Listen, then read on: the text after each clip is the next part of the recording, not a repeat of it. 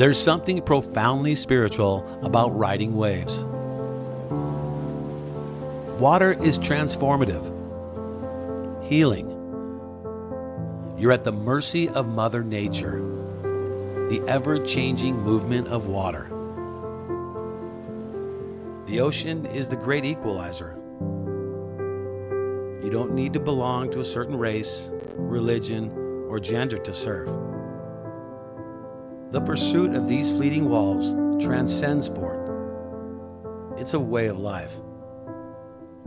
Surfing has the power to change the world. It will now take the next step on the world's greatest sporting stage, the Olympic Games. The International Surfing Association is the world's governing body of surfing, recognized by the International Olympic Committee with member nations around the globe. This is the ISA. This is a better world through surfing. Welcome to day 3 of action for this year's ISA World Junior Surfing Championships here at Praia de Macumba in Rio de Janeiro, Brazil. It's going to be a big day of surfing, and the first heats are getting ready to get underway with the under 18 girls hitting the lineup for round 2. Shannon Hughes in the booth alongside Mitch Salazar to call the action. And Mitch, thankfully that swell has stuck around and it's looking pretty fun in the water. Yeah, there's definitely waves out there, but the biggest change today in comparison to the first 2 days, we are moving into the 15-minute heat, so these ones go by real quick, and 2 waves seems attainable out there in that amount of time, but you do need to get to work as quickly as possible. As we see the Argentinian surfer about to paddle out, that is Vera Jariz. Great surfer in the blue jersey. She'll be representing her country proudly, as you see right there. The cheer right before they paddle out. An outstanding surfer coming out of that South American country. Real close proximity to Brazil. And seeing the women out there this morning, first thing, 15-minute heats. Shannon, it's going to be a difficult one for a lot of these surfers who won't be moving through, because given the forecast that we have on hand, there might not be many rounds as people are expecting. Yeah, it's going to be a pretty interesting contest from here on out, just knowing that that swell is dropping off so significantly that it might be flat during the ending days of our waiting period. So contest directors deciding to just move forward, push through as many heats as we possibly can today, and kind of assess the situation beyond that.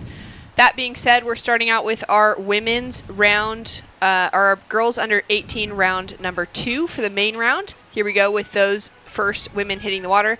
Australia, Argentina, Peru, and England in the jersey. Kira, Vera, Urpi, and Bell with an opportunity to make sure they're making it through in the top 2.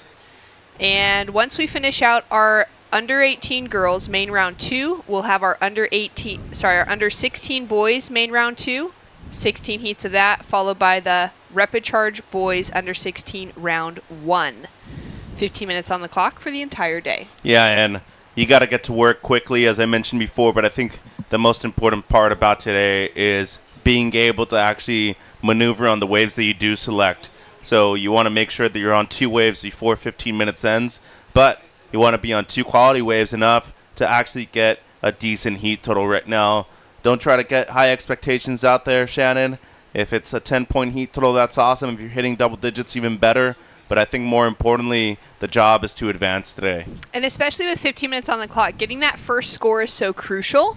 From there, if you're able to get a solid backup score, great. But if not, you can kind of figure out towards the back 5 minutes of the heat what you need just to be getting in the advancing position. Right, and I mean, things can change real quick at a beach break. You can catch 2 waves in a matter of 60 seconds, maybe a couple of minutes too. So I wouldn't really depend too much on what everybody else is doing. I try to control what I could potentially do out there, but you saw the decrease in swell. It's still very fun out there, and as you can see, there is a large playing field for the first podium. 3 to 5 feet every now and then on the sets. The swell direction has changed slightly, so a little bit more from the east rather than that primary swell from the south.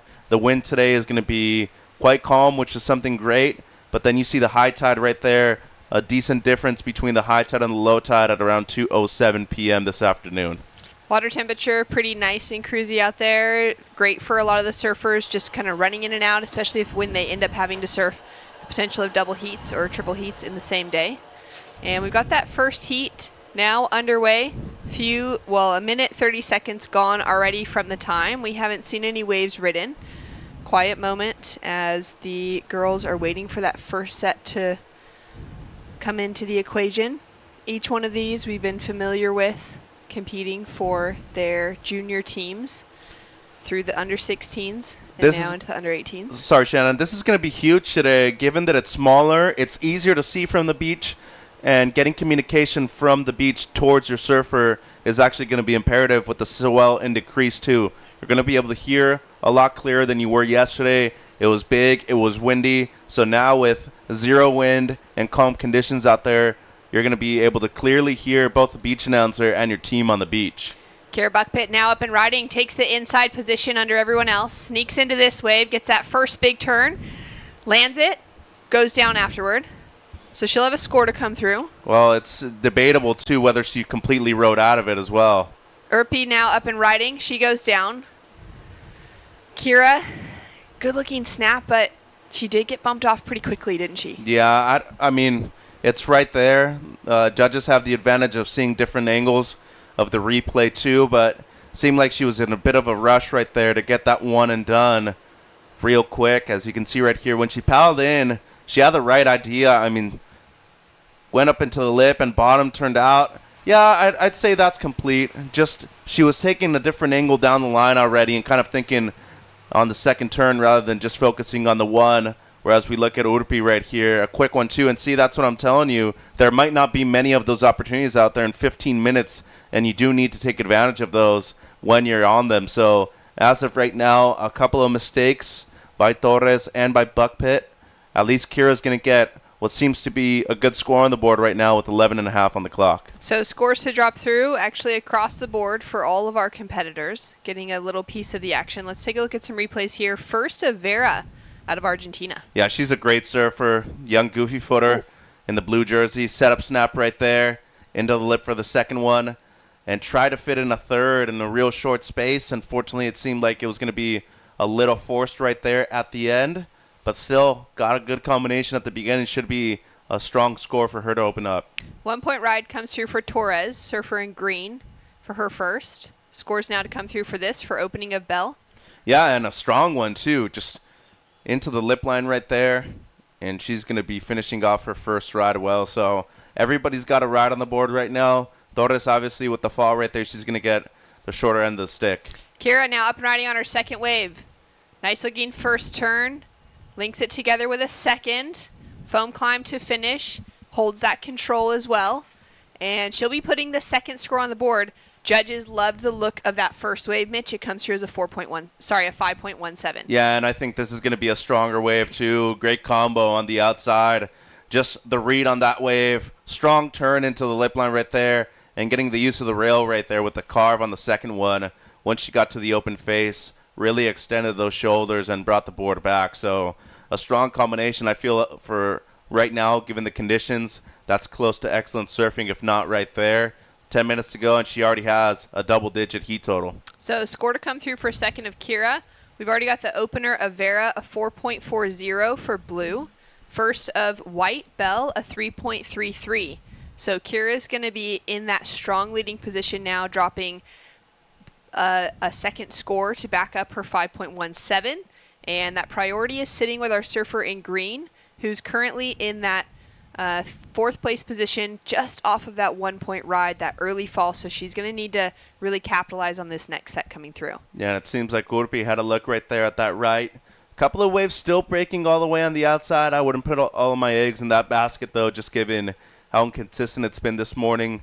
There's definitely waves out there, but there aren't many that are breaking that far outside, and it seems like it's kind of drawing them out there right now. And this is great for Buckpitt because she already has her 2 scores. So say it goes flat for the next 9 minutes, she's already comfortably in first place with a 7.5 and a 5.17 as we see our Brazilian competitor getting ready. Ready to go. Kiani for the next heat. 4 women out of Japan, Tahiti, Canada, and Brazil for heat number 2. And Kira drops in a 7.5. Takes a solid lead as Vera now opens up. She's sitting in second, looking for an 8.27 to take away first, but getting the second score on the board is going to be good for her in the conversation of that top 2 advancing position. Erpy now up and riding.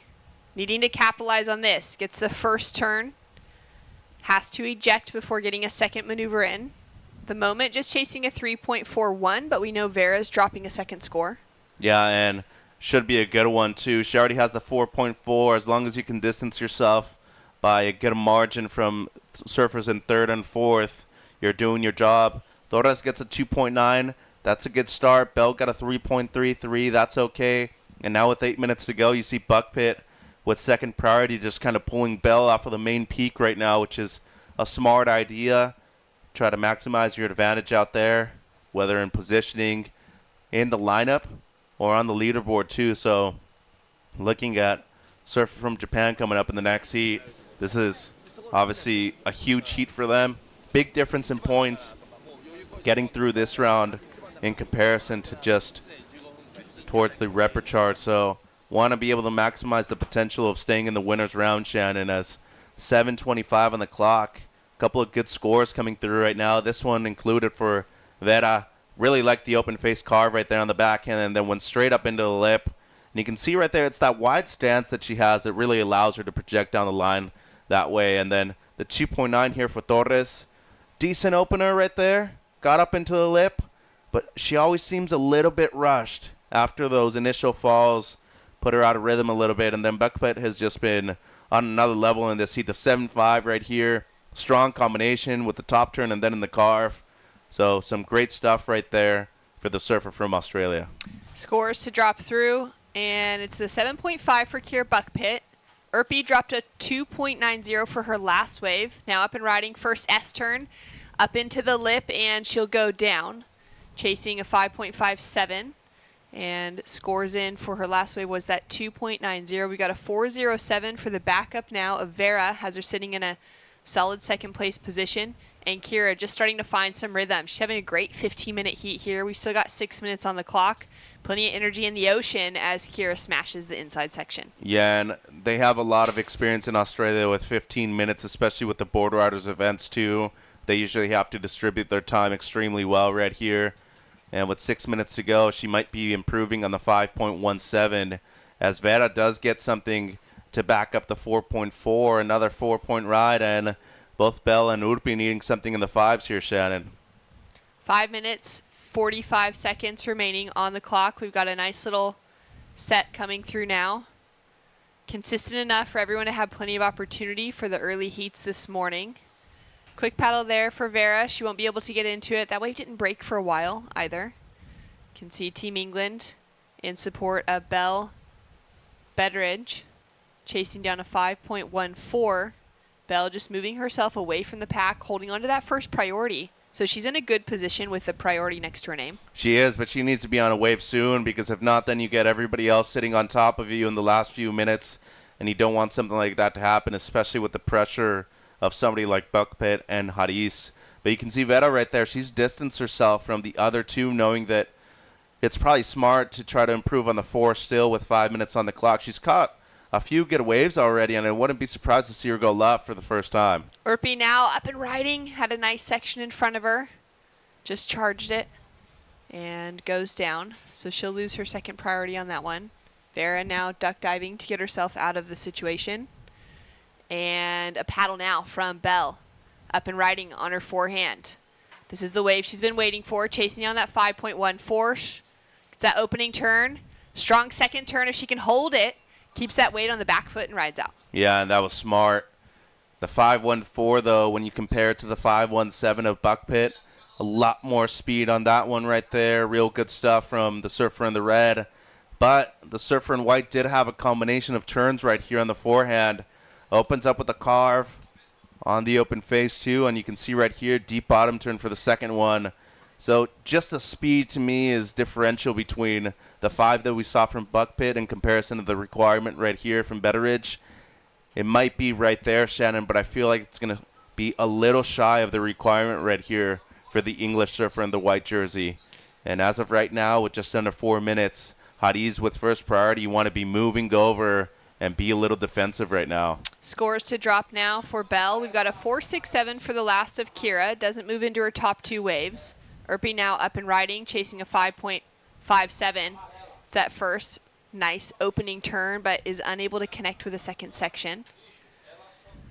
3 minutes, 25 seconds on the clock. Bell, like you said, she'll be bettering her situation, maybe not quite getting that 514 that she requires. We'll see where it comes in, still waiting from the panel.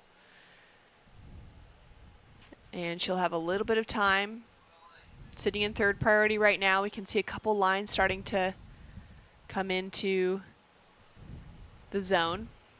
It's definitely right around there. I mean, needs a low 5. I could definitely see her getting the score, but they're taking their time. They're analyzing for sure, and it seems like there is a good chance that, you know, it's going to be under. But as I said before, at least she's going to be improving on the low 3 that you previously had right there. To me, the biggest difference is the amount of speed within the 4s and the 517 for Buckpit. Well, there we go. It's a 3.80 for Bell. She's now chasing a smaller requirement in the 4-point range, a 4.67 to take herself up into second. And has chipped away. Urpi with another 2 on the board, the 2.20. Improves her heat total, but it doesn't chip away at the 5.57 requirement. Kira has a look at that, decides to duck dive. And our surfer in second place is currently sitting with priority next to her name. She's got a good opportunity to control the situation over England's Belle Betteridge. Skin Dog, Ben Skinner, down on the beach, functioning as coach and dad at this event, one of the world's best longboarders in support of Team England this week.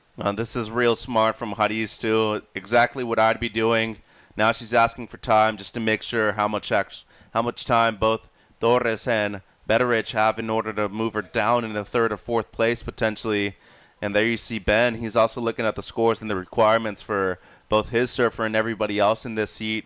90 seconds to go. It's a smart play, and you always want to take away the outside position too if you have higher priority. You want to make sure that if it's a good wave, a scoring wave, you want to be on it rather than your opponent.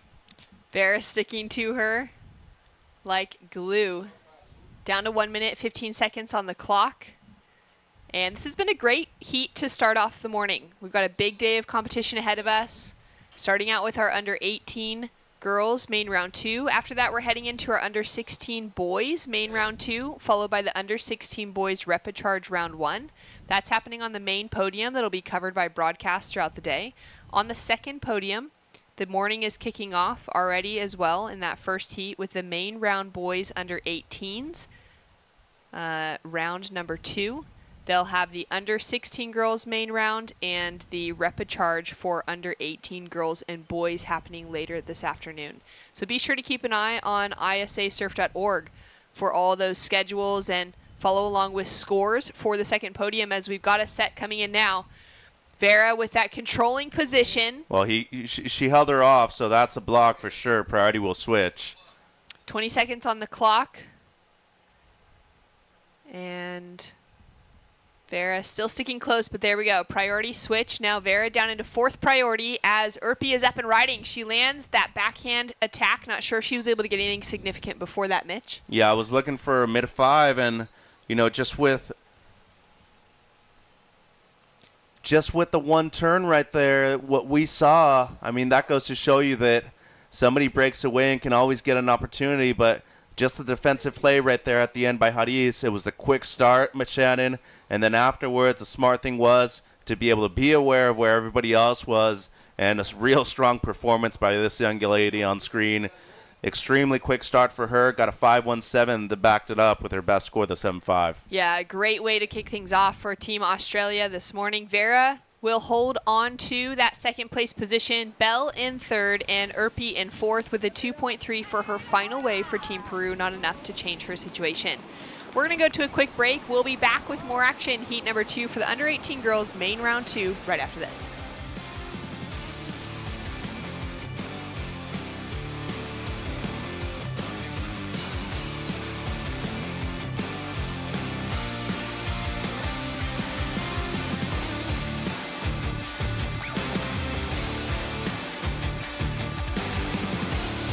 We're going to Teahupo'o. It's like we all went, oh my God, what an amazing idea. Teahupo'o is one of the most incredible waves, probably a wonder of the world.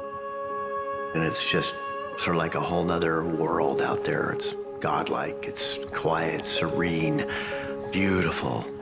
Then you have this glorious wave that comes off a reef, and it's so powerful and so beautiful. I think Teahupo'o has the opportunity to capture the imagination visually for what people think surfing is.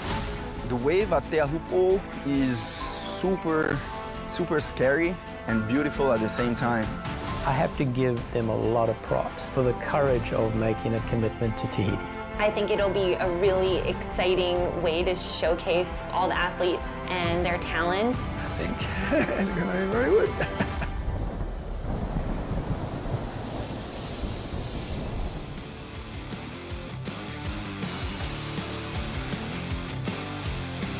Welcome back to day 3 of competition here in Rio de Janeiro, Brazil for the ISA World Junior Surfing Championships. Shannon Hughes alongside Mitch Salazar to call the action. And we're into heat number 2 of the day. We've just seen the Aussie take out the win in Kira Buckpit. She's heading up to a beach interview. We'll hear from her in just a moment. And in this next heat, Japan, Tahiti, Canada, and Brazil with Rika, Kohai, Sanoa, and Kiani in the water. Yeah, and you already have a future Olympian out there in the green jersey. Sanoa qualified for Paris 2024, given that she did final over there at Santiago 2023, the Pan American Games, and it seems like we already had a ride. The surfer in white here, and the local surfer with a great opening turn right there. And unfortunately for her, tried to get that second turn in just ahead of time, and not enough speed for the second section. And now the Canadian from Tofino, great beach break surfer, really loves to charge, but knows how to compete in smaller conditions too, has made a QS final before, has won a pro junior event, and as you can see right there, lays it on rail for the first one, and does not ride out of the second one, unfortunately for her, so missed opportunity right there by Sanoa. Rika now up and riding on her backhand, getting her first wave underway. 2-turn combination to start. Foam climb showing she's got that control under her feet. And she'll be dropping a score.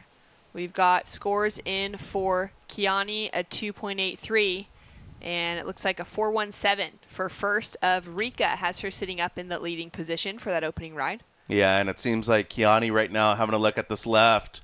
Going to let it go, but got a 2.83 for just the one turn. Soji, 4.17 for the strong combo on the backhand.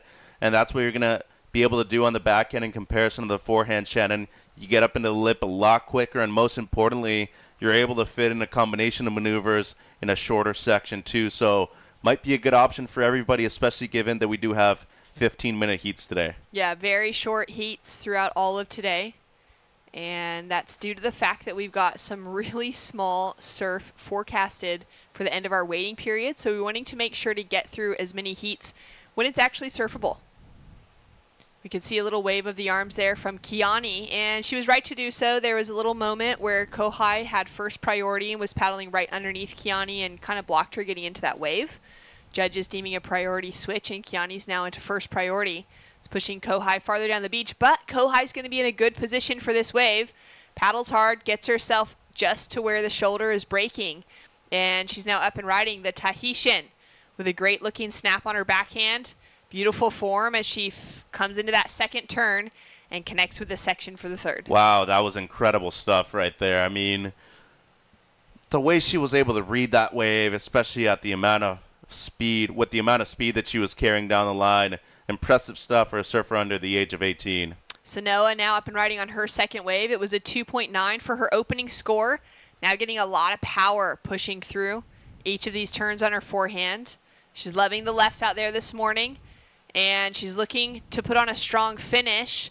That's going to be a better wave for her, kicking off on the sand, grabbing that board quickly to get straight back out in the water. Yeah, she has no issue grinding a wave out, and as you can see right there, is a competitive machine too. 2.9 on her opener for just the carve. That should no doubt be her best score, and really goes to show you how much she's matured in the last 2 years as a competitor. But this wave I really like. The fades, the bottom turns, everything from Kohai. As you see right there, reach the lip a couple of times consecutively too. Really hard to do at a beach break that is moving so fast down the line. And a different angle right here. Look at the slight fade right there. I mean, she was just able to position herself well enough to be able to fit in a few maneuvers right here. And as you see, hitting the lip with a lot of intensity and power at the end too. Her sister won the World Pro Junior Championships at a wave very similar to this in Kiama, Australia. And Sanoa here on the forehand. Setup turn, much stronger right there. I mean, fully commits to using the rail on the second one. That's really hard, especially on the forehand at a wave like this. Into the lip, and somehow was able to fit in one more right there at the end before hitting the sand. Some great stuff by both surfers. Less than 10 minutes on the clock. We've got scores to come through for Kohai and for Sanoa. Kohai's last wave, or her first, drops in as a 7-point ride, so very solid start for the young Tahitian. Now up into the lip for that single maneuver, and she's going to put a great backup score on the board.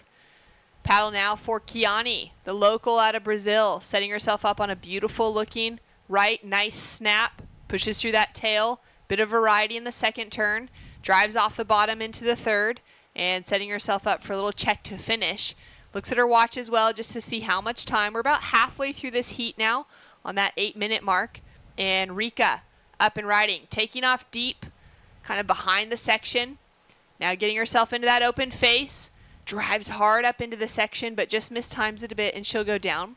We are waiting for that last score of Sanoa to drop in from the panel. That'll give us a good look at who's sitting in that first or second place position. But Kohai's done well to put a 3.83 behind her for her 7.00. Yeah, she already hit double digits. Shoji is going to have a decent backup right now. I don't think it's going to be enough for the top two spots. And Kiani has had some great waves. Fell on the first one. It was just a 2.83, and as of right now, looking to get her best score in the next 7.5 minutes. As we wait for scores to drop in, let's go down to the beach to catch up with Jess and Kira Buckpitt. Thank you, guys. Kira Buckpitt from Australia. First of all, congratulations. First heat of the day is always a very, very tricky one. How do you handle that pressure first thing in the morning? Oh, it was an early start, 6:30 this morning, so yeah, I was pretty tired, but got it done, thank goodness. Definitely got it done. Great score, 7.5 for your best wave. Tell us, for Australians, we've seen you surf so much, we've got to see you qualify and make this Australian team, but for everybody else that's just tuning in around the world, tell us a little bit about where you're from in Australia.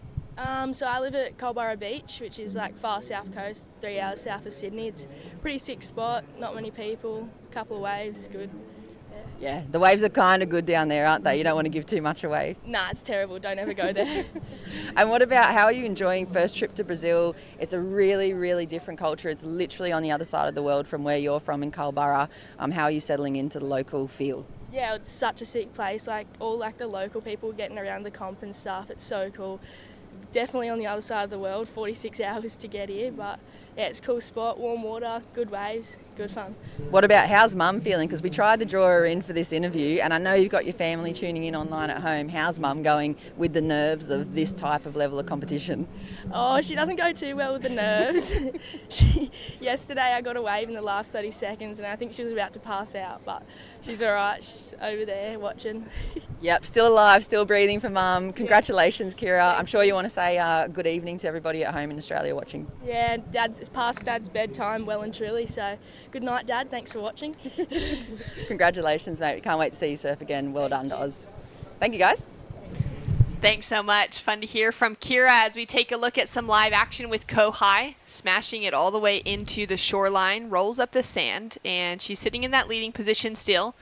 We've got a big score that's dropped in for last of Kiani, but right now Rika is up and riding, driving through that first turn. Great bit of rail work, and unfortunately just that single maneuver, but starting to find some flow. Her best score at the moment, a 4.17, has come in. Sanoa, now sitting in third place position, has a 5.67 and a 2.9 as her high scores. And Kiani Hiakute from Brazil has dropped in a 6.33 to better her situation. Yeah, and was expected right there. So second best wave of the heat right there for Hyakutake, and you were mentioning Olin right there, was waiting for a score, gets a mid-range one of 5.67, so that puts her in the realm of competition right now with 5 minutes to go, and it seems like Kiani had a look at a wave on the outside. Definitely short breaking today, Shannon. You need to be on your feet real quick as soon as you paddle into a wave out there, and Rika right now had the one roundhouse cutback. It's really hard to do a maneuver like that out there at a beach break that's moving so fast down the line. Seems like she's going left again, though. Up and riding. Scores in for her last wave as we take a look at this one. Cut back into the pocket and hooks it up under the lip. Still waiting for that previous score. She's on the 417 for her opener, a 287 for her backup score. Now I do believe we have 2 scores to drop in from her last 2 waves. Just under 4 minutes on the clock. White sitting with priority. Kiani, our host nation surfer here from Brazil. It's great to see the Brazilian contingency find themselves with a bit of a roll yesterday in the boys under 18s division. We got to witness a lot of great action through yesterday's competition, and we've got some movement now, Mitch. Yeah, it seems like Olin having a look at that wave right there, trying to go left again. She is in second priority, and unfortunately for her, Kiani, who is in second place with higher priority than her, is the one that is closest to her right now. So she's going to try to break away if she can, but a peak coming through right now. Seems like maybe a right opportunity for Sanoa and potentially a left for Kiani over here. We'll play with Kiani as she's using her priority on this wave. Just a quick in and out. Mistake with losing priority on a wave that's not going to give her any opportunity to replace that 2.83. Kohai now up and riding on her backhand, looking to replace a 3.97. And a turn like that is one way to do that. Her timing is exceptional. I mean, truly is. The combination of the bottom turn once she actually reaches the lip line is just superb. And you can see right here, it's more noticeable on the backhand than anything, because look at the way she can pivot off the bottom too. That snap right there, uses her hips, fully extends them, and once she brings it down, her weight distribution is so well that there's really nothing out of place when she's coming out of the turn right here. But it all comes down to the timing. You can notice that she's surfed a wave like this 100 times before, Shannon. Score is in. It's a 4.67 for the single maneuver. It betters her lead. Now Sanoa up and riding, chasing that 3.50. Couple of powerful cutbacks. Now breaks through that lip line, finds the finish, and one more on the inside section. 4 turns, a lot of power, as the future Olympian qualified out of the Pan American Games just a couple weeks ago in Chile, is looking strong for Team Canada. Chasing down that 3.50. This is a really tight heat, though, to be taking those top 2 advancing positions. Yeah, but Sanoa definitely getting the score right here. Only needs a 3.5, and it's in right there, Shannon. A 5.13. Now that puts her in a much better situation in second. Kiani now chasing a 4.47. Back into second priority. She paddled for that wave. Caught it. It didn't amount to anything, but she's not too far in the priority rotation already. Down to 1 minute 30 seconds on the clock, and it's a 6.63 requirement for Rika, whose last wave dropped in as a 3.5 as her second highest, so sitting on 7.67 heat total. We've got a set coming in now, and Kohai is currently holding on to that lead. She's had it from nice and early within this heat. Kiani with an opportunity, though, chasing a 4.47 to get second place back, sets herself up for a big turn, hooks it into the lip.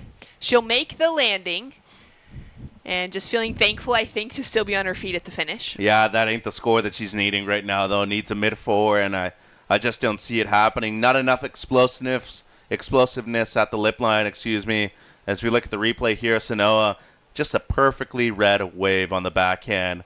Great flow, excellent tempo, into the lip right there. A little hung up coming out of it, but look at the way she recovered right there. I mean, that wave was minimal right there at the end and was still able to find one more section. And then you look at the replay here of Kiani. The timing was a bit off on this one, Shannon. Unfortunately, it wasn't as explosive as she needed it to be. Tough section right there, white water coming down on her, but I just don't see it being the mid-4 that she is requiring at the moment. Scores to drop for Kiani, local surfer out of Brazil, sitting in third as we're down to 10 seconds on the clock. And she's requiring that 4.47. Might be the last opportunity. We'll see if there's going to be another wave. We can see everyone moving. And yesterday there was just a slight delay from our screen to what's actually happening in real time from the judges' tower.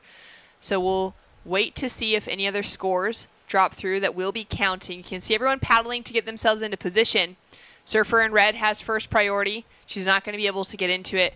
And I think it's safe to say that would have been the last opportunity as everyone's starting to move themselves to the inside. Scores in for last of Kiani and Mitch. You're right. It's just not enough. It's a 3.27. She had linked together one more turn with that. She could have been at that 4.47 requirement. But unfortunately, Brazil and Japan will be falling out of this heat in the main round. And it will be Kohai Fierro and Sanoa Olin. Tahiti and Canada advancing through in the top 2 positions. We're going to go to a short break. We've got a lot of action coming your way throughout the day. And we'll be right back to talk you through more of the ISA World Junior Surfing Championships after this.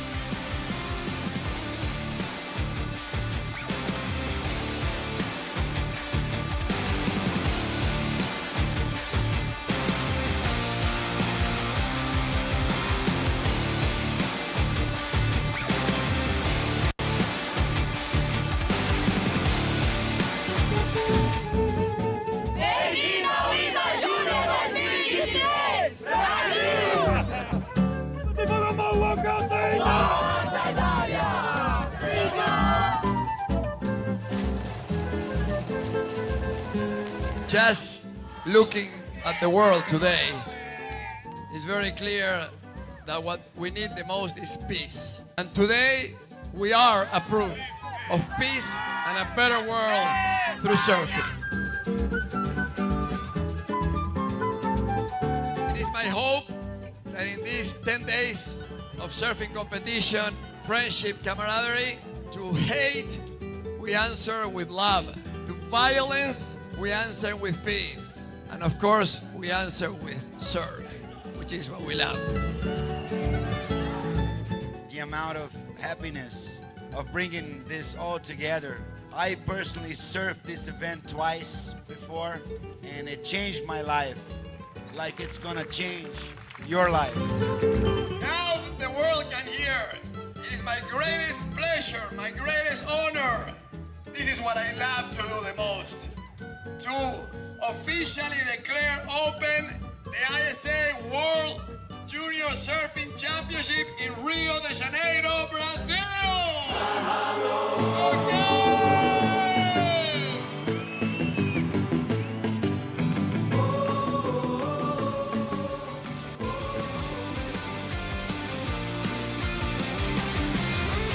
Back into heat number 3 for our main round 2, under 18 girls. And up and riding now, our surfer in red, Valeria Ojeda out of Venezuela. Beautiful wrap to start it off. And just a little slower pace as she comes through the second section, but now starts to turn it on as that wave lifts her up, but also knocks her down. She's out in the water up against our surfer in white, Genesis Borja from Ecuador. Now up and riding on her forehand, powerful snap to kick off her campaign. And in the green, Zoe Zietz from the Netherlands, up and riding now. Quick snap, wave goes flat and doesn't offer her much to work with. All in the water up against Joel Ramirez of Mexico. Shannon and Mitch here to call the action. Yeah, and a big heat out there in the water. Zietz from the North Shore of Kauai. She's got some skills. Joy Ramirez, second generation surfer. Father Jose, one of the greatest big wave surfers to come out of Puerto Escondido. Mother Roxelle, an incredible bodyboarder too. I see Ojeda all the time in California competing over there. And Borja has Challenger Series competition experience too. Yeah, she's been an absolute standout, already riding now on her second wave. Has a 2.47 from the opener. Will be bettering that now. Unable to ride out of that finishing maneuver, unfortunately. But a name that we've become more familiar with over the last few seasons. Yeah, no, she's definitely coming to fruition when it comes to standing out as a competitor, but just her development overall, getting the opportunities to compete in a lot of QS events and Challenger Series before the age of 18. Still incredible to see her as a junior here at the ISA Worlds. Joy now up and riding for Team Mexico. Couple pumps here as she drives through that first turn, setting that rail, looking for that speed section of the wave. Checks off the top, and she'll finish out with her first good ride. And that was a good start for her, too. Comes from Puerto Escondido, so loves to surf Cicatela, the beach break, and her home spot is La Punta, a great left-hander right there in Puerto as well. Jess Grimwood ready to go with another interview. Let's go down to the beach. Thank you, guys. Good morning. Well done. First heat for you today and another win under the belt. That must feel nice in these maybe a little trickier conditions this morning. Yeah, definitely it was really tricky out there, but I'm happy we're surfing pretty good conditions compared to yesterday. So yeah, it was a fun heat. What about the warm-up sessions in the morning? I mean, you come from a place where you probably get a lot of waves to yourself over in Tahiti and maybe with your sisters, but to come here in the morning at 4:30 in the morning and share this place with every other good junior surfer on the world, how do you handle that crowd? Well, I think I'm handling it pretty good because I've been doing QSs, so I'm getting used to the crowd, and yeah, it's definitely hard, but I'm getting good waves on the board, so I'm happy. We speak so much about your family in the surfing world and the surfing industry. Obviously, your older sister Vahine, with the Olympics coming up.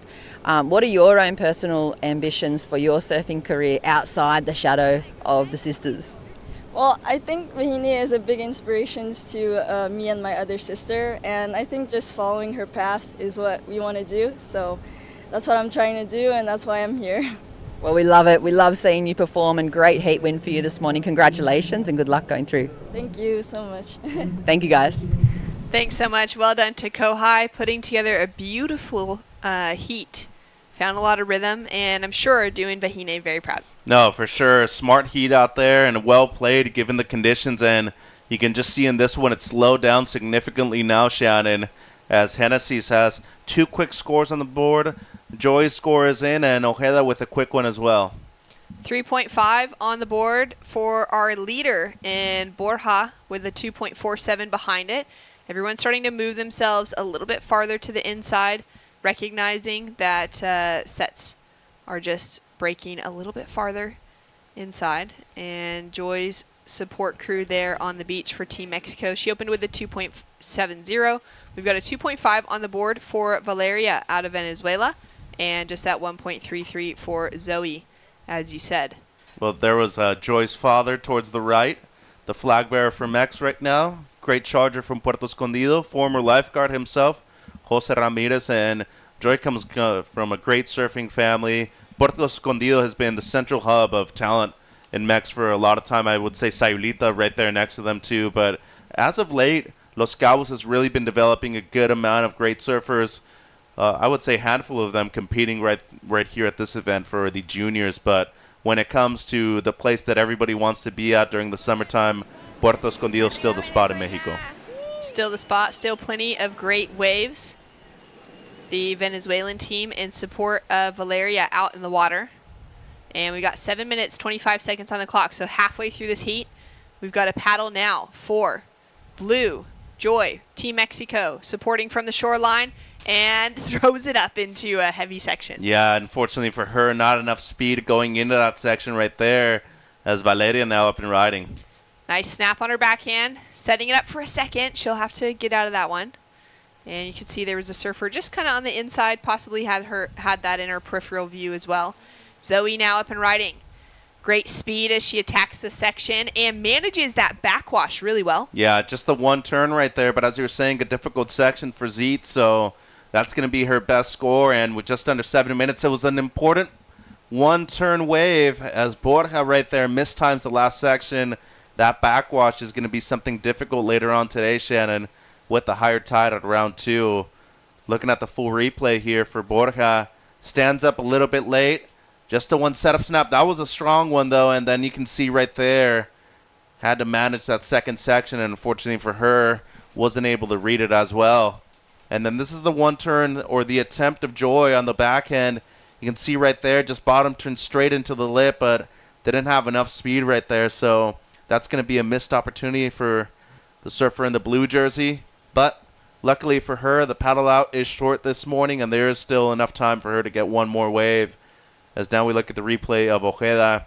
Splits her time between Costa Rica and California, so has a good amount of experience at beach breaks like this one. And then Zeet's right behind her. Just the one turn here, but it was a tough section. I mean, the whitewater was already coming down. She had to manage with the backwash.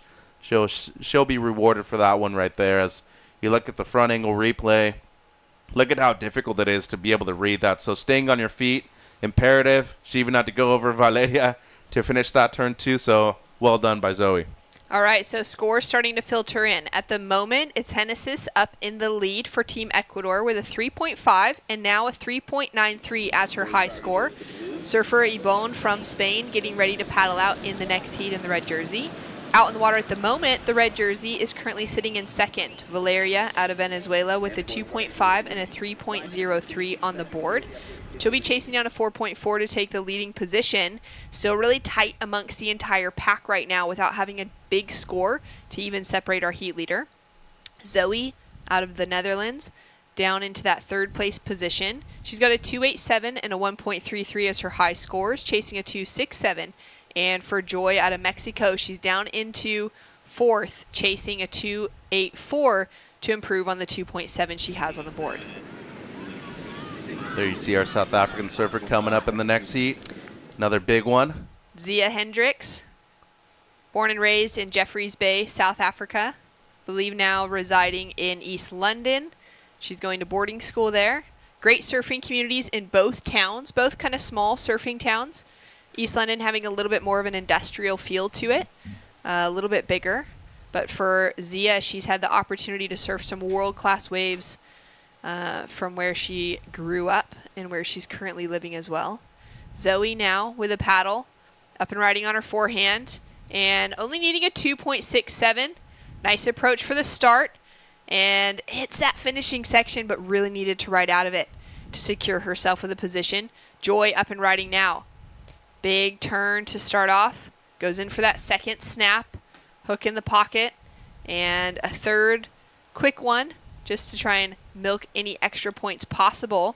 A 2.84 is the requirement for Joy, and you can see that quick paddle getting herself back into the lineup. 3 minutes, 25 seconds on the clock. Yeah, she doesn't need much, and I like the intensity she's bringing right now. Feels like she's probably not going to get it on this last wave, especially compared to her 2.7 on the left. But needing something close to a 3-point ride, just get on a wave in the last 3 minutes. Even if it's one turn, you go up in the lip strong, and you could potentially be getting that score. So Ojeda needs to be very careful. She does have first priority, and Borja still in the lead with a pair of three, Shannon.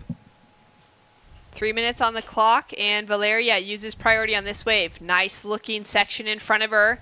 She'll go up to tag the lip and nearly rode out of it.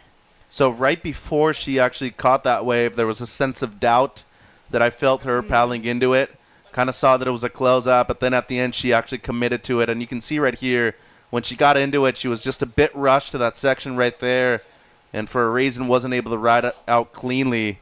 And that was a good section too. It's just the one right there, but you ride out of that, no doubt in my mind that you're getting the best score out of your scores for the heat. And now with 2 minutes to go, she's going to drop down in priority and give Zeitz an opportunity to move up into second, as she does. A 3-point ride drops in for last of Zeitz. She's up into second, and that pushes Valeria into third. Scores in for last of Joy out of Mexico, a 2.57, so it is one of her better scores, but unfortunately it doesn't chip away at the then requirement, which is now up into a 3.17. A 2.84 is a requirement on Valeria to get herself into second. Minute 45 seconds on the clock. Still time to see, kind of how this heat's going to play out because those requirements are so small, Mitch. Yeah, definitely. And with a minute 40 right here, Ramira, she's all the way to the north, on the left-hand side of your screen. And I think it's a smart move to be able to break away and distance yourself, especially if Zeitz isn't willing to play any kind of defense right now. She just has a slight edge in second place, and there you see the Mexican team. Big opportunity for them overall as a team to improve their seed for next year and potentially get a few medals too. They have some great surfers on the team this year. It's exciting to see all the teams coming together, some new names, some that we're really familiar with, as we take a look now at Genesis up into the lip. Surfer with Challenger Series experience behind her, doing well to maintain control in quite a challenging heat to find those big scores. She's got a couple turns to drop in from the judges as we've got a set coming in now. 50 seconds on the clock, and this one's going to just be a little bit too far out for everyone to get into. They'll have to duck dive the whitewater. We'll see if that next wave is also going to give anyone an opportunity. It might just break too early, and one set just behind. Yeah, and it seems like a couple more waves coming through too. At a certain point, if the tide's high enough and you see a reform available, you just need to go on a whitewater and try to give yourself an opportunity to get the score. But as of right now, I don't know if anybody besides the surfer in blue who's breaking away towards this left might be having a chance to catch a wave right here. Needs a low 3, Shannon.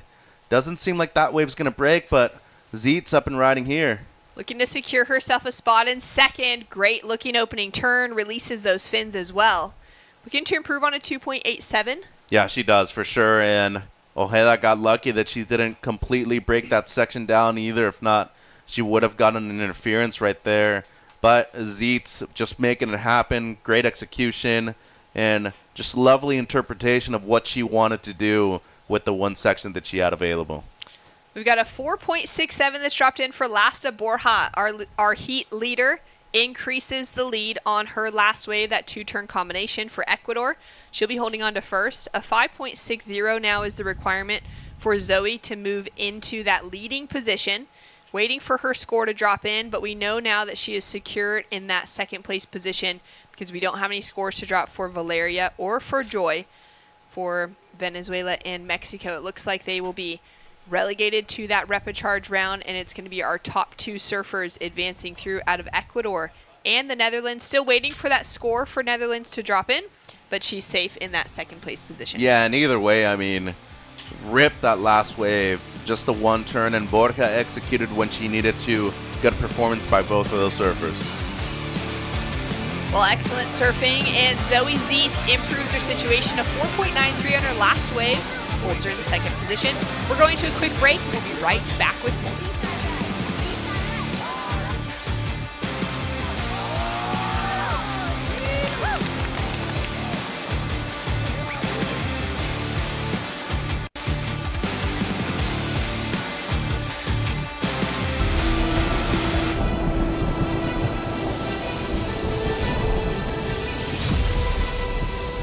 When we started the campaign, like 20-something years ago, over a quarter century, even when we started, it was impossible. I mean, everybody, my friends, my brother, I said, you're really gonna put your energy in this? Let's go surfing. I never thought surfing would be in the Olympics, period. We all just looked and rolled our eyes back at, like, come on, Fernando. Surfing will never make it. I never actually dreamed of being in the Olympic because surfing wasn't an Olympic sport. I never thought surfing would be in the Olympic sports. The Olympics wasn't ever a dream of mine because it wasn't a reality, it wasn't tangible. It's the biggest event in the world. Fernando is the reason why we're all there. Yeah, it's like me telling you I'm gonna, swim around the world. 27 years later, he pulled it off.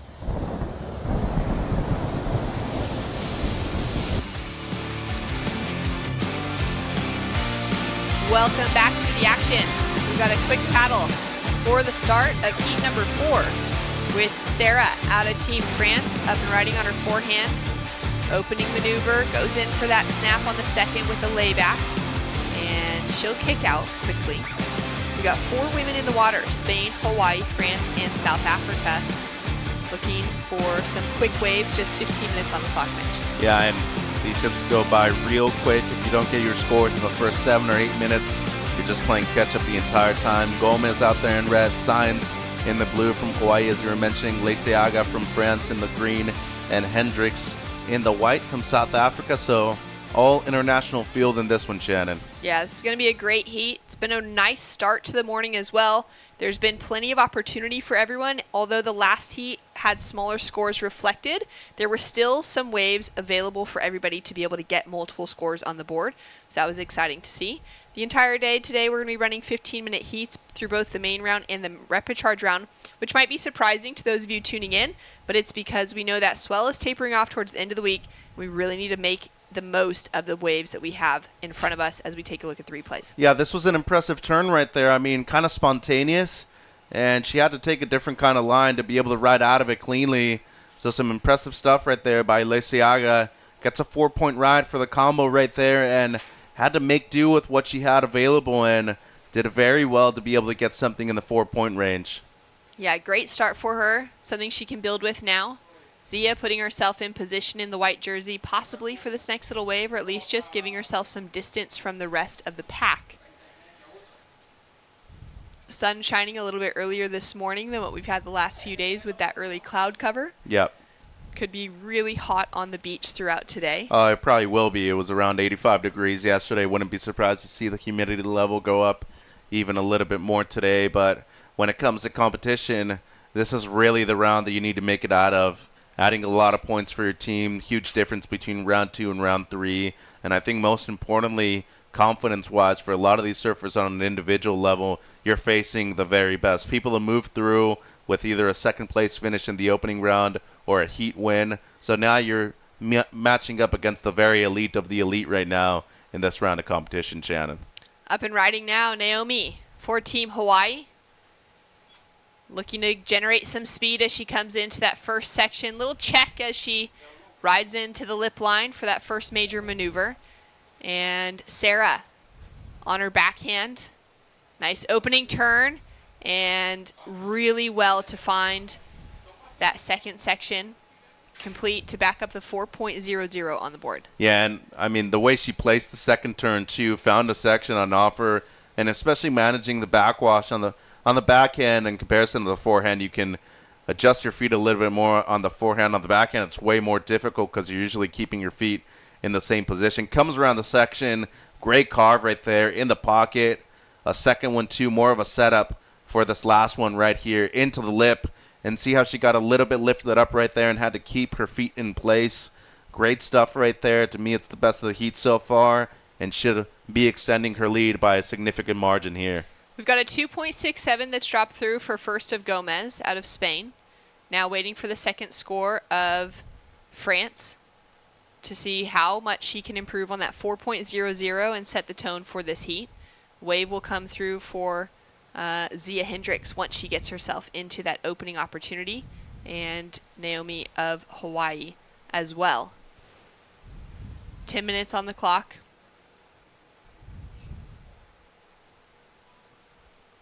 And a little bit of a set starting to roll through now. Nice and clean this morning. We've got our second podium functioning. You can see them just there out the back off the right-hand side of the screen.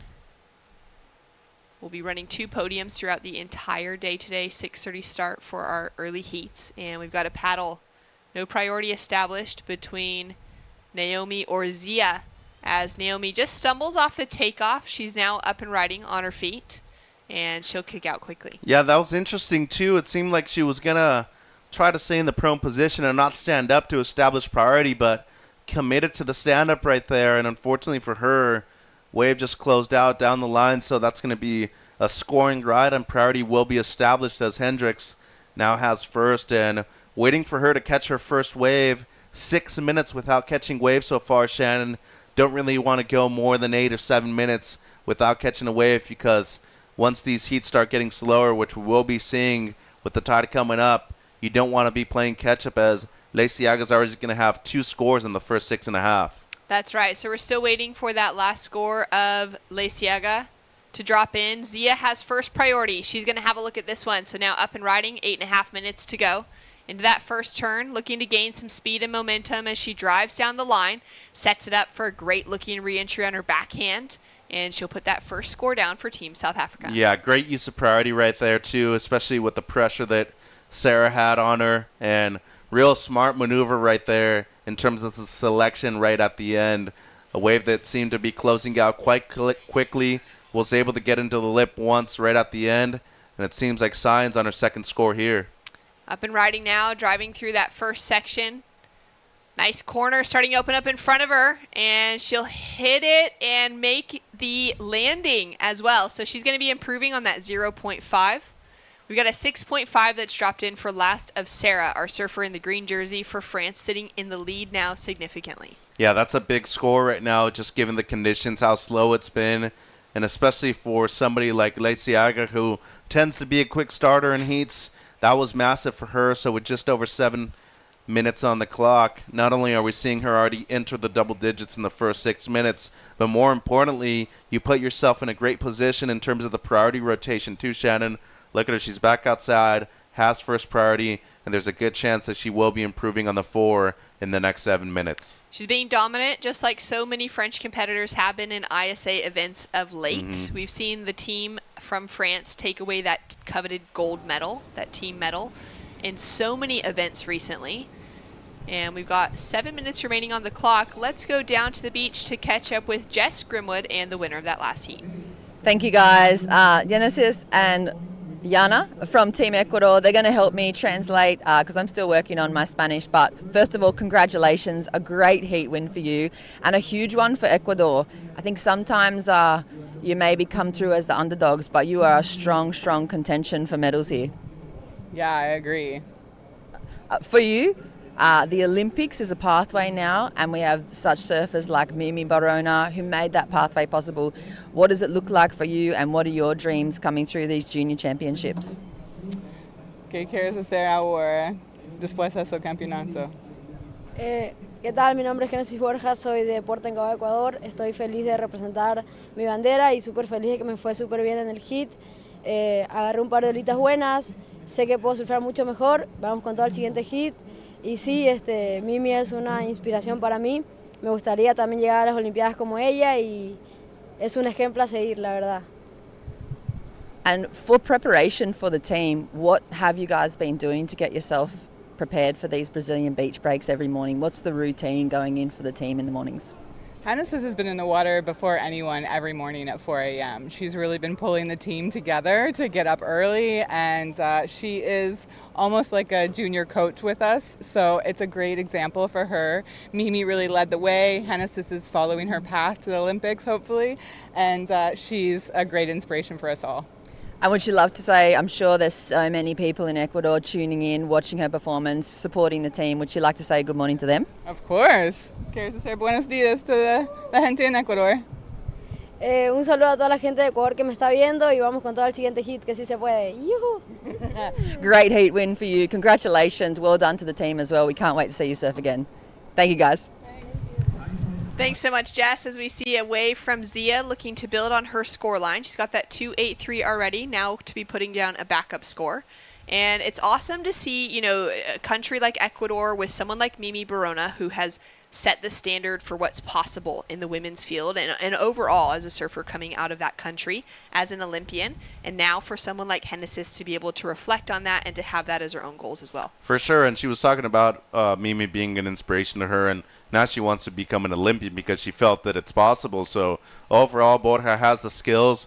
Now it all comes down to her putting that into fruition into the events. They were mentioning that she's been down here at 4 a.m. every single morning, as it does get light around 4:30 every morning here in Rio. But I think the most important thing is discipline when it comes to preparation for an event like this. And you can obviously see that she is hungry for that kind of momentum to gain in order to potentially be an Olympian down the line. Speaking of Hendricks, though, no doubt gets her best score, a 3.83, and really smashed that end section right there at the end with a lot of speed. Moves her up into second place, Shannon. She's sitting in second behind Sarah out of France with a 6.5 that has dropped through for her high score to better the 4.00, so double digits for our heat leader. Hendricks now into second, chasing a 6.67 to get herself into that leading position. And Sainz out of Hawaii now chasing a 2.33. So small requirement on the board for her, a 3.99 for Gomez out of Spain, as Lasega is now up and riding. Nice opening turn. Sets herself up for a second. She's just able to find that rhythm out there this morning that may or may not reflect on her score line right now. You can see that getting that quick and early start with that 4-point ride has been great for her. But that was getting used to priority right there, though. Even though she might not improve in the 4, kept everybody else off. It was a quality wave, given the conditions right now and the inconsistency of a lot of those waves out there. So I felt that it was a smart choice, especially in the last 3 minutes. You want to be able to go on any wave that seems available in order to improve your scores, as Gomez here looking to get something close to a 4. She was sitting with first priority, drives back into the section for that first turn. Now setting it up as she comes through the inside, waves beginning to steepen up for her now, giving her a little bit more of that energy to work with as she hits the finish. It's an interesting wave. Never really committed to anything up until the end. In her defense, a lot of those sections were very flat, so never steepened up, but I feel like this is going to fall shy of the requirement. It needs close to a 4-point ride, especially when we've seen something in the 4s already for one good attack up into the lip line. And here's the replay of Leiciaga's last. So just the bottom turn, you can tell that she has a lot of skills. Fortunately for her, that wave flattened out at the beginning and wasn't really able to get into the lip line the way she wanted to at the end.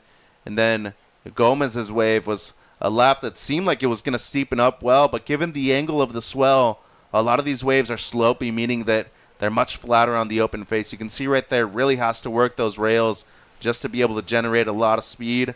And going down the line here, I was thinking to myself, okay, at least one at the end, but just not the right amount of speed to be able to get up and over that section right there and fall shy of the requirement.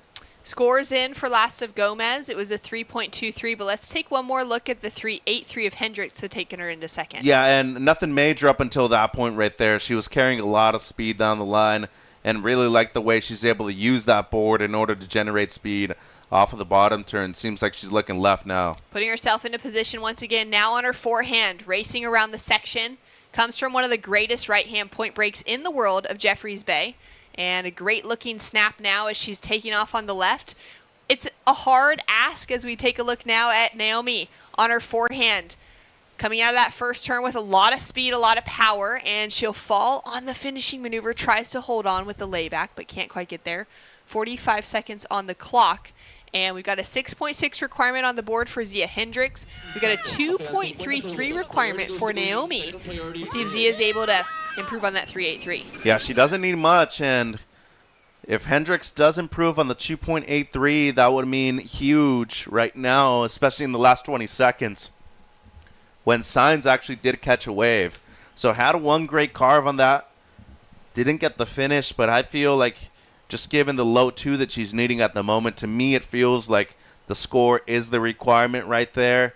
But does Hendricks improve or not on the 2.83? I think that's going to be the biggest question out of these two right now. Looks like our time is winding down, and our heat leader out of France, Sarah, has done very well to control the situation. Her last score, just a 3.03, got the job done on her first 2 waves. Caught 3 in total and put herself into that 10.50 heat total.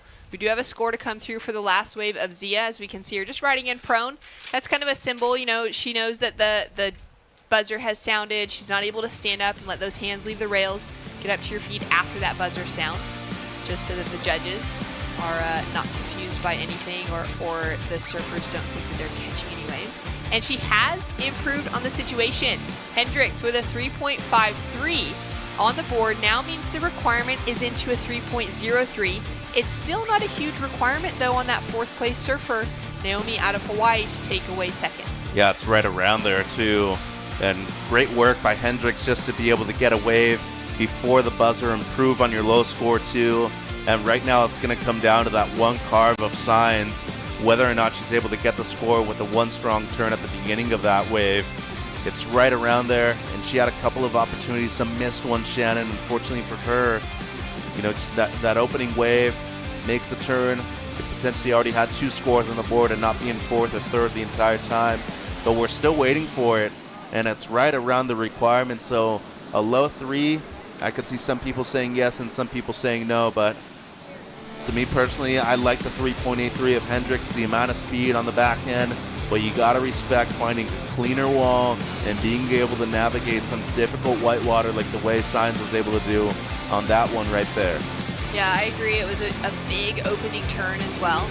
Scores still to come through from the panel, and it falls just shy. Like you said, it could have gone in either direction, and it's a 2.90 for last of Naomi Signs out of Hawaii, which means that South Africa's Zia Hendricks has just received the news that she'll be advancing through in that 2nd place position, just behind Sarah Siega out of France. So France and South Africa in those top 2 positions, Hawaii and Spain into the repechage rounds.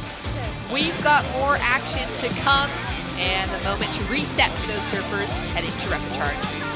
Cote and Barton coming in the booth right after this.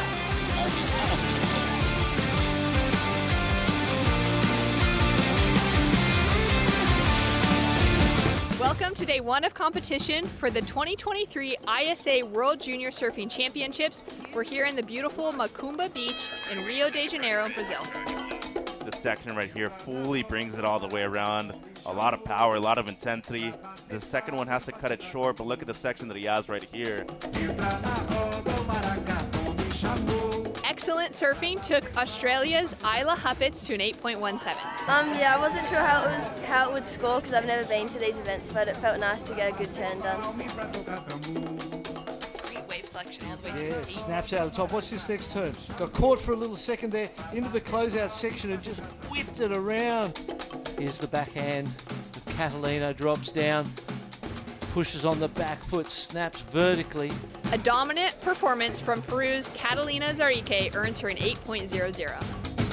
Stay tuned tomorrow for more action.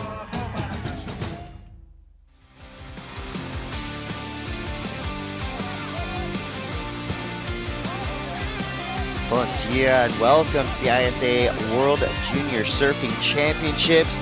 We got a big day of action for you. 15-minute heats that are flying by, but the same rules follow. Top two surfers advance through and stay in the main round. Third and fourth place surfers, they're going to the Repéchage. Chris Cote here with 1988 world champion Barton Lynch, and we are straight into the action. This is your surfer in blue representing New Zealand, Pia Rogers. So as we set things up here in the lineup, they're not going to give us a chance to introduce them. They're straight to business, bright and early in the morning here in beautiful Rio, Brazil. So the swell has stuck around. There you see our beach and lineup. Plenty of waves to work with today, Bart. And as we know, with a field of over 365 surfers, we've got a lot of waves that are about to be ridden. Malia Lima, Pia Rogers, Maria Diaz, and Rachel Aguero. Costa Rica, Portugal, New Zealand, and Hawaii. A great international superheat, as they all are. They are indeed. Here we go, up in the white. Rachel, representing Costa Rica. We've seen some aggressive surfing already in this heat. Oh, a couple of beautiful backhand turns. Yeah, I mean, what a great start right there. A big three-turn combo, and trying to sell it a little bit to the judges there. And, you know, that's part of the game. So she had two really impactful turns. The third, that will be the question, I believe, in the eye of the judges. It was right there on the line. But either way, if she isn't given credit for that third turn, those first two will be pretty solid. I think the judges are going to reward her nicely. And I think that sort of standing in the finger was, I've made this. Yes, exactly. Please consider this completed. A bit of football-style showmanship. Yeah. Not mad at it. Here's the replay of those couple of first turns. Drives off the bottom nice and early, which means she gets to the lip. Great positioning of the bottom turns, which was what created those beautiful top turns. I'm calling it a make because, well, I mean, you could have stayed in that whitewater a little bit longer and ridden, but seriously, great surfing to open the heat. No nerves at all. And great positioning, as I said in the live call, of that bottom turn that really gave her the opportunity to whip it out of the top. All three girls quite close together, but it's a very summery morning down here when you look at the surf, the conditions, beautiful day, and just got a real summery feel to things. Oh, yeah, another beautiful day in Macumba. Well, 10:42 to go. Like I said, these heats are going to fly by. But as our surfers get themselves reset for the next set, let's go down to Jess Grimwood. Thank you, guys. Sarah, congratulations, first of all, for the heat win. This morning, you were absolute standout in the warm-ups. I'd love to know who inspires that backhand attack. I love the Tatiana Weston-West backhand and Caroline Marks too. I think they both reapers that just like smash the lip, and it's amazing to watch them surf on the backhand. It's amazing to watch you surf on the backhand too. You have an incredible technique and style. For you, the first time at one of these events and a really, really big point in your career, tell us about the moment you were selected to represent Team France. It was at the end of the French Championships. I won, and the guy that selection was like, welcome to the team, and I was so happy. So yeah, it was at that moment. And what about the preparation and getting yourself ready to come to the games like this? I mean, now you've been kind of tagged for potential making your way into the Olympics through this pathway. Have you changed your preparation coming into an event like this? I think the preparation was always there because there are always the QS and the juniors. But yeah, it's a goal that you have to, change the perception and go like full in. So it's wake up early, surf a lot, and never give up and have a motivation. Well, a massive future ahead for you. Congratulations for the win, and of course for everybody supporting, maybe new fans of your surfing. Would you like to say hello from Brazil to them? Merci à tous qui me regardent à la maison, la famille, les amis. Spécial dédicace à ma BDS. J'ai trop hâte de te retrouver. Et, gros bisous, je vous aime tous très très fort. Congratulations, Sarah. Good luck for the rest of the event. We can't wait to see you again. Thank you so much. Cheers. Thank you, guys. smart, talented, and I love her influences. I mean, if you're going to cite two female surfers with two of the most lethal backhands in the business, Tatiana Westonov and Caroline Marks, you're doing something right. So a great victory there and a great interview. You can tell the young surfer has a solid head on her shoulders and a bright future ahead of her, and she has advanced through a pretty tough heat there.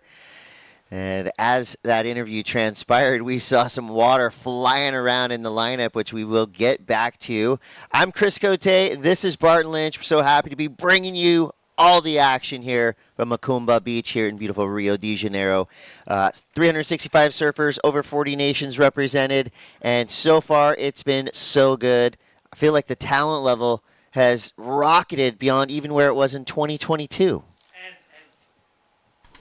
And to more diverse nations. We see those developing nations rising up. France has become a powerhouse, and as you said, that young lady sounded so professional and so certain of what she was going to do with her life. I suppose that's the way you've got to be if you want to be a professional surfer, and I imagine that we'll see her, you know, on the World Championship Tour, going to the Olympic Games, and potentially in the future a gold medalist. Absolutely. I mean, right here you've got a sheet of names that basically outlines the future of our sport. And here's one of them right here, Pia Rogers, representing New Zealand, and just comes up on the wrong side of one little piece of backwash. I mean, that can be the whole difference between what would be maybe a 4, 6, or an 8. Unfortunately for Pia, as you could clearly see right there, Barton, the tide's pretty high right now, and that just means there's a lot of water on this sandbar. And while it's nice and clean and glassy, which we love, there's always got to be one little twist for these surfers to deal with. And I suppose we get this reverberation of the bounce off that rock, the big rock that we see in the wide shots, and it kind of, even though you can't really see it, there is this sort of bounce that moves across the beach, and particularly with the residual bump in the ocean from the winds the last few days, it definitely makes it difficult. Beautiful and clean at the seams, but it is... I think for Pia, I feel some nerves. She's ridden a couple of rides now, and they haven't worked out, and there's been falls on both of them. She's got to take a couple of deep breaths and settle down. She's a great surfer. Particularly impressed during the interview by the surfing of Malia Lima. Yeah, powerhouse. There was a lot happening during that interview, and the judges are digesting everything, throwing out their numbers. Rachel Aguero in the lead for now with a 5.33 and a 2.37. Big set rolling through now, and here we go. Malia Lima representing Team Hawaii straight into it. No time wasted on that wave. Gets a quick snap, and it just kind of explodes around her. She jumps off, so one impactful turn. She is trying to get rid of a 1.77. Right behind her, your current leader, surfer in white, representing the Pura Vida Nation of Costa Rica, Rachel Aguero. Strong surfing from all four of our competitors right now. I mean, it already has, dare I say, a finals day feeling. I mean, the way these four young women are going at it right now, I mean, they got the memo, right? 15-minute heats. On paper, you take 5 minutes away. In real life, it doesn't really seem that much, No. but in the span of a heat where you're trying to get two great waves, Barton, that can be the difference of everything. Yeah, and 20 minutes on its own is a, you know, you imagine there's 4 ladies, so that's 8 rides that have got to be, you know, 8 good rides. Here we go. So we'll see if Pia can correct a couple of the little errors she made on previous waves. She does, so a nice 2-turn combo for Pia Rogers there. And then right behind her, Maria Diaz from Portugal. So I would say this is pretty much a clash of the Titans. I mean, obviously Hawaii always fields an incredible team. Costa Rica, they've been coming up for the better part of the last decade.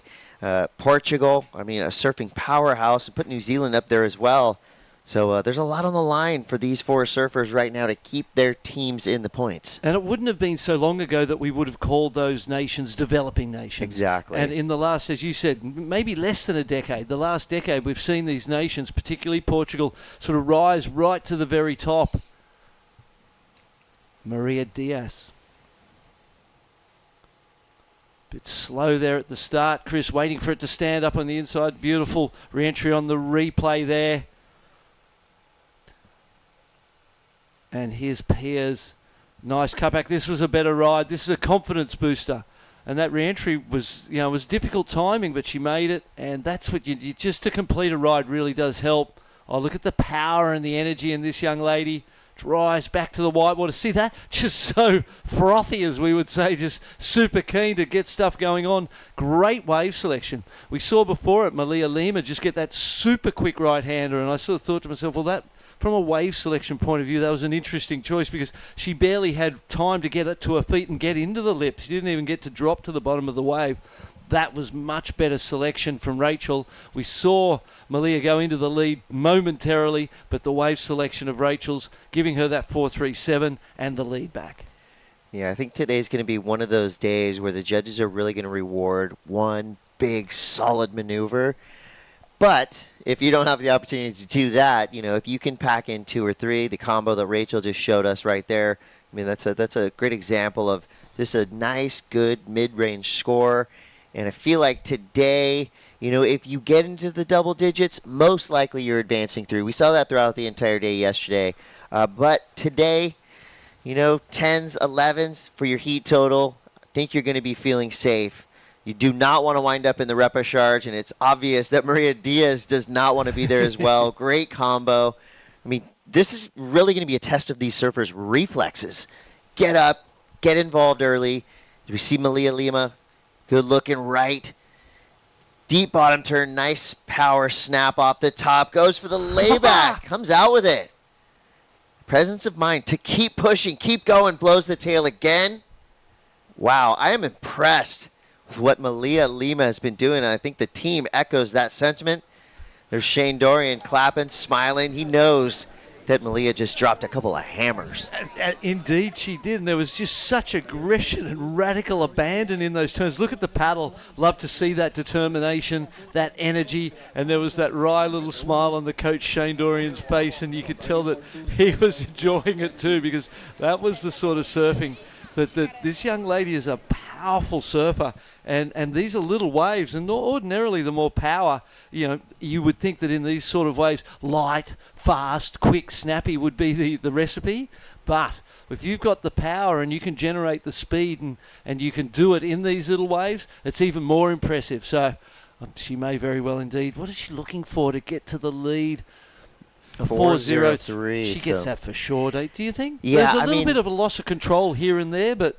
You know what? I like that. I like it too. I like when surfers put it right on the edge. It looked like she was about to fall twice. Yeah. But then she got right back up and added. And to me, that just adds an excitement level. Our judges are surfers too. They're humans. They get excited. And when they get excited, that's when good things happen. So we'll see what the judges give Malia Lima for that last wave. Here, Rogers now needs a 4.2. Well, she did need a 4.23. Now she needs a 4.25. So Malia Lima right now is looking for a 4.03. Here's a replay of what we liked. Surfing with reckless abandon and a lot of power. First big turn. This turn, big layback. It kind of gets stuck right in the middle of the turn. And you could see she wasn't too happy. And there was this moment she had to digest what it was and consider whether that was a mistake or not. And then she got to her feet. Again, that second turn might not have been quite as completed in the judge's eyes because she got stuck in the whitewater. Here's the replay of this one as well. Beautiful inside turn. Good speed all the way. A 4.47 for this one. For Maria Diaz from Portugal. Really nice turn here. Finishes it professionally. Like the cutout too. Clean. Nice and precise too. Well, I like there's where the she score. placed her turns. Yeah, absolutely. 5.93 for this young lady. Takes her into the lead. Yeah, the judges agree with us. They love that power approach that we're seeing from Malia Lima. Here she is winding up down the line again. Quick snap there. Just gets the fins a little bit free. Smaller wave. But the damage was done on her previous effort. Looks like an epoxy board.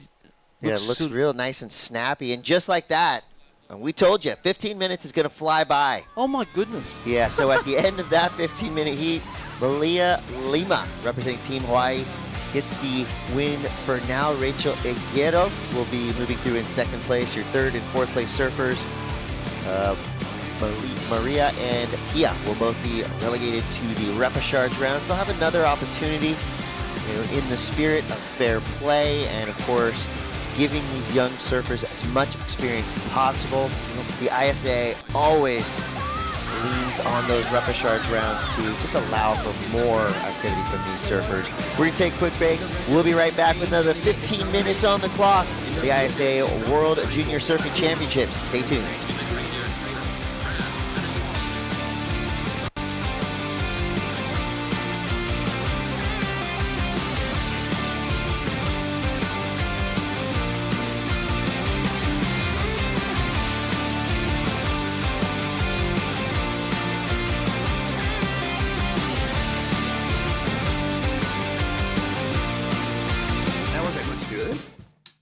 I was kind of the intellectual brother. My brother was much better than me. You know, by 10 he was playing soccer, rugby, tennis, everything. I wanted to be good at other things, so I focused on other things. I was collecting stamps. Which 10-year-old collects stamps? I don't know. Many times I drifted away from the ocean. My brother will be the one that will reel me back into the ocean. In many ways, surfing saved my life and allowed me to stay active.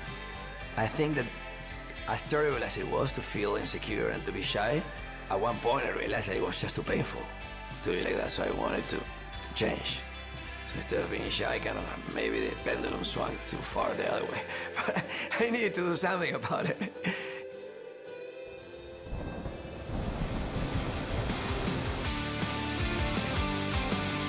Welcome back from Macumba Beach to the ISA World Junior Surfing Championships. Chris Cote here with Barton Lynch. And straight into it. 15-minute heats are flying by. You need to get up and at it and involved early. A nice Blanchard representing Team France. Got the memo. Starts off with a quick wave. Here we go, surfer in red. Miri Estabari. Team Spain always fields a strong contingent. Getting a little over-aggressive there on the inside. And well, time will fly by. To me, there's nothing wrong with just going for it on your opening wave because you give yourself an opportunity for a 6 or a 7 to start your heat. You're going to be in good hands. Janire Extabare from Spain, Emma Cruz, Team Puerto Rico, Anais Blanchard from France, and Gemma Hanafi from South Africa. Doesn't get much more separated than that around the globe, does it, Barton? That's a great field of surfers from all over. So we see now Emma Cruz, Puerto Rico, will be the host of the upcoming 2024 ISA World Surfing Games. Only a few coveted spots left for the surfing element of the Olympics. Those will be decided right around the corner in Puerto Rico. And there's Team Hawaii coming through, triumphant. There's always a debrief, right? Win or lose. There's always a couple little tidbits you get from your coach. 100%. And as the coach, you're always looking for opportunities to give feedback, to give advice, and to try and help them, make the most of this opportunity. And it's a 24/7 job. There's no downtime as a coach. Even when you're not with the team, you're thinking about it and trying to understand how you can help an individual and how you can help the team as a collective. And I've coached Australia at a couple of the ISA games, and it's a massive responsibility. No doubt. Well, 10:45 to go. Surfers got caught a little off guard by that last set. As they get themselves reset, let's go down to Jess. Thank you, guys. Malia, congratulations. First of all, that layback, big Larry, and you did it twice on the wave. What were you thinking laying down turns like that in this opening round? Just had to lay some hammers down to make sure I get past. But yeah, it was a little weird warble at the first one, but recovered, so I'm super stoked. What about life outside of the World Junior Championships at the moment? What would you normally be doing? Would you actually be at school if you weren't here competing in Brazil? Yeah, I go to Waimea High School, so I'll be at school just learning and then hanging out with some friends and surfing, working out. Yeah. Well, how's your experience been then? I mean, adjusting and balancing that school and pretty much professional surfing now for you. How you found that balance? Still trying to find it. It's my senior year, but I am missing school, so sorry, Miss Karstner. Yeah, it's still learning, but when I'm gone, I try to just do it on the computer. So, yeah. And what about your own personal goals? Of course, Hawaii, you guys have been right up here on the post-heat interviews pretty much every heat. What's your own personal ambitions for the games this week? to cheer on the team, be support, and of course to do well and try to bring back the gold for Hawaii. Well, congratulations, Nate. Great performance from you. We love watching you surf. Very exciting. We can't wait to see you in the next round. Okay, thank you so much, guys. Thank you, guys. Got to give a shout out to the teacher. She did everything right in that post-heat interview. Love to see it, and we will see more from Malia. She is absolutely on fire down here in Rio. So 9 minutes to go here. A couple scores have come through. A 3-5 for Janire, representing Team Spain. Here goes Emma Cruz. So Emma, who's surfing in the 18 and under division, she's only 13 years old. Huh. And as you can tell, she's already developed a really nice style. A lot of poise right there. Pretty cool story, too. 13 years old, born in New York City. Mom's from Japan, dad's from Puerto Rico. Moved from New York to Puerto Rico when she was 3. Family wanted to be a little closer to the beach, and guess what? It worked. Your daughter rips. Her dad is her coach, and she's basically started competing when she was 3 years old. Came to El Salvador last year as part of the ISA World Junior Surfing Games, so she's already got a lot of experience at a young age, and it's pretty cool to see her basically surfing against the grown-ups at only 13 years old. And how was that turn we just saw her do? Unfortunately, it wasn't completed, but the projection out of the bottom and the whip out of the top. So, whoo, she's got game. Here we go. This will be your surfer in white, Gemma Hanafi. Team South Africa.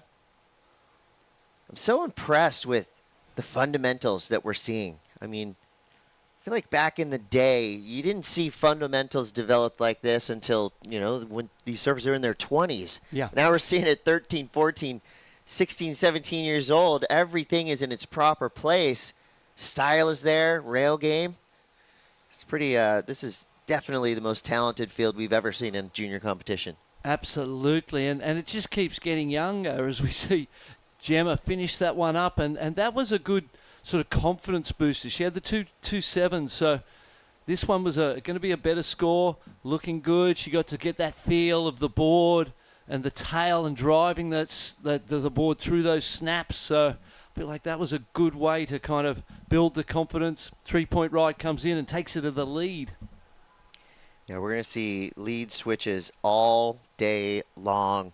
You know, with these 15-minute heats, to me, to get out there and try to catch 2 to 3 waves, quality waves, in a span of 15 minutes is a feat in itself. Yeah. But then you're trying to do it against, you know, 3 other incredibly talented surfers. I mean, you can clearly see right when Anais stood up, I mean, she's got skills. Speed, power, flow being the equation. She's putting it all together on this wave. She gets a nice finish. So just good, clean, solid surfing all the way down the line. Looking for a 2.25. I feel like she probably did that and more. Yep, I'd agree with that. That may be the best wave of the heat so far. Good length, got into the lip. And this is the score's through for that one. Easy one for the judges, right? I mean, from beginning to end, she couldn't have done much more, and if she did do more, it might have looked a little bit forced. So I like what she did here on this wave. Beautiful bottom turn into that top turn, staying nice and tight to the pocket. That's where the power in the wave is. Drops straight down, so she's in that pocket again, driving back towards it. So really good choice of where to put herself to take complete advantage of this opportunity. 4 or 5, and then the big inside one. Great ride, and the judges will have a good long think about this one because it's going to have an influence for sure. We see it again from another angle. If you go too far out, as you know, Chris, if we go too far out onto the wave face, you lose the power. And when you're not in that pocket and making those turns critical, the judges don't score it as well. So this was a really well-ridden and well-positioned wave. Showed great knowledge and understanding of where to put herself to maximize the potential. I think this was the right off the left that we just saw. This is surfer representing South Africa, Gemma. Driving, back foot goes onto the pad. Nice section in front, gets vertical into the lip. Unfortunately doesn't make it. She would not be the only one. We've seen that shore break take a toll on the world's best juniors day after day. And there was a couple of nice backhand re-entries. That was a fast wave, not easy to surf. Janiria Expari made it look pretty easy. A solid 2-turn combination, only needing a 1.77. Shout out to the judges. Shout out to our tabulators and spotters and priority judges. I mean, they're going to be working overtime today as well. We're going to rifle through a couple hundred heats here. 4:30 to go, and man, every angle covered as well. I mean, camera guys on it, whole production team firing on all cylinders right now. And I think it's great that the ISA has brought elite level production team as well, because we've got 365 surfers, but think of all the friends and family at home watching their young athletes perform. They're getting a great show themselves. So with 4 minutes to go, Blanchard in the lead representing France. Hanafi now jumps into second. Exabari in third, and Emma Cruz right there in fourth. But if you look at the needs, 417-177-255, this heat is still wide open, but it's only 3 minutes and 45 seconds to go. And that last left of the French lady was the highest score of the heat so far, taking her into the lead. We knew it was a good one of 4.83. She just surfed it beautifully. Judges now only contemplating one score for red, and then we'll know exactly where things are, but 3.5 minutes to go. As you said, it does just go so quick. It goes quick for us in here, but when you're in the water as a competitor, it goes super what just fast. happened? And really, the shorter the heat, the more critical a simple mistake becomes. So the first nice turn into a beautiful backhand re-entry. Looking for a 177, so no doubt she goes into second place once the judges put this score in. They're trying to consider where it sits. It's going to be interesting to see where it comes in relation to the longer left of Anais, but it wasn't really anything super critical. That last turn on that one was a really nice critical turn. The judges do like them when they're tight and when they're critical, so it could match or be very similar to the 4.83. Well, the waves are still pumping. It's one of the bigger sets we've seen of the morning. It catches all of our surfers in this heat. I wouldn't say it catches them off guard, because there's no way you would be sitting way out near that buoy where that wave broke. So kind of just a freak set rolled through, but these surfers on their toes, they're all looking to see if there's any remnant set waves available that have come through, and it looks like a right-hander perking up for Emma Cruz. She's in second priority. She's going to take it. Tries to get around that big section. It's kind of running away from her. Here she has some open face to work with and a nice vertical backside snap. She's got to sell it to the judges. And she does. Hands in the air. I think that was about a 98% make, but great effort nonetheless for Emma Cruz. Great positioning too, to be in the exact right spot for that one. Puerto Rico, as you said, we're heading there in February for the ISA World Surfing Games. That's going to be exciting. You've been to Puerto Rico? I never have. And me neither. Really pumped. Yeah, got a lot of friends there for sure. I've seen all the videos, seen all the photos, heard the stories. That's going to be a great event, and I'm sure a lot of the juniors that we have competing here will make the leap up to the World Surfing Games national teams as well. So 1:15 to go. Exabari from Spain comes through the 4.27 and a 3.5. That's enough to get her in the lead. Blanchard now in second. Hanafi third. Emma Cruz fourth. And that was a great example. The 4.27, 2 turns. The 4.83 below it was a 4.83, but that was 5 turns. So, it indicates that the bigger the section, the bigger the turn.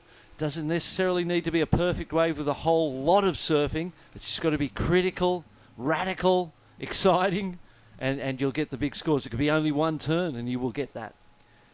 Well, while it is still nice and glassy, yesterday these surfers really had to earn it, especially in the afternoon. There was about 50 wave sets they had to paddle through and contend with, and then they'd get to the outside, and nearly impossible to find clean face to work with. But today, a totally different story. Nice and clean, great looking reforms.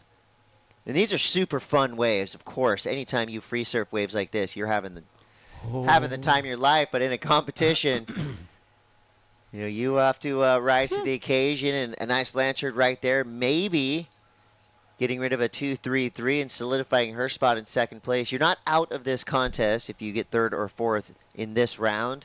Just means you're going to our Repéchage rounds, which are already stacked with incredible talent. And that right there, that round is your last round to shine here at the ISA World Junior Surfing Championships. And just like that, feels like we just started this heat and it's already over. I want to give a lot of credit to all of our surfers in the lineup. I mean, everybody caught, what, 3, 4, even 5 waves? And set your watch at home next time you go free surfing with your friends for 15 minutes and see how many waves you get that actually matter. So our surfers are making their way to the beach. Surfer in red, rising to the occasion, taking the win in that last one. We'll see how the rest of it shakes out after the final scores are locked in. But we're going to take a quick break. Don't go anywhere. We'll be back with more action. Heat 7 of our main event round 2 coming up next. We'll be right back.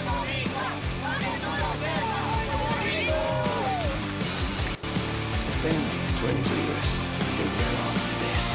I'm arriving in Tokyo, turn my phone on, look, and it's like the waves are gonna be great on the first day, then better, and then best. So I said, somebody's looking at us. Somebody wants us to be successful. As Olimpíadas, claro que me tornou pouco mais forte. Não maior que ninguém, mas me deu pouco mais de vontade de continuar buscando evoluir, de continuar no mesmo nível, crescendo e inspirando pessoas ao redor do mundo. I went to the Olympics with this bigger sense of like pride and purpose. It felt just really special to win the gold medal in surfing for the first time and bring it back home to Hawaii. I've never been more proud to be Hawaiian than I am in this moment. And in many ways, we gave a surfing hug to the Olympic movement.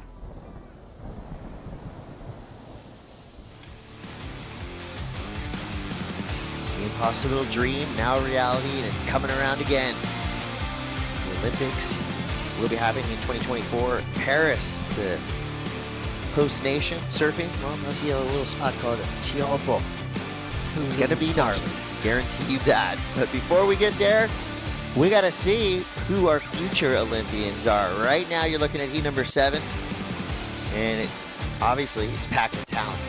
Doesn't sound like a broken record all day long, but each and every surfer has earned their spot to compete here in Rio. This is surfer in red, Haley Boverman, representing Team Hawaii in a huge way. What a finish right there, beyond vertical in a shore pound section. Judges are going to eat that one up like an acai bowl. Undeniable, the power we just saw, and right behind it, backing it up, Team Portugal, represented here by Maria Sagudo. What a Costa start. Rica, Nicaragua in this heat. There's Haley Boverman from Hawaii, Candelaria Rosano representing Nicaragua, Maria Salgado from Portugal, and Erica Berra from Costa Rica. Candelaria Rosano, we know her. We've known her for a long time. I think she started competing here at the ISA level probably 10, 11 years old. Supercharger, amazing surfer. She's got a great high heat IQ. She's going to be tough to beat in this one, but everyone's tough to beat. So still wide open here from the jump. These are 15-minute heats. Top 2 surfers advance through and stay in the main round. 3rd and 4th place surfers will be relegated to the repechage rounds. This is Erica Berra from the Puerto Vida Nation of Costa Rica. And we're already at 12 minutes to go. Here we go. Welcome to the time machine, Barton. This is Candelaria Rosano. I mean, you see the form here, real solid on her feet. Great style. Obviously a lot of poise. No nerves for Rosano. Like I said, she's been competing for a long time, but that right there was a great combination of major maneuvers. Judges are working today, that's for sure. Well, and you're obliged to get a quick start. You can own the start, win the start. It's going to go a long way to seeing you advance. And as we said, double elimination format, so nobody loses completely here. 3rd and 4th down to that repechage round, which is just such an important element of these events for creating the opportunity for experience in these developing nations to grow. So it's very clever. This is the girls under... Wow, look at that, under 18s. Here we go, the team celebration for France. Wow, that was some great surfing early on. All of the ladies of waves. Judges are contemplating scores. Met a couple locals last night. They were telling me, their daughters surfed. They're getting into it. I said, bring your daughter to the beach tomorrow. You will have her so inspired. I mean, we are all inspired watching what we're seeing right now. This is making I know it's making me want to surf better, and I'm sure everybody out there watching, blown away by the talent level. These are the best juniors on the planet. And this year, 44% of our field women. So we're just we're growing that element of this sport. Can Better see it world all through around. surfing. You know, Yeah. we're doing our best down here. What a great concept, you know, to create. And I believe, to the bottom of my heart, that surfing is one of those things that can create a better world, contribute to a better world. So it's a fantastic thing for us to all be a part of this and contributing. A 5.67 comes in for Maria Salgado, first score, amazing opening ride. And this has been one of the better openings to a heat that we've seen. Everybody got waves really quickly. Yeah, this is going to be hotly contested. This is our first real break in the action, and thankfully for us, we've got a minute because we got to go talk to Jess Grimwood. Hey guys, thank you very much. I've got Sarah from the French team as well, just supporting her teammate. Anais, congratulations. How did you go, and how do you feel after that heat win? Thank you. I'm really happy to make my heat. The condition was fun but a little bit difficult, and I'm happy. We're very happy for you too, and we're happy to be a part of your learning as well. A lot of these athletes having to learn to speak English in these post-heat interviews, some of the first of their lives. For her as well, she's prepared this question, so for the next one, it's going out to all the people supporting back home in French. Je voulais remercier tout le monde, la Team France, ma famille, mes amis, d'être là derrière moi. J'espère que ça va continuer durant plein de séries, et voilà quoi. Congratulations, mate. Great heat win for you, and well done. It's such a hard job doing these post-heat interviews, and for some of the first time in your career, it's going to be many, many more, I'm sure. Well done. Thanks, guys. Well, if you're going to do your first post-heat interview, who better do it than with Jess Grimwood? Indeed. She's a superstar. And it's really interesting when you watch these young surfers out in the lineup. You're thinking, they're killers. They're going out there. They're ripping this place up. They're doing everything right. They come back to the beach, and you realize they're still grommets. Absolutely. But it's more development than just what they're doing in the water. I mean, every time they come to the beach, they get with their coaches. They're with their teams. They're around this organization. They're just adding to their own professionalism. And if this is something that they, want to attempt to do for a career, which we're seeing the talent level, right? There are a lot of future pro surfers here.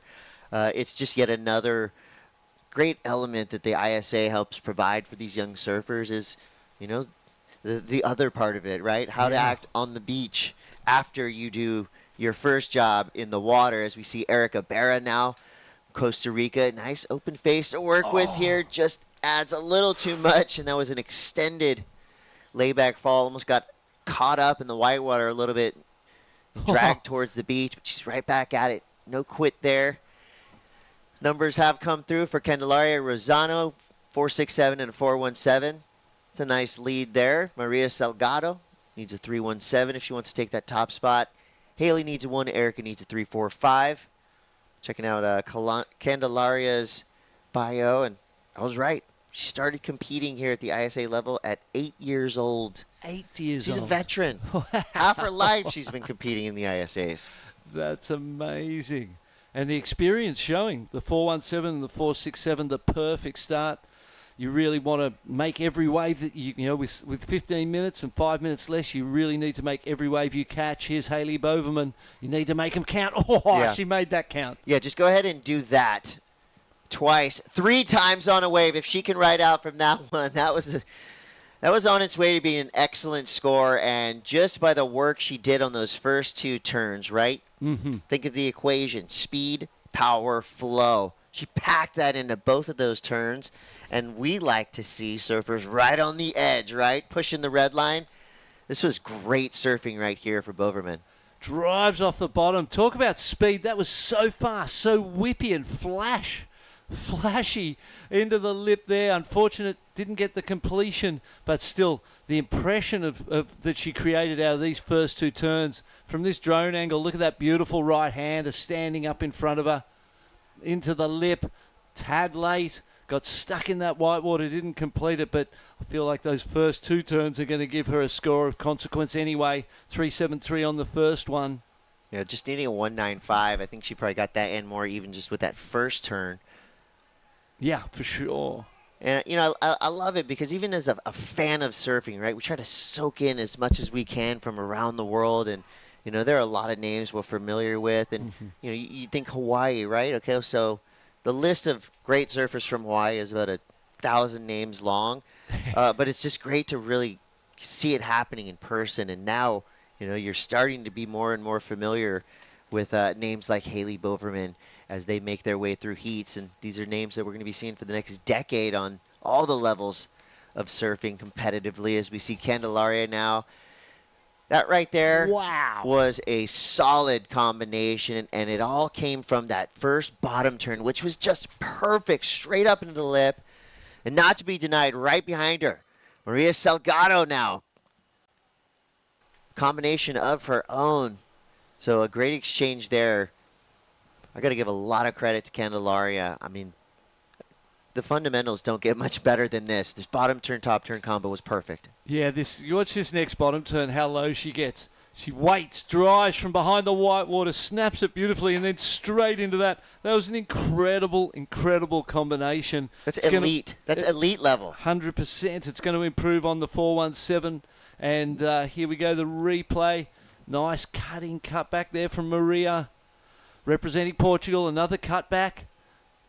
Kind of got stuck there a little bit. And then Way sees this inside section, goes, I've got to make this. And she does. Well. Maybe. Yeah, that was one of those maybes, that was wasn't it? on the edge, for sure. And the judges do get quite critical with that. She's got the highest scoring wave of the heat so far. Just didn't have a second score, only looking through 3.17.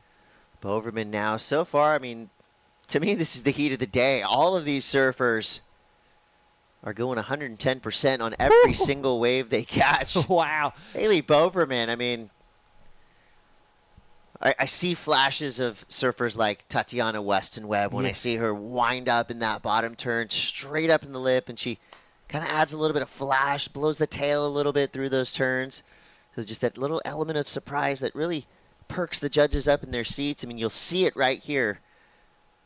And a 6.83 for the last one. So, looking to improve on a 3.73 with this one. Snaps out. A great drift of the tail. Stays tight to the pocket. Gets another nice turn in. Feel like that improves on the 3.73. And the Hawaiian is building momentum into the lead. Candelaria in second. And I agree with you. This has been an amazing heat.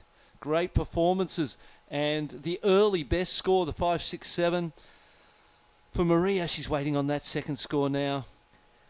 And I think with these waves being, you know, so quick and punchy, and of course 15-minute heats, you cannot hesitate. You know, you can't wait. I mean, patience, of course, is paramount to making the surfing look good, but at the same time, you've got to get at it and attack quick.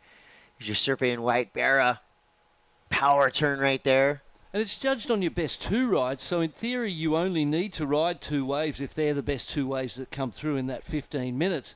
But to sit and wait is really a scary prospect. You need to get going as early as you can, get catching waves and build rhythm in these type of conditions. They're not the type of conditions you really want to just sit and wait and hold on to that priority and hope, because it may not. And Barton, there's no clear way of timing the cadence of the sets. I mean, you can kind of guess, but as a coach, you can't go out, you can't tell your surfer, okay, every 2 minutes a set's going to come through, right? Yeah, in Hawaii, say when you've got ground swells and you can time the difference, you know, how often those swells come in or those sets come in, you can do it in certain places, but in a random sort of wind swell beach break environment, here's another one of those big sets breaking way out on the outside. You couldn't wait on the outside, for example, and hope that they're going to come and break out there. You have to be on that inside, and so it's definitely the type of conditions that need consistent catching of waves, and that rhythm you build, you hopefully bump into good ones as you build that rhythm. And we do have priority positions in play now. And your surfer in blue, Candelaria Rosano. One quick turn right there. Your current heat leader, Haley Boverman, 17 years old from Haiku, Maui. Her favorite wave is Rocky Point. But Maria Salgado now demanding our attention. Another great two-turn combination. I do see shades of Teresa Bonvalat in her style and her approach, and that's a high compliment. Teresa, of course, one of the best females ever to come out of Portugal. And now I'm going to go ahead and put Maria Salgado on that list because she is really impressing us with her flow, her speed, her talent. I mean, all four of these surfers right now have finalists written all over them. This is the heat of the day. It's nearly done. Time ticking down. And who would have thought you'd have a 5.67 and a 4.07 and be in third place? The pressure was on here. She drove out of the bottom. That first turn was the best turn of the heat, most probably. Beautiful turn. Got the second. Completed it. Looking to improve. She needs the 4.3. I think she gets it. Yeah, this one's going to go down to the wire. Well, it's over.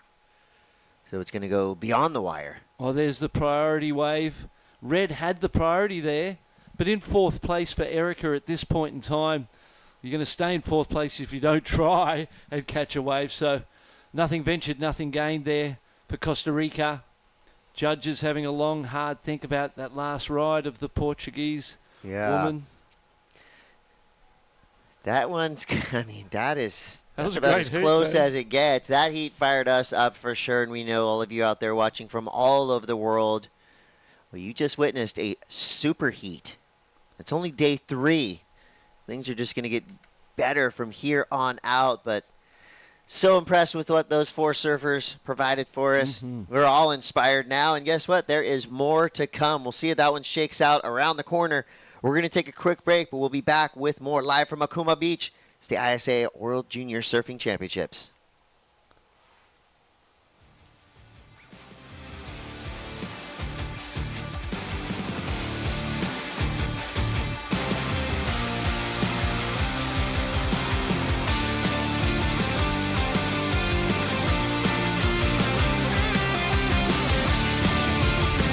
Yeah, I have a reef for 20 years.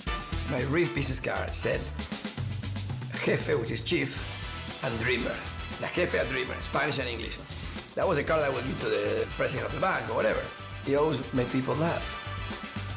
Because, they got like talking, when I asked them for an extra $1 million in loan to buy sandals, and the guy looks at this, I never lend money to somebody with this title,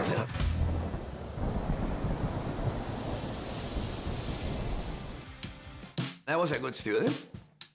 I was kind of the intellectual brother. My brother was much better than me. By 10 he was playing soccer, rugby, tennis, everything. I wanted to be good at other things, so I focused on other things. I was collecting stamps. Which 10-year-old collects stamps? I don't know. Many times I drifted away from the ocean. My brother will be the one that will reel me back into the ocean. Many ways, surfing saved my life and allowed me to stay active. I think that as terrible as it was to feel insecure and to be shy, at one point I realized that it was just too painful to be like that, so I wanted to change. So instead of being shy, kind of maybe the pendulum swung too far the other way. But I needed to do something about it.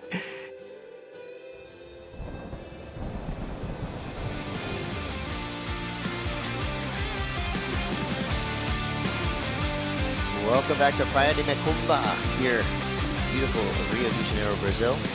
The ISA World Junior Surfing Championships. Chris Cote here with Barton Lynch. And we're just now sitting back down because we were blown out of our seats by that last heat. All 4 surfers putting up big numbers. At the end of it, Haley Boverman from Team Hawaii came through with the victory.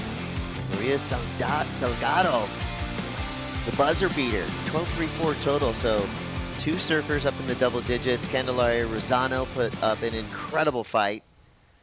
Probably did a couple of the turns of the day, but still, I mean, that shows you the depth of field we have here this week. So Candelaria and Erica Berra be relegated to the Repéchage rounds. There's a look at our neighborhood for the week. Barra de Tejuca. Just on the other side of that mountain, you've got world famous Ipanema, Copacabana. And it just keeps going, and the beauty just keeps building on itself. This is truly a wonder of the world. Rio is one of the most interesting, unique, and exciting cities you'll ever go to. 100%. The natural features that this place has are so unique.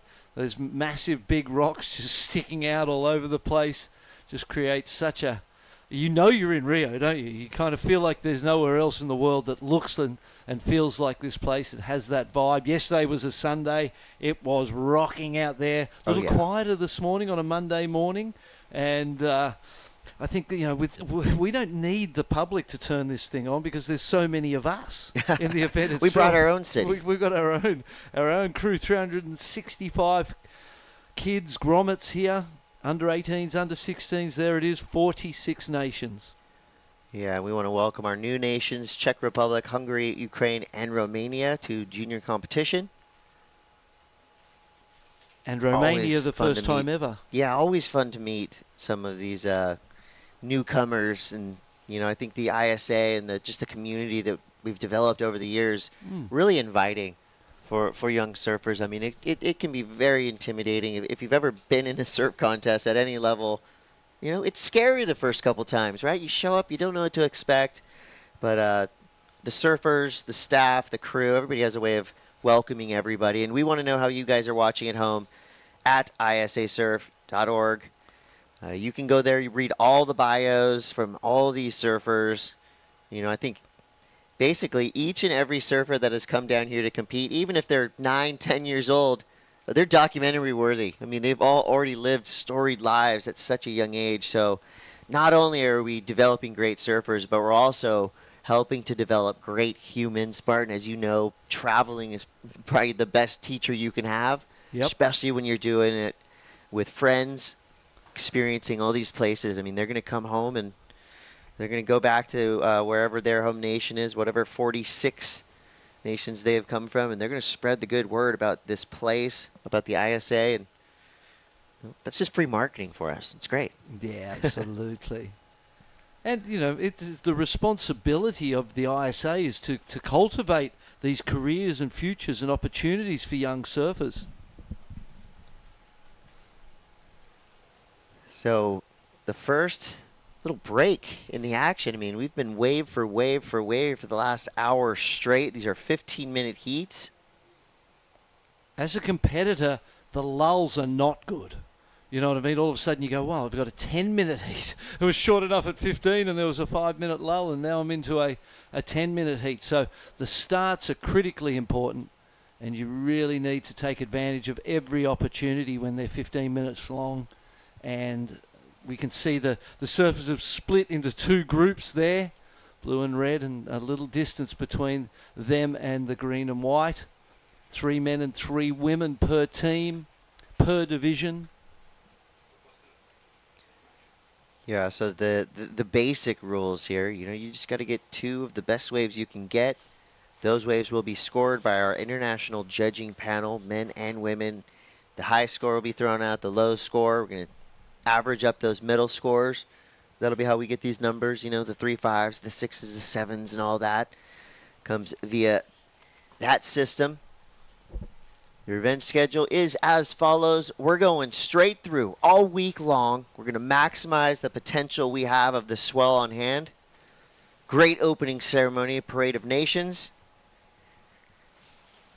Yeah, amazing, isn't it? The flags flying. The Sands of the World is an incredible part of that opening ceremony where all of the teams from the 46 nations bring sand from a beach in their country, and they all pour them all in together into a fish tank, essentially. Yeah. Yeah, and it's a wonderful sight to see that culmination, that combination of all of the sands of the world coming together to celebrate surfing. And you were talking about the nervousness of competing. I don't know that ever leaves you. And then when it comes to the education from traveling, surfing is an educator as well. So you travel to surf, you've got double the education. That's absolutely true. Well, you might notice that our 4 surfers are sitting in the lineup right now, not activating just yet. We're just getting caught up a little bit with the judging system. I'm Chris Cote. You know this guy, 88 champion, Barton Lynch. We're both very excited to be bringing you the action here at the ISA World Junior Surfing Championships. And Barton, no surprises, right? I mean, we know every single year when we come to these junior events, the level is going to be that much better. But the shocking thing to me is it's that much better this early on, talking day 3, round 2, and we're seeing final day style surfing all day long. And they just keep getting younger and younger, don't they? You know, when I was 18 was young. When I was a kid, you know, there was 18 was, you know, kids weren't really surfing at this level until they were 18. Now they're surfing at this level at the, you know, 11, 10, 11, 12 years of age and surfing in the 18s and getting that experience. So really doing a great job at developing across the board the nations and then the quality of surfing performance in all of those nations. Yeah, and you know, it really is a testament to the future of surfing when you have teams from Scotland, Ireland, you know, these rising surf nations that are fielding entire teams of 3 men, 3 women, 18 to 16. And here's your heat in the lineup right now. This is girls 18 and under. Great representation from around the world: New Zealand, Venezuela, France, and Chile. Let's start off with your surfer representing New Zealand, Taylor Green. So they just had to wait a minute. I think there was an interference conversation at the end of that heat, which just had us on pause for a second. But just like that, we flipped the switch back on and we're straight into it. Zoe Jackson here from Team France. They just had one of their members come through with a big win, and that's how you make a statement to start your heat. A huge frontside snap in the most critical part of the wave. And no rest for the wicket. Here we go, straight back into it. Valeria Benitez representing Venezuela.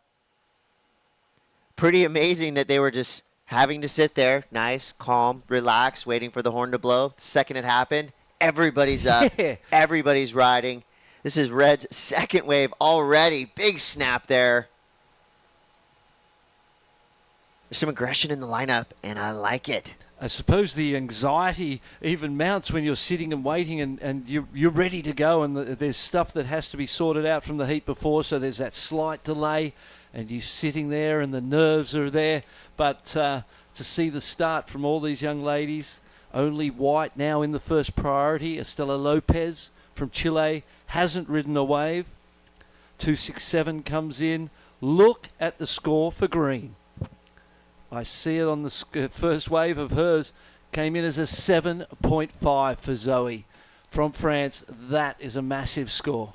You know, power is going to get you a big number every single time, and when you can mix power with precision and do it with style, you know, the judges are going to reward you. And that's I believe, our highest single wave score of the day so far, 7.5. So the line in the sand has been drawn by Zoe Jaquin representing France. And now we see Estela Lopez from Team Chile.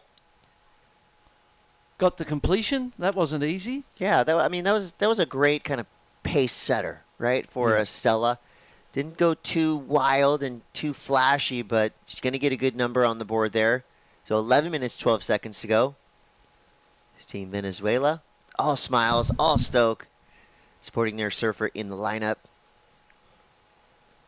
5.17, the second score for Talia Green, sees her go into the lead based on that two-wave combination.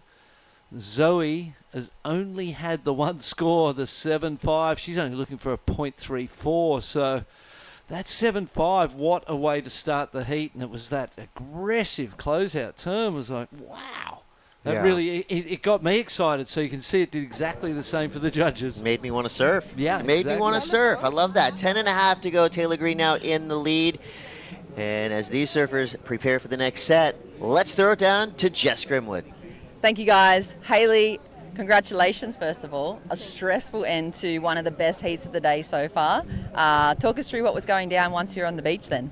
You know, I was a little confused and just super nervous. I wasn't sure what the call was going to be, so I was just kind of hoping, and ended up going my way, and I'm just super psyched. Yeah, definitely did. You got an interference call, but not against you, but you still were able to take the win. Really, really explosive performance between all of you ladies. You were just saying you've had a lot of heats against Maria, who passed on through in second place as well. Talk to us about that relationship. You don't know each other very well, but in the water you know each other really, really well. Yeah, she rips. She surfs so well, and I think it just pushes everyone when we're surfing against people that we've, you know, surfed past heats in, and yeah, we all just went out and surfed our best and had a good heat.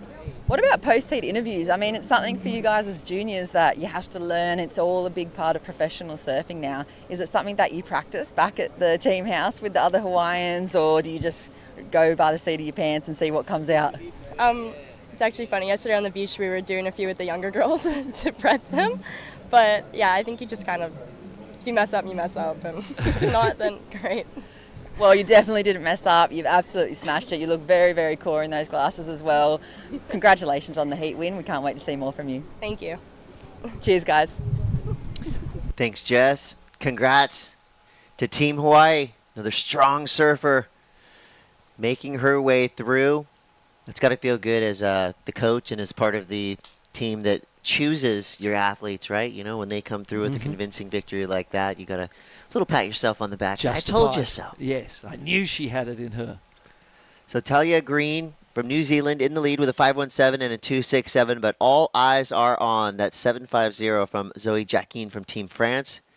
Some board repair on the fly. The Irakanjis getting ready to send their next surfer out. That's what you like to see before a heat, right? Preparation, of course, but also smiling, stoke, deep breaths, getting ready to go do some business. Jolly Stokes will be heading out with Sydney, Sophia, and more. So more international matchups throughout the week. Probably the only place in the world where you'll see some of the countries competing that we have here today. So Zoe Jacquin sitting on that 7.5. Her wave selection has been impeccable. You know, that wave right there got a little weird on the inside, but it had a good, clean, open face for her to work with out the back. She did a couple good turns. It's going to be a good backup score for her. Meanwhile, Valeria Benitez from Venezuela. Good, clean, stylish. She makes her way through the inside with a solid finish. Zoe had the priority. It's easier to sit with the priority and wait when you know you've got a 7.5. You know, you go, okay, I have 10 minutes left. I've got a 7.5. I've got the priority. Okay, we can wait. Otherwise, without that 7.5, you're a little nervous because you need to get going. You realize how fast things can go by and you need to get going. The stoke is real. Team Venezuela watching Valeria Benitez right there, getting probably her best score so far. And for Zoe, sitting on that 7.5, she only needed a 0.32, and she went well above and beyond, so getting a 3.20. She's now up into the double digits with a 10.70 total. Most likely a safe place to be, but of course, don't say that yet because anything is possible. Luckily, we've only had just a handful of interferences throughout the entire week, which is pretty great to see good, clean surfing. These teams are well coached, well prepared. Team Mexico gets excited to cheer on their squad as they head out. Mexico. Always a spirited, awesome crew. It's pretty cool that, these are kind of a microcosm of the actual nations that they're representing, right? Yeah, yeah. You can see the personality of the countries they're from in the those team. People. Here we go, inside of 6 minutes now. Estela Lopez, nice looking right-hander. Could be a section of consequence through to the inside here. 2 big turns out the back. Fits in a third, throwing spray to the sky. Nicely done. Team Chile has to be excited about what Lopez just provided for them. Started off with a 2.97, needs a 4.88. That could be right there. There could be, and it was exactly the sort of ride she needed at that point in time in 4th place. Even if it doesn't get it's going to be a score of consequence. It feels like that she'll be able to keep, and it'll get the momentum going and help her to build out of that 4th place position. There you go, 4.77. Just like that. Oh. Well, maybe not. Well, needs a 4.95. Praia de Macumba. That right there, the white stones you see, that's what you'll see all up and down the coastline here. I love that this area of the world here in Rio, they put a lot of emphasis on beach culture. Everywhere you go in the next probably 50 to 100 miles, you're going to see a boardwalk just like this. If you keep going down the line here, this is, I would say, kind of more of a suburb vacation spot here on this part of the coast. It's a little bit quieter, a little bit more mellow than Ipanema, Copacabana as you get down there. You know, the boardwalk gets a lot wider, and it just, the liveliness on the beach goes to another level. Anything you conjure up in your mind about Copacabana Beach, it's that and more. It truly is a feast for the senses. And Macumba, beautiful part of the world down here. And I suppose it starts out centralized, doesn't it? The population, the energy, the people, and then it starts to expand out. That's what we're doing here at Macumba. My good friend Rico de Souza was telling me that when he opened his little bar that's right here on the beach, it was the only thing on the beach. And people were saying, "What are you doing, mate? What?" He goes, "Just wait and see. Just wait and see." And That's 10 years later, smart business. 20 years later, here we are, and it's a thriving community, thriving tourist destination, great waves, great vibes. Yeah, I think this is kind of, if you live in Rio proper or in the city, this would kind of be your weekend hotspot. Yeah. We saw on Sunday literally busloads of city dwellers making their way to the beach. But Zoe Joaquin now, her name's on the map. Surfing like this is going to get you global fame. She didn't get the finish she wanted, but a great turn to start. The wheels falling off a little bit for our surfers here in the back half of this heat with 3 minutes and 4 seconds to go. But Zoe has the luxury of sitting on that 7.5. That's kind of her flagpole in the sand as she is got inside of 3 minutes to go out there and try to improve on her back up a 3.20. If she would have made that last big turn, that would have most likely been in the 6 range. But I love the intent that she had, knowing that she can push it a little extra hard because she's just sitting on that big solid number. Absolutely. And a 5 came in for Estela Lopez, took her up into second place. So that was a great ride. Just clean, perfect positioning in her surfing. Look at this, answering right back. Surfer from New Zealand. Beautiful first snap there. Oh. Great bird's eye view here. Props to our drone pilot. Wow. Keeping up with a surfer that speedy. It looked like Taylor was trying to spray the drone. And almost doing it. Surfing with a lot of power and flow. And here we go, Valeria Benitez. Nice carve straight through the danger zone there. So that's going to give the judges something to chew on. Taylor Green was looking for a 2.80, and it looked like with those 2 high-speed power turns, you tell me, Barton, was this a 3 or above? I can't wait to see it from this angle, but it definitely felt like it from the drone angle. Powerful turns, snapping the board, needs the completion, had a lot of time on the face, and that was unique. It wasn't just sort of your standard re-entry. It was somewhat of a layback kind of snap, tight in the pocket. I think it gets that score for sure. The drone angle again. Nice whip through that turn, huh? Yeah, stomping the back foot, building a lot of speed, and then creating that opportunity there to do something that a little different. Give the judges something other than just a basic re-entry to consider. And the replay of blue coming from behind the white water. What happens here? Driving. Whoa. Oh, that was the earlier ride into the closeout. Jumps off. I feel like that was the appropriate maneuver choice right there. Had she waited and tried to get up in the lip, we see how that kind of heavy it is in that shore break. So smart decision to kind of do a down carve, straighten out a little bit. And either way, first or fourth, Valeria's crew has to be excited by what they've seen so far. This young surfer. Meanwhile, Lopez representing Chile. She just dropped the third. Now she needs a 5.71. Oh. And just a little off time there on that closeout snap. And the good news has just come in for Team New Zealand. Taylor Green, a 6.83. So a 3-turn combo with speed, lots of spray, style. She did everything the judges want to see, and she got rewarded for it. And she found a wave that stayed open and gave her the time to do that, didn't it? So great wave selection, great use of the priority, up into the lead. And anytime you overtake someone who starts the heat with a 7.5, you have done something right in the back end of that heat for sure. A 6.83 and a 5.17, 2 solid scores for the Kiwi. And I think we're in a time machine because somehow that heat is already over. Like a flash. It feels like that, doesn't it? You don't even pay attention to the time and you look up and you're like, wow. And for the ladies in the water, it goes by even faster when you're out there, stressing. No doubt. Breathing and panting and paddling and catching and surfing and all of those elements that go into a performance. Yeah, all four of the surfers in that last heat deserve a lot of credit. I mean, every single one of them got involved early, put up a great fight at the end of it. It's going to be Team New Zealand, Taylor Green getting the win, Zoe Jacqueline coming from France in second.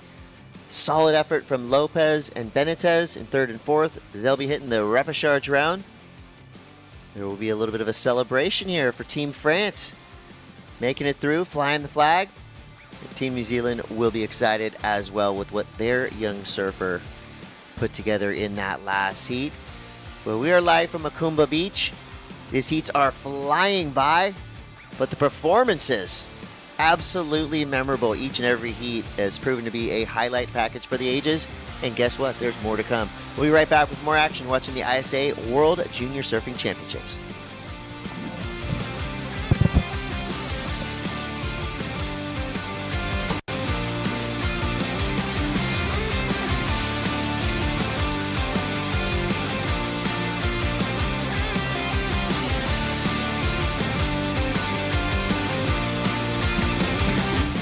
Day one of competition for the 2023 ISA World Junior Surfing Championships. We're here in the beautiful Macumba Beach in Rio de Janeiro, Brazil. This section right here fully brings it all the way around. A lot of power, a lot of intensity. The second one has to cut it short, but look at the section that he has right here. Excellent surfing took Australia's Isla Huppets to an 8.17. Yeah, I wasn't sure how it would score because I've never been to these events, but it felt nice to get a good turn done. Great wave selection all the way through the seat. Snaps out of the top. Watch this next turn. Got caught for a little second there into the closeout section and just whipped it around. Here's the backhand. Catalina drops down, pushes on the back foot, snaps vertically. A dominant performance from Peru's Catalina Zarike earns her an 8.00. Stay tuned tomorrow for more action.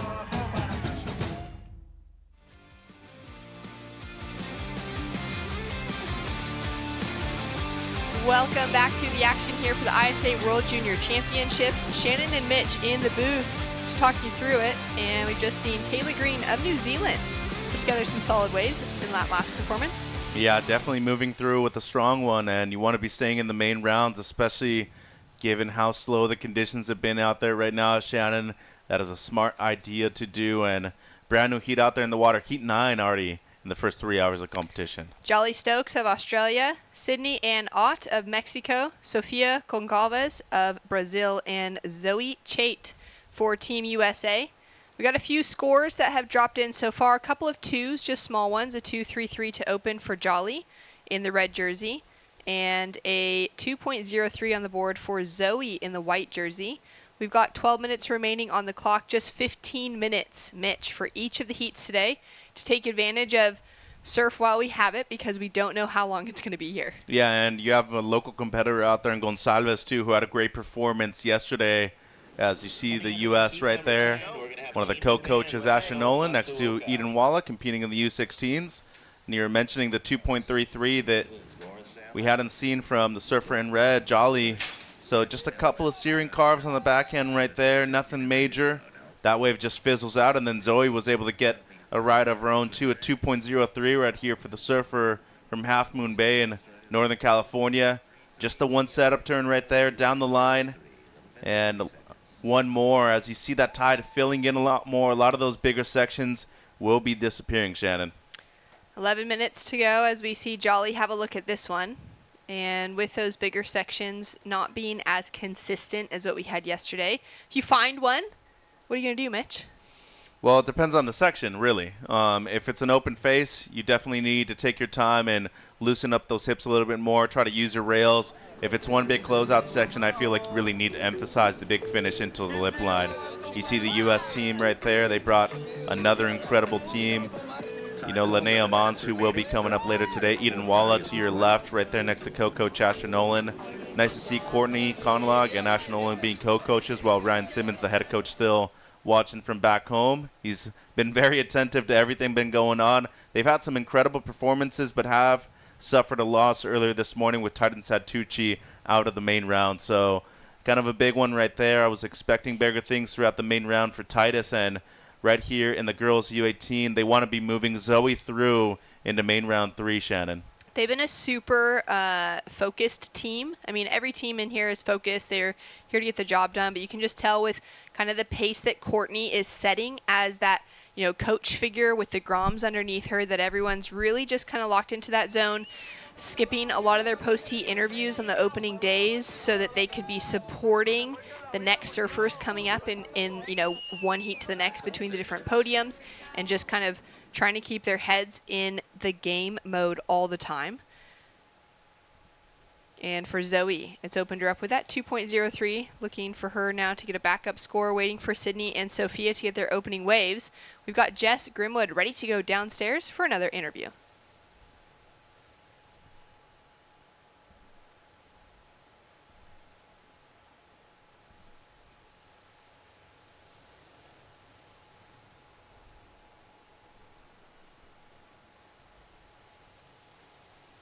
Great opportunity this morning, and being on podium one's pretty cool.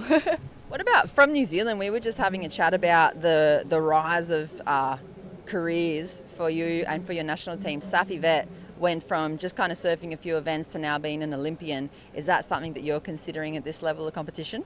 Yeah, definitely. Safi's a good friend of mine, and she's pretty inspiring, and I'm so stoked for her, and hopefully maybe that could be me, but it's pretty stoked for Safi.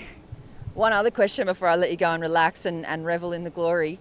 Have you ever thought about these post-heat interviews and having to do them in another language, and how would you prepare for that if it wasn't in English?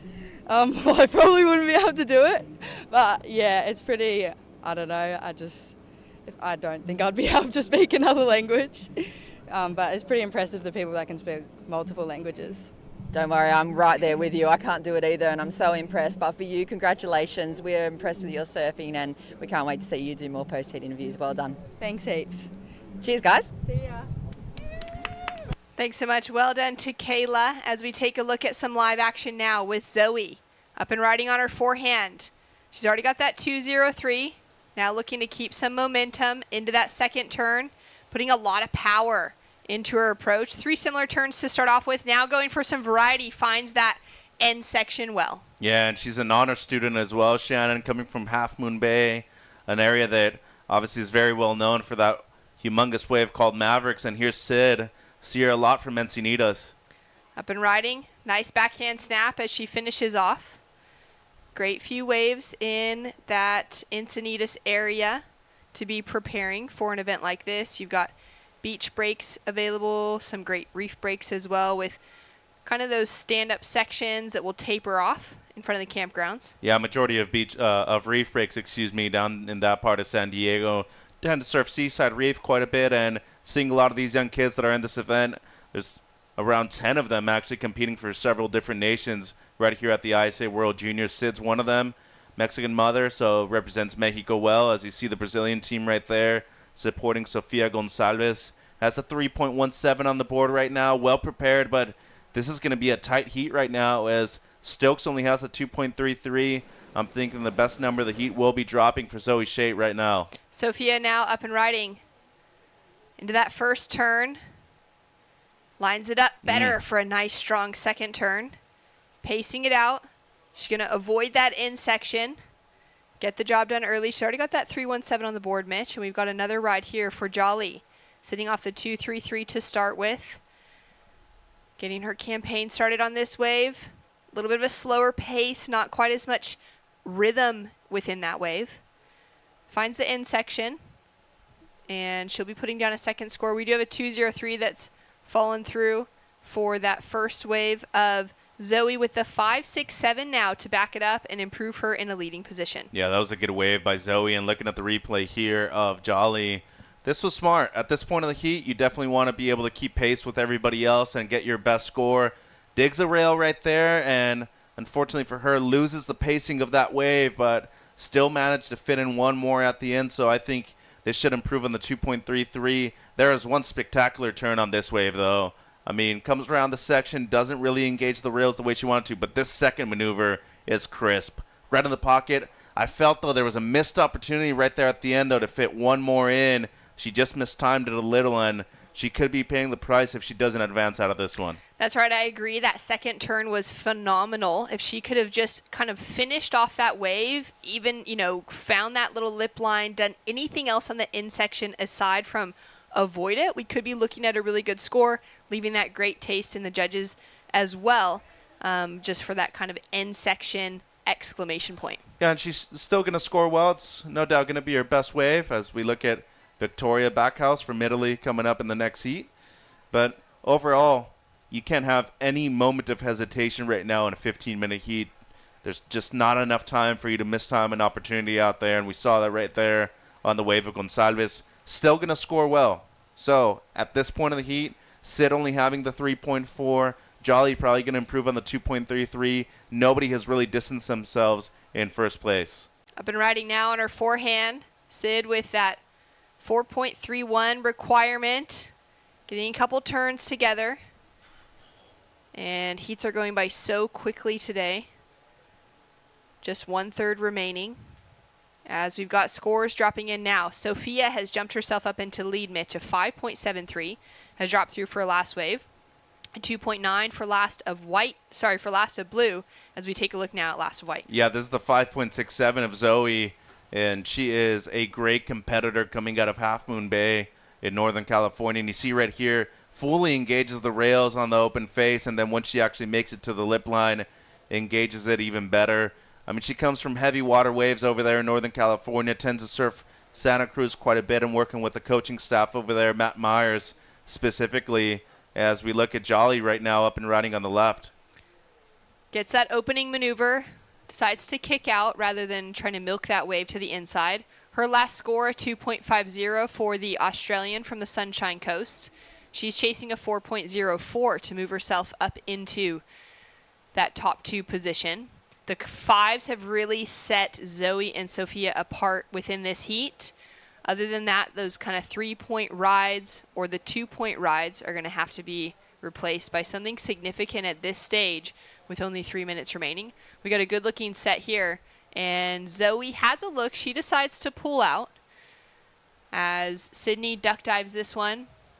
Next wave's just going to break a little bit far out for anyone to be in position for it. What do you think about Zoe pulling off of that wave and not taking the opportunity? Well, is that Sid or Sophia right next to her? Because if it were Sophia, I'd be thinking she'd probably be going on that wave. If it were Sid, it definitely seemed like a block on behalf of Zoe, and it seems like that was a situation right there. That was a wave that Shate should have been on in the last 3 minutes. Yeah, it's definitely Sophia right next to her, with Sydney just on the inside duck diving that wave down the line. So for Zoe, could have had that opportunity to replace the 2.03 and take away the lead if she got the 3-point ride. Well, the priority board on our screen doesn't indicate that same thing, so a little bit of confusion right there from Zoe as we look at Jolly now. Up and riding on her forehand, drives off the bottom, and snap to finish. She's looking for only a 4.04.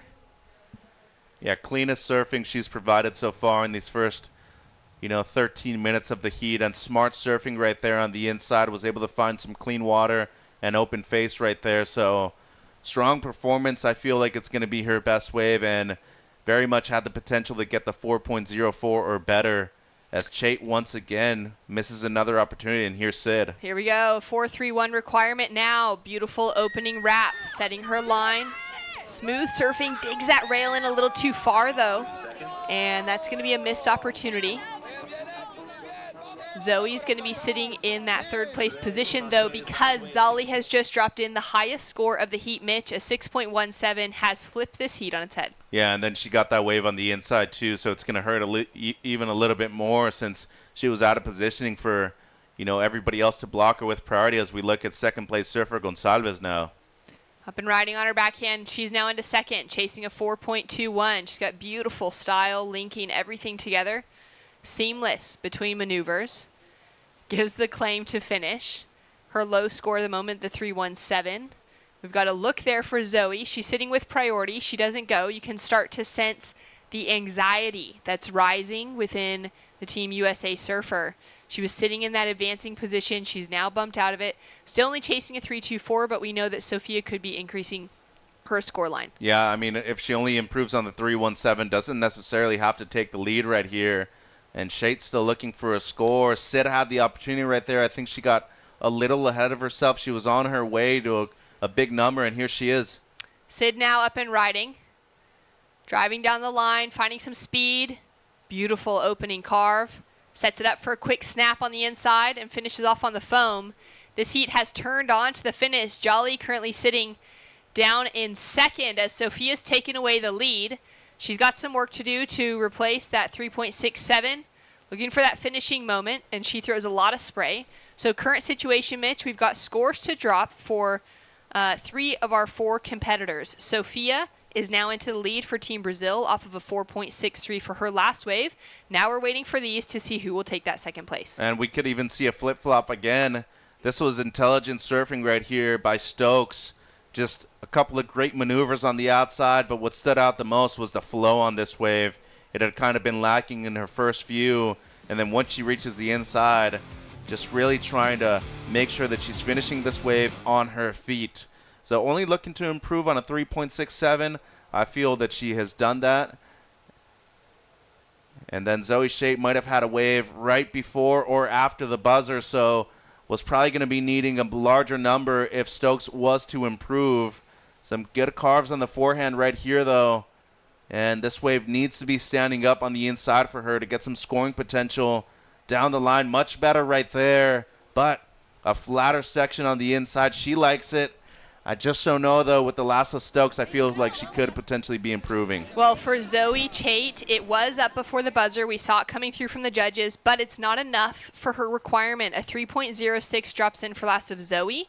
She's sitting in third. We're still waiting, though, for the last wave of red for Jolly and the last of Sydney in the blue jersey.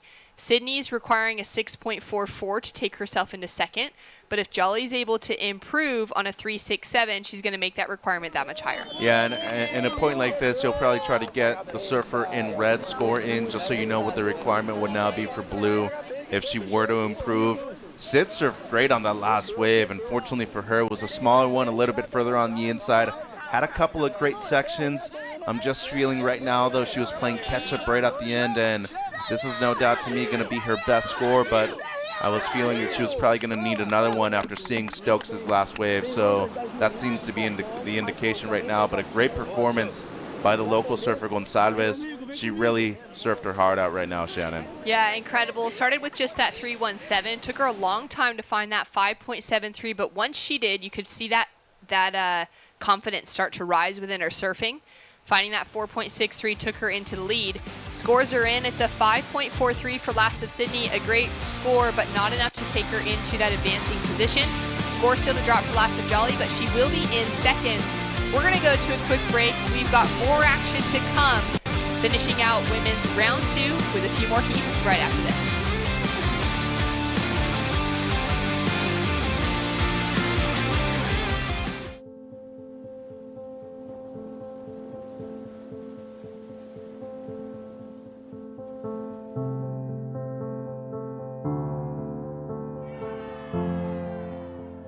There's something profoundly spiritual about riding waves. Water is transformative, healing. You're at the mercy of Mother Nature, the ever-changing movement of water. The ocean is the great equalizer. You don't need to belong to a certain race, religion, or gender to surf. The pursuit of these fleeting walls transcends sport. It's a way of life. Surfing has the power to change the world. It will now take the next step on the world's greatest sporting stage, the Olympic Games. The International Surfing Association is the world's governing body of surfing, recognized by the International Olympic Committee with member nations around the globe. This is the ISA. This is a better world through surfing. Welcome back to the action here for day 3 of the ISA World Junior Championships. We've just seen Jolly Stokes take away the lead on that finishing wave in the 5-point range. Took her just ahead of Sofia Gonçalves from Brazil for that leading position. So it's a surfer from Kawana Board Riders in Australia who is out with another heat win.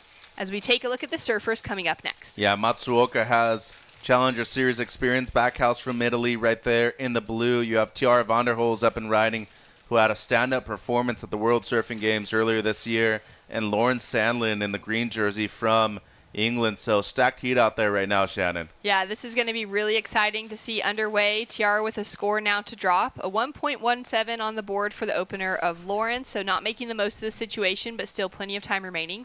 And you mentioned that moment of Tiara at last year's World Junior Championships. I think it's one that I'll never forget. It was one of those where it was such an exceptional performance, that 9-point plus single big turn on that end section where she disappeared, and we actually thought that she maybe hadn't made it. We're able to catch the fact on broadcast that she had indeed made that wave, made the landing. There needed to be an adjustment to the scoreline later on, and she went advancing through, and it was a really exceptional performance from her. Yeah, and I mean, that was at the World Surfing Games too, so surfing up a division as well, and she's still in the U18s, so you see her compete here. You would probably be thinking that she would be able to do just as good, if not even better, with a lower category in terms of the age groups. But a lot of these young ladies, as I mentioned, Matsuoka has Challenger Series experience.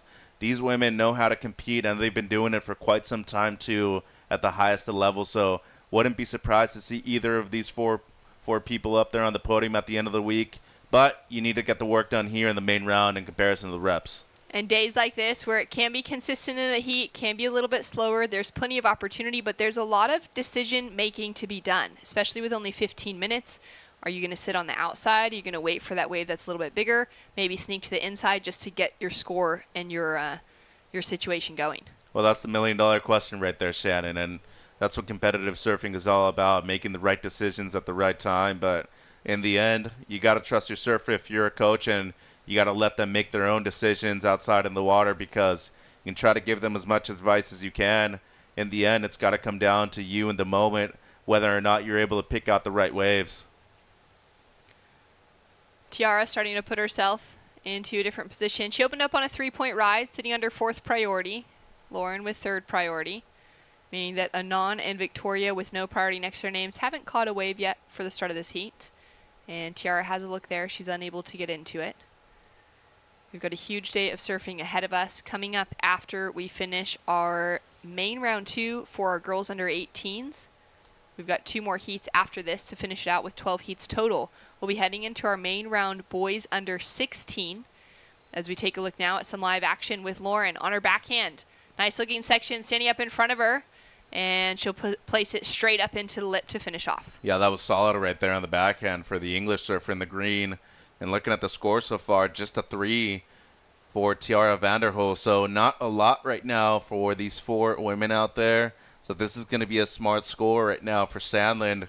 She's going to be able to take the lead and move up into a commanding position right now, as both Matsuoka and Backhouse, they've kind of positioned themselves on the northern end of the bank, as it seems like Matsuoka up and riding. Great looking start for Anon. Into that second turn. 2 quick, snappy, and powerful maneuvers. Tiara up and riding on her backhand. Now she's looking for that big end section as well. Great posture as she pulls it off. Well, she has improved tremendously. I mean, you could just see it on that wave right there. The skill set that she brings to this event in comparison to even the World Surfing Games 6 months ago, there is a noticeable difference. And as of right now, I think that not only has she improved a lot on the backhand, I think her speed and her agility are the things that stand out the most. So well done right there on that wave for van der Hulst. But Matsuoka, you could see right there why she is an elite surfer on the Challenger Series level, and I wouldn't be surprised to see her compete for a spot on the Championship Tour in the next few years, Shannon. She's going to be one of those names that we're paying close attention to, not only this week, but in the years to come. It's exciting to think of the pathway that these surfers are now on, competing for their national teams, representing their homes on an international level here for the ISA World Junior Championships. and the pathway that this event creates. You know, these surfers will go on not only to surf on the WQS, they'll be surfing on the Challenger Series, maybe the CT one day, but they're also in that pathway to become future Olympians. Well, and just Caroline Marks alone, she's been a former ISA gold medalist. She's this year's WSL world champion. And if you look at the dominance that both Stephanie Gilmore and Carissa Moore had from 2007 up until this point, there hadn't been another world champion besides those two. So for Caroline Marks to be able to come through a program like this, the amateur programs that she's had throughout the United States, and now be a WSL world champion, it goes to show that these institutions definitely do prevail when it comes to getting them prepared for the larger stages. Now overall, we're hoping to develop a few more surfers that will become an elite surfer later on in their life, and scores are earned for both Matsuoka and Sandland. Up and riding now, Victoria on her first wave. It's taken her about halfway through this heat to get things going for the Italian. Finds that first turn, now pumping down the line, driving into that finishing section, and she'll go complete. Now we've got those scores in, like you said. A 5-point ride has landed in for the second score of Tiara, takes her up into the lead. We got a 4-point ride on the board for Lauren out of Team England to improve on her 1.17, and biggest score of the heat so far goes to Japan's Matsuoka with a 6.67 for the Open. Yeah, just the size of the sections, the way she was able to navigate, especially hitting the section on the second lip line maneuver.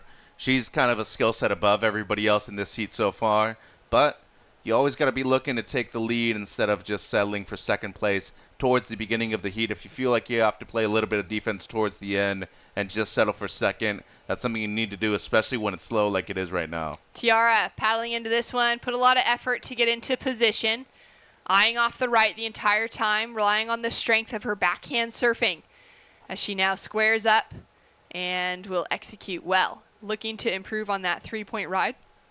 A moment ago we could see a great view of the athlete zone, perfect opportunity for surfers to get a little warm up in, maybe get into the shade off of the beach where their teams have been supporting when they're preparing to come up for their next heat, or if they've maybe not got themselves or a team member that's surfing for an hour or two, if their accommodation isn't close enough to maybe get back to and get out of the sun, they can have a little rest up there, grab one of the bikes, just kind of keep themselves moving and active through the day. Yeah, and might as well get out of the sunlight too, because it is strong and it gets light here at around 4:45 a.m. every single day. So at this point of the day, it's already quite strong. And as of right now, you were mentioning what I would do in a position if I only had one section available. I think Vanderhoels just answered that question right there. Paddled into that wave strongly and was able to get the one turn to look to improve on the 3-point ride. Matsuoka now on her backhand. Snap to start. Just that transition maneuver to gain some speed down the line, finds the second, and now that third maneuver really being the one of consequence. She's going to back up her 6.67. We are waiting for that that third score now to come through for Tiara. And the opener of Victoria, Blackhouse out of Italy, a 3.17 to put her on the board. Yeah, and she has surfed the perfect heat up until this point. I mean, only 2 waves ridden, and both of them should be above a 6-point ride too. Look at the way she's able to pace herself down the line. Setup snap right there, into the lip for the second one with a lot more intensity, and then just completely hammers the last one. She's stoked on it, and she should be. But the angle that she takes coming into this wave is really what is key to gain speed and momentum going down the line. You see right there, just a little setup snap, but as soon as this wave stands up, she has enough speed to be able to hit the lip line a couple of times because of that speed that she gained due to that momentum that she gained at takeoff. So this is the opener, the 6.67. Beautiful setup carve right there, and then fully extends on the second one. So she is surfing a great heat with just under 5 minutes to go. Only caught 2 waves, and she'll be taking the lead here. Less than 5 minutes. And the beach starting to fill up. Yesterday we had unbelievable crowds. You could see the buses of spectators literally being dropped off right down to the beach on the kind of north end of the setup here. Tiara now up and riding. She dropped a 3.67 for her last wave, which did improve. She's now got another turn on her forehand and looking left for the first time in this heat. Scores in now for last of Anon. She's put herself into a convincing lead with a 5.2 to back up her 6.67. Up and riding already once again, and surfing a very well-structured heat. Timing perfect for each of her turns so far. As she wraps it around, adding in lots of variety, she'll put on that finishing touch with power. Well, that's her strongest wave. And, you know, there are levels to this, Shannon, and she is just demonstrating that right now. That was an excellent wave to me. Lauren's got some work to do in front of her. 4.68 is the requirement. 2-turn combination. She'll be improving on the 1.17. Much better, too, but she needs to be on a higher quality wave right now with just under 4 minutes. That was a strong combination, but the sections weren't as great. So preferably want to be a little bit further on the outside, find some quality in terms of the actual wave size. As we look at the replay here of Matsuoka, this is just perfect. I mean, look at the setup carve right there. The way she's able to compress and compact off of the bottom turn and just always stay at the right position on this wave. I mean, how's that spectacular finish at the end, too? As we look at the replay here of Sandlin, gets a 4.3, so very close to the requirement. The 2-turn combo, but as I said, needs to be on a better wave in order to get that mid-4 that she is requiring. Scores in for last of green, a 4.30, so it does move in as her top 2 scores, actually her highest score overall, decreasing her requirement just slightly to a 4.51. And 3 minutes on the clock, you can see that Tiara is looking to put herself in a better situation. She has not been able to improve on that 3-point range. She's gone from a 3 to a 3.67 to a 3.8, but to really secure herself at this stage with the smallish or kind of mid-range requirements on the rest of the field, she's going to need to give herself another 5, say put her into the double digits, for it to really become a complicated situation for both Lauren and Victoria. Victoria is sitting with priority. She's been the quietest surfer within this heat, has that 3.17, took her at least 7 minutes to catch that wave out of this 15-minute heat, and now she's been patiently waiting for an opportunity to go again, and this is where it's presenting itself. Now up and riding, but unfortunately she takes off on a wave that's a closeout. Yeah, she struggled finding the right waves out there in this heat. Still has 2 minutes and just jumped off and ejected pretty much on the outside, so easy paddle back out for her, but she needs to get to work soon. Needs something in the mid-5s, and good strategy right here by Vanderholz, moving closer towards Sandlin, knowing that she's been very close to getting the score required on her last 2.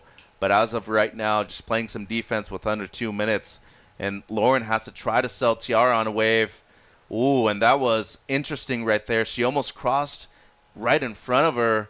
And I wouldn't be surprised to see a block right here, Shannon, but that was some interesting stuff right there. You can see Tiara even looking back at the priority board, almost expectant that there might be a change. We haven't seen it show up yet. Minute 30 seconds, she checks back again.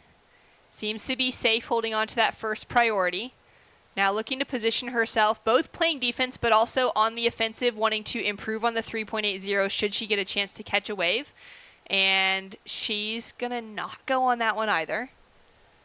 You're playing with fire right there, though. But if you're Sandlin, with a minute to go, you need to be able to sell that, as it seems like priority has flipped. All right, so now priority sitting. First priority actually was with Lauren, so she's pulled out of that wave. Victoria underneath her. That priority switch would have happened so quickly off of that last situation with Tiara. Tiara now up and riding, but she's in 4th priority. She knows it, so she's going to duck out. And now looking down the line to see what Victoria was getting up to. Anon on her forehand. We're not sure what happened at the start of this wave, but we do know that the scores are finally in. For her previous one, it was a 7.50, and she's taken a convincing lead for Team Japan. Yeah, she is way out in front, and Sandlin was needing a score right there at the end of 4.51. Looking at the replay here of Matsuoka, first time we've seen her go left in this heat. I mean, comes around the whitewater right there and just fully engages those rails on the first carve.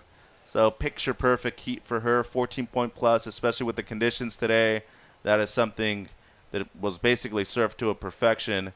And as of right now, still waiting on the score for Sandlin. Needs a mid-4 to move up into second place. Vanderholz, though, played a smart game right at the end, but did have a couple of mistakes with priority, as it seems like Backhouse up and riding. Up and riding on her forehand. Uses her priority on this one.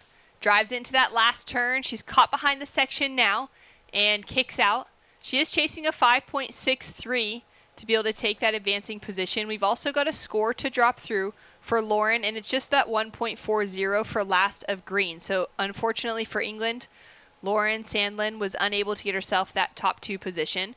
For Victoria, We're now waiting to see where this last score will land. Yeah, and 2 strong carves. Got a little stuck coming out of the second one, but you can definitely see she gets on the right wave, and she is for sure getting that 5.63 that she requires. I don't see it happening on this wave right here, but still going to be one of her top 2 scores. Well, scores are in. It's a 3.10 for Lasta Victoria. Not enough, but she did well to improve her situation and to keep fighting until the very end. But it's going to be Anan Matsuoka for Japan with a win, and Tiara Vanderhols of Netherlands in second. We've got more action to come, so stay tuned. We'll be right back.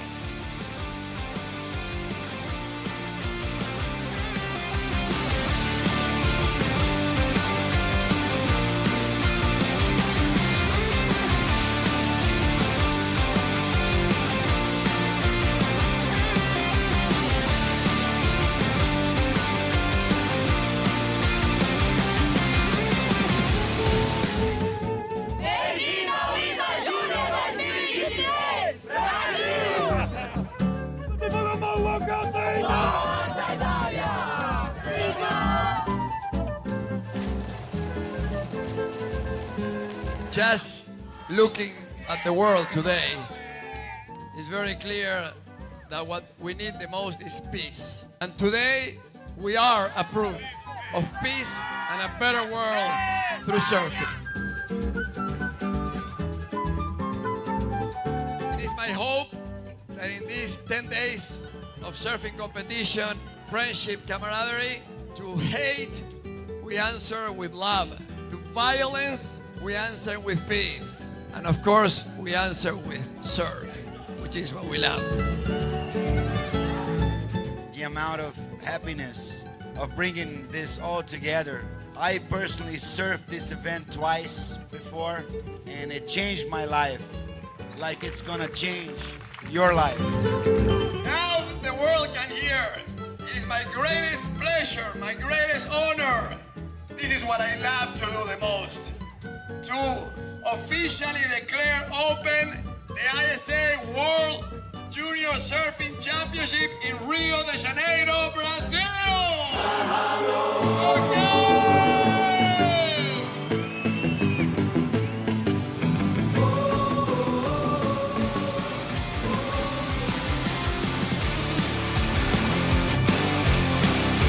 Live action now with Sarah Frey out of the USA into that opening carve. Sets herself up for the second maneuver now.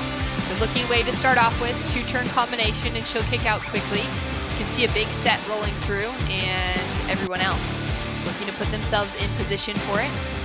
Sarah from the USA up against Coco Cans of Australia, Perla Rojas of Argentina, and Aisha Rato of Brazil. Shannon and Mitch here to call the action. Yeah, big heat out there in the water right now as we see surfers from different corners of the world. You mentioned the local Brazilian surfer out there in the green, Rato Frere from Huntington Beach, California. Great surfer, was just over at the Coldwater Classic. Rojas from Argentina, great surfer. She had a good performance last year at the Juniors too. And Cairns, multi-generational surfer out there in the red jersey and competing for Team Australia. Always a heated spot to be able to get on that elusive team. So once again, the honor and the privilege to be able to be on that team and compete on the world's largest stage. It's pretty cool to see her compete here in Brazil. Well, we've got 11 minutes, 20 seconds on the clock, a 3 on the board for Sarah. And while we wait for the rest, let's go down to the beach to catch up with Jess Grimwood. Thank you, beautiful people. Anan Matsuoka, congratulations. That was a very dominant display of your surfing. How's the preparation been coming into these junior games for you? Thank you so much. Fun wave out there, and then this year, my last year for ISA Junior, so I'm really excited and having fun. Yeah. You've got a great looking board under your arm just there. Can you tell us a little bit about what you're riding, and did you get it brand new for Brazil? Yeah. This is Los Surfboard, and then Stab Driver 3.0. It's my favorite boat. It's new one, and then this boat is really much this wave, Macumba Beach. So yeah, it's so good. You're one of the best female surfers in the whole world at the moment, coming up on the Challenger Series. You're sitting right in that top 2 or 3 positions in your regional qualifier as well. What are your goals for this year, for the rest of the season for you? My goals, I'm not sure like this year is the qualify for Challenger Series, and then of course ISA Junior Champion, and then yeah, it's my goal this year. It's as simple as that. We'd love to see you take it out as well. You're a great competitor. Congratulations. And for everybody tuning in, following your career at home, would you like to say hello from Brazil? In Japan? Japanese? Okay. 応援ありがとうございます。ラウンド2も無事勝てたので、このまま、自分のサーフィン出して楽しみます。はい。Congratulations. Incredibly professional at her job and incredible in the water. Thank you very much, guys. Thanks, Anand. Thanks so much. Well done to Anand, well spoken, and exciting to, see her in that position now, her final year being able to compete here for the World Juniors, of course wanting to take a win, but with a great career already developing outside of this as well. Yeah, last year's surfer, so she wants to be able to take a gold medal home and be one of the few Japanese surfers to do so at the junior level, especially doing it here at Brazil at a beach break similar to home as we see Sarah up and riding now. Nice bit of speed as she comes into that first turn. Water just flying off that outside rail off the bottom turns. And she'll get that second wave in to improve on her 3-point ride. Someone else up and riding just behind. We got a 2.5 for the opener of Coco as we take a look now at Aisha on her backhand.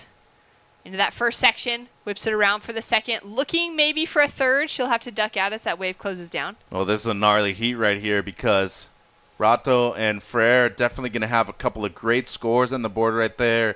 Really liked Sarah's second turn, but Rato right there, despite being a little out of control coming out of the first one, she recovered well for the second one, and I think that's going to be a major score, especially considering the sections where both white and green were actually throwing their board up into the lip line, so expect big numbers for both of them. And right now, Karen's only sitting with a 2.5. She has a beautiful style, had that soul arch at the beginning of that wave, brings a different perspective, but as of right now, just once again, when she's going to be able to hear these scores, she's probably thinking, okay, I need to stop doing that a little bit more and actually get to work on these actual sections that are offering up. Yeah, that's right. Be able to put that board on rail, capitalize on some good maneuvers, but love seeing that soulful surfing coming out within her as well. You can imagine if she's outside of a contest jersey, grabbing a twin fin, grabbing some other kind of craft, and just having so much fun.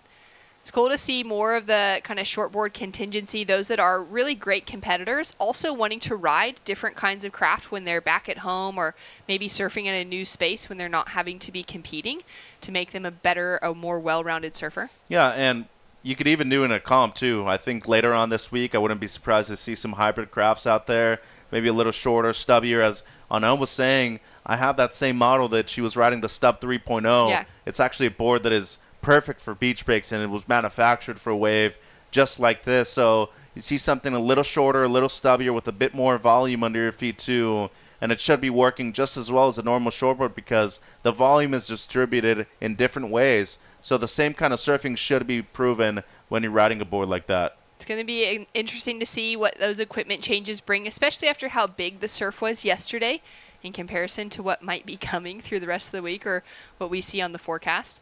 Now we're waiting for scores for last of Sarah in the white jersey and last of Aisha in the green jersey to see where they'll be sitting. Just small scores across the board at the moment, that 3-point ride being the standout for Sarah. We're down to 6 minutes, 30 seconds on the clock, and this is our second to last heat for our girls under 18s division. Coming up in the final heat, we'll have another Japanese powerhouse in Sumomo Sato up against Tahiti's Kylie Simone as Perla Rojas has an up and down. She'll put another score on the board, and it was exciting to see that Argentinian make it through in the top two out of that main round. Yeah, and Barely, as her friends call her, having a struggle out there right now just to find some open face right now, Shannon. And with just under 6 minutes to go, scores are in for both Sarah and Aisha, the two best scores of the heat so far. 6.17 drops through for Sarah Frere out of the USA. Takes her into that leading position, or increases her lead, actually.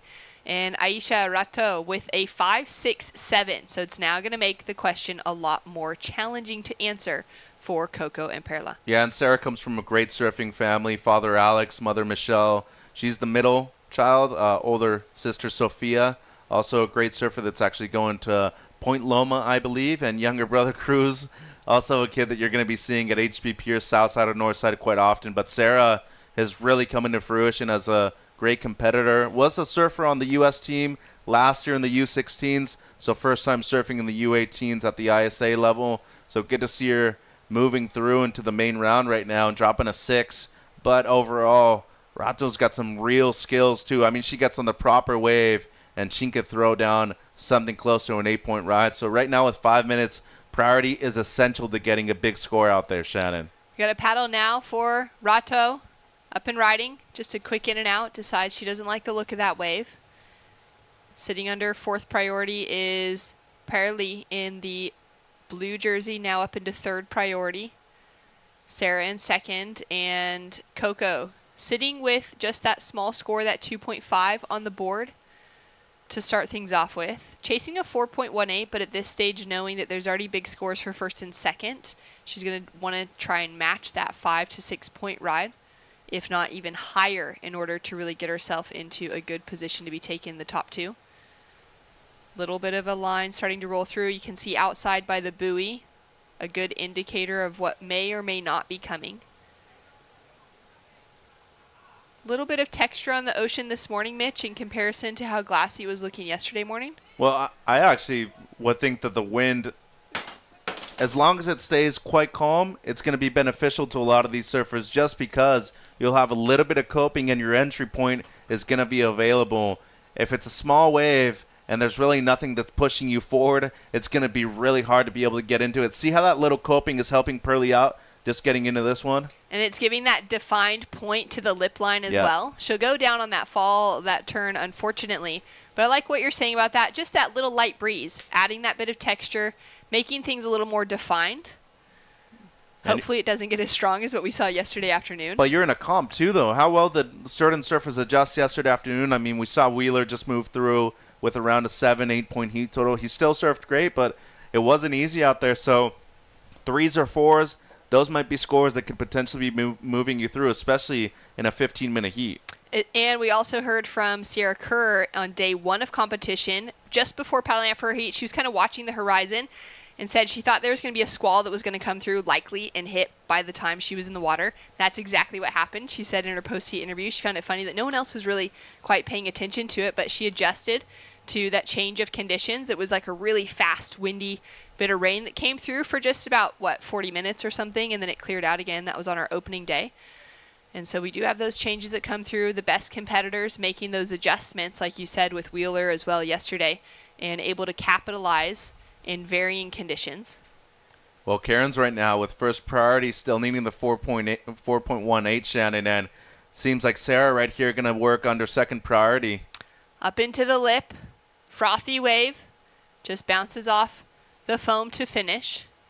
Looking for at least a 3-point ride to try to improve her situation, Mitch? I don't know if she does it. I mean, didn't fully get it up into the lip a couple of times. If she does, it'll be just slightly.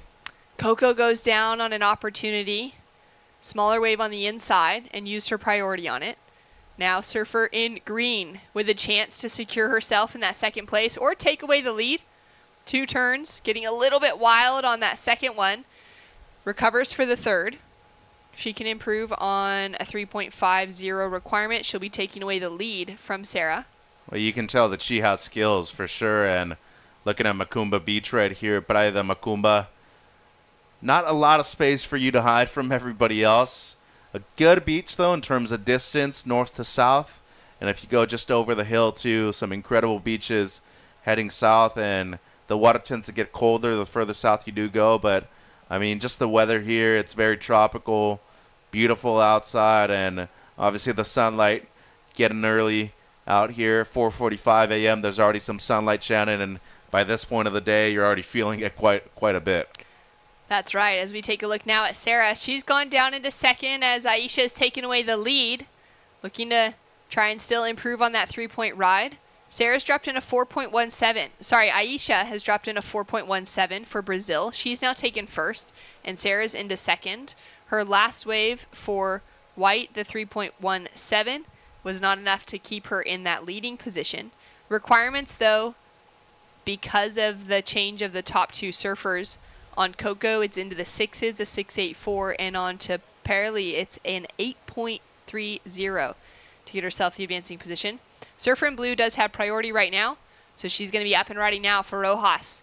But again, just caught behind the section, has made a few mistakes within this heat and just wasn't able to find the rhythm that she would have required, while both Rato and Freyr found that rhythm nice and early. Yeah, and had a lot of bad luck in this heat too, just finding those waves, as you were mentioning, that never really opened up, as it seems like we see the heat leader up and riding. Rato with a quick in and out, and that may be all we see from this heat. So it's going to be Brazil taking away the lead, and USA in second. We can see our surfer in the second place position, just coming into that prone position, indicating that the buzzer has sounded, and this heat has finished. Coming up next, we're going to be into heat number 12. It's going to be our final heat for our girls under 18, round number 2. After that, we're going to be heading into our main round 2 for our boys under 16s division. They'll also be surfing their Repéchage round number 1 for under 16 boys after that here at the main podium. It'll be the first time the under 16 boys are on broadcast. It'll be exciting to see them. But coming up next, our final heat for women's under 18, round 2, right after this.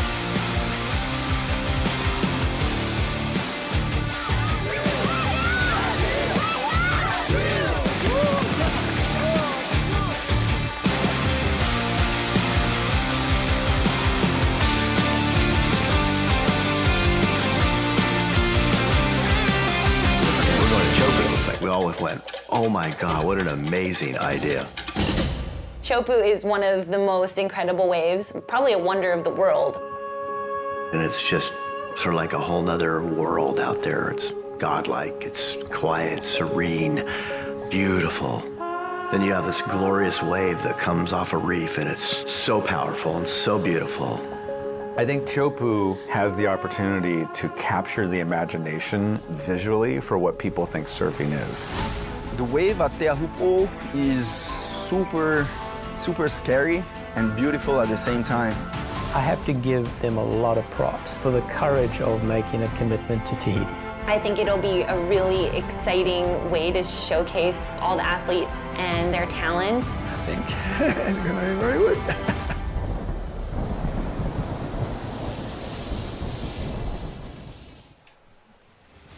Welcome back to the action. Brazil has just taken out the win in that last heat with Aisha Rato. Having to walk up the beach, she put together a very strong heat against USA's Sarah Freyr, who came away in that second place position, Mitch. Yeah, and great performance by the local surfer, handling the pressure well. They've been competing great so far this week, as it seems like we have the first wave of Simone up and riding. Up and riding for Kaili. Nice snap on her forehand. Really trying to push through the rail on each of these turns. It's a little lack of control on the finish. Team Tahiti in support down on the beach, and it's been great to see. We saw Kohai Fierro have a great heat just a little while ago within this division. As we take a look at Sumomo Sato of Japan, Oshia Green from Canada, Brianna Bartholomew from Peru, and then Kaili Simone from Tahiti out in the water. Yeah, and Kahili's a great surfer. You saw the sister right there on screen too, supporting the older one, as we look at Sumomo now up and riding. On her forehand, Team Japan has been on a great run throughout this morning. Conditions really suiting the style, as we see Sumomo on her forehand with a huge section. That was so impressive. Where do you go with that? I don't know. She left a little bit of doubt in my end.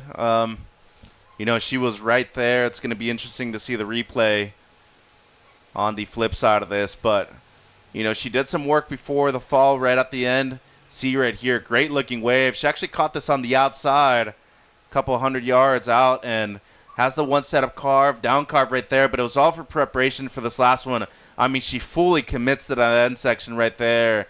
And is riding out of it up until that point. I don't know if there was enough control on her end to be able to call that complete. So we're going to see that reflected in the score. So it's either going to be a yay or a nay from the judges. Wow, so close as well. But I think on that replay especially, like you said, wanting to show that control, that just that moment where it's like, all right, it's definitely done. Now you're either getting knocked off by another bump or you're jumping off intentionally. And that was a bit questionable for Sumomo, but what an incredible section for her to be attacking. Hopefully she finds more of those. We'll see with the judges where they go with it. They're taking a moment to drop that score in. We do already have a 4-point ride on the board for Osha Green. Now up and riding on her forehand for Team Canada.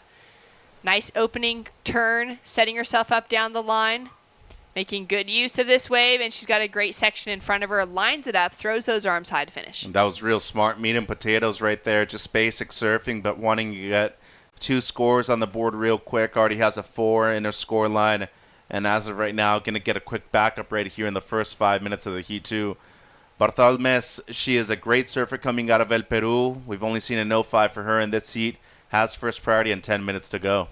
10 minutes on the clock. We've got scores to come through. In that last heat, we saw Aisha Rato of Brazil put together an outstanding result. She's on the beach with Jess.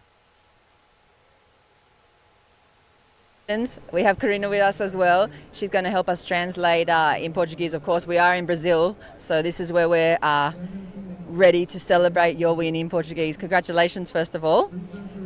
What is it like for you to win on home soil with the home country and everybody around supporting you?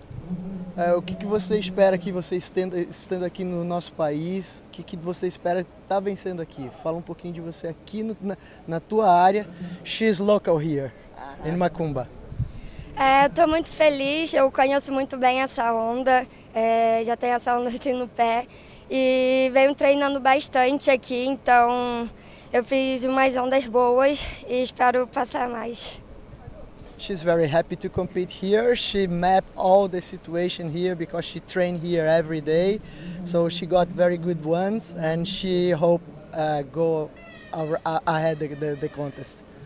What about, you have the secrets for the local spot, but what does your normal day look like here when the contest and all the crowds aren't here? What is a normal day in the life for you here at Macumba Beach?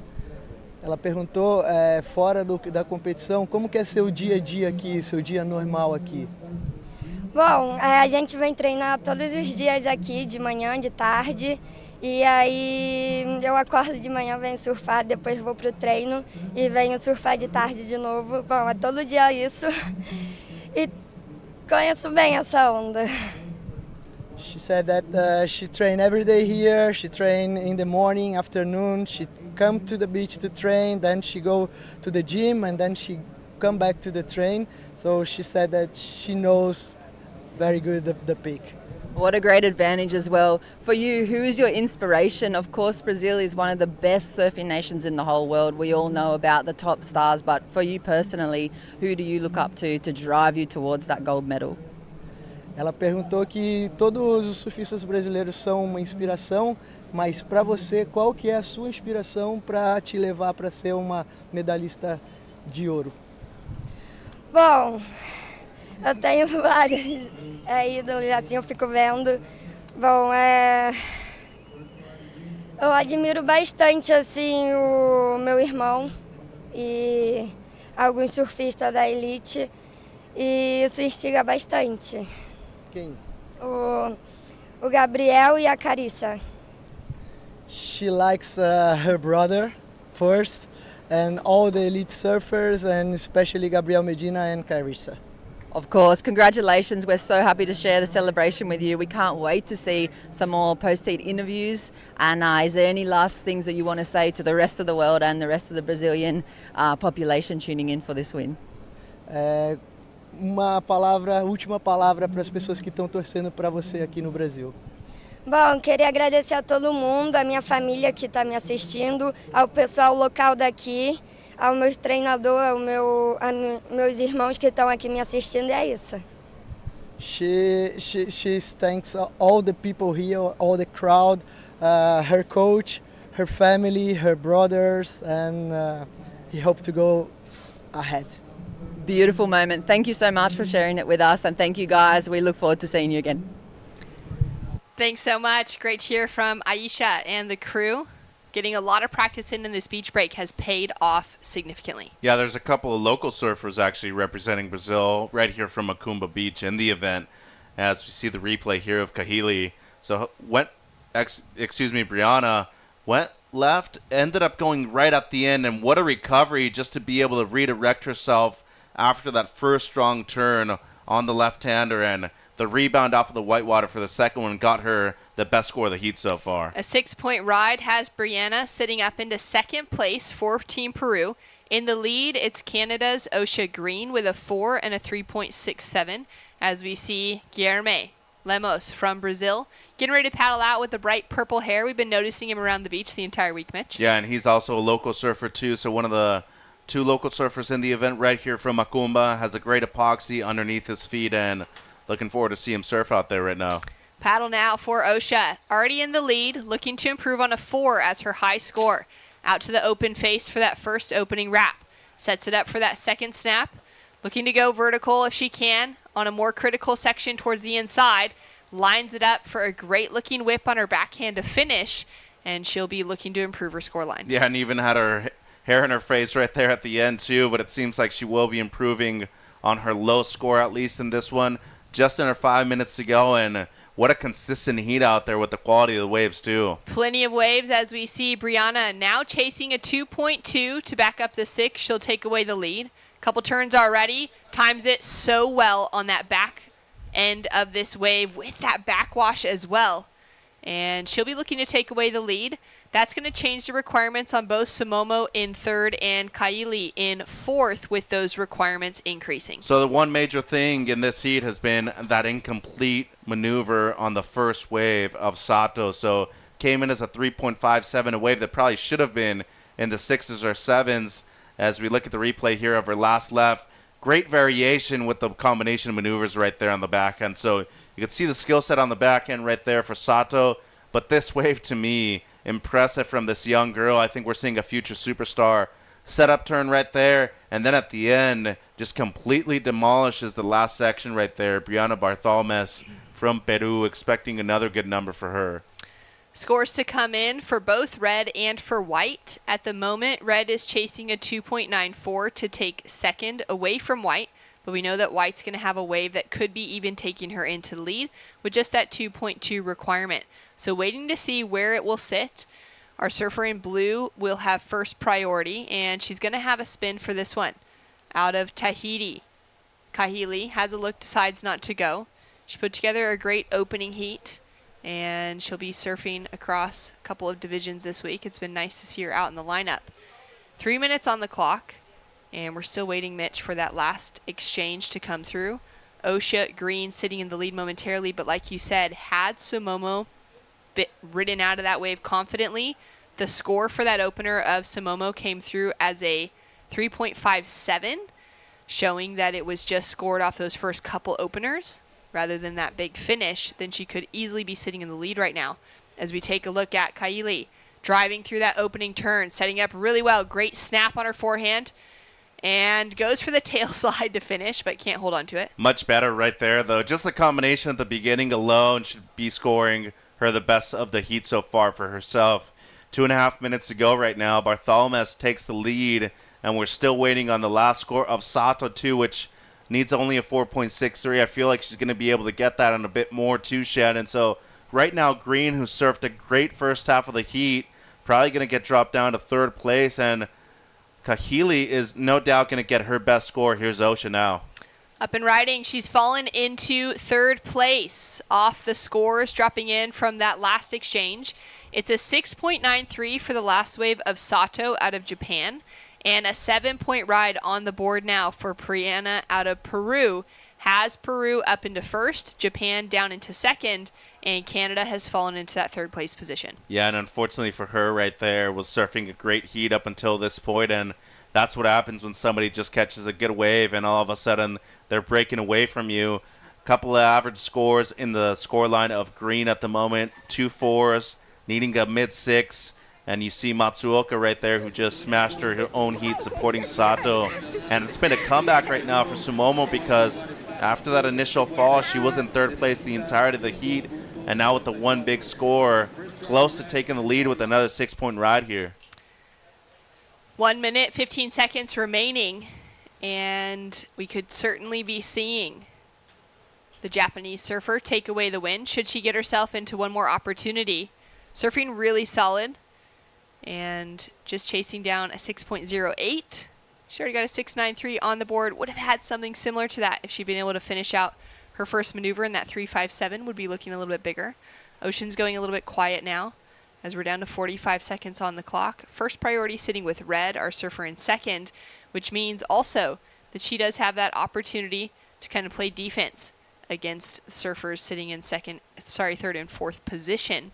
Osha Green staying far away from Sumomo, though, at the moment. You can see Osha there on the left-hand side of the screen, the farthest away from the pack, and Sato waving her arms, wanting to know the situation from the tower. Yeah, and it seems like she's having a look at this wave right here. Might be a good double up.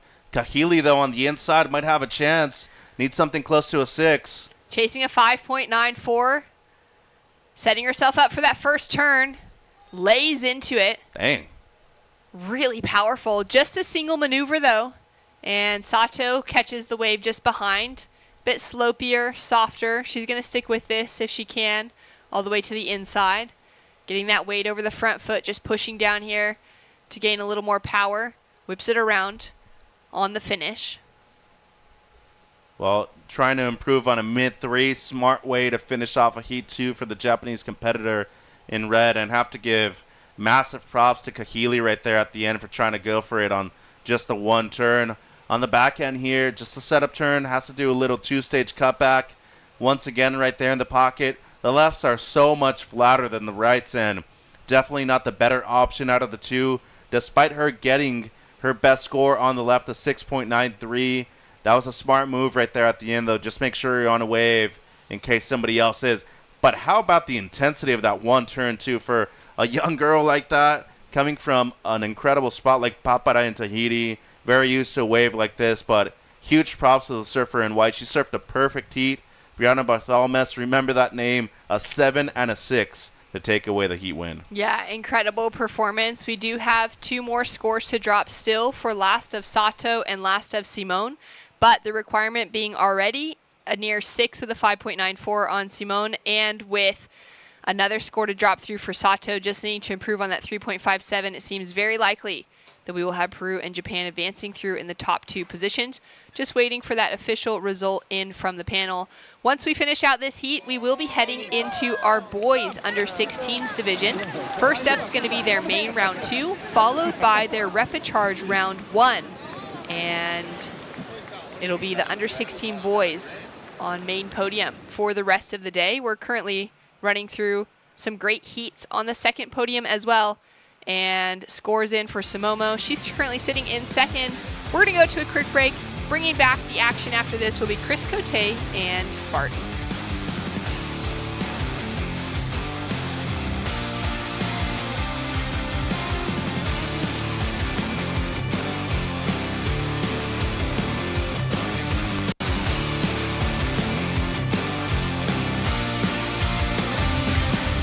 Yeah, I have a reef for 20 years. My reef business card said Jefe, which is chief, and dreamer. La Jefe and dreamer, Spanish and English. That was a card I would give to the president of the bank or whatever. He always made people laugh. Because, you know, the guy like talking, I'm going to ask them for an extra $1 million in loan to buy sandals, and the guy looks and says, I never lend money to somebody with this title, you know.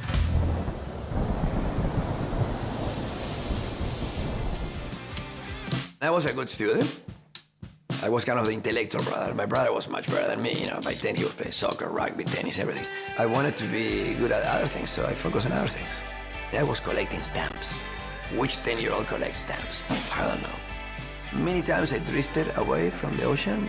My brother will be the one that will reel me back into the ocean. Many ways, surfing saved my life and allowed me to stay active. I think that as terrible as it was to feel insecure and to be shy, at one point I realized that it was just too painful to be like that, so I wanted to change. So instead of being shy, kind of maybe the pendulum swung too far the other way. But I needed to do something about it.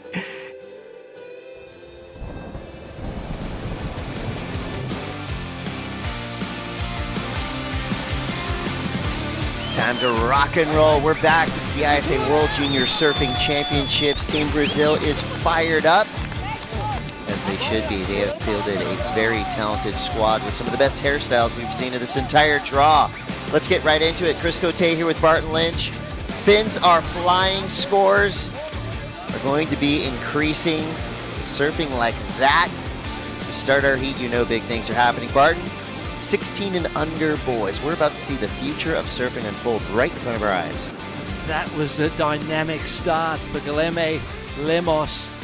Came out of the blocks firing the speed that he showed in that opening ride. Incredible. Tama Hanneman, Aiden Albada, Tizano, Barindelli from Uruguay.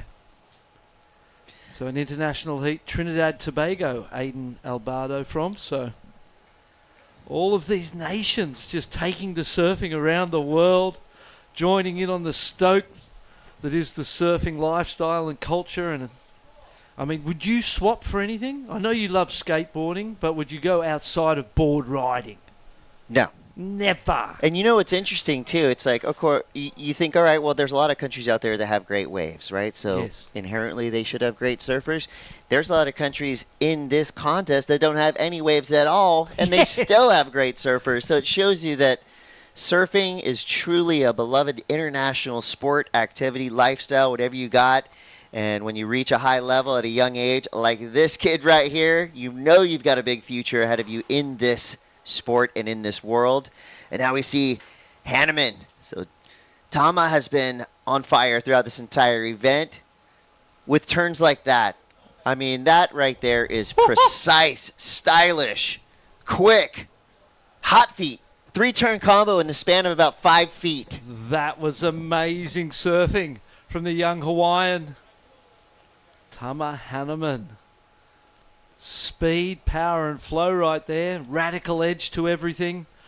So Brazil and America off to a flying start. 7.83 for the Brazilian. Huge score there, and I like how Red was able to fend off Blue. Good positioning in the lineup to create this opportunity. Beautiful carving, snap out of the top. There's one, and there's the third. So 2 re-entries with a beautiful carve. And here's another look at this. He just waits for it to stand up. That bottom turn is as good as they come. He kind of caught a little bit of a rail off the bottom there, but then instantly kind of freed the rail up and got that flare out of the top. 7.83 for a 2-turn combination. 6.17 comes in for Tama Hanneman.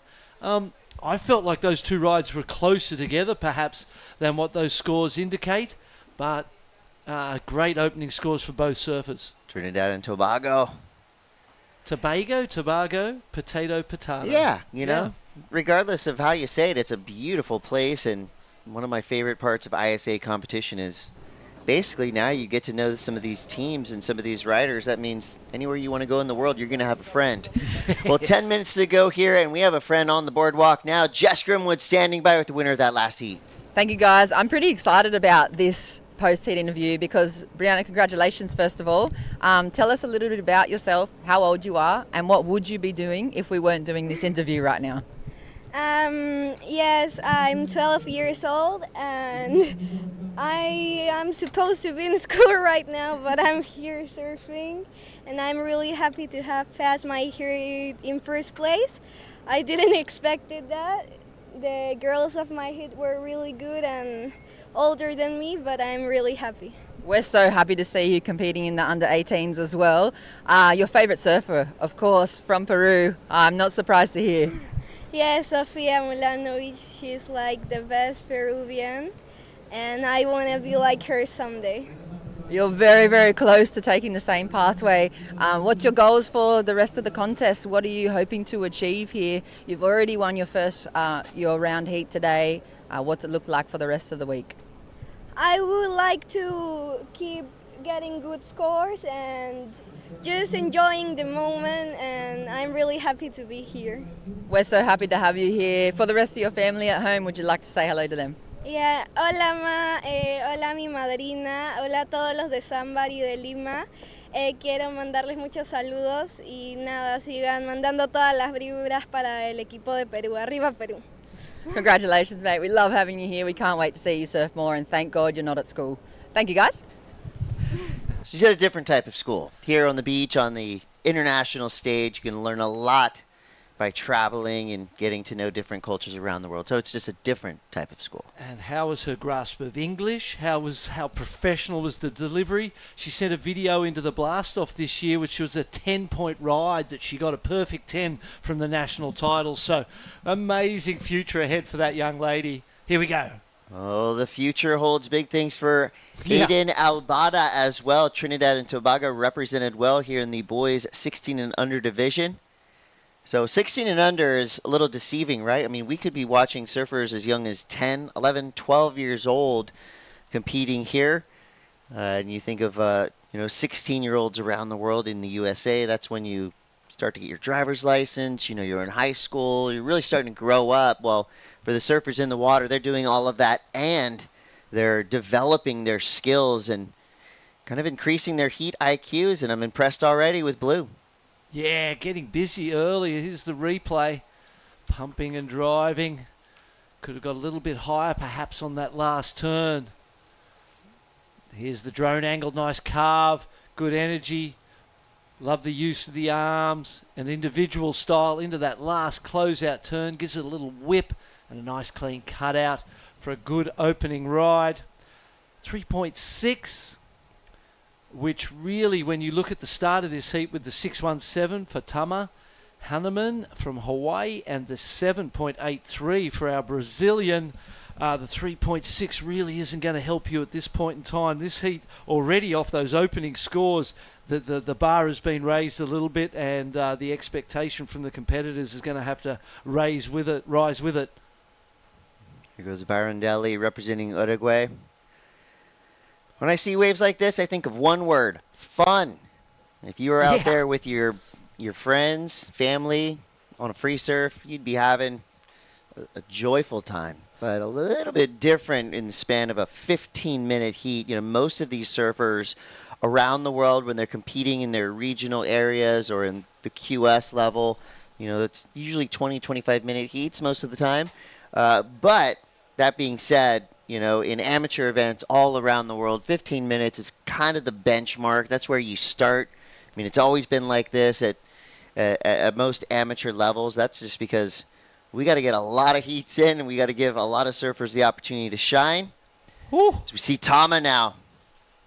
Great style. I mean, working his way through a tricky wave to surf. There was a lot of bump coming up the face, but didn't really seem to affect him too much. 3 good turns down the line. So he started off with the 617. That's going to be a nice, solid backup. Most likely, it's going to be right there in the conversation of a 367. But now sticking to his backhand, Lemos. Big snap, blowing the tail out. This kid's living up to his wild hairstyle with the surfing that he's doing. That might have been the best backside snap we've seen of the day so far, and that's saying a lot because we've seen some good ones, and he's still going. Wow. So you start with a 783. Where do you go from there with a start like that and a finish, hammering that wave down the line? That's got to be in the excellent range. Coaching stuff. They're feeling it. We're feeling it in here. That was just beautiful surfing. The style is amazing. The technique is amazing. And the way he was able to just keep creating points out of that wave was really, in a lot of ways, unlike a lot of the surfing that we've seen. That felt like... we're in the under 16s, but I just felt like I was watching a professional surfer. Yeah. He already has that, World Surfing Games, qualifying series skill level. And this one under too. 16. Massive big first turn. Carves back, a little disjointed that carve, but into a really nice closeout. And then gets out of it cleanly. Here's that first turn you love. Look, steep section, but white water all over the face. Difficult to, drift the fins and stay so in control. I looked at this wave here and went, well, there's not much left in this, but you watch what he sees. One little snap, and then boom, re-entry. Into another one, bang, off the lip. And then another one, a 3-turn combination on the inside after such a massive big turn on the outside. He is going to be in a solid, commanding position in this heat, as is Tama Hanneman, Aiden Albada, and Barondelli from Uruguay. They need to get going because the standard has been set early, and it's been set perhaps higher than we've seen for the whole event. Oh, yeah, this is probably the strongest start to any heat we've seen of the day for these two surfers. Red and green going wave for wave. The second wave comes through for Hanneman. It's a 5.83, and we have a strong suspicion that Guillermo Lemos is going to go well beyond that 417 requirement. He might even double that. So if he puts an 8 next to that 7.83, we could be looking at one of the highest heat totals of this entire event.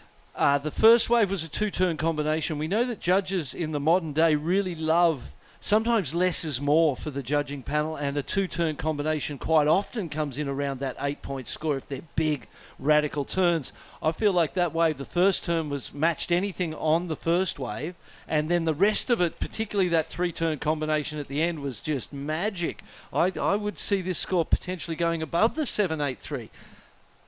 Yeah, I'm right there with you. I mean, we're looking for radical, controlled maneuvers done in the most critical section of the wave, and if you look that up in the dictionary, you're going to see that turn that Guillermo Lemos just did. And well, it comes in under a 6.3, and it speaks to that less is more conversation.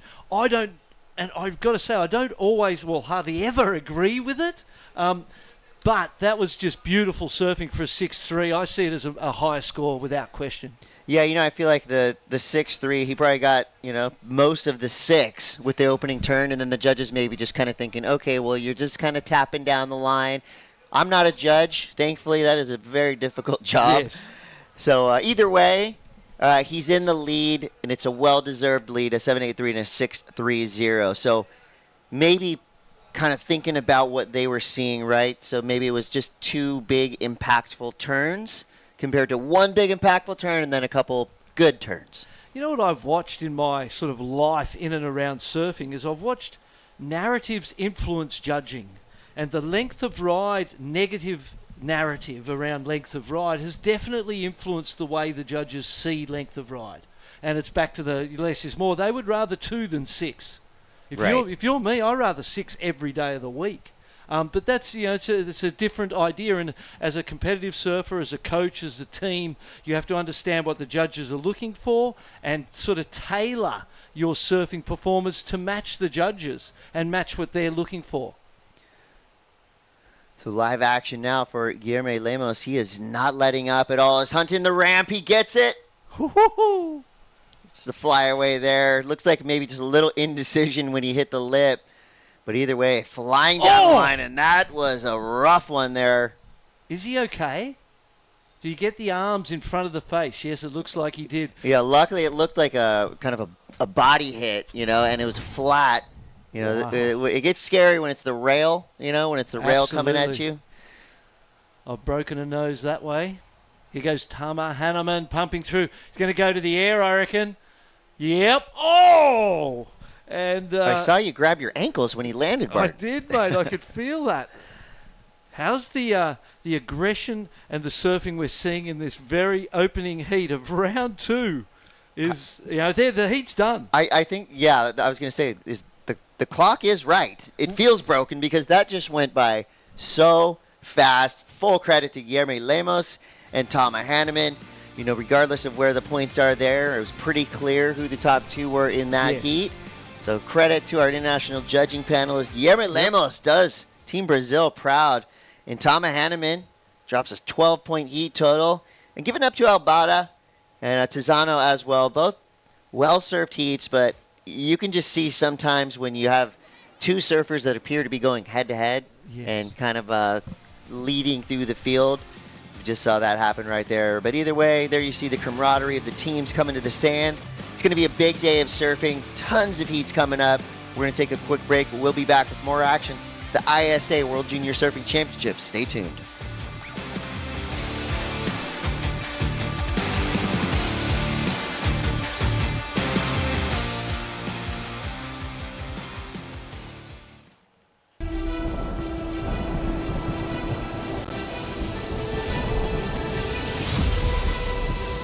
When we started the campaign, 20-something years ago, over a course center, even when we started, it was impossible. I mean, everybody, my friends, my brother, I said, you're really gonna put your energy in this? Let's go surfing. I never thought surfing would be in the Olympics, period.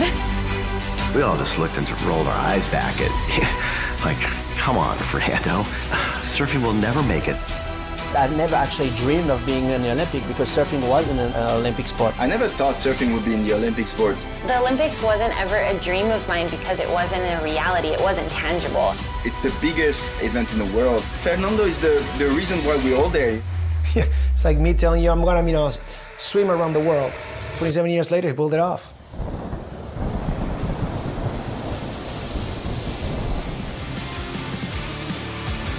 And we are back. This is the ISA World Junior Surfing Championships. Chris Cote with 88 world champ. Barton Lynch. Barton, I know you've been to Brazil a million times. I know you love this place. What about this particular beach break gets you excited as a surf fan? I love the fact that, there's waves on either side of that big rock that we see in the background of the shot there. There's peaks up and down the beach. There's waves that suit all types of boards.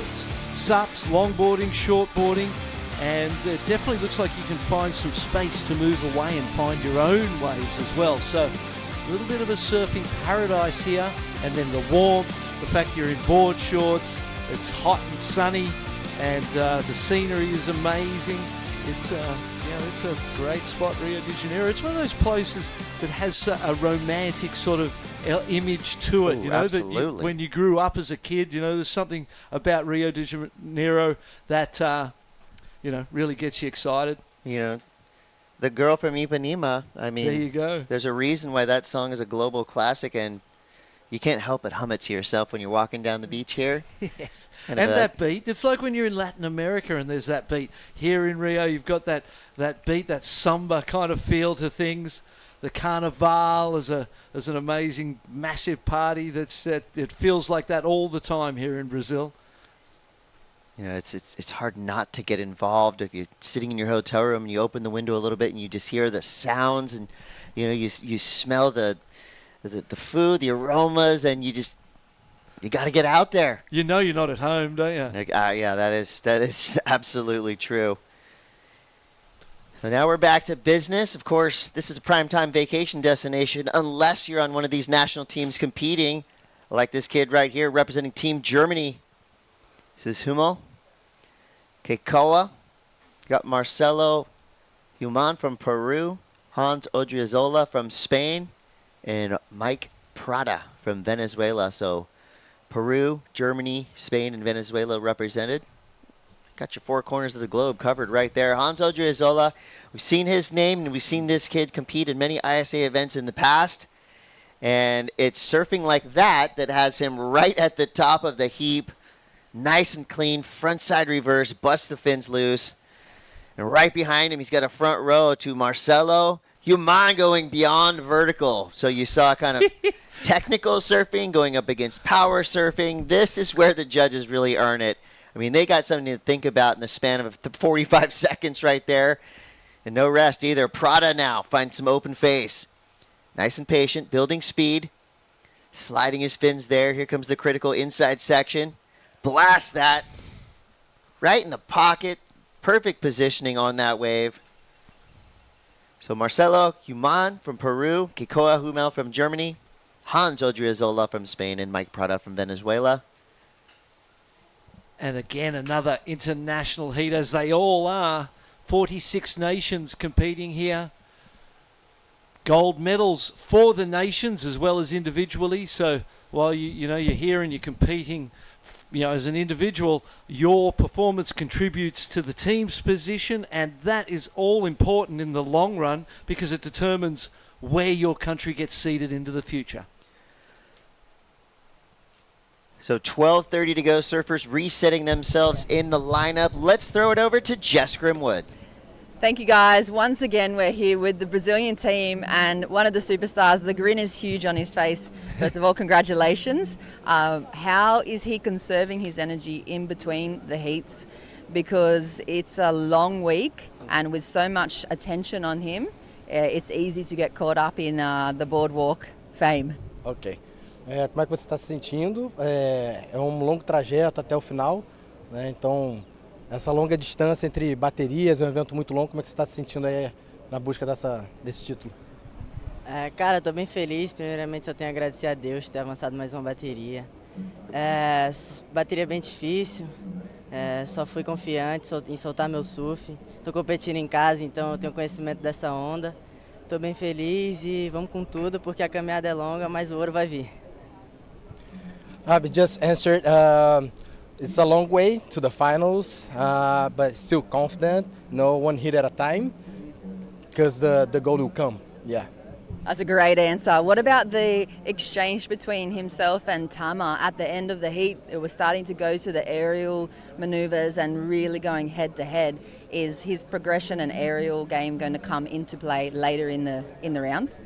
No final da bateria estava entre você e o Tama ali, e ela pergunta se você acha que a parte do jogo aéreo vai começar a entrar agora nas baterias daqui para frente. Cara, o aéreo está guardado para a hora certa, é só isso que eu tenho a dizer. The aerial is on the pocket, waiting for the best moment to come. Oh yeah, I love that answer too. One last quick question. If he does win gold here, will the hair color change to gold to match the medal? Will the hair color change to match the medal of gold? Pergunta, se você ganhar o título aqui, vai mudar a cor do cabelo para a cor do ouro? Pode ser, né? Ainda não estou pensando nisso, de mudar a cor do cabelo, mas pode ser que sim. He's not thinking about changing the hair color now, but yeah, probably. Congratulations, we're so stoked to watch you surfing. You're a very exciting young man and we look forward to the next post-heat interview. Thank you guys. Thanks, Jess. I just got one more name to add to my list of future surf stars. A great performance there from our young Brazilian national team member. And more to come, I'm sure. We're inside of 10 minutes now. Hans Odriozola representing Spain with a 7-point total for now. Right behind him, you have Marcelo from Peru with a 6.67, so a tight heat to start. Mike Prada third. Our German representative Keikoa Hummel in fourth for now. Did a little bit of research on Keikoa Hummel. He is 16 years old, and he is trained by Didier Pierre and Michael Walls. He was in the ISA event in El Salvador in the juniors as well. And here we see Hans now blasting it. That was the perfect turn in the perfect place for that wave. Interesting. That was one of the first airs that we've seen of the event so far. Here comes the replay. Drives off the bottom. There's the cut back.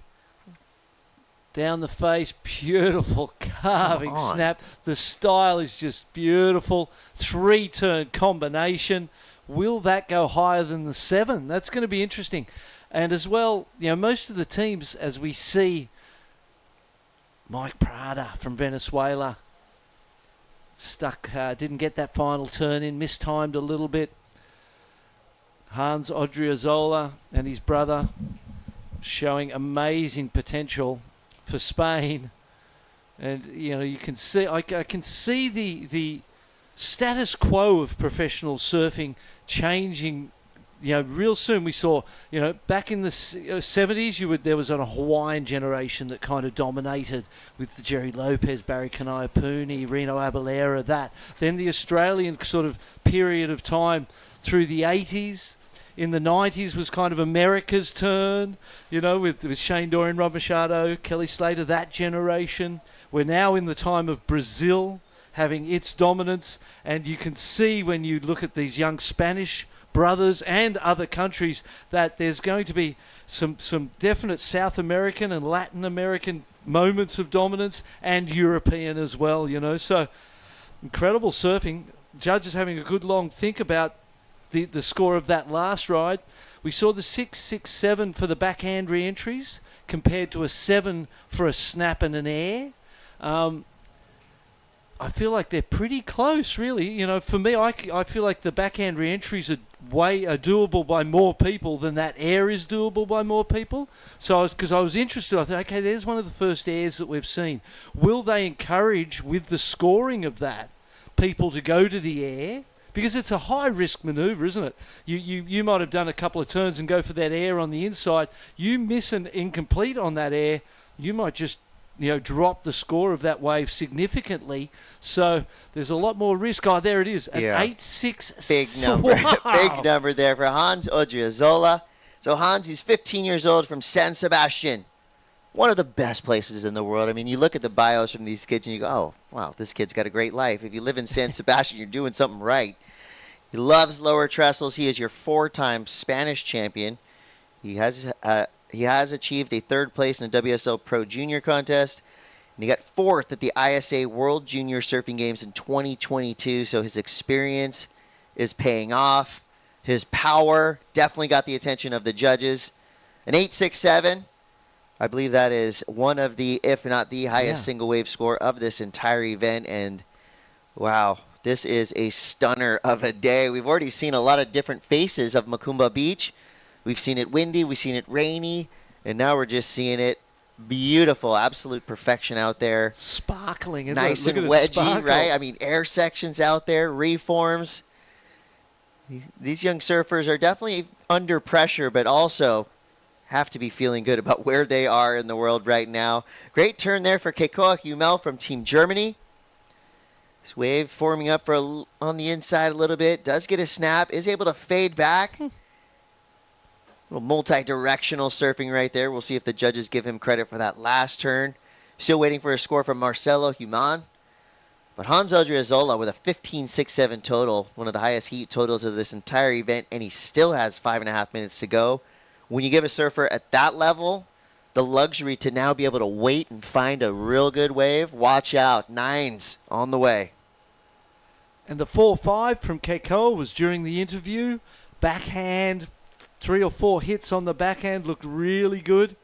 But he is, we've seen now, where even in round 2, you feel like we see a step up in not so much the ability, but just the intensity of what we've seen in these first 2 heats. The level of surfing, the scores that have been dropping, it's definitely, things are heating up, and we're only in round 2. Here we go. We're just getting started here. Here's your current heat leader. You can see pressure's off. He's kind of just now hunting for a ramp. I think he wants to get into the air as well. You could tell with the little cheeky stall that he had at the beginning of that wave. That's a telltale sign that a surfer is hunting a ramp. And here we go, a big set rolling through. Inside of 5 minutes now. Odriozola in the lead. Hummel second. Marcelo has dropped to 3rd. Still waiting for that second scoring wave to come through. And he's hunting around on the inside. You see him in the lower left part of your screen. Prada still in this heat. Needs 4.56. But for Marcelo, only looking for a 1.56 with that top priority spot. He's in a good position here. 4 minutes to go. He's going to go to his backhand. Generating some speed. He sees a section to work with. The wave working right against him. Probably not the best wave selection there. And he got that 6.67 early. Sat with the priority for a long time. Dropped down to 3rd, and he just needed a wave, any wave, and that was kind of a desperate wave selection there. He's just like, I'm catching anything. I just want to surf and get that second wave on the board so I don't miss out. Got a 1.73 for it, so that's something, with 3.5 minutes on the clock, you would hope to replace as quickly as possible. The 4.5, 3.73 for Keikoa, 3.67 and 2.5 for Mike Prada. So really our top 2 in a from a points point of view at another level, and tough work had to be done. They've got to match that 6 at least, Mike and Keikoa, to be in with a chance of advancing through this heat, because you imagine that the Peruvian is going to replace that 1.73 sometime pretty soon. For sure. I mean, just doing it with a 1.73, and that was nowhere near the potential that we've seen from him, and that was just. The wave did not help him at all. Tough wave to surf, but you could see his thought process going, okay, well, there's not a lot of time left. These heats are flying by. Let me just get something, the bare minimum. And now he's back out there. He's in 4th priority, but we haven't seen a lot of, chippy kind of priority tactics happening in the lineup just yet. Even with 4 surfers, there's plenty of waves to go around. As we see Hans Odriozola now building speed, hunting a ramp. What's he got for us on the inside? I think he feels how we felt. We were all excited, and then the wave kind of let him down. But still, you see the intent, and I like it. Can't wait to see him fly if given the opportunity. Marcelo now, different story. Probably feeling a little bit of pressure, a little bit of stress, because Keikoa now only needs a 3.91. Prada needs a 4.74. inside of 2 minutes to go. This is where things get real exciting, Barton. Yeah, the Peruvian's very vulnerable right now without even a 3 or a 4 as a second score. That's the goal. Just keep building on that 173 with 1:40. You might get 2 waves, but really it's a 1-wave thing. He's having a look at this little right. He's in the 3rd priority, so he's vulnerable in that sense that, if Blue got a wave and took the lead, he may not get a chance to get one. He's hunting around on that inside. There's the winner of the last heat. To the winner goes the spoils. Complete set, Fu Wax. And knowing that kid now, he's going to use every bit of that wax all the way up to the nose. Yeah. I love that he said, I got that air in my back pocket. I don't need it yet. Yeah. But when I do, it's ready. And a minute to go. The same with Hans Odriozola. He didn't need that section. He didn't need to go to and drop another 9. We've already seen what he's capable of, and he's already, he's winning this heat for sure in the 4th priority now. Job's done for him, but there in the bottom of the screen is the Peruvian just hunting around, paddling with some energy because he wants to improve and guarantee himself a spot. 1st and 2nd priority in 3rd and 4th positions. Well, he had to take a look there, but Mike Prado was in that top priority position. He could have a ramp through the inside. Goes up vertical on his forehand, so underrated for the difficulty of that maneuver. And we did get to see his fins a little bit, so that section was coming at him quick. But nicely done, great reaction time. Cut back, this is the replay of that ride. Pumping and driving, it's short. Looking for a 4.74. I don't think he gets it with that one. He's still got a little bit of time. It's that's an interesting turn because it's really hard to do, but it's almost like an accidental turn, right? Yeah. It's kind of a bit of a Hail Mary, but here we go. This could be the exchange that Keikoa needs. He goes vertical on the inside. Complete control for Hummel. Needs a 3.91. That's going to make things interesting. This heat is over. Hans Odriozola, a convincing victory. And now it's going to be up to these last few waves. Don't think Prado was up before the buzzer. We're going to leave that up to the judges. So, as usual, the last couple of seconds of these heats provide the fireworks and give the judges something to chew on. He may improve slightly on the 173. It would only be slight. Human from Peru. Odriozola just playing around on the replay here as we look at this is the interesting ride. First turn, nice. Gets around that section, gets a big second closeout turn in. 3.73 he's looking to improve on.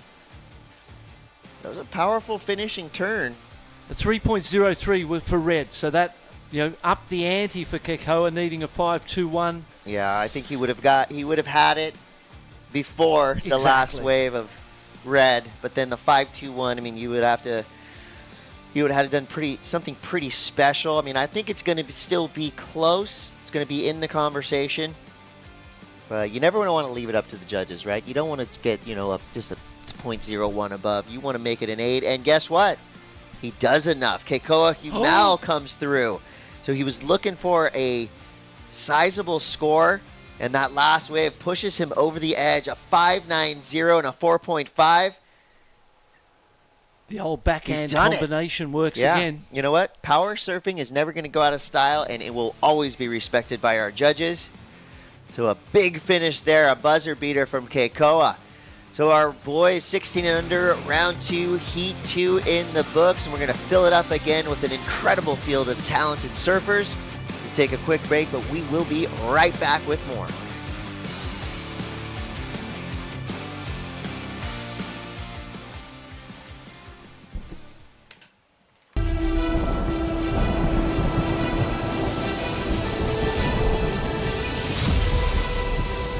When we started the campaign, 20-something years ago over a course center, even when we started, it was impossible. I mean, everybody, my friends, my brother was saying, you're really gonna put your energy in this? Let's go surfing. I never thought surfing would be in the Olympics, period. We all just looked and rolled our eyes back at, come on, Fernando. Surfing will never make it. I never actually dreamed of being in the Olympic because surfing wasn't an Olympic sport. I never thought surfing would be in the Olympic sports. The Olympics wasn't ever a dream of mine because it wasn't a reality. It wasn't tangible. It's the biggest event in the world. Fernando is the reason why we're all there. Yeah, it's like me telling you I'm gonna, swim around the world. 27 years later, he pulled it off.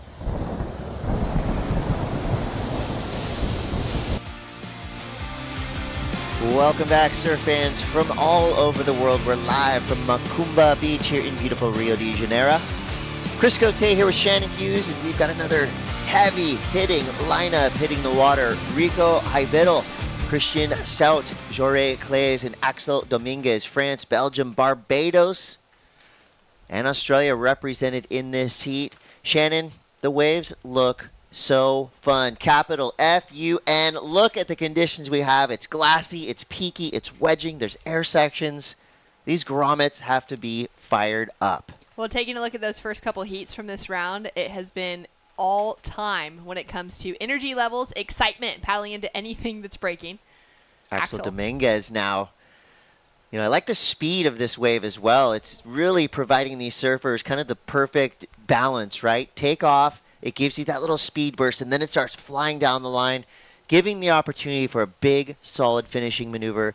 Axel read that wave like a book, perfectly done. It was a couple setups on the outside, but a big bash. It's not going to be in the excellent range, but a great way to start his heat. I think we could be seeing a lot of scores in the excellent range, though, if the conditions stay like this. Just kind of pulsing, giving lots of opportunity. Jory now. Messy face to work with, just as we say how perfect the waves are. One comes through that's a little wild there, but either way, controlling himself and maintaining his balance. He started already with a 2-3-3, so he'll get right back out there. Another great aspect of the conditions we have right now is the paddle back out takes about 15-30 seconds. I mean, you catch your wave, you're right back in the action. Yeah, it's such a good thing, especially after yesterday with just how, how big it was. It was kind of messy out there. Now there's a lot of opportunity for everyone to get back into it. Great opening turn for Axel, really able to lay into that rail. A little off time maybe as he comes up into that lip line, but he is able to keep that speed and momentum heading into the finishing section, and really solid way to kick off his campaign. He's going to have that score to drop in, and Jorge with this one. Really frothy wave, a little disconnected, manages to get that turn kind of stuffed in together.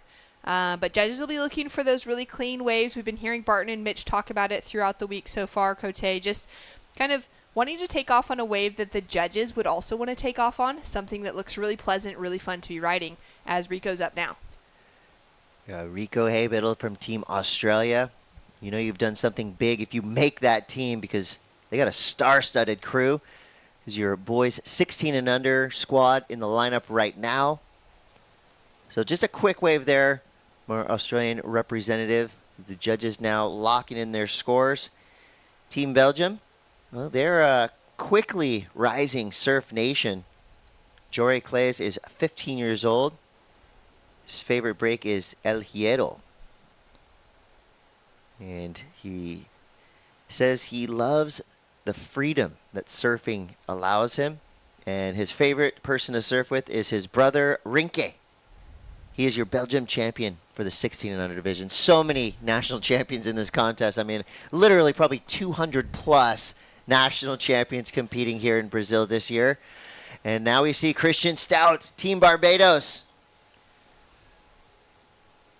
This kid right here, I mean, good, clean style. Controlling himself on a pretty solid looking wave. And right behind him, Axel Dominguez from Team France. He started off with a big number. He's got a total of 8.33 already, or 8.83 already. There's Hanui Hamani coming from Tahiti. Romeo Chavez, we get to see him again. He was really exciting yesterday. 9.5 left to go here in this heat. A beautiful kind of textbook roundhouse cutback, bashing the whitewater, almost controlling that finishing maneuver. So Axel Dominguez dominating for now. He's nearly got the field combo, but there's plenty of time left. Taking a look at some of these replays now. Christian gets a little caught up on that first turn. This wave stood up so well for him, though. That second was just right there, locked into the pocket. Ducks out under that closeout kind of barrel section. And he's waiting for that score to drop. 13 years old, competing against 16-year-olds. Kid is surfing well above and beyond his years. 8 minutes, 50 seconds to go. Jess Grimwood has a post-heat interview for us. I know it's going to be great. Thank you, guys. Hans, congratulations. Really dominant display from you. 5 minutes remaining on the clock, and you already had a heat total of 15.67. What's going through your mind at that point? I was happy. I was able to get 2 good rides. The waves are getting better and better. I'm pretty happy to get 2 good scores and happy to move on to the next round. What about the 15-minute heats today? That's changed from yesterday's competition. And is it something that you practice in your training and preparation for the games to consolidate those heats into tight 15-minute slots? No, not really, but I don't know. I knew it was 15 minutes, so I wanted to start as fast as I could. And I was happy to get the first wave with like 2 minutes in the heat, and I got at 7, so happy. We're very happy to see you surfing. Are there any secret weapons or secret maneuvers you've got and you've been working on towards the later rounds in this competition that you're going to save for us? No, not really. Just going heat by heat and trying to do my best in every heat. Well, it's incredible to watch you surf. Congratulations, Hans. We'll let you go and relax and get out of the sun. Did you want to shout out for the family? I know you have some here at the beach, but I'm sure there's plenty of people watching. Yeah. Un saludo a todos los que me estáis viendo desde casa y a por la próxima. Vamos. Congratulations. Thank you, guys. Thanks, Hans. Nice and steady right there. A true professional already. We've seen the Odriozola name for a few years now in the ISA. Every level, really. I believe we have Odriozola competing in the World Surfing Games as well. So the Odriozola brothers, force to be reckoned with. And Hans right there just showing us that, yeah, he's a professional in and out of the water. And meanwhile, during that interview, so much action. Axel Dominguez is running away with this thing, Shannon. Yeah, he opened up with that 8.83, now drops a 5.33 for this wave. So great kind of backup score to be putting into the equation. Has him with a 14.16 heat total, so already breaking through. If he gets himself something, in that 6-point range, or that 7-point range, he'll be looking at an excellent heat total, which is what he could be aiming for now with 6.5 minutes to go. A couple of smaller scores across the board, so it's really been Axel that's found himself with the most momentum in this one, Chris, and he's looking really tough to beat. Got Romeo Chavez coming up next. Some sportsmanship there. Kai Hall representing South Africa heading out into the lineup as well. I mean, I'm going to say it probably 50 times today, and I'm not going to apologize for it. The future of surfing is happening right here, right now. These are the names that we will be seeing. The Olympic level, the World Surfing Games level, the Championship Tour level. I mean, we're really witnessing something very special this year at the ISA World Junior Surfing Championships. And here we go, your surfer in white, Axel Dominguez. He's got a little inside runner to work with here. He's already has 2 giant scores, so now he's got the luxury to have a little bit of fun. But he's just going to stick to the business at hand and just bash that inside section. That was a beautiful turn for Axel. I mean, you can tell, right? He's switched on. He's kind of in a heat on his own. That's right. I mean, to open up with, a near 9 as his first wave now, every wave he catches, he's just going to be able to find that rhythm, find the best-looking sections in front of him. Gets that tail loose at the end as well. Beautiful 2-turn combination. He should be replacing that 5.33 on the board. And he's really coming out with that mentality. It seems, there's some surfers that want to get the job done just enough to get the job done and kind of hold some of those little special moments till later in the draw. Barton's been talking about that a bit. And then you got someone like, Mitch's opinion, where you want to show everything that you have straight away. If you've got the opportunity to get a few huge scores on the board, put yourself out as a huge threat to the entire field. And I feel like that's the mentality that Axel is approaching this heat with, because the other guys aren't even scratching close to where he's at, which means that second place position is going to be really a hard-fought battle. But for Axel, with the surfing that he's doing right now, his rail work is pristine, but his reading of the waves has just been absolutely perfect. Yeah, it's almost like he's came out in a boxing match, and that first punch was an absolute. Yeah. And this has become a battle for second place. Jory Clays is looking for something on the inside. Rico Haybiddle from Team Australia has been a little bit quiet, but he could be paddling into a nice-looking little right wedge here. This surfer out of Burleigh Heads, Australia. He's 16 years old, and pretty clear there that he has a nice, clean, smooth style. growing up at a point break like Burley Heads, it'll tend to have that effect on you. So 3 great turns out the back and a solid vertical snap to finish. Now we're talking from Rico Haybiddle. There's a reason he is your 2022 Aussie National Champion. He likes surfing, skating, and basketball. Well-rounded, playing a few sports behind the scenes. Tough ask to get an Australian national title as well. The field there has been one of the most stacked in the world for a long time in professional surfing and on the junior level as well. Great looking wave for him. I'm glad he was able to find this because he was sitting on just that 377 and he held on to kind of that priority, wanted to wait out wave selection more than anything else in this heat. Probably hearing that big scores were dropping in for Dominguez in the excellent range. The 617 came through for that last of Dominguez as well, which has really set him apart now to that 15-point heat total. For Rico, hearing a score like that, he knows those scores are available. He just needs to get on the right wave. Well, and it tells me that he's well coached and well prepared. There was no panic when he stood up on that wave. He knew exactly what he had to do. 5.90, so a solid score there.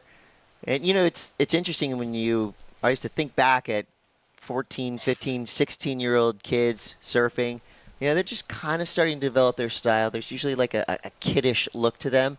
I'm not seeing that with anybody here. Everybody is surfing well above their years. I mean, even this kid right here, 13 years old, Christian Stout representing Barbados. I mean, to me, this might be a big claim, but I'm thinking back at early footage of Kelly Slater at a very young age, and I see some similarities there. I mean, you could see the fundamentals that he has. So one of our youngest surfers, or the youngest surfer in this heat, and he's already got a grown-up looking style. And huge future. It's those fundamentals that are the most important aspect as well, especially for someone of his size, just 13 years old, small kid still at this stage. He doesn't quite have that muscle to him. He doesn't have that power that's going to come in his surfing over the next 4 or 5 years probably. For him to be able to work on those fundamental moments right now, that's why he's here representing Barbados. That's why he's here for the international, the World Junior Championships. And if he can keep having his fundamentals like that of a very young Kelly Slater, who knows where this kid could be going. Well, Team France is feeling good. Another one of the highest heat totals of the day, 8.83 and a 6.17. Rico Haybiddle from Australia. He's done his job, a 5.90 and a 3.77. Watch out, Jory Claes from Belgium. This kid's got firepower. Good carve to start there, waiting for this wave to develop. There's the hammer. So that was really nice because it was kind of all one maneuver, right? It was a big S turn, nice carve, straight back into a bottom turn, and then a high-speed snap to finish. Beautiful surfing. Yeah, really like his style, his approach on this wave. Like you said, that opening section, just pushing through there, wanting to show the power that he has. Gets the job done on that second turn. He is chasing a 6.67, so I don't think that's going to get it for him, but it's going to chip away at the requirements and improve on the scores he has so far in that 3-point range. So it'll be getting a bit closer, but now we're down to 30 seconds on the clock. Axel's very safely in that leading position. If Rico from Australia, there in red, he's sitting in second priority. If he can improve his situation on the 3.77, he's going to put a bigger requirement on the board. But still, he's done a good job at this stage, putting at least, close to a 6. Jory, though, on the finish, not sure what happened at the start of that, Cote. Yeah, that's right on the edge. The judges are really wanting and needing for you to make it abundantly clear that you're in control as you ride out of your maneuver. So those, right there, it's a make. But did he stand up in the whitewater long enough? That's about as close as it gets. And thankfully, we're not judges because that job over there, that so is hard. Much harder than this one right here. We just get to be excited and explain and what we're seeing, and hopefully we're educating some of you if you're newcomers to watching the sport of surfing. You've come to the right place. ISA. Well, that's right there. Elite level, high performance surfing from Axel Dominguez. That was a victory lap. Blasting a front 3 straight into the flats. No worries. And look at that heat total. 15 points. He nearly comboed the entire field. But Rico Haybiddle did just enough on the strength of that 5.90 to get him in the second spot. Jory and Christian will be relegated to the Repéchage rounds. And those rounds are being filled with incredible talent as well. Here's that last look, the victory lap for Axel Dominguez, Team France. Oh, such smooth surfing. Love seeing it when someone can just find that rhythm early in a heat, and start to feel freed up to showcase what they have to the rest of the field. Goes into the air, throws that tail around, and holds on to a lot of control. Not the craziest air that we've seen or we will see in this event, but really great to see him just start to figure out what that end section could be looking like. Yeah, and that right there made a statement to the rest of the field. Watch out for Axel Dominguez. Well, we're going to take a quick break here, but we will be back with more action live from Macumba Beach. It's the ISA World Junior Surfing Championships. Stay tuned.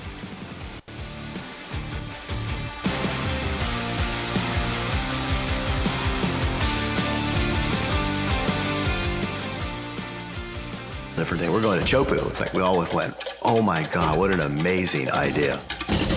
Teahupo'o is one of the most incredible waves, probably a wonder of the world. And it's just sort of like a whole nother world out there. It's godlike, it's quiet, serene, beautiful. Then you have this glorious wave that comes off a reef, and it's so powerful and so beautiful. I think Teahupo'o has the opportunity to capture the imagination visually for what people think surfing is. The wave at Teahupo'o is super scary and beautiful at the same time. I have to give them a lot of props for the courage of making a commitment to Tahiti. I think it'll be a really exciting way to showcase all the athletes and their talent. I think it's gonna be very good.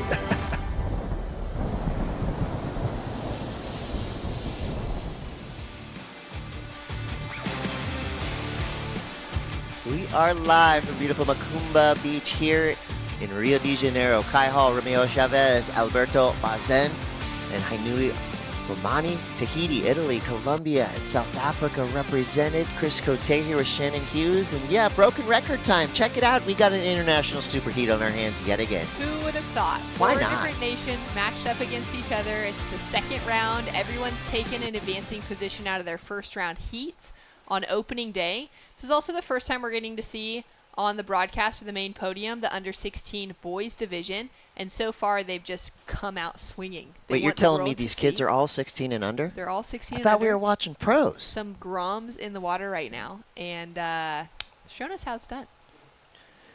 Yeah, this is going to be shocking, I think, to a lot of viewers around the world. What we're seeing in the 16 and under division is looking, I mean, equal to qualifying series events around the world. It's a real eye-opener. And here we go. Don't think they don't want it. That's blue and white. Your surfer from Tahiti and your surfer from Colombia. An unfortunate way to start their heat. And I mean, there is a lot of intensity in the lineup. There's a lot of pressure on these young surfers. And sometimes when the pressure gets to you, you make the wrong decision. And I'm not exactly sure which one of those surfers made the wrong decision. That's, of course, up to our priority judges. What do you think here, Shannon? Oh, that's so interesting because It looked like a peak, too. it looked like a peak. Maybe, in my opinion, more of a right, actually. So blue would have been on the inside just for where they were sitting, and the fact that the white water was already feathering on the other side, like off the left of blue. But we're going to leave that in the hands of the judges. For sure, there's going to be an issue. Obviously, white wanted to push that it was going to be a left opening up and that he wanted to go left, but left was already starting to kind of shut down and feather down as the right was maybe holding open longer. Well, thankfully, there's a priority judge. Thankfully, that's not our job. We will explain when we do get the news, but for now, it's getting weird out there. Alberto Barzan from Team Italy did have a 1 next to his name. That means he had that top priority spot, and he made full use of it. Didn't seem to be too affected by the surfer coming up from behind him. If you were free surfing, that would be considered a snake. But when you're in a contest and you do have a priority situation, you can take whatever wave you want. So not only do the judges now have to think about the scores that they're going to throw out there, but they also have to kind of figure out what just happened with those opening rides, because there was a lot to unpack with maybe multiple interferences now. Wow, this is such an interesting way to start this off. There you can see whites coming through. We could see that he, from what we could see on the priority, didn't have priority established next to his name yet. Our surfer in green did have that first priority, though. Obviously, takes advantage of it. Puts together a great-looking wave. The tricky thing, too, is because of that moment before, both white and blue had stood up on a wave, so they would have been into that priority rotation if they were out of backline in enough time. It wasn't like start of the heat where they hadn't taken off on a wave yet. Oh yeah, so our judges are conversing. Coaches on the beach are probably running around in circles trying to figure things out. 10 minutes to go before this set comes in. Let's go down to Jess Grimwood standing by. Thank you very much, guys. Axel Dominguez, congratulations. 15-point heat total for you and first international post-heat interview. Yeah, thank you very much. It was a really good heat. Had some fun, and let's keep going. Let's keep going for sure. What's life normally look like for you on the other side of competition? What would you normally be doing right now in France? Normally I'm in school, and hopefully when I come back, some barrels with my friends. That's a great wish to have. For you personally, representing the French team, how did you feel when you were called to put that sticker on your board and wear the jersey? Yeah, it's super good to be here. Yeah, I had a really good time, and yeah, hopefully get more hits with my team, so let's keep going. What about your family? They'd be tuning in at home from France. Would you like to say something to them in French? Yeah, muchas gracias, Aita y Ama, y espero que este campeonato siga lejos y a la siguiente. Congratulations, mate. We love watching you surf. Looking forward to the next round with you. Thank you very much. Cheers. Thanks, guys. I want to watch a video part from that kid. Absolute ripper. He just made one in that last heat. Yeah, basically. All right, so we have a little bit of clarity now. I believe it's a double interference. So that is a rare one right there. So you have blue, Romeo Chavez from Colombia, and white, Anui Humani from Tahiti, both with a red line through their names. And you see on screen right there that little red triangle. So those are the two surfers involved in that interference early on. And, I think, kind of as we were talking about it, it was pretty much a perfect peak with a right and a left. And really they both could have gone either went way. Straight and should have just split it. Right. One gone right, one gone left in the correct space that they were already in. I think it was white for the right and blue for the left. Maybe just a little conversation, like, let's work together here. Yeah, come on. First start of the heat, just get a wave. It was a good-looking wave, too. Would have had plenty of potential in either direction. So judges obviously deeming that on both surfers. Well, that makes it a lot easier for Kai Hall and Alberto Barzan now. But, Kai's not going to take any wave lightly. Great style all the way from the outside. Blast the fins out there. That's the punctuation mark at the end of the wave that the judges love to see, right? That's the last thing in their memory. And when you leave them thinking that that entirety of the wave ended with a bang, you usually are rewarded with a good number. He's only sitting on a 1.5 now, so that's definitely going to be his high mark. And meanwhile, Alberto Barzan just quietly minding his own business out in the lineup. He has a 5.5, so a good start for him as well. All right, so score to come through for Kai. I also agree. Great exclamation point on the finish of that wave. He's such an incredibly well-rounded surfer as a young Grom coming out of that J-Bay community. Great on the point breaks, loves a right-hander, but we've seen footage of him surfing some of the heaviest waves around. Very good barrel rider. I mean, the kid knows the water. He's been in the ocean from such a young age, like tiny, 4 or 5-year-old kid, already learning how to surf really well. So he's now just taken that leading position. But, Chris, what I'm seeing on the scoreboard is that white's got now a second interference. I was thinking that was going to come through when green dropped in on white. We'll get back to that in a second. Well, 2 lessons learned from our Tahitian representative. And you know what? It happens. Even the best of the best make mistakes. We see interferences on the championship tour. So it does happen. And, that's when you have to kind of remember, okay, these young surfers are still learning and still growing, and it's confusing a lot of times when you're in the water, and if you haven't competed that much in your life, when you're under the pressure of trying to get big scores, but you also have to abide by all the rules and regulations of these 15-minute heats. I mean, things do happen. Hanui is an incredible surfer, and unfortunately we're not going to be able to see him advance through. I don't think it is in the realm of possibility. And in some instances, if you do have 2 interferences, you actually have to come to the beach. I'd have to go pretty deep into the ISA rulebook for that one.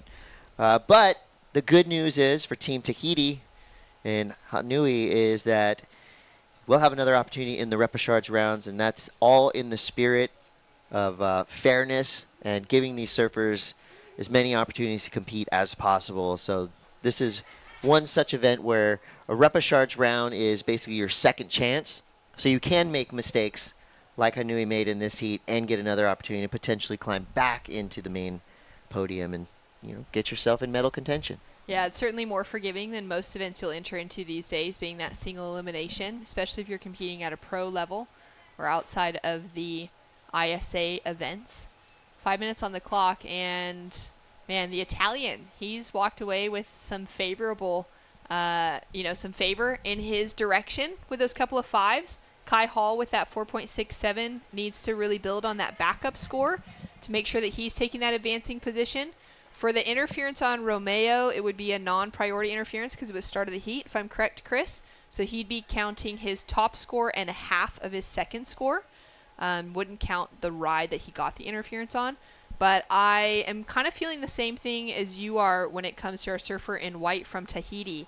Possibly just counting the single score because of the priority interference on the second wave, but potentially not entirely sure how that would play out when it comes to the rule book, having the two interferences and what kind of score he could even maintain as we take a look now at Kai up and riding. Kai Hall representing South Africa. Wave got a little weird on him, but I give him credit for a real good, hard, deep paddle to get over to that wave. I mean, it's the subtle things, right? It's the little things that are the mark of a champion. So 3:45 to go. Alberto Barzan. This might surprise you. Born in Malibu, California. His home break is Malibu. Great place to have as your home. He's got an Italian family. He surfs all over. He loves surfing in Portugal. He loves V-Land in Hawaii. His favorite surfers are Felipe Toledo and Mick Fanning. He loves to skate, ski, and snowboard. He does it all. He is an under-18 finalist at the NSSA West Coast Regionals. So he's got some contest experience for sure. And he's got Italian heritage. And Team Italy has to be happy to have him because you can see that this kid has a big, bright future ahead of him. Right now, he's winning this heat handily with a 5.83 and a 5.5. He's up into the double digits, which in most cases today I think is going to get you in one of those top two spots. Kai Hall second. Romeo Chavez with a 2.6, still waiting to get his second scoring wave. Do not count this kid out yet. He's a really good surfer. He's got a great air game. And if given the chance, he will rise to the occasion here, but time is not on his side. We're inside of 3 minutes now. Yeah, he's just got to kind of really get the job done for Kai Hall. For Romeo, chasing that 4.87 is not a huge ask. We get another little pulse here, still 2.5 minutes, so I could see there being one more set kind of right towards the end of the heat, the way that the surf's been kind of playing out throughout this. The other thing that's important to keep in mind for, all of the competitors that are down here that are competing in an event today, of course, we've already now seen 2 interference calls within this heat. There's every potential that there's another one. You have to play it smart and be aware the entire way through. There's the chance that Romeo could take the advancing position because there's an interference between Alberto and Kai at some stage. Anything can happen, and making sure to really stay focused, pay attention to that priority board, listen when the beach announcers are giving that information, and avoid making the situation even more challenging within the heat is always a really important thing to do because it could always flip back in the favor of someone like Chavez. Well, that was the longest paddle of the day so far, but it didn't pan out for Romeo Chavez. Meanwhile, Kai Hall busts the fins out, most likely deemed incomplete. And the reason we haven't seen your surfer in white representing Tahiti is because the rules state if you do get 2 interferences, regardless of what type of interference they are, you do have to come into the beach. So pretty rest assured he's getting a talking to from his coach. I'm sure there's some empathy happening there because, look, it happens. I mean, we all make mistakes.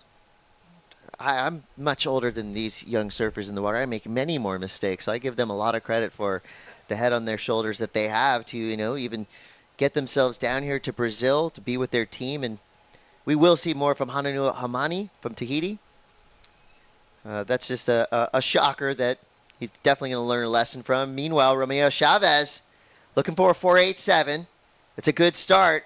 The rusty board is looking nice under his feet, so a 3-turn combination. The wave was a little bit on the smaller side and not a lot of energy for him to tap into.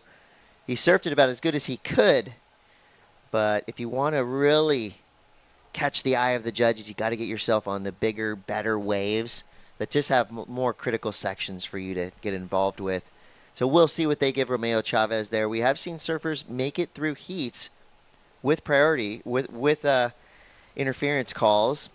It's rare, but it happens. I mean, we've seen surfers already in this event take out wins with a non-priority interference where they're keeping that half of that second score next to their name, which is what Romeo Chavez has in his current situation.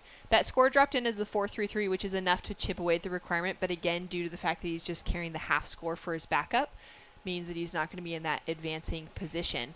And wow, that was a wild way to start things off. Didn't see it landing with the second interference, and good to have that clarification from the tower, just knowing, you get 2 interferences, you're out, so don't do it.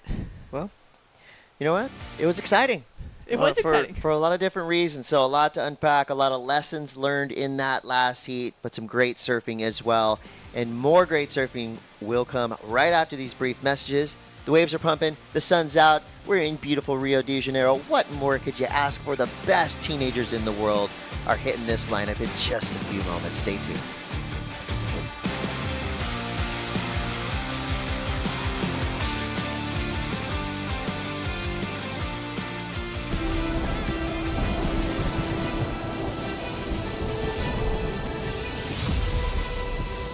When we started the campaign, like 20-some years ago over a course center, even when we started, it wasn't possible. I mean, everybody, my friends, my brother, I said, you're really gonna put your energy in this? Let's go surfing. I never thought surfing would be in the Olympics, period. We all just looked and rolled our eyes back at, like, come on, Fernando. Surfing will never make it. I never actually dreamed of being in the Olympics because surfing wasn't an Olympic sport. I never thought surfing would be in the Olympic sports. The Olympics wasn't ever a dream of mine because it wasn't a reality, it wasn't tangible. It's the biggest event in the world. Fernando is the reason why we're all there. It's like me telling you I'm gonna, swim around the world. 27 years later, he pulled it off.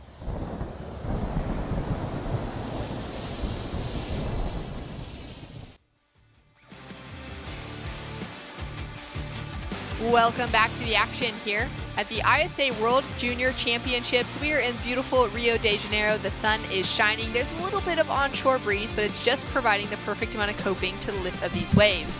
As our under 16 boys main round 2 is in the water. Heat number 5 with France, Belgium, Barbados, and the USA in the lineup. Inigo for France, Lewis from Belgium, Tommaso of Barbados, and Rex from the USA. Trying to keep themselves in the advancing positions. It's just 15 minutes on the clock because we got some really small conditions coming up in the rest of the week. And the contest directors have decided to take advantage so that surfers like this get more opportunity come the end of the week. Barbados, Tommaso now up and riding.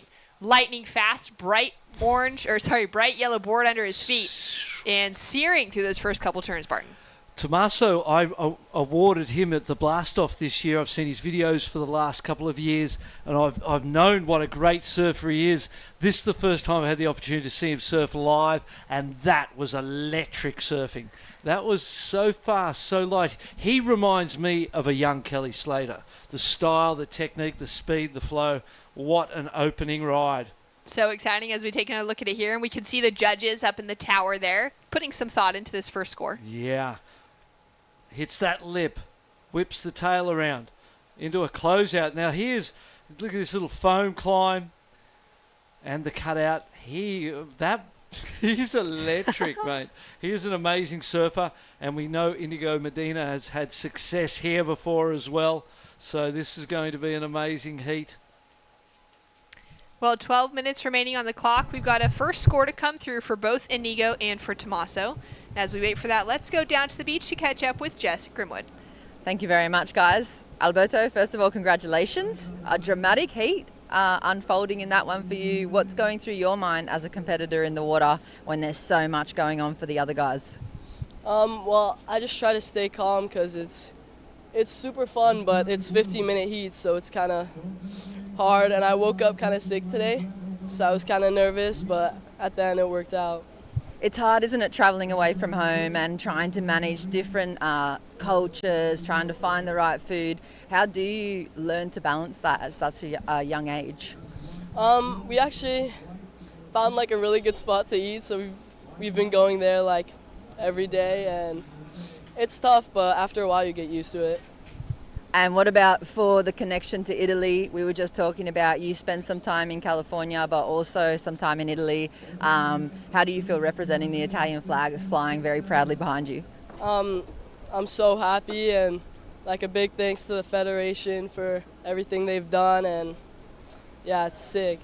Would you like to say in Italian hello to everybody tuning in and fans of your surfing and heat? Sure. Ciao a tutti, grazie per il supporto e Forza Italia. Congratulations there, guys. Thanks so much. As we take a look now at some live action with Tommaso. Great looking forehand attack. A 6.67 drops in for his first wave. He's now just destroying this wave on the inside for the second. He's an incredible young surfer. He's showing all of the signs of, you know, the potential to win gold here and the potential to go on and have a career in professional surfing. There is a cleanliness to everything that he does. The rails just look so clean in the water. Here we go, Inigo on the replay. Slowed down a little bit so we can take it in a beautiful flaring top turn. We saw the fins come out the back of the wave. It's funny to watch the replays in that little bit slower format. But this will be a second score that this young man, Tommaso Leison from Barbados, can keep in his end of heat tally. 6.67, also a score you would keep. And to get both of those waves in the opening 5 minutes, he's going to be in a good position, but we've just seen the score drop in for Inigo. He's not going to be outdone. An 8.67 drops in for the opening wave of France. As we take a look now at live action, Belgium's Lewis. Just a quick in and out because that wave hits that backwash and just kind of mutes it out almost. And I think if you're there and you hear a 6.67 and an 8.67 and you go, oh my gosh, and then you find yourself on that particular wave, that's what that emotional response was, oh no, what am I doing on this thing? I need to be on the best waves I can find to match the scores that have already dropped in the first 5 minutes. Yeah, Escudero has a bit of work in front of him. Waiting for that second score now to come through for Leison.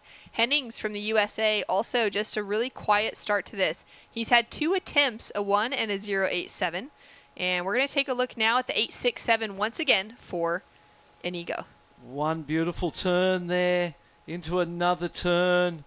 It feels like a high score to me for a 2-turn combination like that. But it must have been the power and then the flare on the second turn. The first turn was kind of a carve down. There wasn't a lot of points in the first turn. And I suppose as well, looks like a big, powerful kid. So there's a sort of presence that he has on the wave that the judges liked as well. 8.5 minutes to go. Inigo now up and riding. Already putting down an 8.67. And gaining some speed, pumping, driving down the line. Wanting to hit that lip, kicks out. Looking for a backup score of a 2.83, Barton. Yeah, 4.83 for the second ride of Tommaso Leison. Puts him into the lead. But an 8.67, one of the highest scores that we've seen today. This is true. A very solid size score in the context of today's competition. We have seen a few 8s thrown down in the rest of this week as well. We saw a 9, I believe it was a 9.5 in yesterday's competition on the women's side for the under 18s division. On a 2-turn combination, judges rewarded really highly that sort of surfing, quick, responsive, driving through the pocket, and like that seamless connection between 2 turns. So they're clearly showing across a couple different divisions that they like that sort of surfing. And that's a global thing now, you know, from WSL through all of the judging that we see at all the different levels. There's this less is more concept, and 2-turn combinations really are all you ever need to do. A wave with more than 2 turns, even as we've seen in this heat already from Tommaso, where he might have done 4 or 5 or 6 turns, you will ordinarily or consistently get less when you do more than what you will if you do less. And for me, honestly, I've got to be honest here. I find it a little bit baffling at times, but it's not my decision, and as a coach, as a surfer, you've got to understand the judging trends of a moment, and they do trend in and out of different ways over the decades. They have done that, and as a competitor, your job was not to judge it or criticize or have an opinion even on it. It's to understand it and then surf to it, and that has always been the way that it works. You've just got to understand the way the judging is at a point in time and surf to the criteria. It's exactly what Inigo did in this heat. It's exactly what Anand Matsuoka also did yesterday. It was a 9.33 that she got for that 2-turn combination. And that's right, figuring out, all right, judges, this is what they're looking for. I'm going to provide that for them. Inigo now blasting into the air. Was looking for that on his previous wave as well. Now actually gets the attempt. Yeah, when you've got an 8.67, the job's just to get a 4 as quickly as you can, or better, obviously, if you can get better. You don't want to get less than a 4 because it'll drop the 2-wave average down to where you're vulnerable. But 4 and above will get your 2-wave average to a point that you would feel really comfortable in the heat. And that's what I think we see him trying to do now, is just back it up. But he has ambition because he's trying to go to the air, and he's trying to show us what he's capable of. Because you imagine that you get an 8.67 for 2 turns, you go, hey, if I go to the air, I can get a 10.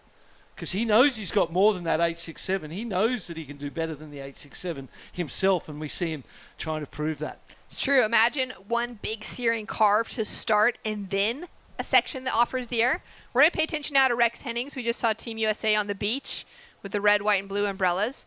Nice drive out of that first turn, up into the second. Stays really low and compressed. Gives the claim to finish. It took him a very long time, only 5 minutes remaining, to get himself back in the conversation. And a huge finish. But he gets blown off his feet for Tommaso. That would have been a massive score if he'd been able to finish.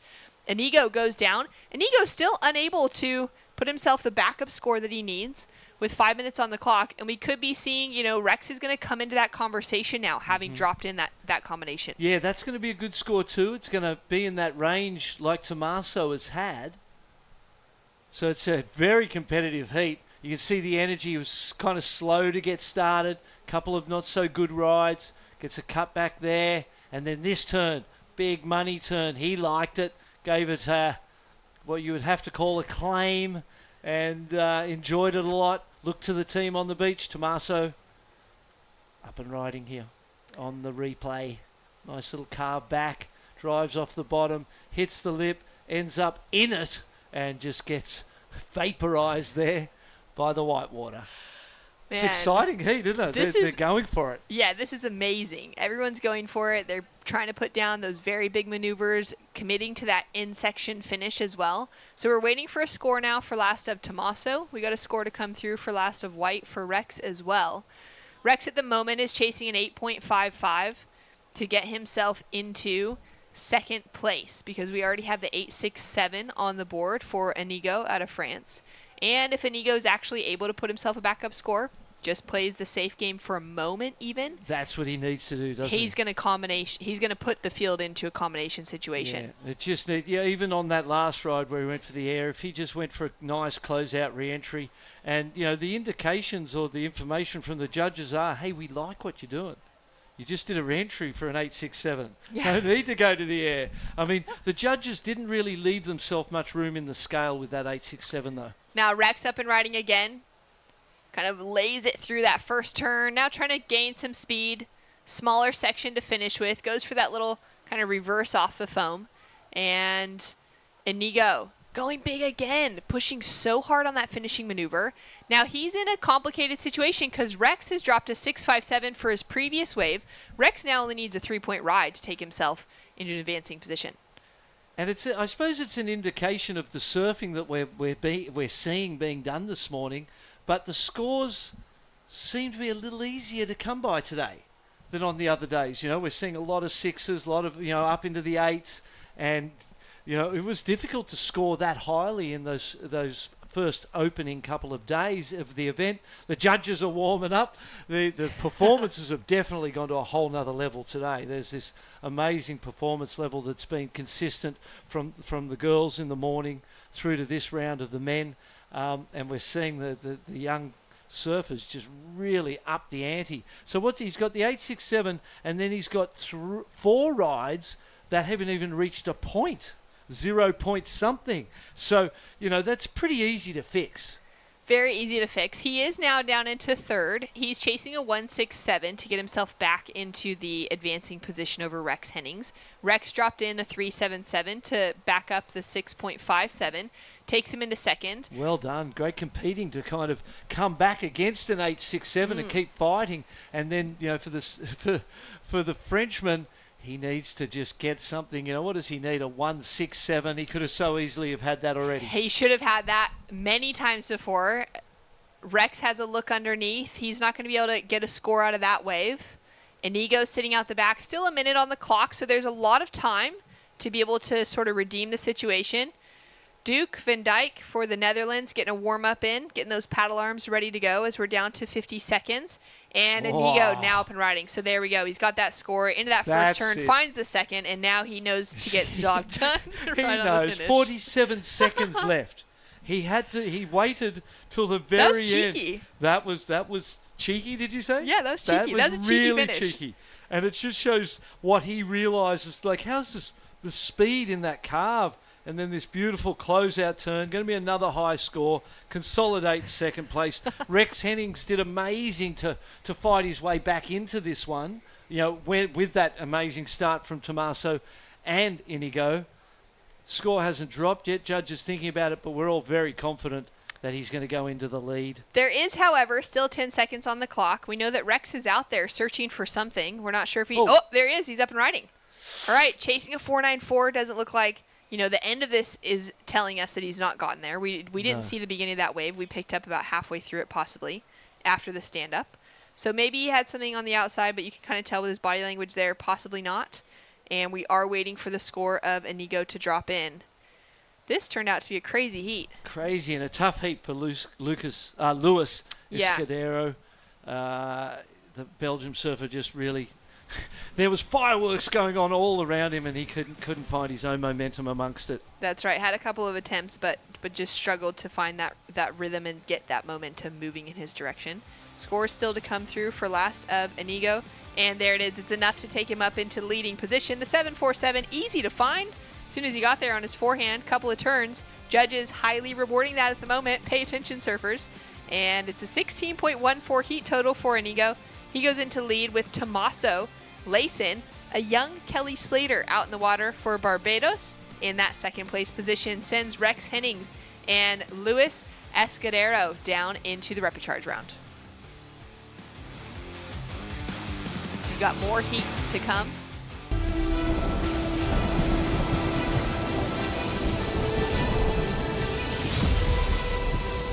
When we started the campaign, like 20-something years ago, over a quarter century, even when we started, it was impossible. I mean, everybody, my friends, my brother would say, you're really gonna put your energy in this? Let's go surfing. I never thought surfing would be in the Olympics, period. We all just looked and rolled our eyes back at, like, come on, Fernando. Surfing will never make it. I never actually dreamed of being in the Olympic because surfing wasn't an Olympic sport. I never thought surfing would be in the Olympic sports. The Olympics wasn't ever a dream of mine because it wasn't a reality. It wasn't tangible. It's the biggest event in the world. Fernando is the reason why we're all there. It's like me telling you I'm gonna, swim around the world. 27 years later, he pulled it off.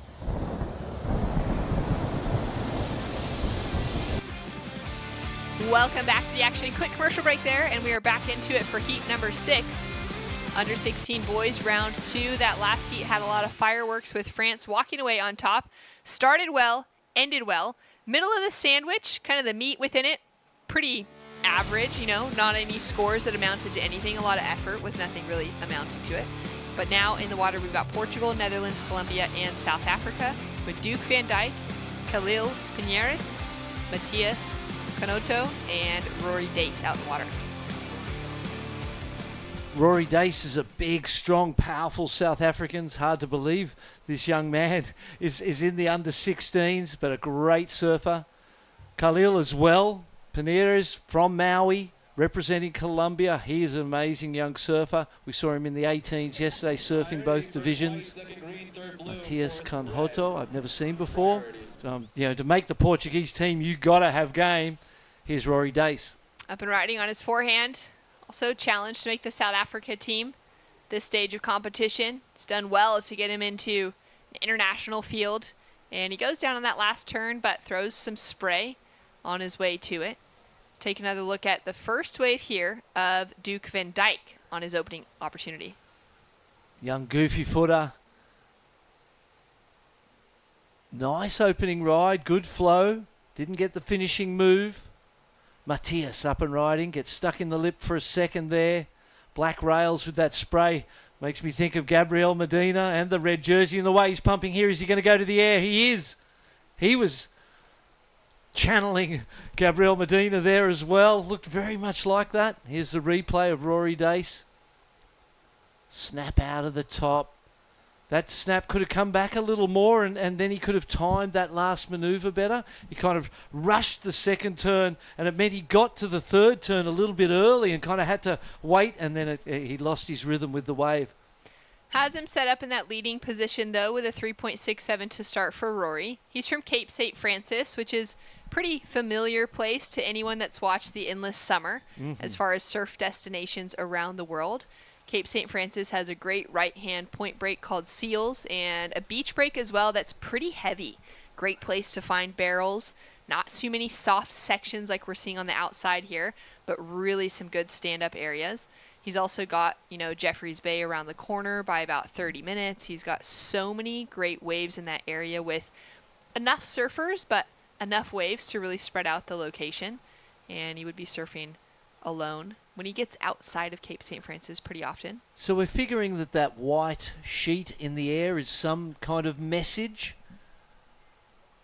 Giving a little indicator to the crew rather than using maybe the flag. You see coaches, different team members, sometimes that flag held straight up might mean something, but it could just be that support. Yep. Sometimes, that's right, held sideways with the flag actually dropping down would mean a certain thing, or pointing in either direction. Yep. Lots of sign language being used in surfing, the isn't humans, pre the technology we have now, there was all sorts of different ways to communicate, got the messages through. 10 minutes on the clock. Pretty slow start to this heat. The last heat was not a very slow start, though. Some pretty solid scores coming through for Inigo Medina out of France.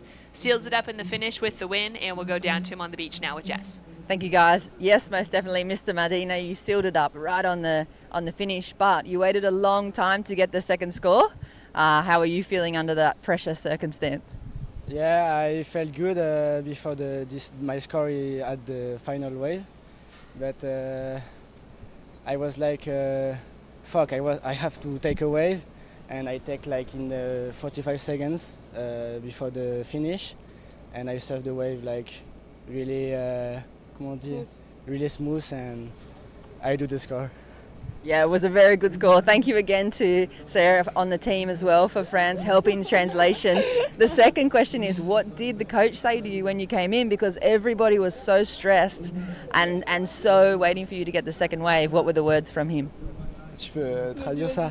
Ouais, ils étaient un peu vénères que j'ai pas surfé de vague avant. Enfin, j'ai fait que tomber juste avant et voilà, ils m'ont dit que la prochaine fois, il va falloir que je surfe une vague avant, quoi.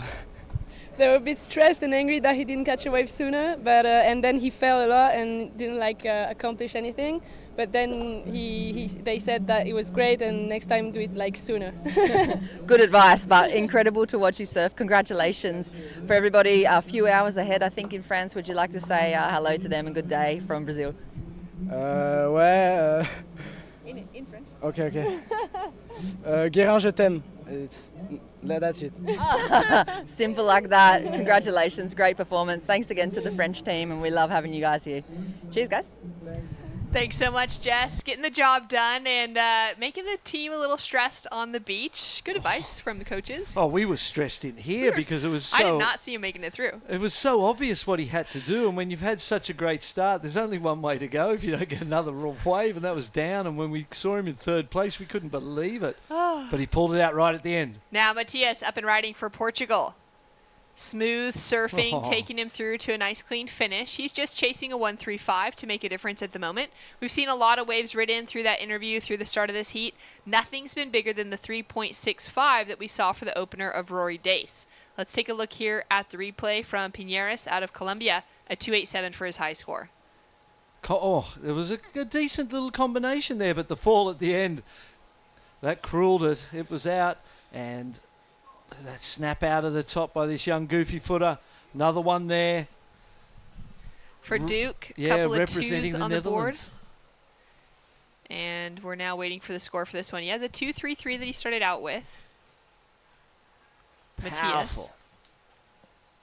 Big turn. Looks like Gabriel Medina, don't you think? The board spray, the style, the red jersey even. I wonder if it's that's his hero, whether it's someone that he looks up to and been influenced by. Duke, quick one. Yeah, great backhand re-entry from a young Holland surfer. Putting together a couple scores. He's currently sitting in that leading position, but we are waiting for that score to come through from the Gabriel Medina look-alike. And this is a very different heat to what we've watched the last bunch. The last bunch of heats has been 8s and 7s and 6s out of the blocks. This is more like the sort of heat that we've watched in the first couple of days, where there's perhaps the nerves have settled in, or not settled in, and they've been anxious and been trying to put things together and not quite pulling it off, because really we see a 2.83, a 2.67 and a 2.3 for blue, a 2.33 for red with a score to drop. It's going to be the best scoring wave of the heat. The 0.5 and a 2.87 for green and a 3.67 for Rory Dace, sitting with first priority. And here's our goofy footer from Portugal up again. Still waiting for his last score to come through, so we know he won't be sitting in fourth. And there it is, in first as he's up and riding. A 6.5 gets all the way over here to where broadcast is, pops up on our screen, and he's now sitting in that leading position. Be a throwaway score just behind that for the wave he just stood up on. Rory now looking at this wave, favoring those right-handers. Snap to start, throws a little spray. Now up into that lip line, drifts the tail around. What could he have done differently to keep that momentum forward? I think the first thing is not have waited so long with the priority. After that opening ride, which was the best score, although a small score, but the best score of the opening exchange, you want to be quick to back it up and keep that momentum rolling. He got the priority, and it took him a long time to get that second ride. And when I looked at the wave he caught, I'm thinking to myself, that is not a priority wave.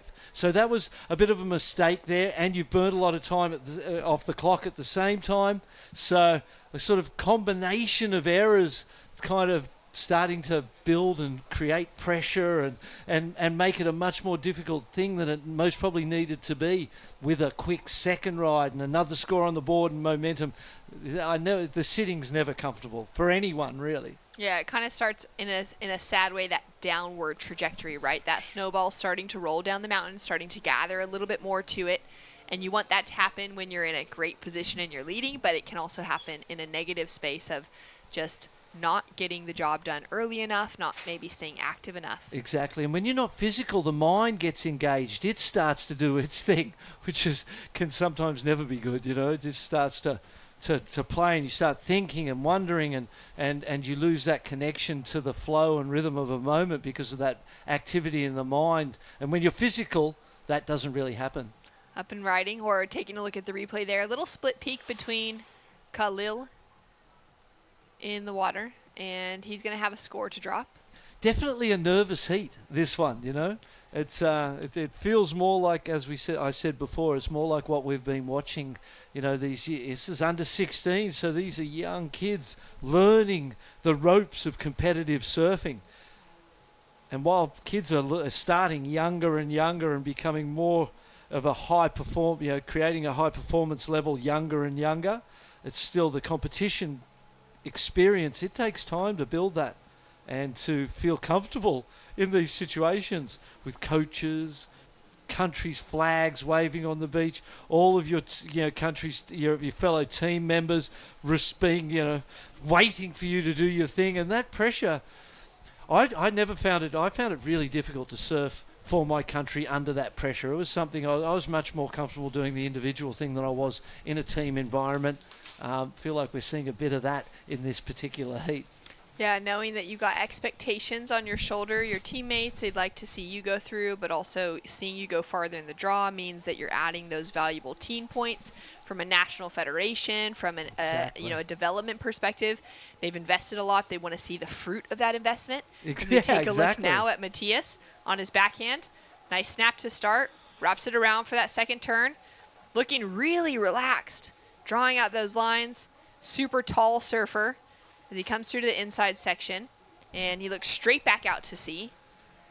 I love this. See how he just stood there, and he composed himself before he started to do anything.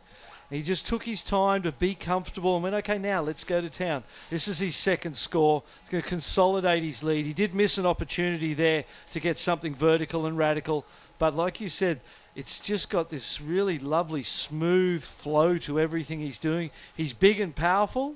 And sometimes a big, powerful person might overpower waves. He's got a great understanding of what to do and when to do it, and looks the most composed out of all of the competitors in this particular heat. And for his size, he actually looks very light on his feet. Of course, putting a ton of power as soon as he needs to in the right moment of a turn.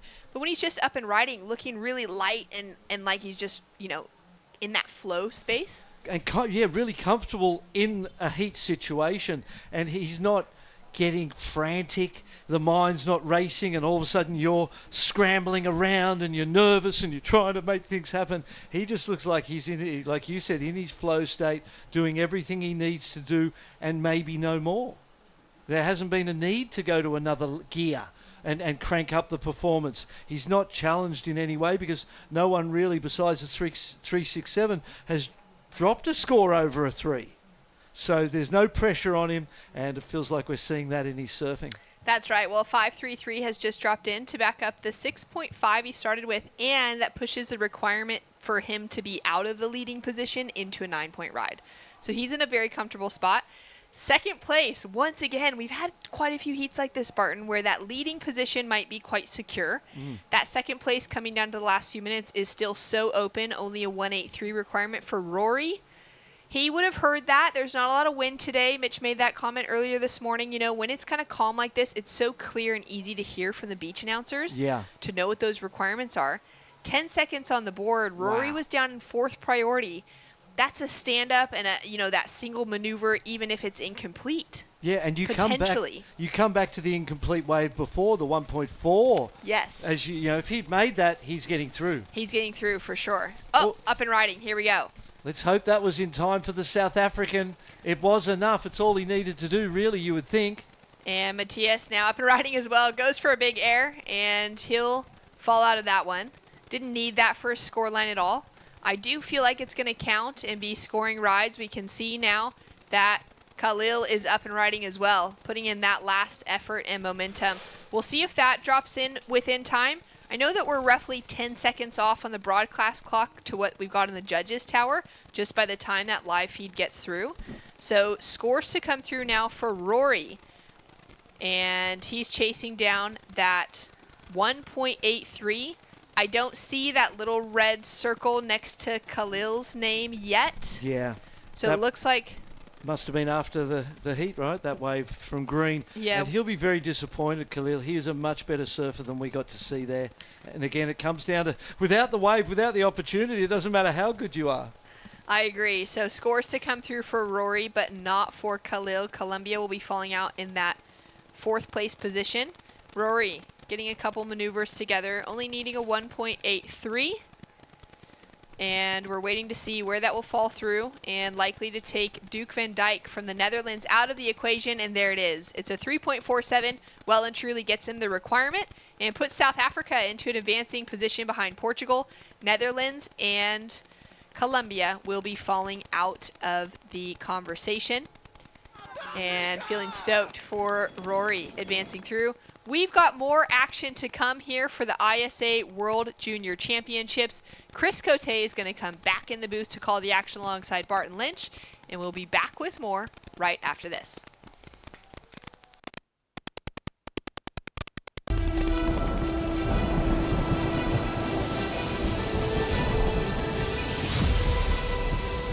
When we started the campaign, 20-something years ago over a course center. Even when we started, it wasn't possible. I mean, everybody, my friends, my brother would say, you're really gonna put your energy in this? Let's go surfing. I never thought surfing would be in the Olympics, period. We all just looked and rolled our eyes back at, like, come on, Fernando.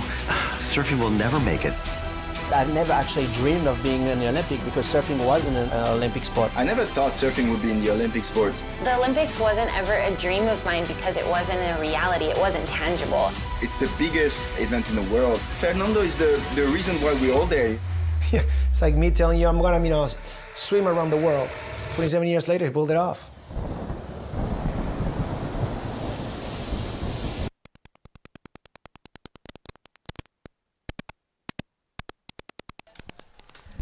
Stunning natural beauty is what this place is famous for, and of course, producing some of the best surfers on the planet. We are live. This is the ISA World Junior Surfing Championships from Macumba Beach here in beautiful Rio de Janeiro. I'm Chris Cote. I'm joined by 88 world champ Barton Lynch. And in the lineup, we got under 16 round 2 action. Alvarado de la Fuentes, Liam Sayon, Tao Moldly, and Roran Mullen. Spain, Switzerland, New Zealand, and Hawaii represented in this heat. Barton, every heat has had a great story to tell, hasn't it? It sure has. They've been exciting. The performance levels, we're only in round 2. I want to build a house on the top of that hill right there. And we are here in Rio de Janeiro. We're loving it. It's a beautiful place. And the performances, as I was about to say, is round 2 is amazing. The performances have just stepped up to a whole nother level today. Feels like finals day already, doesn't it? Doesn't it? Yeah. The urgency in the lineup amplified due to our 15-minute heats, and that's pretty standard for amateur events around the world. But for these surfers at this level, they're all well prepared and well trained for anything thrown at them.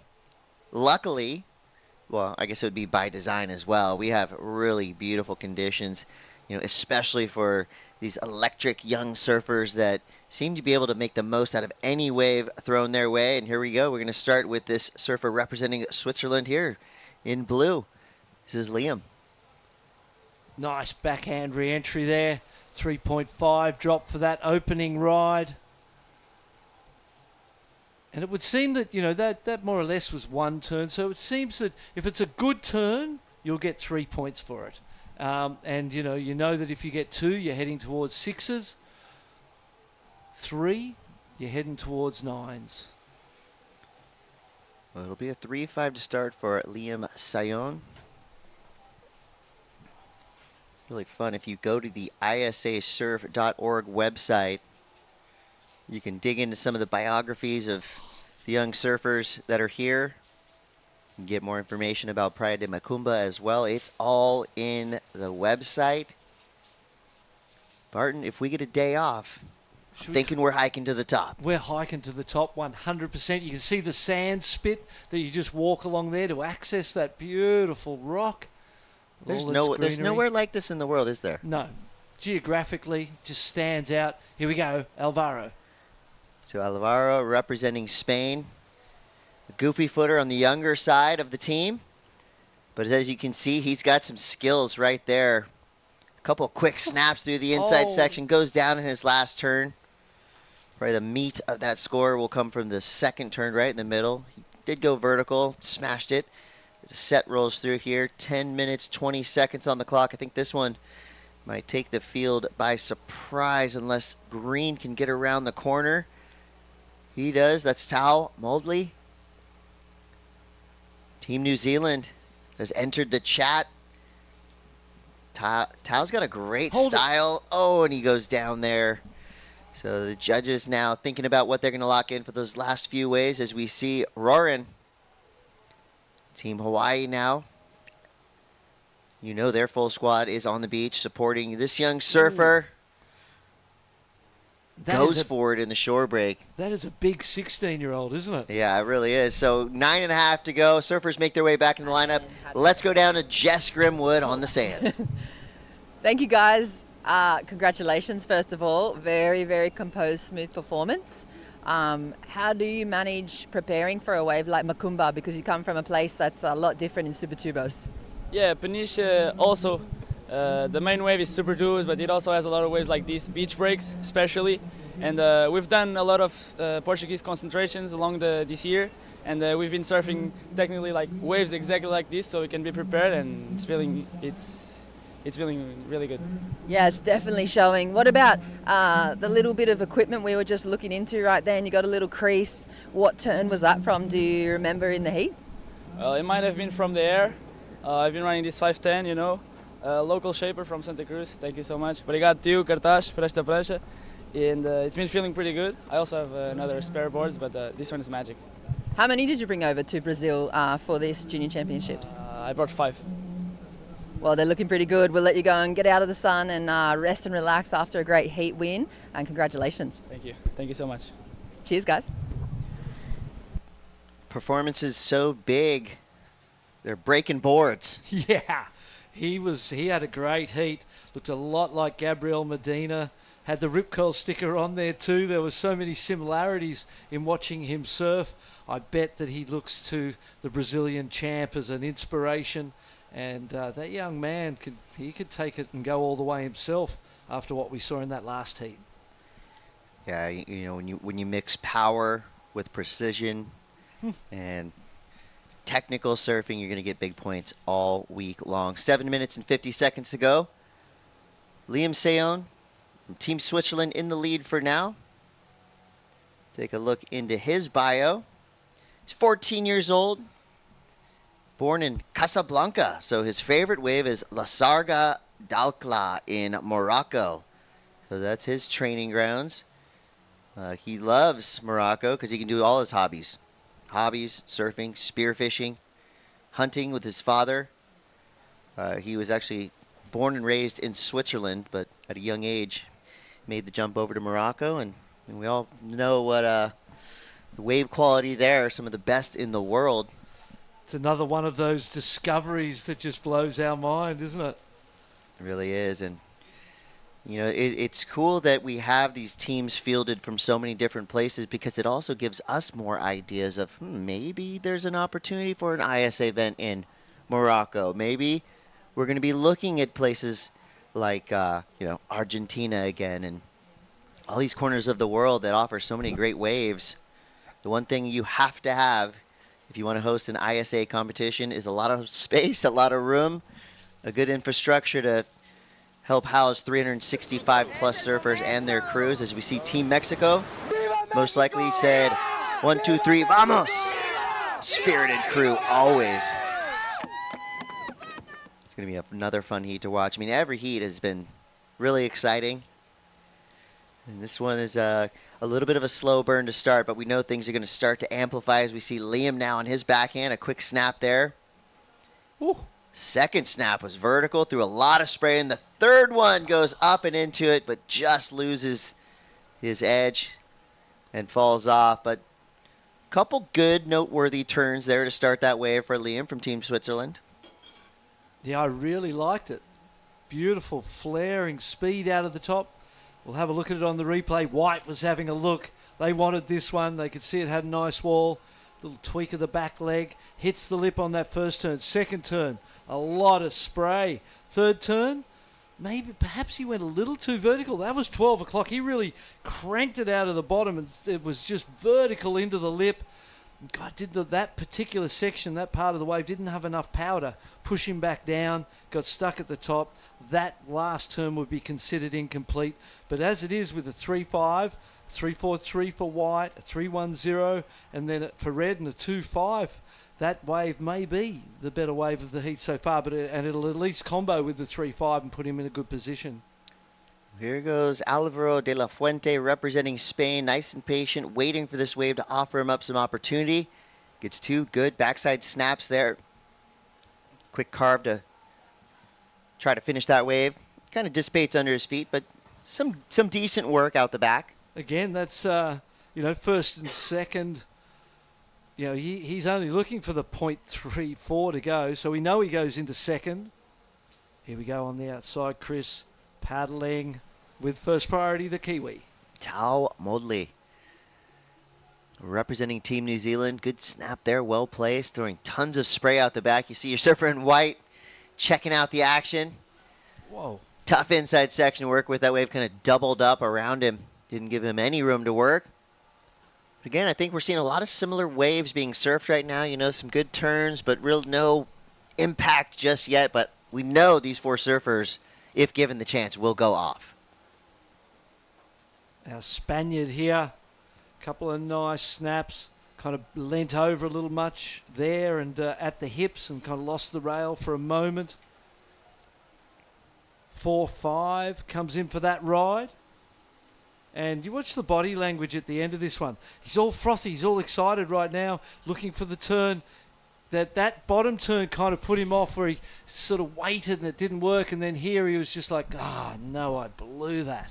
And you could see he was judging his performance in his own mind. Judging himself as he's doing it. Yeah, as he's doing it. And that's when you lose the rhythm with the wave. And that could have been a great 3-turn wave if he had been able to capitalise, particularly on the second turn, and that would have led to flow and rhythm into the third, and it would have been a great ride. Unfortunately, comes in. Well, it's a 3-5, so it's his best ride so far. Had the potential to be much better. Yeah, it's he did the minimum, but sometimes the minimum is enough. Because if you're looking at all the rest of the scores, I mean, there are a lot of 3s out there on that board, some 2s. Highest single wave score is a 4.5. So this heat is still pretty wide open, but time is going by quickly. 2.5 minutes to go. Here's your surfer in white, Roran Mullen.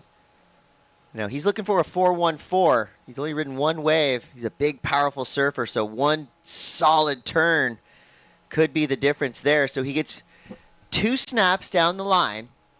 Thinking back to his first score, that 3.43, that was really on the strength of 1 big turn. So that's going to make things interesting for the judges. I mean, that was pretty basic surfing for him. Yes. But he showed us a lot of power and a lot of control. So we'll see what the judges throw out for him as we see now your current leader, Alvaro de la Fuente. That wave got weird straight from the jump.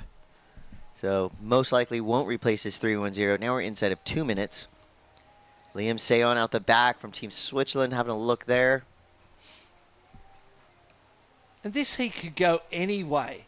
Everyone's got 3s and 4s. It's so tight. One of the tightest heats of the day so far. Going to be interesting to see where the wave of Roran Mullen comes in. If it's in that 4 range. He needs a 4.14 to go into second to advance. They were powerful turns, a big kid. But again, it wasn't. I don't see it going above the 4 really. High 4s maybe. Here's the Kiwi. Yeah, Tao has a great style and good decision making. I mean, he had to try something right there. The wave closed out all around him. Had he made that little foam climb snap, that could have been something meaningful there. Don't you think? It was sparky. Yeah, it was came cool to flow. Life. Yeah. It was a great example of what you may be able to do with whitewater if you were desperate. So 50 seconds left. It looks like there might be an opportunity for at least one of our surfers still in the lineup. As it stands now, Spain and Switzerland, 1 and 2. And you'd really want to know what that last wave of white was so that you knew your position. No one really knows where they're positioned in this heat at this point in time because that score has yet to drop. Judges taking a long time to consider it because, look, he wants to know too. He's like, tell me, how am I doing? Where am I at? 4.33 comes in. Wow, so just like that, power never goes out of style. And that's exactly what Roran showed us on that last wave. 2 big turns was enough to give him a 4.33. He jumps from 4th all the way to 1st. So now we have Team Hawaii in the lead. Alvaro drops to 2nd. Liam Cheyenne in 3rd for now. Teahupo'o with a 2.60 and a 3.50. It's not going to be enough. Time is up. So we lose 2 great surfers to the Repéchage round. Liam Cheyenne and Teahupo'o from Switzerland and New Zealand will get another opportunity. And Roran and Alvaro, well, they're going to stay here in the main round. And so are we. We're going to keep our roll going. Plenty of waves out there, a lot of great action. We're pretty inspired, and this could potentially have been a buzzer beater. This happened just before the bell rang, maybe. Oh, yeah, score to come. What does he need? a 4-1-1. I feel like he might get it. That was a pretty good wave. I mean, Yeah. that was his best wave for sure, and his high score for now is a 3.50. So let me take back everything I just said. Yes. Keep things exciting. I love these 16 and under surfers. Keep us on our toes from the beginning to end of these heats. And the closest heat that we've had today, without question, everybody having a 3-point something and a 4-point something. Judges still locking in their scores. So if I see, I look at that wave compared to Roarin's wave, I'll give the power edge to Roarin, but then the speed and kind of maybe the technicality of the turns, I might go with Tao. So just those two waves are kind of the freshest in my mind to compare. Yeah. Thankfully, like I'm not a judge because I would throw out 9s and 10s all day long. I get very excited. Yeah, me too, mate. Judges are taking their time. They know how important this is. Will he go from 4th up into 2nd? Does he go into 1st? With the 4s and 3s of everybody in front of him, he's only got the 3 and the 2. Judges still thinking, considering. I think he gets it. I feel like it was that first term was really exciting. There's the Hawaiian, big, powerful 16-year-old kid. Yeah, there's a feeling you get, right? When you're thinking of a score, you see the wave. He could go 4-5 maybe, Yeah, I think he's in the same boat as we are. It's a big maybe. They all are. They're all waiting, particularly Alvaro from Spain, because it's he who may lose his 2nd spot if this wave comes in over a 4.11 for New Zealand's Tao Mouldy. And while we're waiting, send a shout out to Lee Ryan from Surfing New Zealand, running the show down there, doing great work. Here it is again. Snap. He gets the score. I'm calling he gets the score with that one. Into the final foam climb. Nice fluidity between the first and the second turns. And like you said, there's a nice flair to his style and his approach.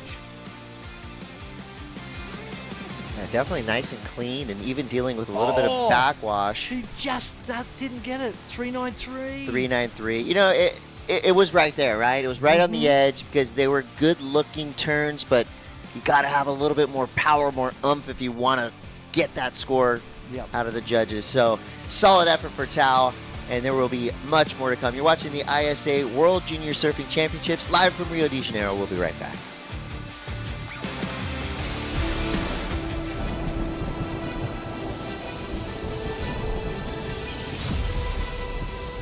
When we started the campaign, like 20-something years ago, over a quarter century, even when we started, it wasn't possible. I mean, everybody, okay, my friends, my brother would say, you're really gonna put your energy in this? Let's go surfing. I never thought surfing would be in the Olympics, period. We all just looked and rolled our eyes back at, like, come on, Fernando. Surfing will never make it.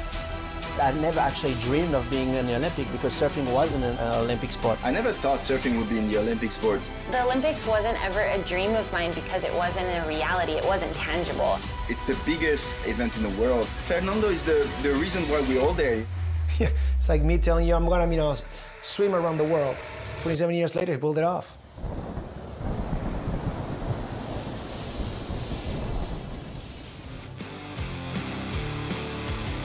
And we are back live from Praia de Macumba here in beautiful Rio de Janeiro, Brazil. This is the ISA World Junior Surfing Championships. Chris Cote here with Barton Lynch.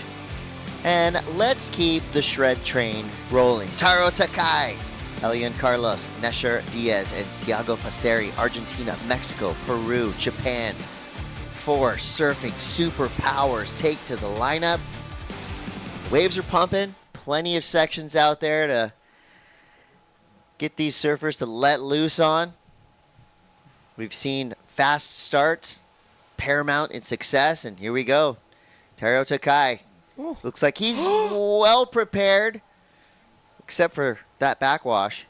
But a great start to this wave. Things just got a little messy, but he's still going. He's still working, knowing that there's potential down the line. So a great turn out the back, and then things just got a little bit weird. But he still has 12 minutes and 45 seconds to go. Meanwhile, right behind him, Elian Carlos from Puerto Rico. Big snap there. I like when you see a surfer that's nice and calm as they're going down the line, and then once they go into their bottom turn, it's almost like they just go into high-speed mode. That's what we saw right there, just a quick whip. And Thiago Passeri now from Argentina. Nice foam climb. Snap there, releases the fins. Controlled, high performance, closeout snap. Love to see it. Fantastic turn. It's hard to judge them from that. Oh, it's a bigger wave too, Chris. Big, good size set wave. Great wave selection. Beautiful first turn. This second turn's money too. It's going to be the the highest opening ride for sure. Great way to start the heat for the Argentinian. Wow.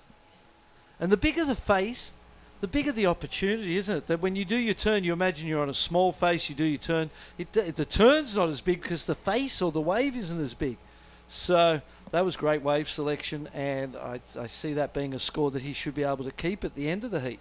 And that's something you always want to be aware of. There's no use catching waves that aren't going to be scores that you can keep. Yeah, 6 threes aren't really going to help you, but no. 2 sixes, that definitely will. 11:20 to go. Surfers resetting themselves in the lineup. Jess Grinwood standing by on the mic. Thank you. Yes, Rowan, congratulations. When we talk about expectations for heats, that one didn't go to plan, I think, for anybody. It was super grindy, but you got the win. Yeah, I mean, I obviously wanted to do a little bit more and get the blood flowing, but I kind of blew it, but it worked out in the end, still got the win, so it's all good. And what about this trip for you over here in Brazil? How are you settling into this spot in Rio, and what's been your highlights so far representing Hawaii? Yeah, it's super cool. I mean, pretty different from home in Hawaii, but kind of similar at the same time with the tropical vibe. And I like the onshore wind. It reminds me of home because it's always windy where I'm from. So, yeah, it's super fun. Glad to be representing Hawaii. And sunrise in the morning, we think, over there in Hawaii. You got your family tuning in. You want to say a big hello to them? Yeah, shout out to my parents, everyone watching, supporting me at home. Shout out to my, everyone over there is just so awesome, and I love the sport. Congratulations, mate. Can't wait to see you again, and well done for the team. Yeah, thank you. Cheers. Thanks, guys. Thank you, Jess. Congratulations, Team Hawaii. Another strong performance there. So now we're down to 10 minutes to go. Some scores starting to come through. Team Japan. Taro gets a 4-point ride. Decent start there. Here's a replay, your last look at white, Thiago Passeri. One vertical re-entry. Just wanted to get a second score quick. Good idea, good strategy. Judges still deliberating on his first one, a 4.83, the first in for Puerto Rico.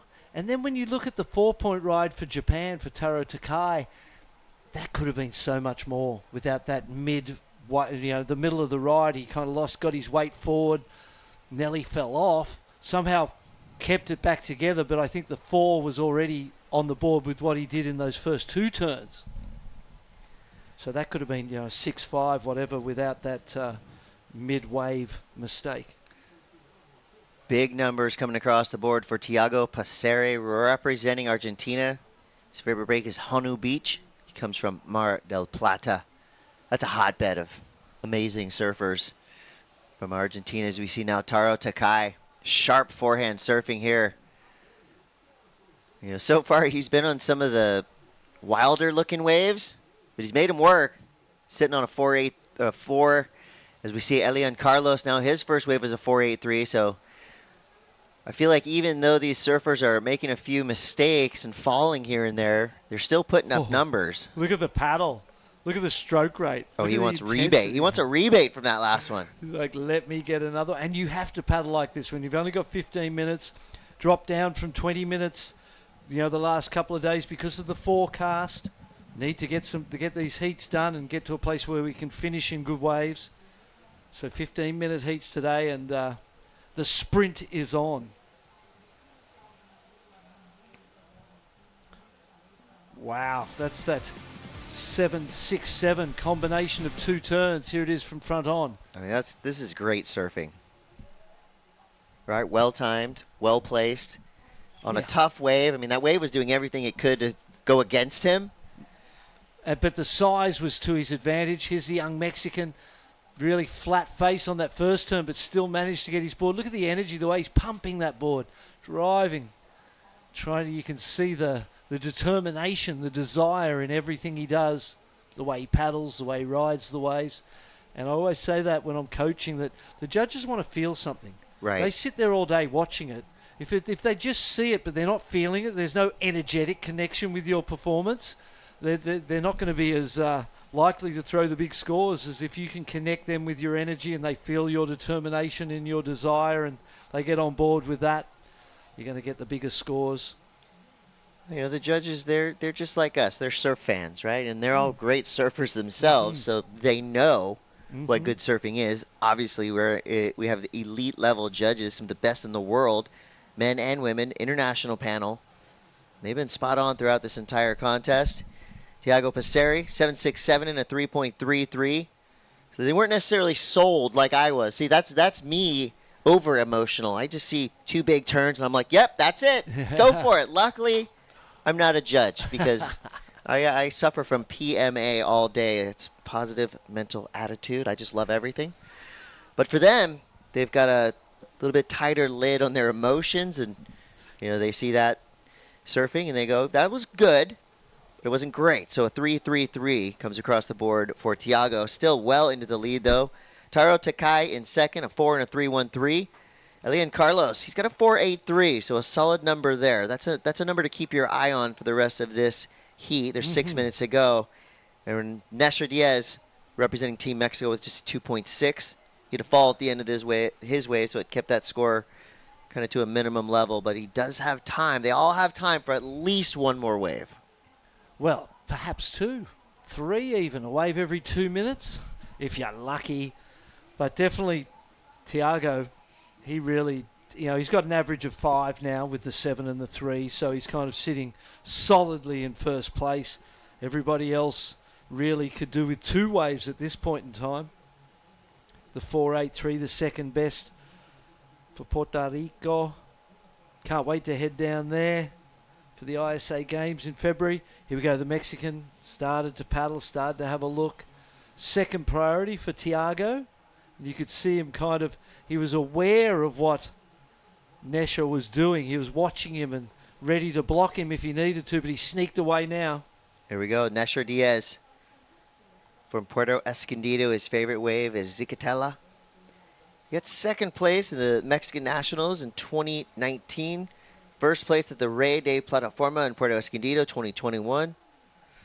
Pretty sure if you're born and raised in Puerto Escondido, you charge big waves. He loves the tube. Mexico, state of Oaxaca, and his culture, the food, and he considers himself a dedicated athlete, as you need to be at this level. And dedicated to that turn was Taro Takai, but he got smoked.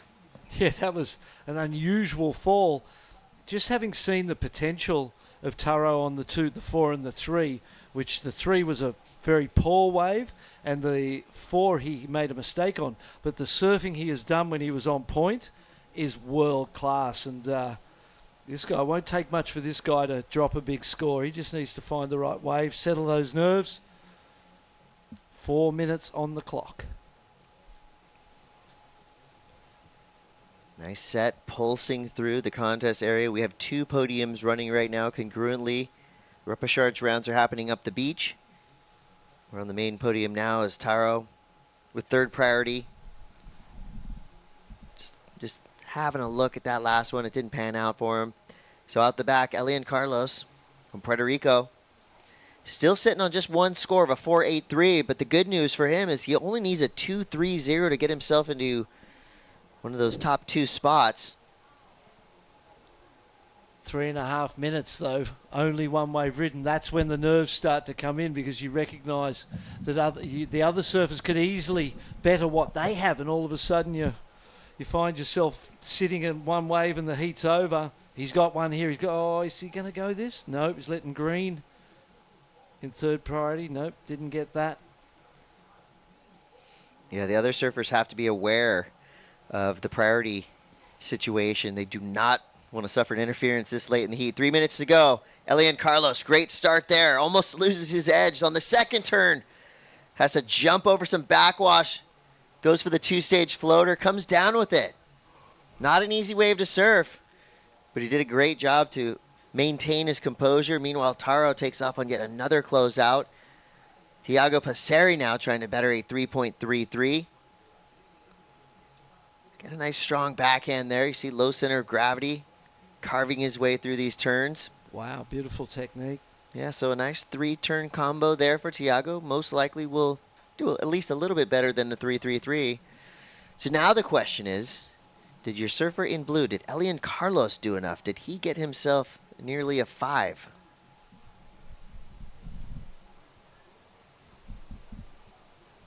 Scores coming in. That was a nervous wave. You could tell that, he was happy with that 4.83 and knew he only needed really one more wave. And then the time just starts ticking and ticking, and all of a sudden you're like, well, I've got to get it quickly. It's nearly over.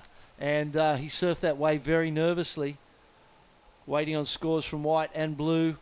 This wave, I agree with you. I feel like it's most probably going to improve on that 3.33. A little bit flat on the face, but still just beautiful carves and swooping turns. Got a lovely style, and he does get really low into that bottom turn, and a nice close out there. That is pretty stock standard surfing for Tiago. We know how good he is, but those are some of the waves that you kind of have to lean on sometimes to just help your cause. And score does come through for Elian Carlos, a 4.83 and a 4.10. He's jumped into second place. That drops Taro Takai to third and Nesher Diaz to fourth. Nesher green needs a 5.83. Taro red needs a 4.93. There you see Team Japan flying their flags high, trying to send positive energy out to Taro, who has shown us flashes of brilliance, but has just not been on the right waves. 50 seconds to go. The good news for third and fourth is they're in first and second priority. Nesher using that first priority. All right, so keep your eyes on Taro as well. He's going to be out the back with that top priority spot as we see Nesher now. 2-turn combination. 30 seconds left.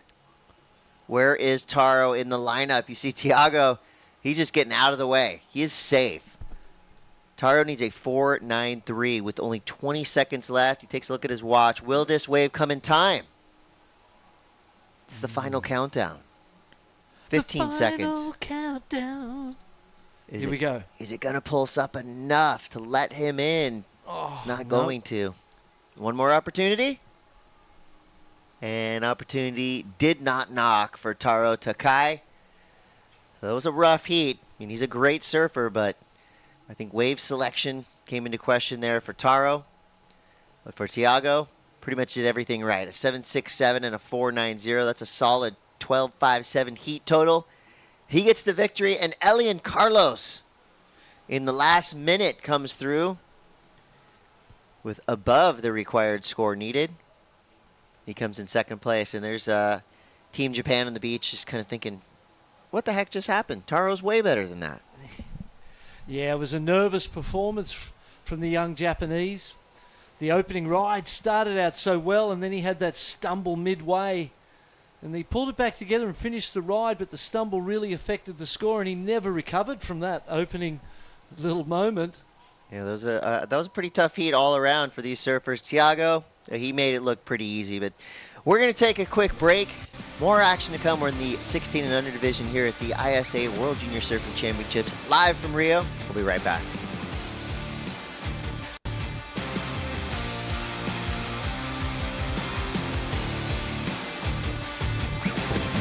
Welcome to day one of competition for the 2023 ISA World Junior Surfing Championships. We're here in the beautiful Macumba Beach in Rio de Janeiro, Brazil. This section right here fully brings it all the way around. A lot of power, a lot of intensity. The second one has to cut it short, but look at the section that he has right here. Excellent surfing took Australia's Isla Huppets to an 8.17. Yeah, I wasn't sure how it would score because I've never been to these events, but it felt nice to get a good turn done. Great wave selection all the way through Yeah, this heat. snaps out of the top. Watch this next turn. Got caught for a little second there into the closeout section and just whipped it around. Here's the backhand of Catalina, drops down, pushes on the back foot, snaps vertically. A dominant performance from Peru's Catalina Zarike earns her an 8.00. Stay tuned tomorrow for more action.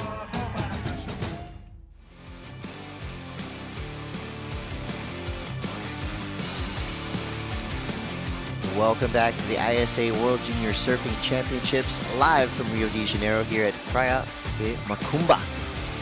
beautiful part of the world with plenty of waves to go around. We actually have 2 podiums working right now. We're on the main podium where the main rounds are still happening. These are surfers that advanced through their first heats in first or second place.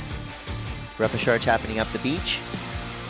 And nobody wants to wind up in the repéchage because that is where the hunger really starts to burn. It's your last chance to get through. Chris Cote here with Shannon Hughes. Yandel Marentes up and at it now from Team Venezuela. He's got a nice little runner to work with. Great surfing all the way down the line to the sand, so that's going to be a solid start for young Yandel. Let's take a look at our lineup here in round 2, heat 9. Jack Young, Yandel Marentes, Eli Timperi, Tiger Abubo. So Hawaii, Finland, Venezuela, and Puerto Rico represent. Tiger Abubo has to be one of the coolest names we've seen yet. Of all time. Jack Young now, having a look at this one. So Jack Young representing Puerto Rico. You can tell this kid has a lot of power. Big surfer, big snap there, but can't ride out. Inside shore pound has been wreaking havoc on our field all day long, and it will continue to do that because it's almost like that takeoff on the outside more often than not is kind of flat, and then it just starts to build all the way to the inside where it clamps down right on dry sand.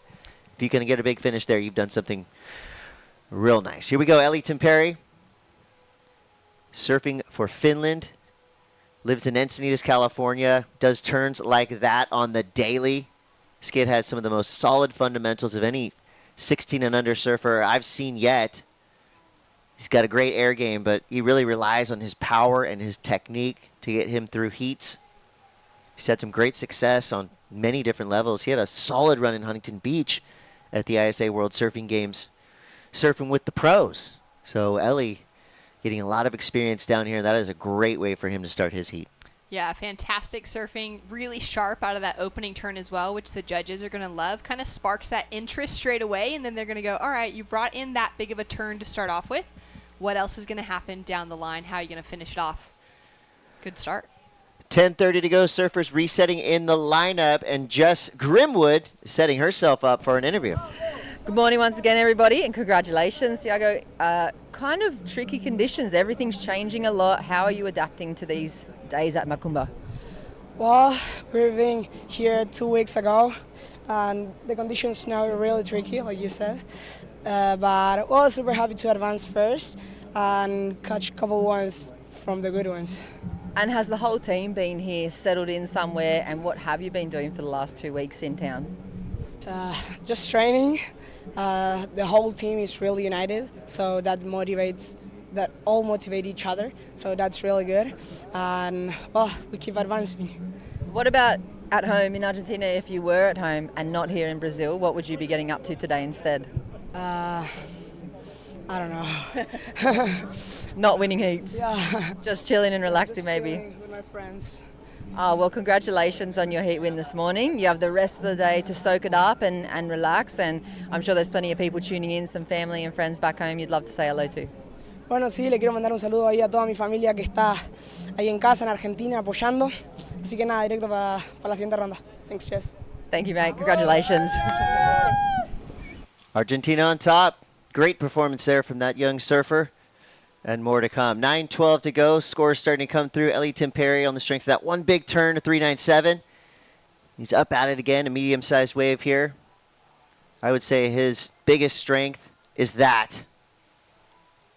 Have you seen a better backside snap than that today, Shannon? It's a very, very good one. We've seen a few, but that was some solid surfing. Smaller wave.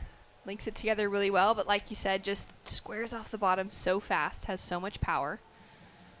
And it's going to be good for a scoreline to get those 2 connected maneuvers. Find a bit of combination. Jack Young with those couple small scores at the moment is going to replace him because he's really not safe in that leading position halfway through the heat. Tiger now having a look at this one. Look at that wave. Yeah, Tiger's got a little runner to work with. There's a lot of bounce coming up the face, but there's the meaningful section on the inside. Slams the lip and rides out clean. And now the judges have something to think about. Looking at the replay here, he opened up with a 3.5, so this is going to help him putting that backup score on. Almost like a 2-point turn, kind of drags it out of the first one into a nice section for the second.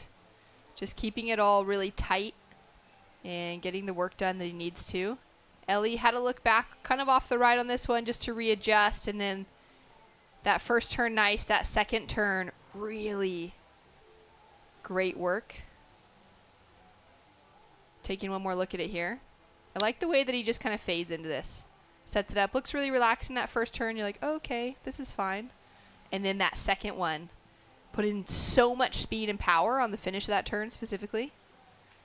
Yeah, this is Ellie's last year in the 16 and under division, but he's already been surfing in every type of event, QS, World Surfing Games, etc.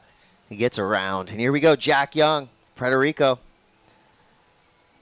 Wave pretty flat for Jack right there. He's trying to make the most of it to hop through to the inside section, but kind of just dissipated right underneath his feet. So not a lot in that one for Jack. So we wait for the scores to come through for Ellie Perry. He's a certified lateral from Seaside Reef, lives in Encinitas, California. Goes to San Diego High School. That's my alma mater. It's called San Diego Academy now. San Diego Academy. I was expecting you to say certified lifeguard, maybe? Certified lot troll. He's on the younger side of the lot troll contingent. So he mixes it up with some really great surfers on a daily basis. Guys like Rob Machado, you know, the Marshall brothers. I mean, the list goes on and on of the surfers that Ellie gets to be inspired by on a daily basis. And also, he puts in a lot of work. This kid trains. I mean, he surfs all day, every day. And you can see his technique is really sharp. You can tell that he does a lot more than just goes and surfs, right? I mean, you can tell that he's really studies the game. He's got a really high heat IQ. He competes nearly every single weekend. He's very serious about it. His parents are super supportive. I mean, they're filming every session. You see Jack Young now in red. He's got something good to work with here on the inside. Nicely placed at the start, but the wave just kind of collapsed around him a little too quick. You see a little bit of frustration there, but he'll get right back out there with 5.5 to go. I feel like back to that conversation about, you know, how serious Ellie is taking this at a young age, still competing in the under 16s, will graduate out of that, you know, as a 16, 17-year-old next year into the under 18s. The fact that he's already competing, representing Finland at the World Surfing Games, he's one of those surfers that at a young age is able to represent another country than where he's living. He's maybe got a little more accessibility to surfing in more events for them because of that, as opposed to, say, the juniors for Team USA, who are not going to be surfing at the World Surfing Games because you're going to have the CT, the elite, the world champions competing for those Olympic spots, where Ellie's in a spot where he's got that opportunity to be going to compete at World Surfing Games on behalf of Finland rather than surfing for USA where he lives. And that means that he kind of has to take it seriously from a younger age. He's forced to really start to pick up that game, to put in the extra time behind the scenes, because he knows he's going to be drawing heats against world champions at least a couple times a year with the events he's surfing in comparison to some of the younger surfers from those more powerful surfing nations. Yeah, no doubt. I mean, like I said, he's been around. He's had a lot of experience and rarely makes mistakes. And when he does, he definitely takes them to heart and he fixes them quick. So with 4:24 to go, Tiger Abubo, he comes through with the score he needed to get up into second place, a 5.83 and a 3.5. This kid's also 15 years old, representing Hawaii. And this is pretty cool.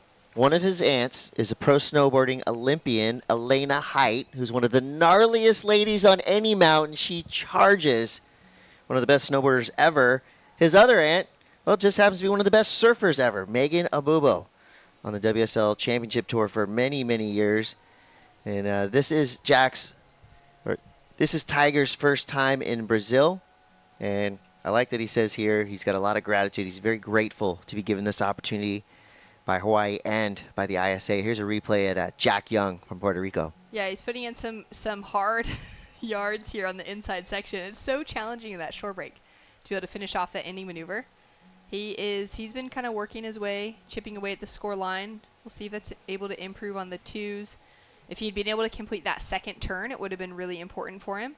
But he's chasing a big 6.56 now at the moment to take over one of the Abubos in the surfing world. Like you said, Tiger, the nephew of Megan. It's been great to be able to hear more from Megan. She's getting behind the more Aloha movement that Carissa Moore is is running. She's got some great training and some mentorship opportunities with young girls around the world. So investing in more than just, the kids within her family like that of Tiger, but getting to kind of speak into other young women that are up-and-coming surfers within Hawaii. We've heard Megan on the, WSL broadcast side of things, giving her insight as one of the best female surfers of all time. I love hearing from women like that, getting into this kind of conversation and position. Jack Young with some work in front of him. Yeah, if you listen to Megan Abubo talk about surfing, you will surf better. Yes. I mean, she knows all about it. Quick whip snaps there for Ellie Timperi. He's got a 6.5 and a 4.37, so a pretty commanding lead for now. You can see he's starting to feel a little bit freer, just adding a little bit more spice to the turns he's doing on the face of these waves. Getting right back out there. Finland represented by just 2 surfers here, but that's going to grow as they spread the good word about Finnish surfing. Here goes Yandel Marentes from Team Venezuela. They had some strong finishes with their female squad, both 18 and 16 division. So the young men right now trying to keep the pace set by the girls earlier yesterday and today. Yeah, they've got some fun waves back at home to train in Venezuela. Some of the team members coming from other parts of the world, though, maybe born and raised in Venezuela and now residing in Europe or somewhere else. So you can see that kind of influence from the competitive opportunities of getting outside their home country. But to be able to see the strength of Team Venezuela in the juniors, I think is really hopeful for that specific region or that country in this South American pack that maybe has the ability to really grow as a national federation the most, from what we're seeing out of the likes of Chile, of Peru, of Brazil, with what's been poured into them from a national surfing federation. To see Venezuela being able to continue encouraging that younger pack coming up, we're seeing the fruit of that this week. Yeah, I mean, for the national federations that are watching, the more you put into your program, the more you're going to get from your program. As Tiger Obobo, a couple good slashes down the line, and we cut to Ellie Timperi trying to set things up. Wave went weird. Takes he gets a little thrown off lobster his dive. board. See him taking some deep breaths there. 30 seconds left. His job's not done yet. Let's take a look at what Tiger Obubo did on this little right-hander. So he's going to need a 3.61 to get himself into that advancing position. Nice opening turn, puts a lot of power into it. Really lays into the second one as well. Kind of horizontal surfing, but powerful. That finishing maneuver is not going to really add anything to the score line. Ellie, he's already in the lead. He was hoping to improve on a 4.37. Ooh. And with turns like that, he could be doing it for sure. Jeez, Nice. even the third. Even the third one, so much power. And aggression within his surfing. Jack Young for Puerto Rico was hoping he was going to be able to find something more like this earlier on in the heat. He's had so many opportunities, but hasn't really been maybe on the right waves. Hasn't been able to hold on to some of that excitement to get him the advancing positions. Looking for one more chance here. Yeah, I think time ended before he got the opportunity to stand up there. So at the end of it, it's going to be Ellie Timperi, Team Finland, with the victory. Yandel Marentes comes through with the buzzer beater. Not this way, but the one before. That means Tiger Obobo is going to have to wait for his score to come through. Also waiting for one more score from Ellie Timperi. I believe Tiger needed something in the 4 range and got a couple good turns down the line. I think the second turn he had on that wave was probably the coolest looking turn. We'll see if the judges agree. Yeah, chasing that 3.61, essentially needing to get a 4-point ride to actually get the average high enough to take him over the line. Waiting for those scores to come through. Ellie in a safe position. Could Tiger take it away from Yandel out of Venezuela? I mean, it's going to be close. We need to get more Finnish fans on the beach. We need to get Ellie chaired up next time he wins his heat. I know he's I believe he's here with his family, his parents, and one other young surfer representing Team Finland. And there's the crew. They're always filming, they're always supporting. But when you only have 3 people with you, it's hard to really have that presence on the beach that we see from Japan and Brazil. There's the squad right there, mom and dad. Breaking it down. supporting in their own way on the sand. But you're right, kind of when you have that bigger team environment, when you got, 6+ surfers, say, on a team at least out of the potential 12 at a juniors, when you've got coaches and managers, that entire environment, you kind of can't help contain it. It has to have somewhere to bubble over, and that often means running down at the end of the heat to have that cheer together, to have that support. But when there's just a few people, it's often just kind of held in a little bit closer, a little bit more reserved. But it also kind of speaks to the type of person that Ellie is, quite reserved. He's a serious, in his own space anyways. serious competitor for sure. He's traveling with Lucas McMahon. He's the other surfer on Team Finland. And the good news for Ellie is that Lucas is his homie right there from Seaside Reef. So they surf together all the time. Now they get to travel together. And, like I said, I see Ellie's parents, his mom and dad right there. They're on the beach all the time, filming and working, but also providing emotional and support. And Scores are in. ooh, here we go. Score comes through for Teahupo'o. It's just enough. So Tiger from Team Hawaii jumps up into that second place position. That drops Yandel from Venezuela to third and Jack Young from Puerto Rico down to fourth. So before we go to our commercial break, we're going to take a quick look at that last wave from Teahupo'o. We're talking clutch performance from that young surfer representing Hawaii. You saw Shane Dorian there breaking it down. Win or lose, you're always going to learn something. So this right here is what you call a buzzer beater, Shannon. 4-point ride, it's all he needed, and it's exactly what the judges delivered. Nice couple turns. You can see that power that he added into it. Yeah, that was the great second turn. Quick break. We'll be back with more action. This is the ISA World Junior Surfing Championships. Stick around.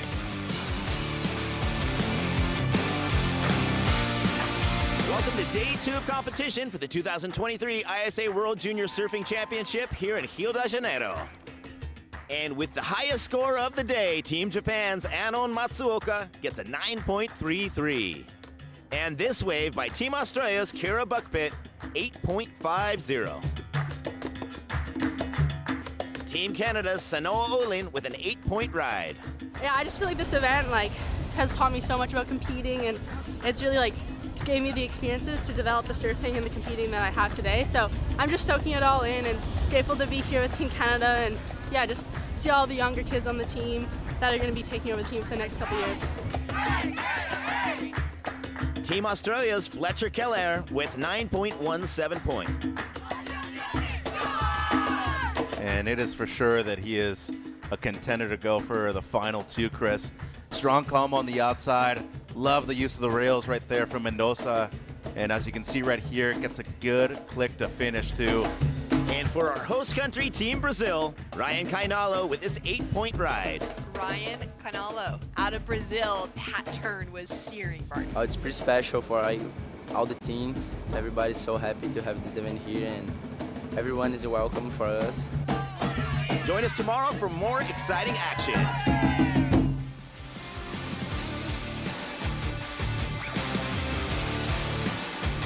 Welcome back to the ISA World Junior Surfing Championships, live from Rio de Janeiro, Praia de Macumbo. And we're straight into it, as always, right from the jump. Let's start off with your surfer in white. This is Lex O'Connor, representing Team Sweden, flying down the line. Big section to work with here through the inside. Nicely done. Great combination of maneuvers there. It's exactly how you want to start your heat. With about 10 seconds in, get up, ride a good wave, give yourself a mid-range score, really start to put yourself in a comfortable position. We got Ren Okano, Rio Ono, Lucas Senkbell, and Lex O'Connor, Sweden, Mexico, and 2 surfers from Japan. So this is where we're going to start to see some double-ups happening. And this is where teamwork can come into play. Of course, each individual surfer has to do their job first, and then they can start working with each other a little bit. It does happen. It's going to be rare in a 15-minute heat, of course, because there's not a lot of time for the story to develop. But let's take a look at the first wave of white. Yeah, nice little check to start things off with. Finding some squirt out of the fins as he's just driving down the line. Finds that next lip line to finish. Nice and composed. 16 years old, Lex is competing alongside of his brother Flynn this week, representing Sweden. And we've got some live action here with Ren Akano. Team Japan represented here. Quick snap, waiting for things to develop down the line.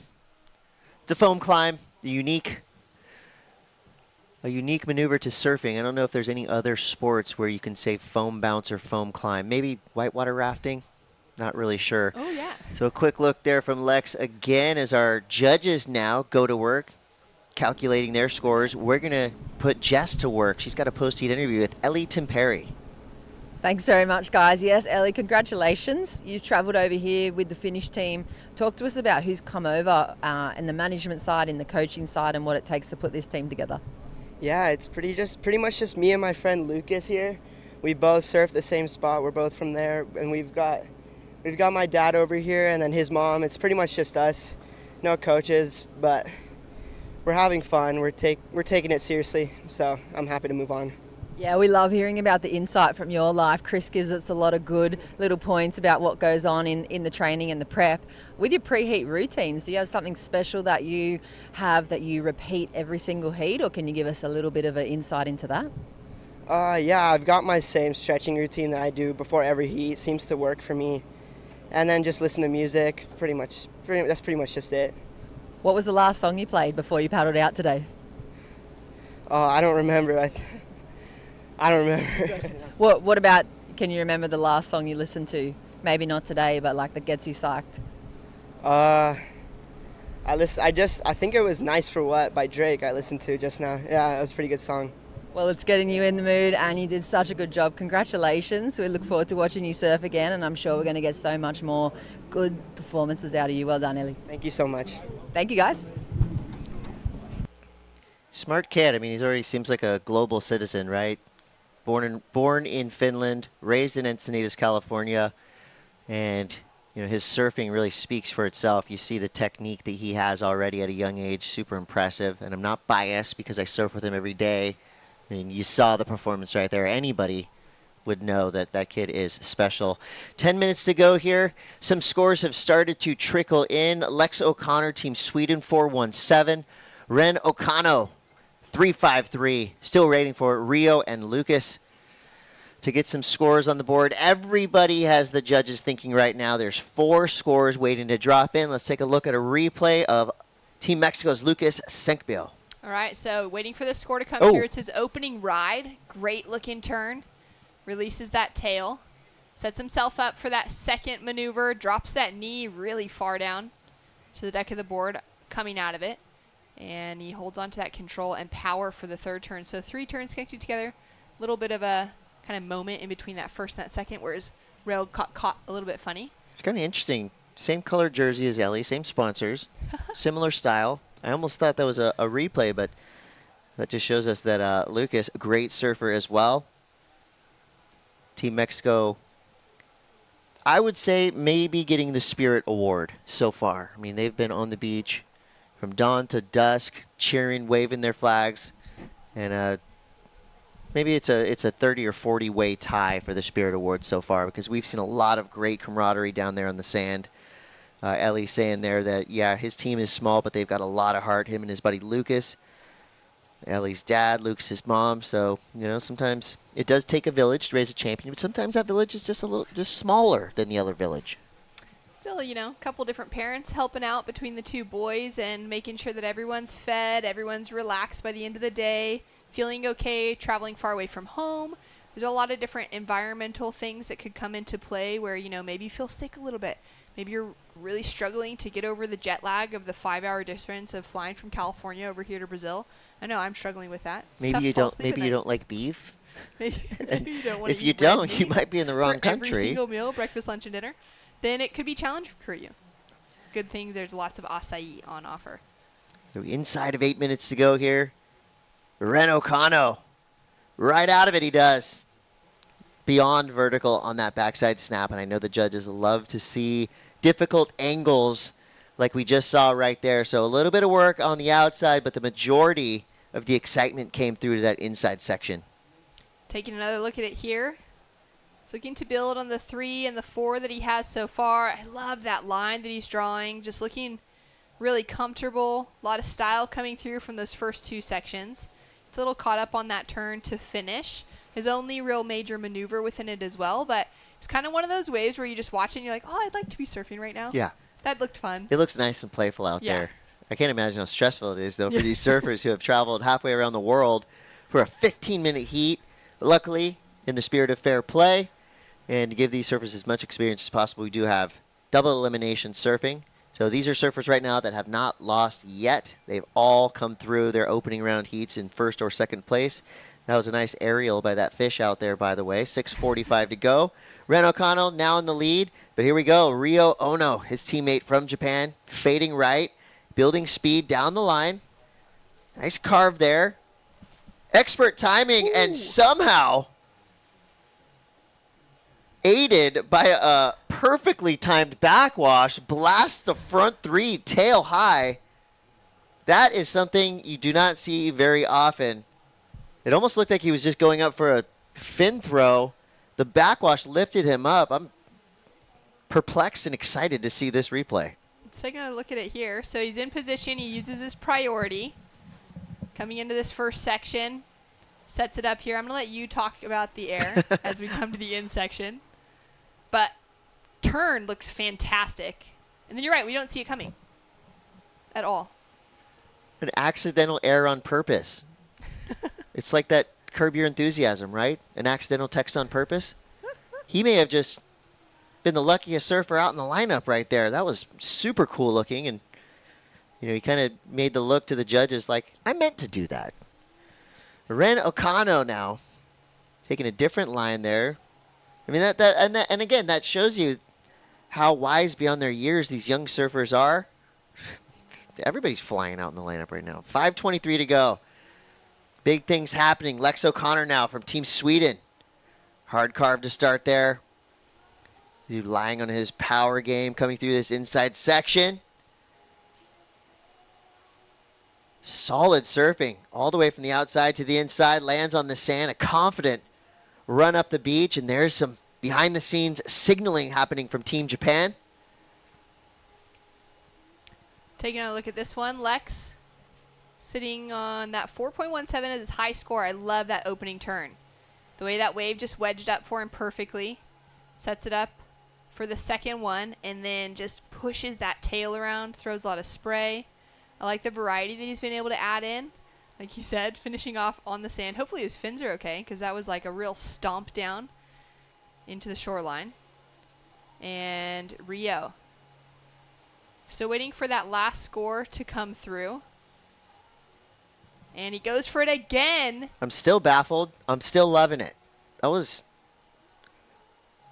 something pretty wild and rare. Now, my question was, are the judges going to deem that complete? Because the wave kind of died out. Yeah, that's the thing. There's a 3.60 on the scoreboard.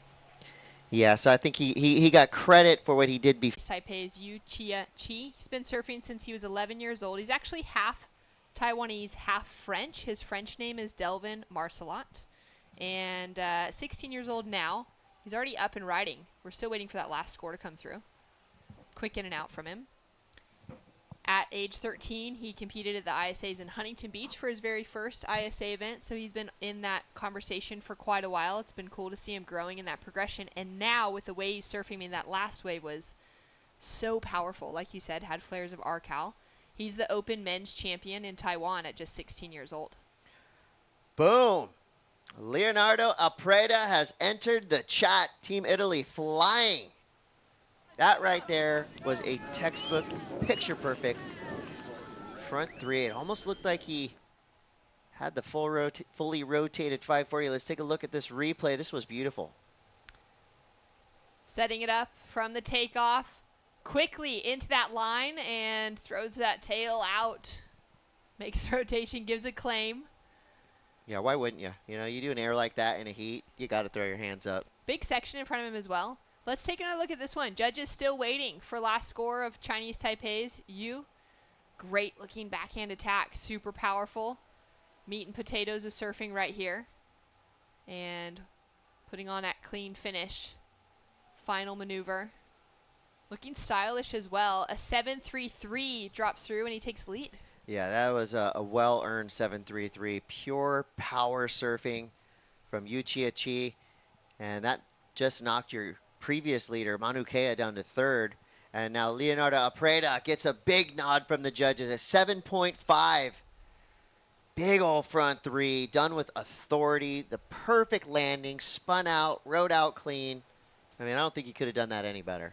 And taking into consideration the airs we were seeing from Lucas Skinner for the single airs, not the combination of turns plus air that got him the 8-point ride, this 7.5 for that, you know, air reverse out of Leo.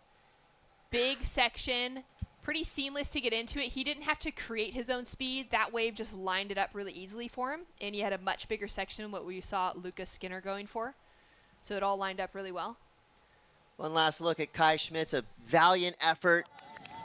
One of our younger competitors in that heat. Definitely gave it all he had right there. We will see more from Kai Schmidt. He'll be sent to the repechage round where I'm sure he'll do some damage. He's a great young surfer. And Manu Kea from Tahiti, who had been leading that entire time, had to sit back and watch as Yu Chia Chi did it with power. Leonardo did it in the air. Another epic heat in the books here at the ISA World Junior Surfing Championships. We're live from Macumba Beach, and we will be right back after these brief messages.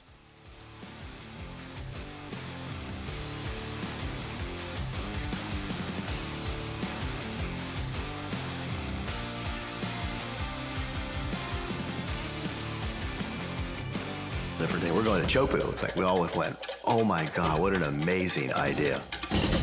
Teahupo'o is one of the most incredible waves, probably a wonder of the world.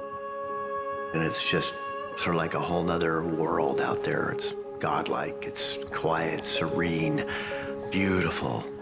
Then you have this glorious wave that comes off a reef, and it's so powerful and so beautiful. I think Teahupo'o has the opportunity to capture the imagination visually for what people think surfing is. The wave at Teahupo'o is super scary and beautiful at the same time. I have to give them a lot of props for the courage of making a commitment to Tahiti.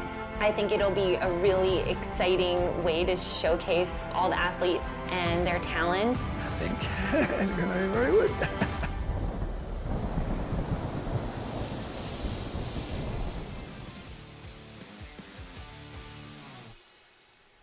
Welcome back, surf fans. You're watching the ISA World Junior Championships.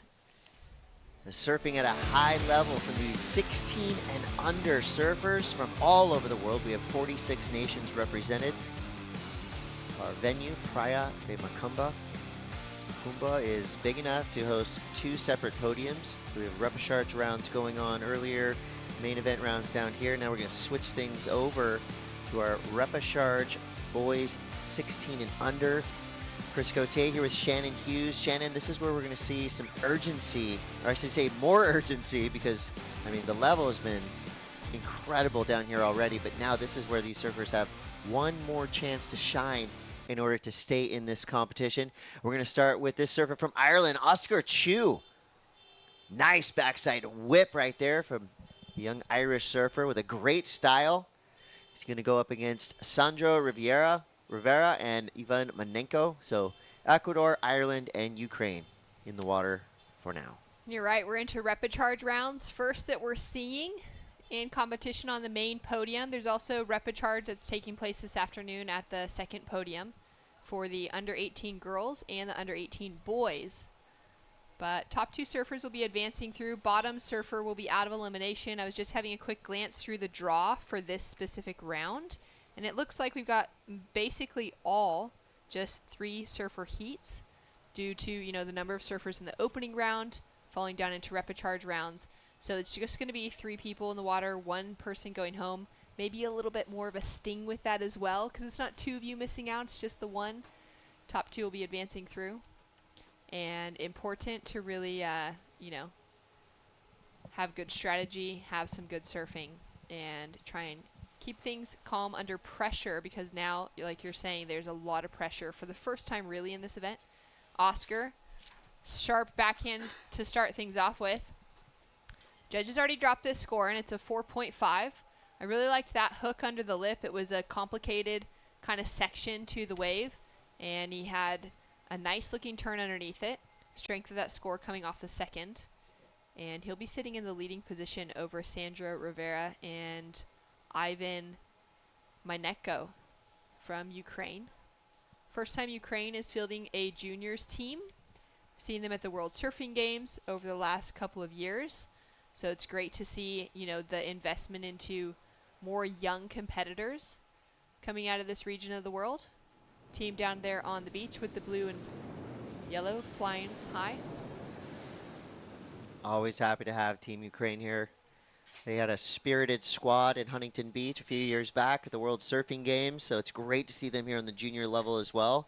And this really is a huge place for development. You know, these surfers, they might not be here with any chance to win, but what they're doing is getting that experience, not only the cultural experience of being in Brazil and being around all these amazing surfers, but also just seeing the nuts and bolts of the operation and, you know, figuring out how to surf in these events and do what they're doing now. So 10 minutes ago, surfers getting back out there gives us the chance to catch up with Jess Grimwood. Thank you, guys. Leonardo, congratulations. A little bit about your history first. You live in Costa Rica, but representing Italy. How did that come about? Yeah, I was born in Italy. My dad is from there, and my mom is from Costa Rica. So my dad was kind of like say to my mom, he needs to live in Costa Rica so he can surf. And yeah, I be like half of the year in Costa Rica and half in Italia. So yeah. Well, your dad's a smart man. It's worked out very well for you so far. Also, today with the change in the format, we've changed to 15-minute heats. Does your plan change up for that when you come into this round? No, it's still like the same plan that we always have. We have the coach, that is Adriano de Souza. He knows this wave better than anyone. So I'm really stoked, and thanks to the federation to be this possible. We're very stoked to have you too. Congratulations on your performance. For everybody tuning in, they've waited a long time to watch you last heat of the round. Would you like to say hello? Yeah, ciao a tutti. Voglio ringraziare tutti quelli che mi guardano e un saluto a tutti. Grazie. Congratulations, Leo, and well done. See you guys. Thanks, Jess. Back to the lineup. 8 minutes and 45 seconds to go. Deep paddle there for Ivan Mynenko. Can't quite get into it, so he'll get back to the drawing board, out to the proper takeoff zone. Oscar Chu comes through with a 4.5. He'll be trying to get rid of a 0.93. So far, so good for Oscar from Ireland. Really like his style. You know, he's nice and calm looking on his board. His arms are down to his side, which I really appreciate in a surfer. And right now he's controlling this heat. We've yet to see any activity from Sandro Rivera representing Ecuador, but we see the flag flying there on the lower corner. And just as I say that, a score pops up. It's a 0.73, but it's a start. It's a start. It's getting him on the board. It's going to give him that priority rotation. Sometimes nice, even if it is just that small score, to just get things going, especially at this stage. Halfway through the heat, really wanting to put some sort of score down. That 4.5 for the opener of Oscar, setting himself apart within this heat. And he is an interesting character, 16 years old, loves surfing back at home at Pink Bundoran, and he's from the northwest of Ireland, loves to create and produce music in his free time. Oh, I gotta hang out with this kid. Yeah, let's start a band. You guys should just be buddies. Sandro, up and riding. Here we go. Good turn to start. Nice proper cut back there, working his way through some bumps. So a good two-turn combination from Sandro Rivera. That'll definitely be his best score. See Ivan Mynenko out in the lineup right now, 12 years old. Resides in Niterói. He's a surfer and a skater since age 8. I see some skate style in his surf style right there. He was actually born in Brazil. Mom is Ukrainian. Very proud to represent Ukraine here in the ISA, so he's already been around the world and back. He is the junior champion of Ukraine. I'm not sure if that's his mom right there, but either way, that's the Ukrainian flag bearer for now. You know, if he can get his scores up and we get a post-heat interview out of him, maybe we can get to the bottom of that. But either way, we're really happy to have Ivan here in competition. And like you said, Shannon, the first junior team we've seen yet from Team Ukraine. And awesome for him to be in the competition, knowing that, you know, for his very first big event like this, he's surfing actually at home, though he's representing Ukraine and his mom's culture. He's from Brazil, and he'd be feeling quite at home surfing the beach breaks here. Other couple nations, that's the very first time they're here representing for the junior side, the Czech Republic and Hungary. And then for the first time ever, another surfer that's been raised here in South America but representing Romania proudly. He was in the conversation. It's the first time we've ever had a Romanian representative at any level of ISA competition.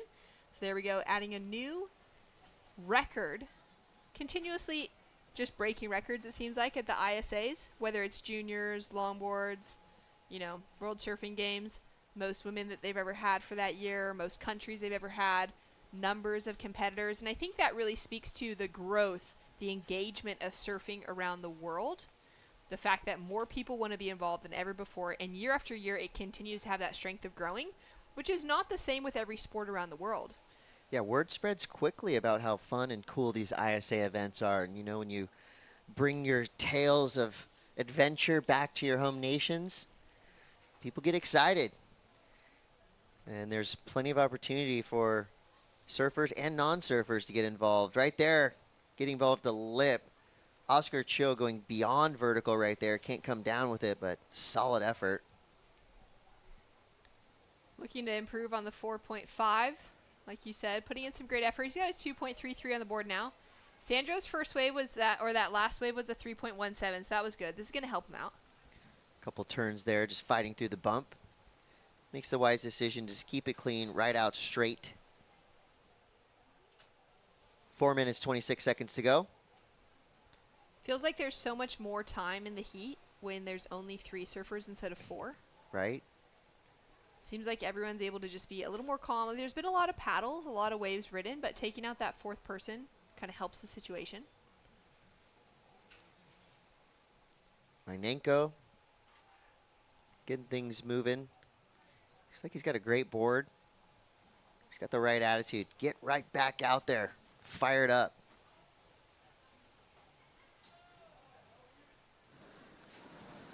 Sandro is just 13 years old, so one of the younger competitors for Team Ecuador.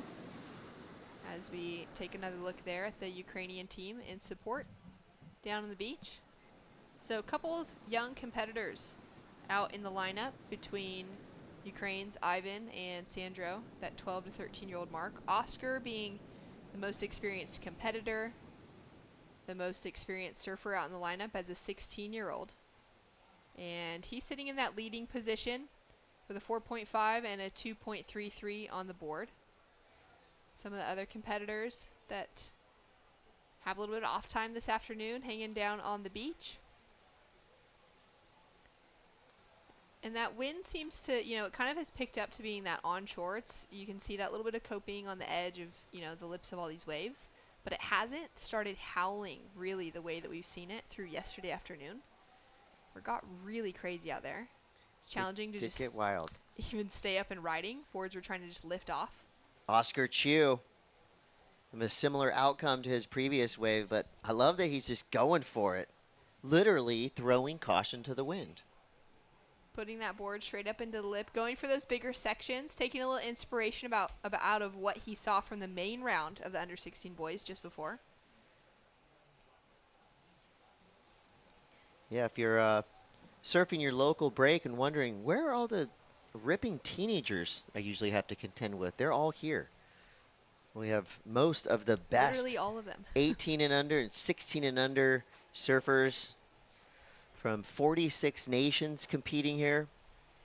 So if you had a full team, you'd have 3 under 18 women, 3 under 18 men, and then 3 under 18, 16 and, or 3 16 and under men, 3 16 and under females, something like that. It didn't quite sound, it sounded easier in my mind than it came out of my mouth. But what I'm saying here is surfers. 12 surfers. Per team.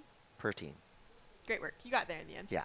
And they can be any age. I mean, we have 10-year-olds competing right now, and we have 11-year-olds that are absolutely ripping. So there are surfers doing double divisions as well. You're allowed to do that if you're a 15-year-old and you feel like you've got the chops to compete against the 18-year-olds. Go for it. This is an important moment. Sandro's been holding on to that priority for a while, Chris. He needs to keep himself in that advancing position. Sitting in second. Doesn't capitalize on the end section. Looking to improve on a 2.77. Oscar looking for another wave on the inside here. I really like Oscar's style. See that back leg kind of drop down towards the deck of his board. So 3 waves in a row, unable to complete that backside whip that he's got. But, you know, if he can get through this heat and get himself another chance, you know he'll be out there fighting for some backside revenge. So you see Sandro now completing that frontside turn. Trying to get rid of a 2.77 as his low score. He'll probably do that. A decent snap there. Mynenko needs a 4.81. 30 seconds left to go here. We're watching boys 16 and under repechage rounds. Repechage, a French word that I just realized that last year. Wow, this is the first time I'm realizing it in this moment. Well, I changed from repechage to repechage. Repechage. Yeah. 13 seconds left. And for Ivan, Team Ukraine, born and raised here in Brazil, support crew on the beach. It's been great to have him in the conversation this week. Again, to see the growth of surfing, the global reach that it has, and the opportunity for it to bring joy, to bring, peace around the world. To paddle out in the lineup, catch a few waves. Are you saying a better world through surfing? A better world through surfing. Huh. Ivan giving us an example of that. He's looking for one more opportunity here. Doesn't look like he's going to be able to get into it. That backwash is really hurting things. And the buzzer sounded anyways. Tide getting higher, looking a little more challenging. But there we go.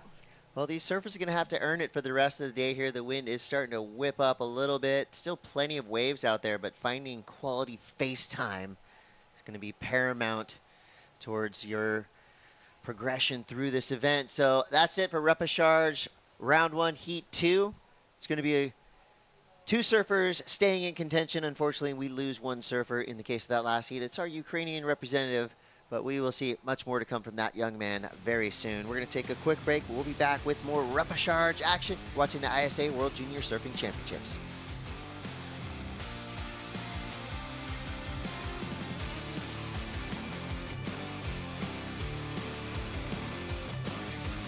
It's been 22 years thinking about this.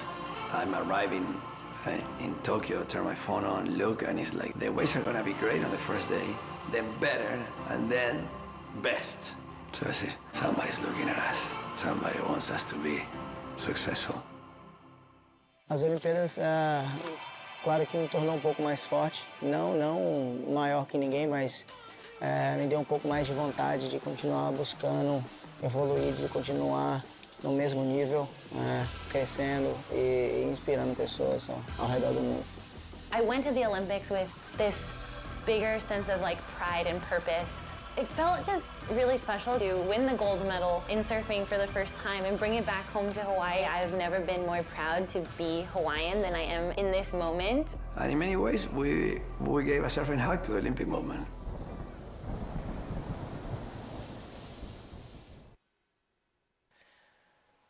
Welcome back to the action here.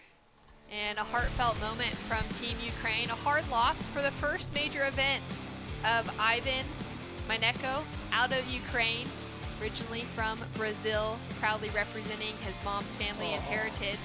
And you can just feel the heartache there in an early loss. I could see the tears rolling down his cheek. And mate, you've done well. You've been here. You've represented. That's the main thing, Results come and go, wins and losses come and go, but the experience, the learning, the growth out of it's the important thing, and our thoughts are with that young man and his family, and thanks for being here. It's a beautiful thing. Yeah, amazing to see. As we take a look at some live action now, Alexis Owen out of New Zealand, finding that flow and rhythm nice and early, finds the speed to be able to hit the oncoming section, and then the section just hits him right back, and he'll go down.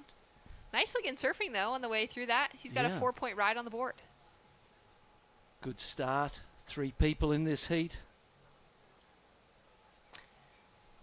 3 surfers out in the lineup for our Repechage Round 1, Heat number 2. Boys of under 16 years old in age. Alexis Owen, Alan Selsby of Puerto Rico, and Norway's Håkon Vigre. out in the water. Top 2 will be advancing through. Bottom surfer will be knocked out of competition. And just the way the draw has kind of found itself with the number of surfers in this division, every heat within this round is going to just have 3 surfers in it. So we'll see a little more relaxed maybe when it comes to the number of waves we've been watching get catched. Those 4-man heats of the under 16 boys were just wild, and of the under 18 girls that we saw start out the morning with 4 surfers in the water, there was a lot of action going down. I always felt like it hurt a little more, and perhaps that's what we just saw with the Ukraine when you're the only one. If you go out with another person and 2 of you go out together. Going out on your own is kind of, it's a bit harsh, so we feel for these kids, but, you know, again, you can't be too result orientated at this age. You need to be focused on what you're learning, what the experience is, and just taking it all on the chin, because the ups and downs will continue, you know. Alan now up and riding on his forehand. Nice looking snap to start off. That was. Ooh. Improving on the 1-point ride that he opened with.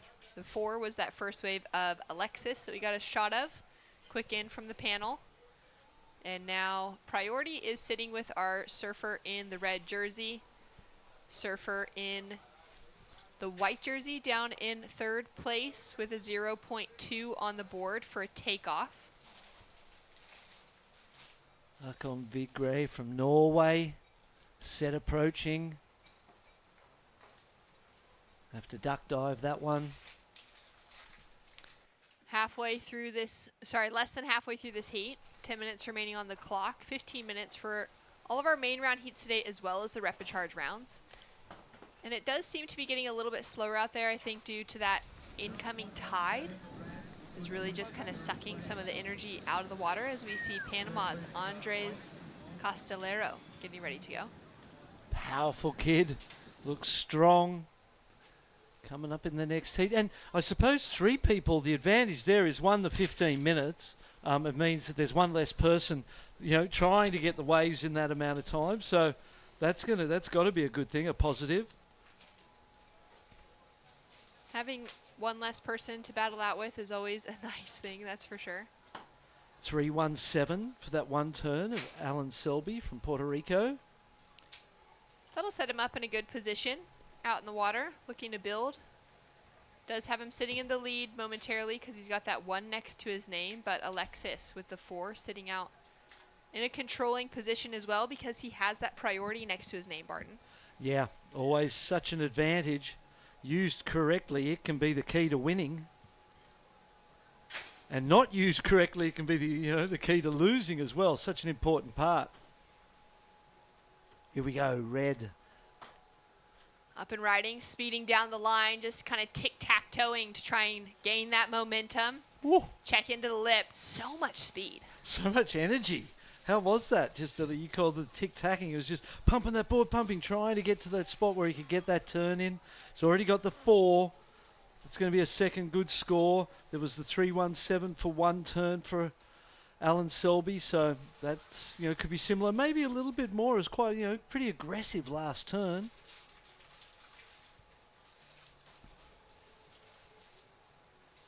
So a score to come through now for Alexis Owen, showing some of his intention in those first 2 waves, surfing with a lot of speed, a lot of kind of tenacity as we see this next set starting to come in. Yeah, there was a desperation, wasn't there? He really wanted to get around that section. He was determined to get something in. Here we go, Håkon. Up and riding behind the section. He does have that first priority for Norway. Setting himself up, that wave shuts down though. So it won't give him the opportunity. I like that he was thinking to maybe go on something bigger. Mm-hmm. Noting that a lot of the big scores have been coming from those bigger sized waves. But unfortunately it just shuts down for him. That ability to read the ocean and to put yourself in the right place at the right time in a completely random environment. You consider most other sports, tennis, golf, where people, compete as individuals, the playing field's the same thing. There might be a bit of wind or there might be a bit of weather, but we've got to deal with that too. But generally speaking, as a surfer, you're in a completely random environment, and your job's to try and understand that random environment and put yourself in the right place at the right time. And it is such a skill. It is such a learnt skill. It takes a long time. People having fun down on the sand, playing around. Yeah, it is such a learned skill. As we take a look here, our surfer in green has first priority. He's going to use it on this one. Keeps red off of this wave. Little jam to start it off. Foam climb. Nice. Will maintain control. He's going to back up that 3.17. He'll remove the 1-point ride from his score line. And could be taking away the lead, except for the fact that Alexis's last score has dropped in, a 4.60 for that single turn of our surfer in red out of New Zealand. Has him set up in a nice lead. A 5.43 is the requirement on Allen for Puerto Rico.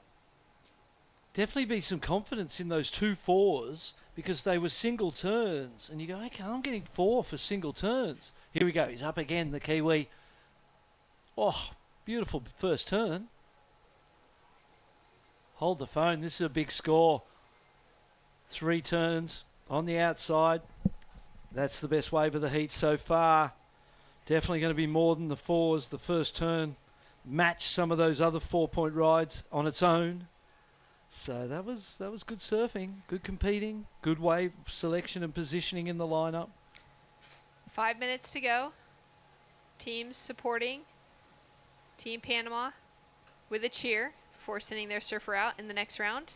And at this stage of this heat, 5 minutes to go. Alexis in a great position, could be building on his scoreline with his last score. Allen going to build on his scoreline as well, at least improve on the 1-point ride. Means that Håkon out of Norway needs to get things busy. He's been pretty stoked to be able to represent Norway here at the Junior Championships. He says it's so sick to be able to surf waves warmer than 10 degrees Celsius and to get away from what he has at home. But he's from a place called Jaren in Norway, and it's one of the few places in Norway that has surfable waves. So he's not having to travel far from his hometown to actually get into the water like many other Norwegians would need to be doing. But he's on the road. He's far away from home here in Brazil. He's sitting with first priority, and at the moment he has a 5.47 requirement on the board because we finally know the last of Alan Selsby. A 2.87 has him sitting in second. And now Håkon, stoked to not be wearing a full thick wetsuit right now, out in the water, just gets a little stuck on that opening maneuver. Still couldn't get rid of some wetsuit. And you find that, don't you? The people who live and breathe in the neoprene, surf in it all the time, they don't really like getting rid of it because it's so familiar for them. But that was a second ride, 1.03.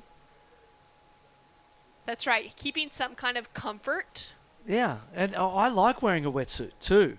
There's something about the wetsuit that just makes you feel comfortable. So scores are in for last of Alexis, a 6.67. Nice. Solid surfing from the Kiwi.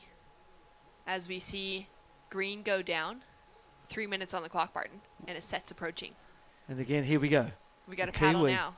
Heat leader at this point in time. Doesn't really need to surf another wave. What should he be doing at this stage with 3 minutes to go? Well, I feel like he's most probably evaluated the situation and recognises that he may not need to concentrate on his opponents. And this feels like one of those heats where you think about yourself. You do your thing because really what you're trying to do is build momentum into that next round. And, he seems to have the number, so to speak, of his opponents. As we see the replay here, watch his first turn. Drives a big carving snap out of the top. Drives straight down into another wrapping carve. Great score here. Just make him feel good going into the next round. You know, that's what this really is about right now for him. Håkon has had trouble finding them. Hasn't really scored more than that one. And so there would be a level of confidence for both Alan and Alexis that, hey, I think we're pretty good here. Time's running out. Our opponent hasn't really had a wave. And I think that's evident by them not sitting on top of him as well and using strategy as much. They're focused on themselves, and I think that's a good idea right around now. Recognizing that the requirement is quite high, there's been a couple of attempts from their opponent, and he hasn't been able to get outside of that 1 point range, unfortunately, though he's putting in that effort. I mean, things can happen like that, but at the same time, you're kind of judging every... Look at that right-hander heading towards the Kiwi in first priority. Will it... Yep, it's going to go all the way. Here he goes. All right, 1:20 on the clock. Great looking section. Great opening turn. Sets it up for the second. Just digs that rail in. Hard. Now gaining some speed. Flying down the line. Ooh. We know that that's what Alexis Owen likes, is to go fast. Yeah, we do. We could tell that, oh. Evident from his very first wave, that 4-point ride, even faster on the 4.6, then he dropped in that 6.67. Let's take another look at this, see if it'll factor into his top 2. Okay, let's have a look here. Cuts back, waits for it to stand up, still driving the board rail to rail. Powerful young man, waiting for it to stand. Here it goes, starts to build in front of him, pumping, driving towards it, snaps out of the top. And yeah, I feel like that may improve on those 4s. And coupled with that 6.67 to guarantee advancement, Alan Selby. He would be chasing an 8.10, goes down, so that's going to take away his potential of an excellent score. But either way, was just hopeful really to improve on the 2.87 or the 3 to make the question a little bit harder on Vigre out of Norway. Sitting there with priority now on the inside, Alan up and riding once again. Finds some connection, kicks out on the sand. We've seen a lot of those. Down to the last few seconds, removing that leash from his foot, and Alexis just kind of gets sucked into that wave. Perfect spot to be able to stand up into and rip into a couple more turns to finish. He'll be confidently sitting in that leading position as the last 2 waves of Selsby drop in below that 2.87 mark, just narrowly. Won't factor into his top 2. Does look like we have a score to drop in for last of Norway. One last opportunity off the buzzer. We're waiting to see where it comes in from the judges, and our surfer in red with a score to drop in that leading position. So well-served team for New Zealand's Alexis Owen and Alan Selsby. Small scores on the board, but does enough to maintain control of that second place advancing position. Getting the applause of his countrymen and team. Very cool. Well done, kids. Well done. Håkon Vigre of Norway, unfortunately knocked out of the competition.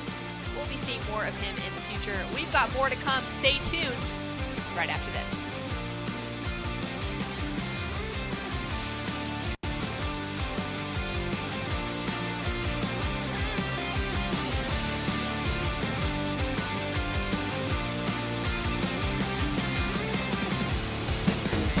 Welcome to day 1 of competition for the 2023 ISA World Junior Surfing Championships. We're here in the beautiful Macumba Beach in Rio de Janeiro, Brazil. This section right here fully brings it all the way around. A lot of power, a lot of intensity. The second one has to cut it short, but look at the section that he has right here. Excellent surfing took Australia's Isla Huppets to an 8.17. Yeah, I wasn't sure how it would score because I've never been to these events, but it felt nice to get a good turn done. Great wave selection all the way Yeah, through the snaps out of the top. Watch this next turn. Got caught for a little second there into the closeout section and just whipped it around. Here's the backhand of Catalina, drops down, pushes on the back foot, snaps vertically. A dominant performance from Peru's Catalina Zarike earns her an 8.00. Stay tuned tomorrow for more action.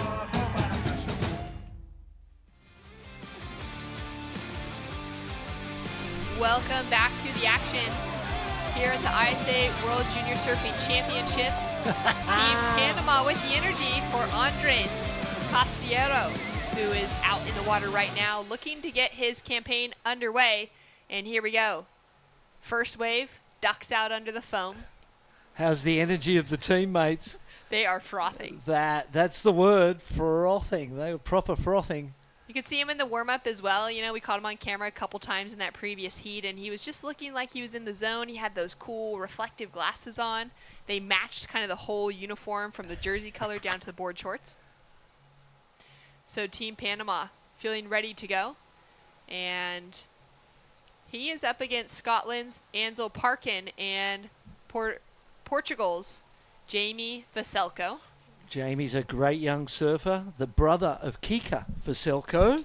Kika's one of my favorites of all time. She's one of my favorites too. We've What a been doing some wonderful coaching person. together, and she is an incredible surfer, an incredible young lady. And he's a great young surfer as well, following in the family footsteps. Sending out our love to them. Love seeing that. Kika, one of the WSL World Junior Champions, Yes. took out the win this year, actually, January, so nearly 12 months ago. In California. Look at you guys. We love your energy. We love your stoke, and thank you for sharing it with us. And one of our local cameramen there with the headset on, he's joining in with the squad for Team Panama, giving them some support down on the beach. Fantastic. good Got some vibes. extra jerseys with them. Oftentimes when you go to an event like this, no matter the sporting, the sport that you're competing in, but if it's an international field, especially something of youth importance, teams will bring something as a gift to give to other people, whether it's a pin with their country flag, some kind of treat maybe, a bit of candy, local flavor, sometimes those extra jerseys as well to pass out to people. And I just love seeing that camaraderie, those friendships that are being built. As we take a look now at Jamie on his forehand, older sister Kika is a world junior champion. He's hoping to do the same thing this week, but he's got to battle through the repechage round and just gets a little slow on the finish there, but you can see that great approach on the outside section. Ansel now up and riding. Beautiful S-turn on the inside. Just using that rail to generate some speed as he's kind of calm through the ending section. Maybe a little too calm coming into that last turn. Needed a little lift at that body. You saw that board didn't really get the lift, and it's because the upper body didn't throw and didn't raise out of the compression that he had. Jamie, on the other hand, you see how fast that board looked on the top of the water, flying around So those quick. flat sections. Wow. Duck dive here for Ansel out of Scotland. He'll be putting his first score on the board, just a 1.17. Most important score of the heat so far to come for Portugal's Jamie Veselko. Yeah. Surfing family.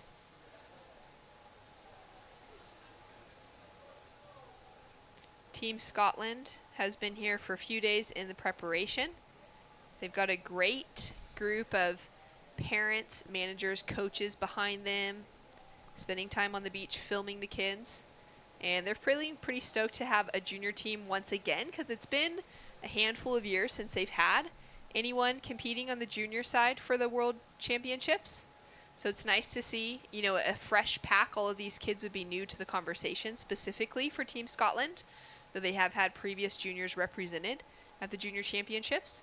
So for Ansel, this will be a first time for him competing at this level. And I think for the whole team, Scotland in that sense hasn't gone out to the international market to see, Jamie Veselko. All right, big opening maneuver. Setting himself up here for the second on the inside. I love that whippy attack with the back leg. Yeah, beautiful style. Yeah, Scotland, see, they're all Scottish kids. They haven't gone out to the international market and found people who have connections to Scotland through their heritage and brought them on board. They're all local kids. They've all flown all the way from there. They're all used to wearing the, like we said, the 6'5" 4s and the wetsuits and the boots and the gloves and the hoods. And we see them at dinner most nights, and they seem to have a real family feel to their whole team, They've all got that connection. Judges taking a long time to consider Jamie's first ride there. Still waiting on that, or not his first ride, but his first scoring ride. Yeah, he'll have a couple of scores to come through. He's definitely going to be moving up into that leading position for Portugal. So just waiting to see where the judges will go with it. 5-1-7, the first score, and there'll be another score dropping of consequence as well. All right, so that 5-1-7 is going to be great, though. Setting him up into a significant lead. Now he's going to have that backup score, like you said, one of consequence. And it's going to put the more pressure onto Ansel and Anders, because they're kind of at that stage going to be fighting for a single spot. Maybe not fighting for the top two, but they're going to be fighting for the top one spot to get into that number 2 position. Mm-hmm. depending on the strength of the second score for Jamie. It's Set going to be starting to another good approach. score, you'd think. I would think so. Sets approaching, paddling themselves into position here. Big day of surfing. We will have a couple of heats in this round specifically that will be a skip because they've just got 2 surfers in them. As we take a look now at Anders. So digging deep into this wave. Behind the section, manages to drive hard off the bottom and up into the lip. Just that single score. That's going to be a completed maneuver for him, though. Yes. That'll be his best scoring ride so far. Powerful big kid. If he gets that frame onto an open face and we get to see him lay into a turn, it's going to score good. Judges loving the look of the second wave for Jamie. It comes in even higher than the 517 as a 5.33 has him sitting into the double digits and now has huge requirements for anyone to take away the lead. Let's take a look at this one again. He was late to the lip, and that wave closed out very quickly. So you could call that, bad wave selection essentially because it didn't stay open. It was never going to stay open. But what he did with it was quite incredible. Up and riding now, heat leader. Nice tag of the section, and he'll kick out of that intentionally to try and get himself back to the top of that priority rotation. He could see that Anders is paddling back out to the lineup. He also wouldn't be sure of what Anders did on that wave because he was sitting out the back. And he knew what he had done on his previous rides with those nice turns.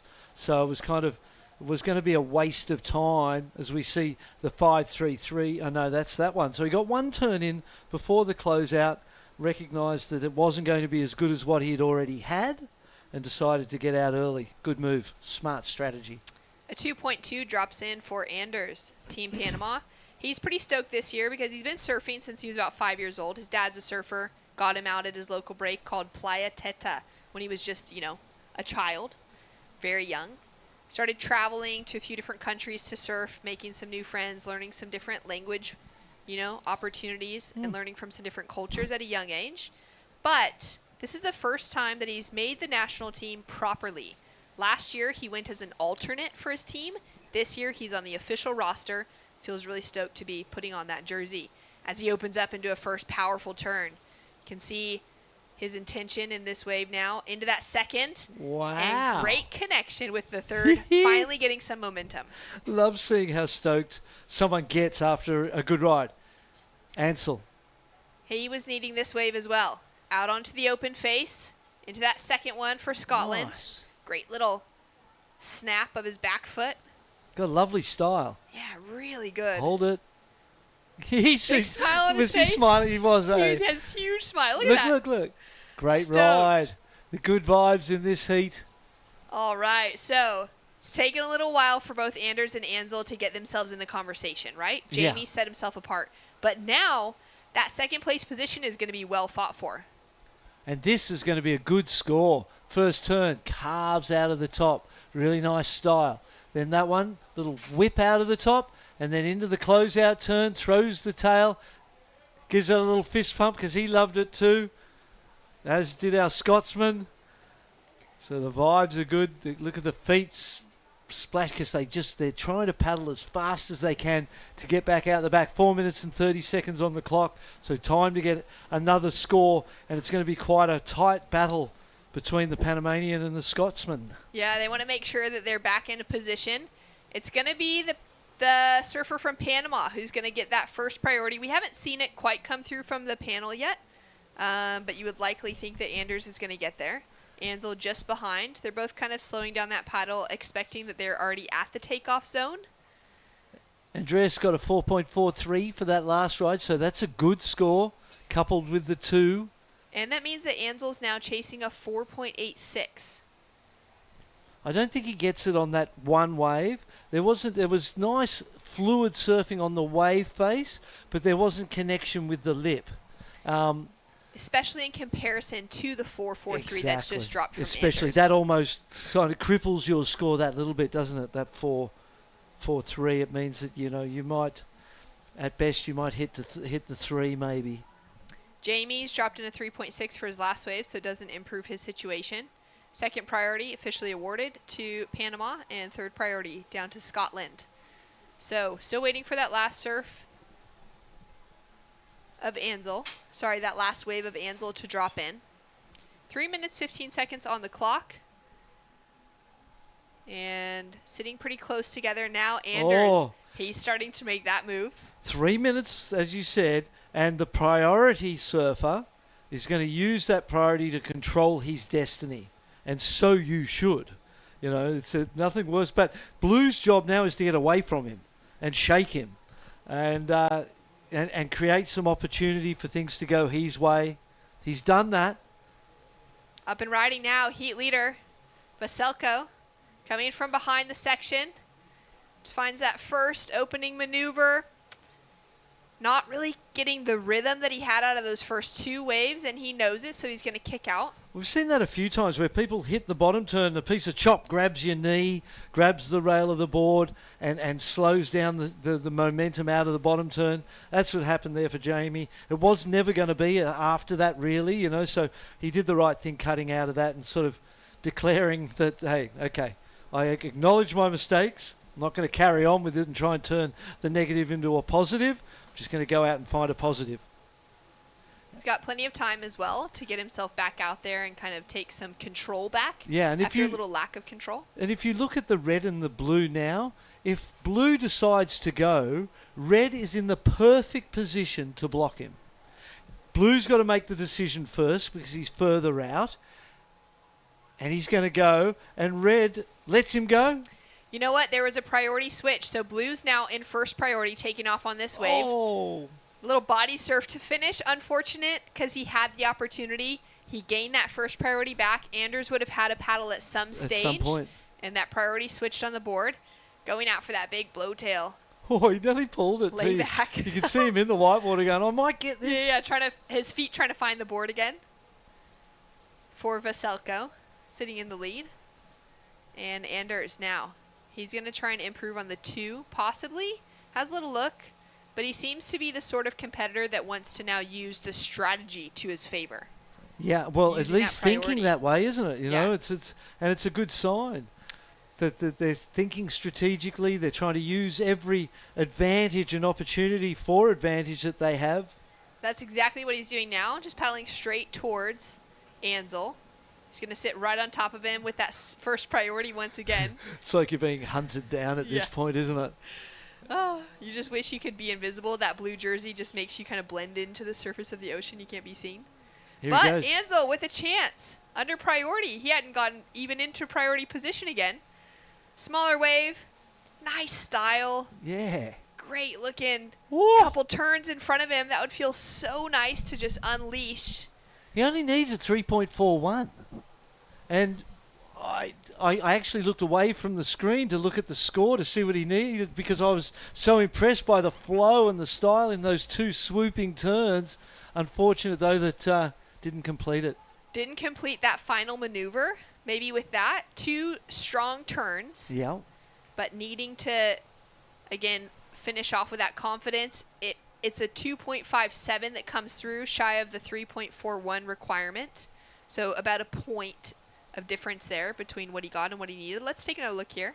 Jumps up, swoops that bottom turn, another pump to get around this section, gets this beautiful carve in, great technique, drops it down straight up into another one. I love that connection, one to the next, and then that little catch of the rail. Fair to say, though, the wave had gone flat, and even without the fall and without a big last maneuver, might have got that score. He's on the beach now, celebrating his experience here at the ISA World Surfing Championships.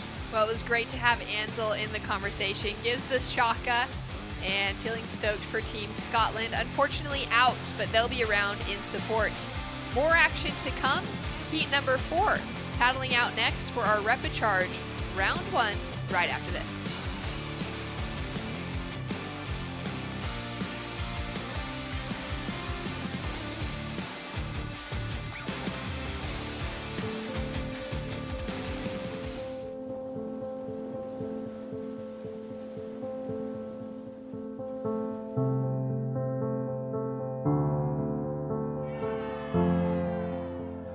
There's something profoundly spiritual about riding waves. Water is transformative, healing. You're at the mercy of Mother Nature, the ever-changing movement of water. The ocean is the great equalizer. You don't need to belong to a certain race, religion, or gender to surf. The pursuit of these fleeting walls transcends sport. It's a way of life. Surfing has the power to change the world. It will now take the next step on the world's greatest sporting stage,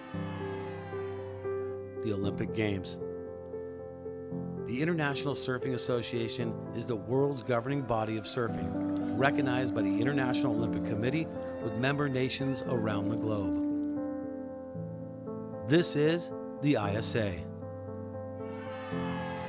This is a better world through surfing.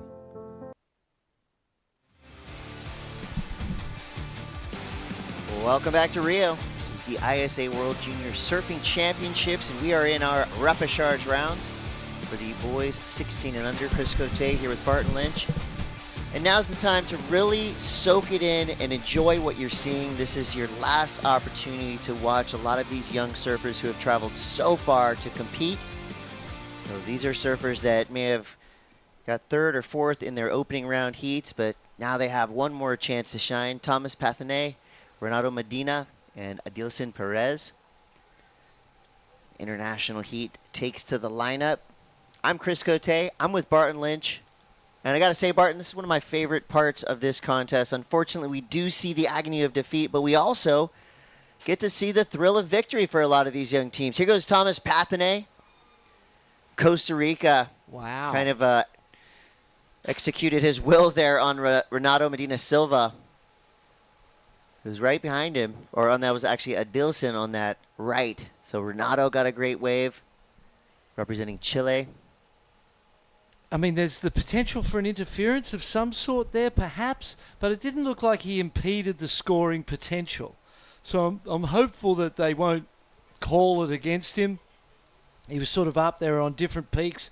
Things kind of came together, and he got out as soon as he recognised that he was on the same wave and there was someone on his inside. Didn't seem like, ordinarily that's one of the considerations. Was his scoring potential impeded? Let's have a look at it. He's up and riding. He's actually on his feet already while the other guy's still paddling. Jumps to his feet. He snaps, sees him there. They get pretty close, don't they? But, again, there was no real impediment to the scoring potential.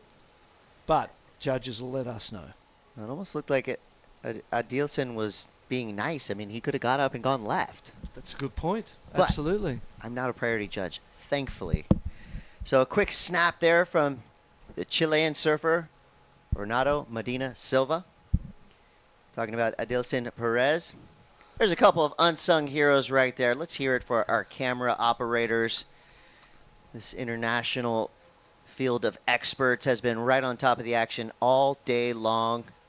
Top-notch production here at the ISA World Junior Surfing Championships, and as it should be, because this is a big deal for these young surfers who've come from 46 nations to compete here in Rio, Brazil.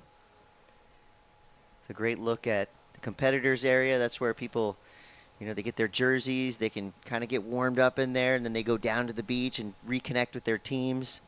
The boardwalk has been alive all week long. There's a reason why Rio is known for having some of the most beautiful beaches in the world. There it is. Some really, some good accommodations right there on the beach. Just a continuing development of these coastal towns here. Praia da Macumba. Yeah, so we're right in the line of world famous beaches. Ipanema, Copacabana. All dotted up and down the coastline too. Public, wide open skate parks. No fences anywhere. No skateboarding signs anywhere. Yeah. Was it Ronald Biggs? Was he the train robber that moved a long, long time ago? Moved down to Rio de Janeiro after robbing a train to avoid. That was one of the first things I remember hearing about this part of the world, as a young kid, was how he'd escaped to Rio de Janeiro. And why wouldn't you? I'm going to have to look into that one. I mean, Rio famous for so many things. the culture down here, I mean, is so vibrant. It's electric. You really you is. walk outside and you can just feel it in the air. And then you think about capoeira, jiu-jitsu, and these things that they've been created here in Brazil. Samba, bossa nova. There you go. That's right. Carnival. So many cultural elements that really have it stand out and prove its individuality. And then we see it in the surfing of their professionals. Here we go.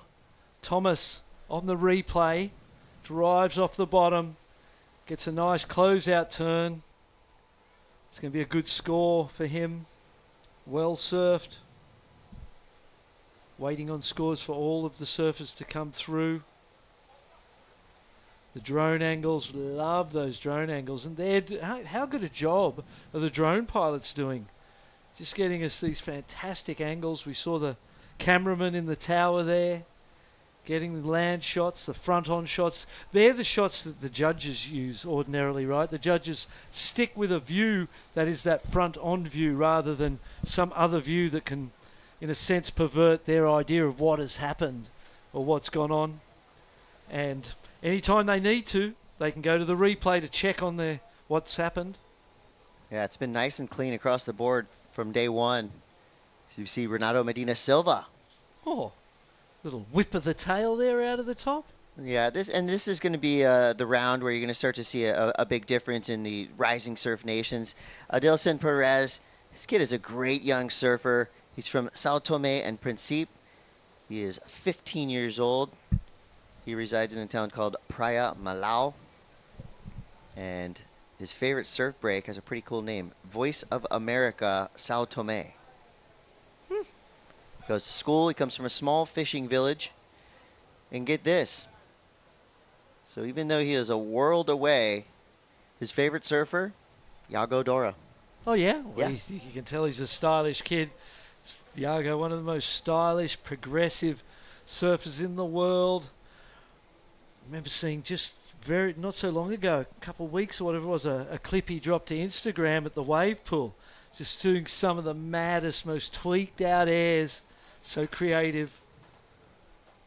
And in my video game, just for the record. Oh, there you go. I knew he was one of those guys who I just felt like you had to have in the video game, along with Clay Marzo. People that kind of live and surf like a video game. Absolutely. I can't wait to play that game. 6 minutes to go here. We got Tomas Pathane in the lead for now. He's looking for a wave. While he searches, we're going to go down to the boardwalk where Jess is waiting. Thank you very much, guys. Congratulations, Jamie. It's a hard afternoon of surfing, but you've made it through, and you're back into the mix and looking for more heats to win. Yeah, it was kind of a hard heat. I was a little bit nervous because I lost my first heat, but shake the nerves. The waves were kind of hard, but there were some sets, so I'm pretty stoked I made it, and hopefully I can make it through the next heats. And you have a great connection to surfing. Your older sister is one of the best surfers in the world, Kika. We've seen her a lot. Does she give you any bits of advice when you're coming into competition?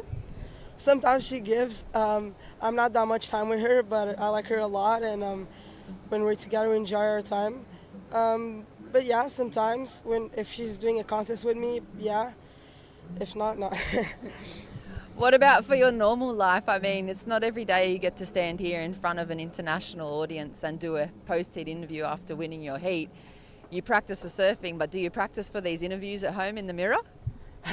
Not really. It's just natural the way I talk. So not too much. Well, you're very good at it. Congratulations. It's natural in the water for you as well. It was great to see you win the heat, and good luck going through. Thank you so much. Bora Portugal. There you go, guys. He's back in. You can't keep a good man down. So if you do advance through these repechage heats, you could potentially surf your way all the way through into the grand final. It's happened in the past. We've had medalists that have surfed their way all the way through the repechage. So it is possible. It's not going to be easy. Some say it might even be more difficult to get through the repechage rounds because, of course, the hunger level just goes up a little bit knowing this is your last chance. So 4 minutes left here. Costa Rica on top with Tomas Pathane. Renato Medina Silva in second, representing Chile. And from Sao Tome and Principe, we've got Adilson Perez, but right now it's your surfer in green. Renato's backhand is looking solid, well timed right there through the bump. Coming into the inside section. Oh, gosh. That was dangerous. It's radical. That's how you get sandburn on your face. Well, he's had a 5-8-3 and a 5-3-3, so he's had 2 good scores already. It's well, no, what has he had? The 5 and the 4-6 he got for that one, so he's improved a little bit. Classic goofy foot style for the Chilean.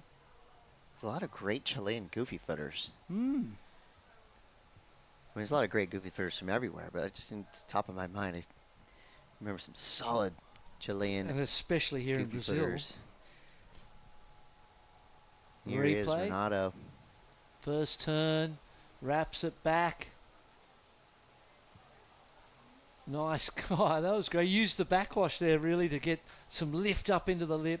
It's a closeout turn. Oh, That might have been the worst sand roll we've seen yet. This kid's tough, though. He's fine. He got up and walked it off. We're going to get production to do the wipeout reel, because the wipeout reel so far with that shore break would be amazing. Love that little whip out of the top. See if the drone stays with him to the sand. Yep. Whoa. Your momentum's going forward, and then all of a sudden you just come to a full stop, like you've hit a brick wall. Lucky the sand's soft. Might have been doing a shout out to our director, George Bryan. That was a skimboarding maneuver. Yeah. 2 minutes to go here. Thomas Pathane in the lead, representing the Pura Vida Nation of Costa Rica. RMS, Renato Medina Silva in second. Adilson Perez, he's putting up a fight. He's got a 2 and a 177. He's got 2 minutes to go. So happy to have this young surfer representing a rising surf nation of Sao Tome and Principe. Here he is. Goofy footer with a nice roundhouse cutback. Flying down the line. One more big section to deal with here on the inside. No fear as he heads towards the sand. Nicely done. Adilson Perez. 15-year-old. And this is actually the first time he's ever been off his home island of Sao Tome. Welcome to the world, Adilson. It's great to have you. Looking forward to meeting you some point this week. And he's got game. Definitely. That cutback was beautiful. I mean, you can see when people just have that natural talent, Yes. right? Yeah, absolutely. And I mean, this is just the beginning. So we have 46 nations competing here at the junior level. And now that we're starting to see places like Hungary, Sao Tome, in the past, it was great to see teams like Senegal coming through. These events tend to send vibrations of positivity around the world. And there's a lot of different islands and coastal nations in Africa that I feel are untapped in terms of, surf talent. We know there's waves. I mean, we've seen the videos of amazing waves on that entirety of that coast. So it's just a matter of time before these, some of these smaller fishing villages, some of these islands, they get surfboards, and watch out, because there's going to be some incredible talent coming out of some rising surf nations around the world. And that's a big part of the ISA mission. It's a better world through surfing, of course, but it's also to share the stoke of this sport, this lifestyle, this activity that we all love so much. So with 10 seconds to go, we're going to lose our surfer representing Sao Tome, but he put on a great performance for us all week long. Adilson Perez, don't forget that name. Big things in his future for sure. And in the future of Renato Medina Silva, as well as Tomas Pathane, they are still in it, hanging on to compete again here in a repechage round at a later time. It's the ISA World Junior Surfing Championships. We're going to fill the water with 3 more incredibly talented surfers from around the globe in just a few moments. So that was a fun heat to watch. With the tide shift as it is, it's kind of condensed everything.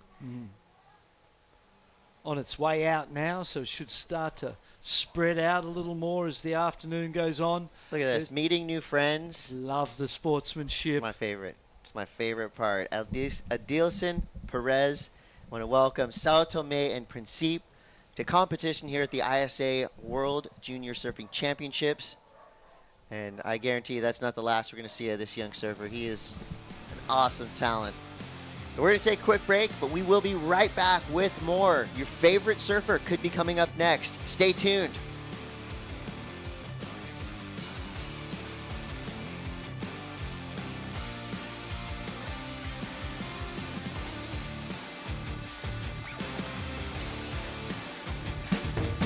Welcome to day one of competition for the 2023 ISA World Junior Surfing Championships. We're here in the beautiful Macumba Beach in Rio de Janeiro, Brazil.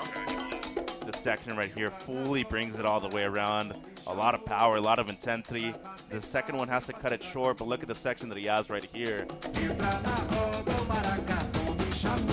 Excellent surfing took Australia's Isla Huppets to an 8.17. Yeah, I wasn't sure how it would score because I've never been to these events, but it felt nice to get a good turn done.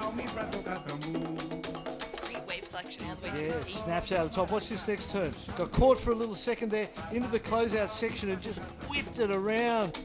Here's the backhand. Catalina drops down, pushes on the back foot, snaps vertically. A dominant performance from Peru's Catalina Zarike earns her an 8.00. Stay tuned tomorrow for more action.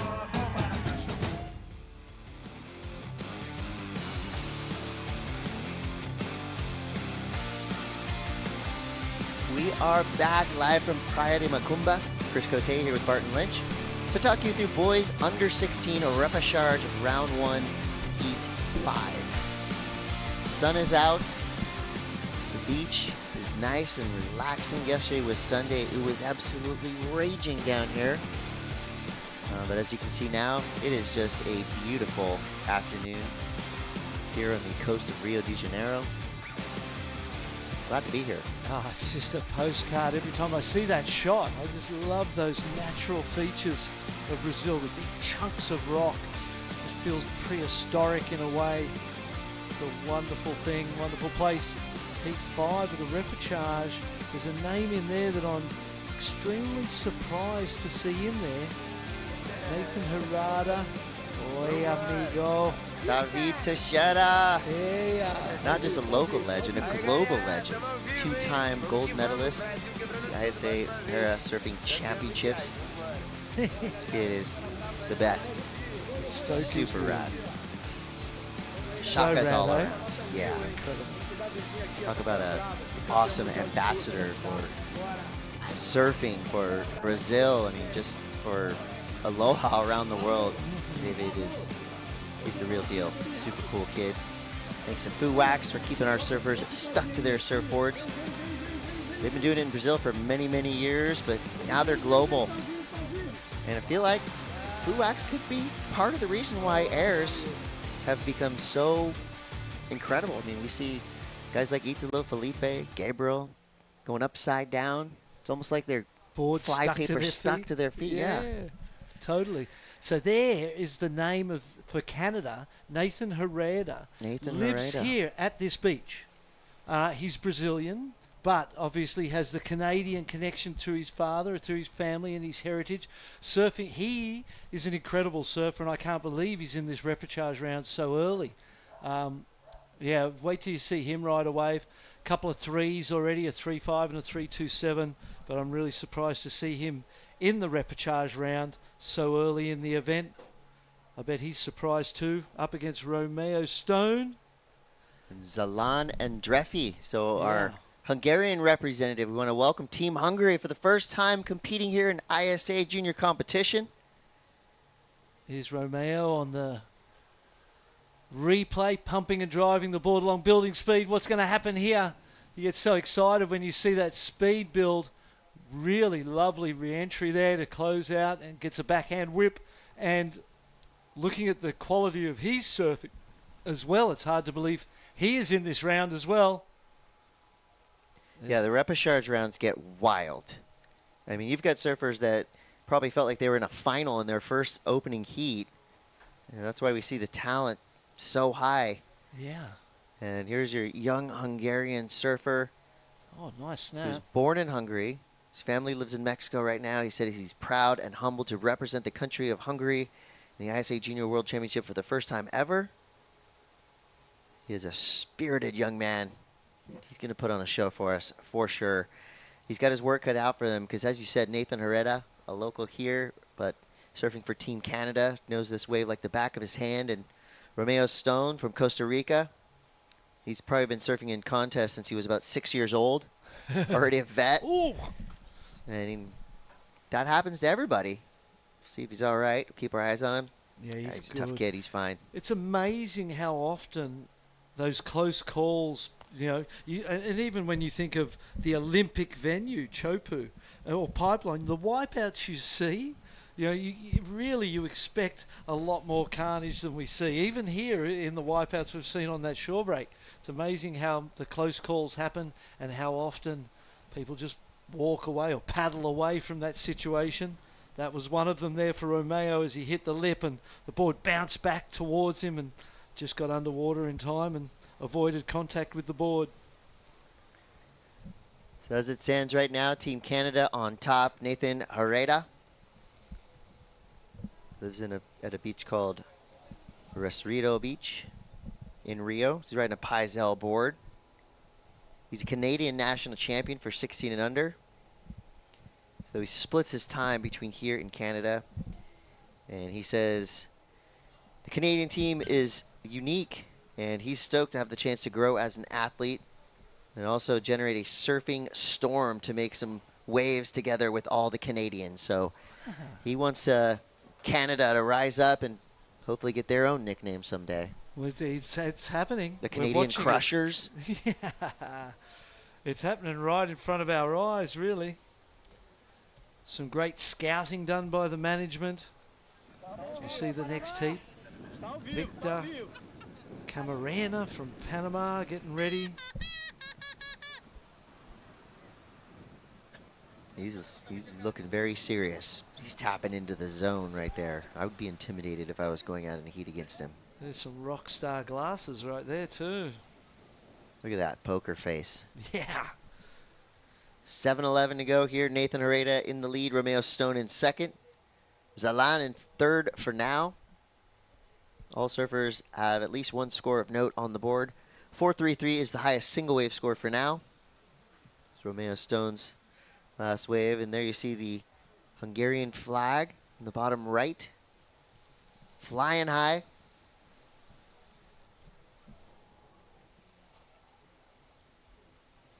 And the horizon is starting to perk up a little bit. Must be tough to figure out exactly where to sit. Mm. You know, the whitewater can be kind of deceiving. Like, I don't think you're going to catch a wave if you're beyond where that whitewater line is. And, if you can maybe get a chip in. Well, you couldn't sit out there waiting for the set, could you? There's not enough time. There's not enough time. You need to be on that inside bit. Just pump out a couple. Get him quick. 4.93 for Nathan Herrera. He actually fell on that wave too, so he was heading towards a big score, but still in the lead and the highest score of the heat so far. Now we're down to the 6-minute mark. These 15-minute heats are flying by. There's Dom from Team Canada. They're a well-organized unit, aren't they? Yeah, professional. I did some consulting for them, bit of coaching of the team with Mike Stewart, the bodyboarding GOAT, and it was great to work with Mike and great to work with the team and witness firsthand the professionalism of that management team. A lot of support from the government, but Dom makes stuff happen. He's not playing, not here to play. Yeah, they've become a top 10 team in ISA competition pretty quickly, and they're here to stay. Absolutely. And obviously, they've got a really strong youth movement happening as well. Mostly it goes down in Vancouver, the Tofino area. It's kind of like the surf hub of Canada, but there's tons of waves on the East Coast as well. Pete DeVries, the local legend. Breweiler brothers. Surfing. Yep, the Brewer. They're classics. It's and then we saw Sanoa Holland qualify. They got their first athlete to qualify for the second ever Olympic Games in Sanoa Holland. Her sister Matea, great surfer as well. Here we go. Yeah, they're not scared of big waves either, are they? Raw, they wild will charge. Environment. Romeo Stone now from Costa Rica, putting things together, having to force it a little bit, but still made his point with two big turns. A fast little wave. Not easy to surf, but made full use of it and probably got the most out of that wave. So his low score right now is a 3.10. Venture to say he's going to best that, if just by a little. Big kid, huh? Powerful, tall. Hard to believe we're still in the 16s. Yeah, I kept saying 18s all day. Because I was fooled. That's the impression. They're that good. Snaps out of the top, comes around that section, late, but makes it. Great energy in his surfing. Here we go, Zalan. Oh. Big carve there, throwing tons of spray. And then he just, looks like there's this need to just settle it down. Got a little bit sort of erratic at there, a bit rushed at the end there. Nathan. So Herrera.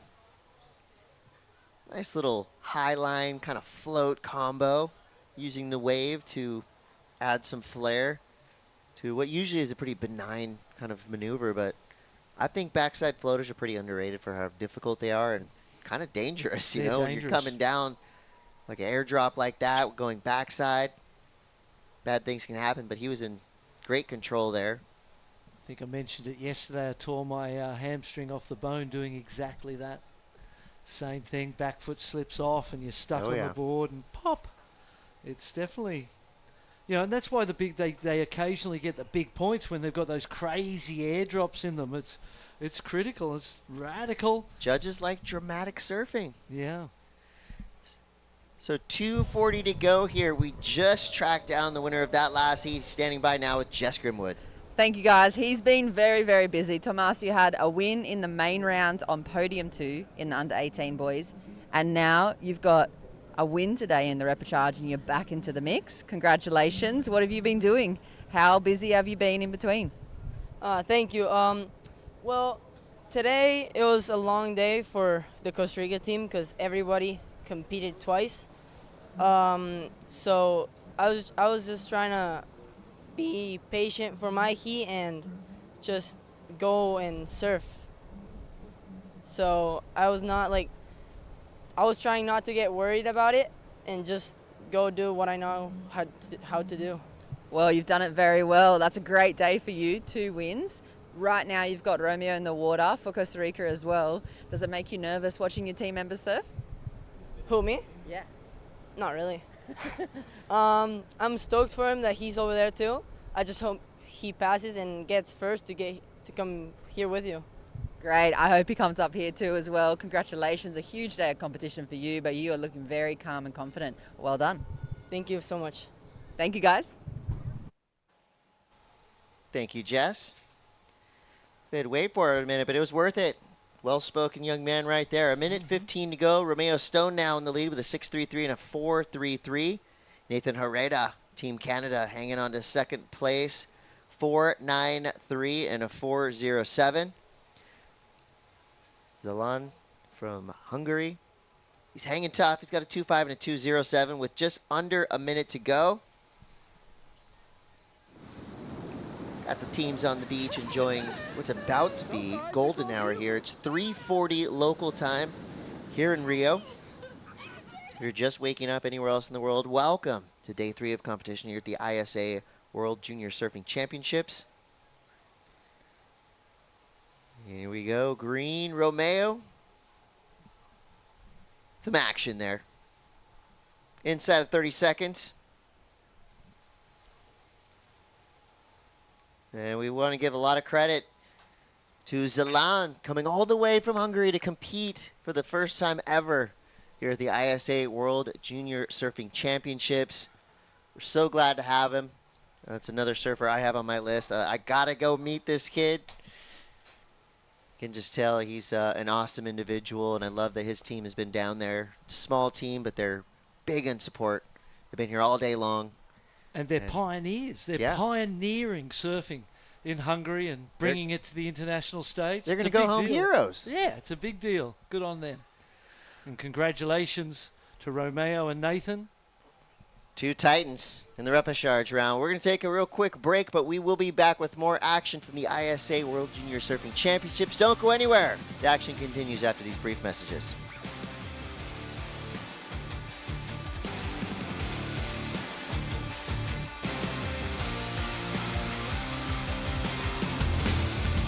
Yeah, I have a reef for 20 years. My reef business card said Jefe, which is chief, and dreamer. La Jefe and dreamer, Spanish and English. That was a card I would give to the president of the bank or whatever. He always made people laugh. Because, you know, the guy like talking, when I asked them for an extra $1 million in loan to buy sandals, and the guy looks at this, I never lend money to somebody with this title, you know.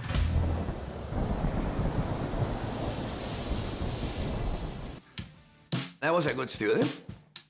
I was kind of the intellectual brother. My brother was much better than me, you know. By 10 he was playing soccer, rugby, tennis, everything. I wanted to be good at other things, so I focused on other things. I was collecting stamps. Which 10-year-old collects stamps? I don't know. Many times I drifted away from the ocean. My brother will be the one that will reel me back into the ocean. In many ways, surfing saved my life and allowed me to stay active. I think that as terrible as it was to feel insecure and to be shy, at one point I realized that it was just too painful to be like that, so I wanted to change. So instead of being shy, kind of maybe the pendulum swung too far the other way. But I needed to do something about it.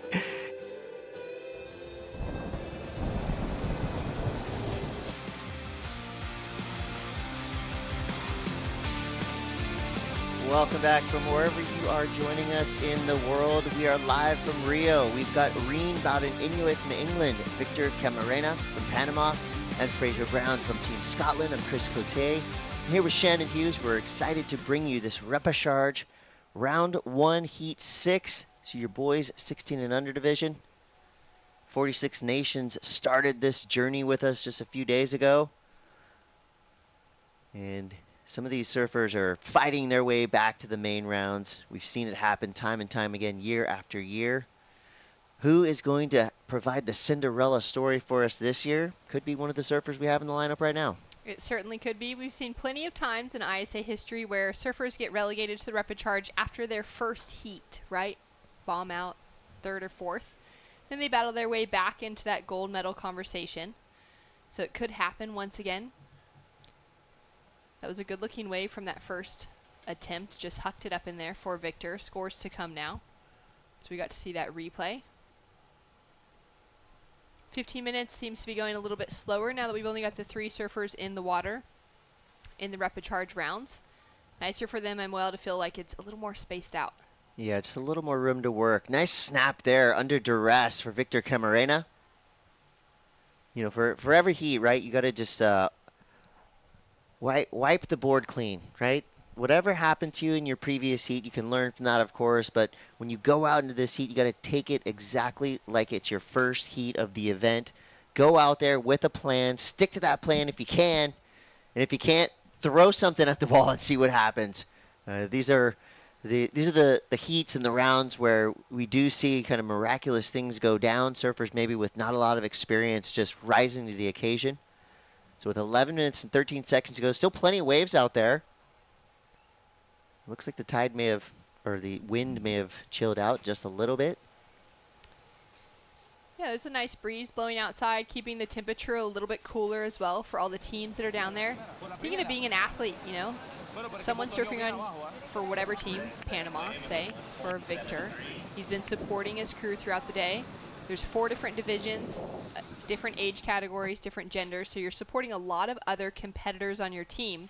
You could have the potential of 12 heats in the same day between the 2, maybe 6 because we have been splitting at the moment the age categories, you know, under 18s one day, under 16s on a different day. But that's a lot of time and energy spent for every single competitor on the beach in support. Having that little extra breeze, having that cloud cover, all those little things when you're in a tropical location make such a big difference to kind of maintaining those energy levels, moving through a big week like this. Week seems to be getting a little shorter for us, though, because we know that swell is tapering off, and I did hear the official news that contest directors have decided after Repéchage Round 2, we're going to have to take the Repéchage conversation away from the ISA World Junior Championships this year. We're going to be heading straight through the rest of the event with just elimination heats, which I think has to be a first time in history for the ISA, because Repéchage is what it's usually all about as we take a look at this next wave. Reen Bowden, Inui, Good section to work with there on the inside. A solid turn there. So that was a great combo for this young English surfer.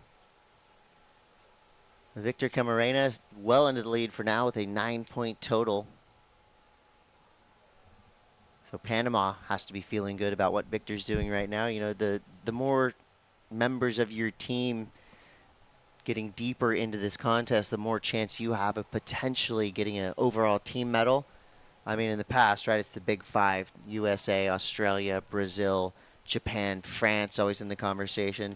But then we got to add Chile, Peru. I mean, it's going to be an unpredictable top 10, I guarantee you that. Inside of 9 minutes to go, Jess Grimwood standing by. Thank you, guys. Romeo, congratulations. A huge week of competition for you. How do you maintain your energy? You were just saying you've surfed so much since being here in Brazil. Yeah, I've been surfing a lot, so I've been trying to like sleep, take as many naps as I can, eat a bunch of food, and just we've been chilling in the pool like when we get back, just hanging out. So it's been fun. Just like meditating too and just keeping calm, breathing. Well, it's working very well for you. What are you eating here? There's a lot of good local foods. What keeps you energized throughout the day of comps? We've been really like cooking a lot at home, so we've been eating like salmon and steak, and my mom's been bringing me lunches and stuff. Had like pesto ravioli yesterday. So yeah, I'm pumped. I've been eating good.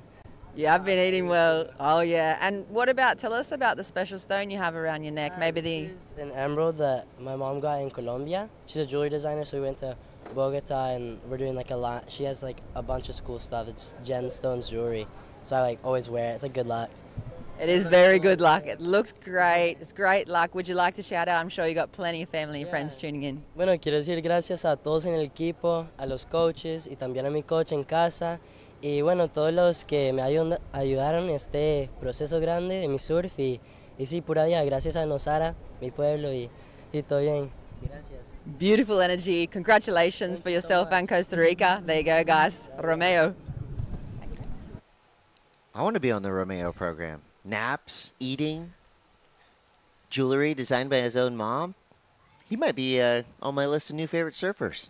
I like that kid. What a great presence, too. Happy, ready to eat some more ravioli tonight when he gets home. Gratitude, right? Gratitude is what it's all about. Love to see it, and good luck to Romeo Stone in the future of this event. He's still in it. Here we go. Fraser Brown representing Team Scotland. And we've had the great honor of sharing a hotel with Team Scotland, and they are just an awesome group of kids. Their coaches, everyone is just, I mean, well-behaved, polite, friendly. They even let me cut in line at the buffet. That's good, because if you're behind them, there might not be any food left. That's true. Just scarfing every single thing in sight. You get 12 grommets that have been surfing all day at a buffet, and Gotta imagine. big plates are going to be made. Very big plates. Going back for thirds, fourths, maybe even. Good dessert line as well. This young surfer is prepared. That's Douglas Suarez from Team Ecuador. Always well coached. But wow, look at this heat. Mateo Christodoulou from Greece and Sebastian Martinez from Venezuela. That's pretty much a star-studded affair right there. There you see the Olympic rings on his board. That just tells us his goals, right? Get to the top. Wants to get qualification. Of course, qualification is not available at the World Junior Championships for the ISA, but there will be more Olympic qualification available at the World Surfing Games come Puerto Rico in February. We'll be seeing some of these children, kids, grommets, representing in the open divisions for the World Surfing Games and trying to book themselves a spot to join Sanoa Olin, under 18 surfer for Team Canada on the women's side, got her qualification for Paris 2024 at the Pan American Games, charging massive Pichilemu. More like a big wave contest than it was just your normal surfing contest. Also extremely cold, so for Sanoa, likes a little bit of size when it comes to waves. Doesn't mind the cold water because she comes from Tofino. She surfs in Vancouver Island, and it's a little bit chilly there. You know, most of the time there's snow on the ground. So for her, it just all kind of came together in Chile as like this perfect storm of big surf, cold weather, and allowed her to rise to the top for that Olympic qualification. Yeah, I mean, it's a great test too, right? A big, scary, gnarly left-hander. That's what they're going to be facing. Paris 2024, the end of the road, Teahupo'o.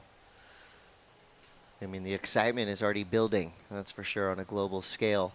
So 4 minutes and 42 seconds to go. Victor Camarena in the lead, representing Team Panama. We got Reen Bowden and Yue from England.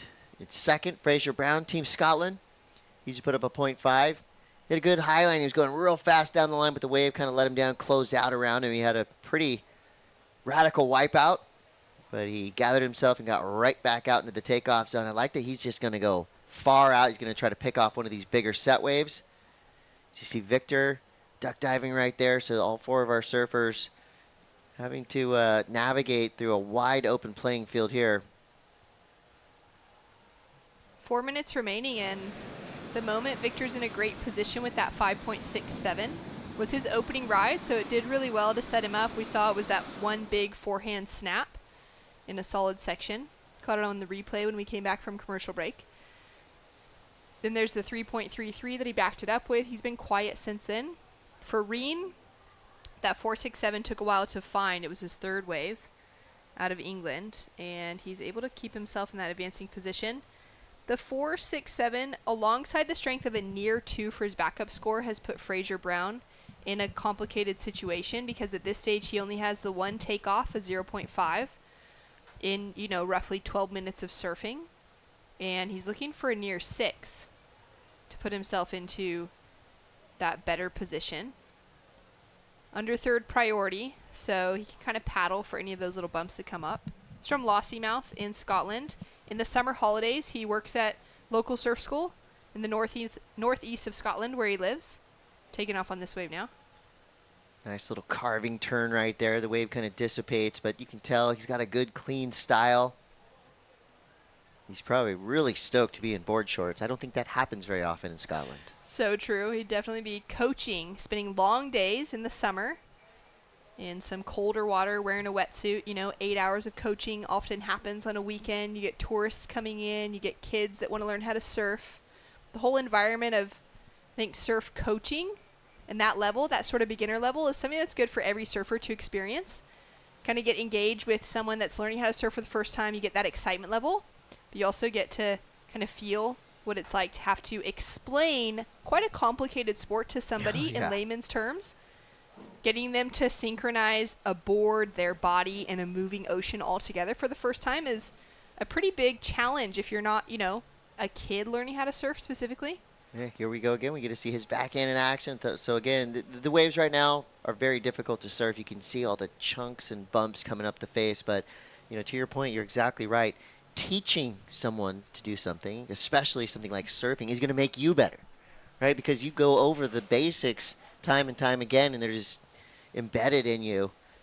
And I'm sure you've done it. I've done it. Try to teaching a kid how to surf is a lot easier than teaching a grown-up how to surf. Because most times they're not as stubborn yet. Grown-ups think they know what to do. Put them in the ocean, and it can be pretty wild. It's a great humbling experience. It is one of my favorite things that I really enjoy teaching. I enjoy teaching women too, that are kind of in that, you know, late teens to maybe 30-year-old range, anywhere in their 20s. It's like this fun kind of enjoyment space, but it can be really complicated learning it when you're like over the age of 15. It can be this kind of awkward space of trying to find that coordination and understanding the ocean for someone that hasn't been in the ocean their whole life, hasn't maybe grown up surfing in it. They're not used to getting hit even by that white water, the way it'll knock you off your feet. Oh, yeah. There's so many different challenges to it. So for Fraser, he's back at home. He's pouring into the community by teaching more Scottish people how to surf. Team Mexico has entered the chat. They got a surfer coming up soon. And yeah, if you want to be humbled as a grown-up, try surfing for your first time. But also, if you want to experience truly one of the most joyful feelings you will ever feel, that first time you stand up on a wave, I don't care if you're 3 years old or 60 years old, you stand up on a wave and ride even for just a couple feet, you're hooked. There's nothing like it in the world. I mean, that's why we're all here, right? We tried it once and we said, yep, that's for me. I'm doing it. So we are at an elite level of competition here in the Repéchage 16 and under round. It's going to be Victor Camarena getting the win. Reen Bowden and Yui representing England in second. But give it up for Fraser Brown from Team Scotland. Put on a great performance there. definitely made his team proud. A lot of effort, a lot of heart from that Scottish team. And, you know, I guess the good news is for these surfers that are losing in this round is they're on vacation in Rio, and that's pretty cool. They get a chance to keep surfing in the board shorts, getting some more waves, all that pressure off of them, supporting the team around them, of course, adding that extra level of encouragement. Maybe we'll see some bagpipes brought out because Fraser is a great bagpipe player as well as a Caledonia level rugby player. So he's got a few other skills in his back pocket that we can maybe see down on the beach this week. But congratulations to Victor. Team Panama gets the win. They're down there celebrating, in England's Reed Bowden Inu walks away with that second place position, and they're going to be staying in the competition. I would love to hear bagpipes added into some traditional Brazilian samba. Yes. All right, we're going to try to make some things happen here because, like we said, for these young surfers that have got out of competition, they're now on vacation in one of the coolest cities on planet Earth. We got more action to come for you. This is the ISA World Junior Surfing Championships. We're going to see more surfers fighting to stay in this contest right after this quick break. Don't go anywhere. We'll be right back.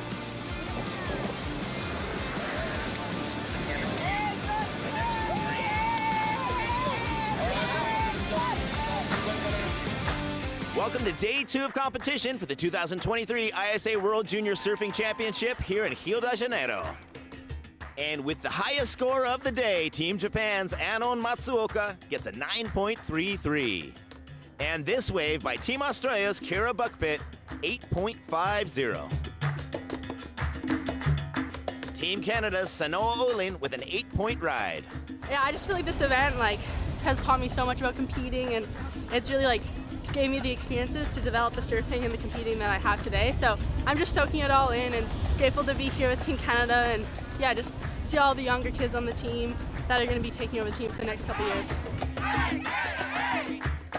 Team Australia's Fletcher Keller with 9.17 points.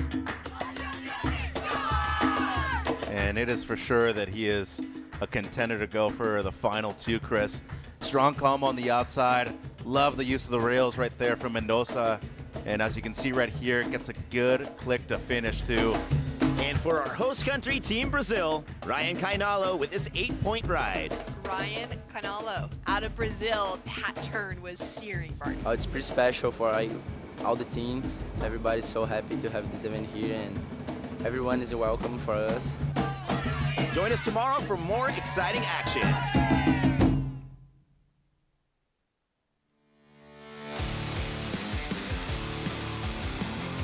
We are back, sending 3 great surfers into the lineup: Sebastian Martinez, Douglas Suarez, and Mateo Christodoulou. A couple names here that you might be pretty surprised to see in this early of a Repéchage round. Mateo Christodoulou, I believe, had an interference in his first heat, and it made it very difficult for him to get through with so much talent in these opening rounds. But Venezuela, Ecuador, and Greece represented in this heat. Well, that explains a lot, because I was surprised to see Mateo in Repéchage round 1. I didn't see his opening heat. Great surfer representing Greece, but living in Peru. I think there was an interference. I'm not. There's a lot has happened since then. Great looking backhand attack from Suarez out of Ecuador on his opening ride. This is heat number 8. For those of you that are tuning in, if you happen to be looking at heat draw, we did skip heat number 7 in this round because there were only 2 surfers in it. And in order to save time, because we know it's already going to be a crunch to get everything in with the swell window that we have, any heats that have only 2 surfers in are going to get an automatic skip with the results from their first heat. Their heat totals will actually count towards their seeding moving forward. As we take a look at live action now with Mateo, looking smooth as he comes through that first turn. Yeah, he's a solid power surfer. He's been competing for quite some time, so he definitely no stranger to the jersey. And, I think that one thing that a lot of these surfers are kind of experiencing here in this event too is just surfing against different styles of surfers, right? There's a different way that Brazilians compete compared to Japanese surfers, Australians, etc. It might be subtle, but you can definitely learn a lot by surfing against a lot of different types of competitors. Nice smooth surfing for that first wave of Mateo. We've got a 3 on the board for the opener of Suarez out of Ecuador, 15 years old. And from Maglaralato, if I pronounced that correctly. If I did not, I'm very sorry. But some great It's new waves to me back too. at home for him. 11 minutes to go. Our surfers are making their way back into the takeoff zone. We're going to make our way to the boardwalk where Jess Grimwood is standing by with the winner of that last heat. Thank you, beautiful people. Victor Camarena, congratulations. A big day of competition for you, for the Panamanian team, and a great win. Talk to us about your best score. Bueno, la ola está un poco complicada. Mi mayor score fue un 5 y algo, no me acuerdo muy bien. Fue un solo pegue, con buena táctica y muy buena ola. Bueno, aquí estamos representando a Panamá a lo mejor. Todavía falta uno muy CBs para competir, así que vamos con todo. What about today for you? First trip to Brazil, first time in the ISAs. How are you finding this experience overall? Bueno, la verdad Brasil está muy lindo, muy buena gente, buena cultura, el açaí está muy bueno y bueno, también primera vez en el ISA. Está dura la competencia, pero poco a poco vamos avanzando. Well, congratulations on your heat win. I'm sure there's plenty of people tuning in. The Panamanian team are going crazy. Do you want to say something to everybody at home? Gracias mamá por apoyarme y a toda la gente allá en Panamá. Congratulations. Well done, Panama. There you go, guys. Team Panama, always spirited, always a pleasure to have at the contest site. 9 minutes and 40 seconds to go. And I would say, as expected, Mateo Christodoulou jumps into the lead with a 4.17. Douglas Suarez gets a 3. We get to see Sebastian Martinez. And I don't see a red jersey out there. We'll keep you posted on that. More surfing coming up next. Team Mexico is on the sand. Tiago Sorrentino will be coming up. We can go find Facindo from Argentina and Kilian Roskop, Team Switzerland. Fun matchups all day long. Yeah, this has been such a great third day of surfing. Taking a look at this set right now. Not enough for Douglas to get into. Mateo. Big snap there to start. I like the front arm. I like what he's doing with his hands. Just adding some extra flair and style into his turns. That's going to be another proper scoring wave for Christodoulou. He didn't overdo it, kind of surfed with the cadence of the wave. It'll probably be around the same number as his opening ride. Nice mature surfing though. I really love this approach. Like you said, you know, the use of his arms. I like that style coming through. Kind of just taking it slow, but really being able to accentuate the power through that second turn, and then just finds that lip line. The timing and everything was really easy on that, which was nice to see. That 417 size of this wave was a bit steeper. It had that better section to it all the way through. Be curious to see where the judges go with it. He wasn't pushing very hard. Maybe could have added some more power into each of those turns. But the way that he just kind of like nursed it through each of them looked really nice. 6.17 on the board. Yeah. And I like that the judges went into that space with it. Same. You know, when a surfer reads the wave well and, you know, puts his board in positions that work with the wave and makes it exciting, you're going to get rewarded every time. And, you know, if you're pushing against the wave, sometimes that works, but a lot of times it takes away from the flow element of the score line. Possibilities are decreased. As we see now, Douglas Suarez from Team Ecuador. Nice backhand carve to start this wave. A quick snap there. Comes around a wild section, goes down.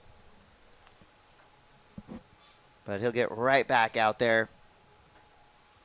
I was just trying to have a peek over my shoulder here out the window to see if I could see surfer in red out in the water, and not sure if he's out there at the moment for the Venezuelan, Sebastian Martinez. So this could be an opportunity for both surfers to be advancing through, and then their seedings will factor in for which heat they get matched up in. But there we go with a more pulled back view. We just don't have Sebastian in sight. Taking another look at this one for Douglas. He's got some work to do into the sevens that he would be chasing to take away that leading position from Mateo.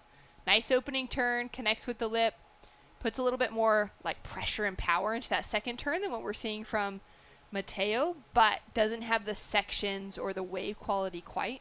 And he did fall on that last turn. So he'll be putting in a second score onto the board. That wave from Mateo, I felt like from a wave quality, it had the opportunity to be surfed up into maybe that excellent range. had that really nice kind of open face pocket. But like you said, the flow from Mateo was just something nice to kind of witness without pushing too hard. Board was just in the perfect place. It was one of those examples of making difficult things look easy. Just looked like a really nice, easy wave to surf. And he did it well, got himself into that good range above the 6s. So we're down to inside of 6 minutes now. Christodoulou holding on to that lead. And we are coming closer to golden hour. And last night, if you walked around this town, it was a cacophony of beautiful sounds, sights, and scents.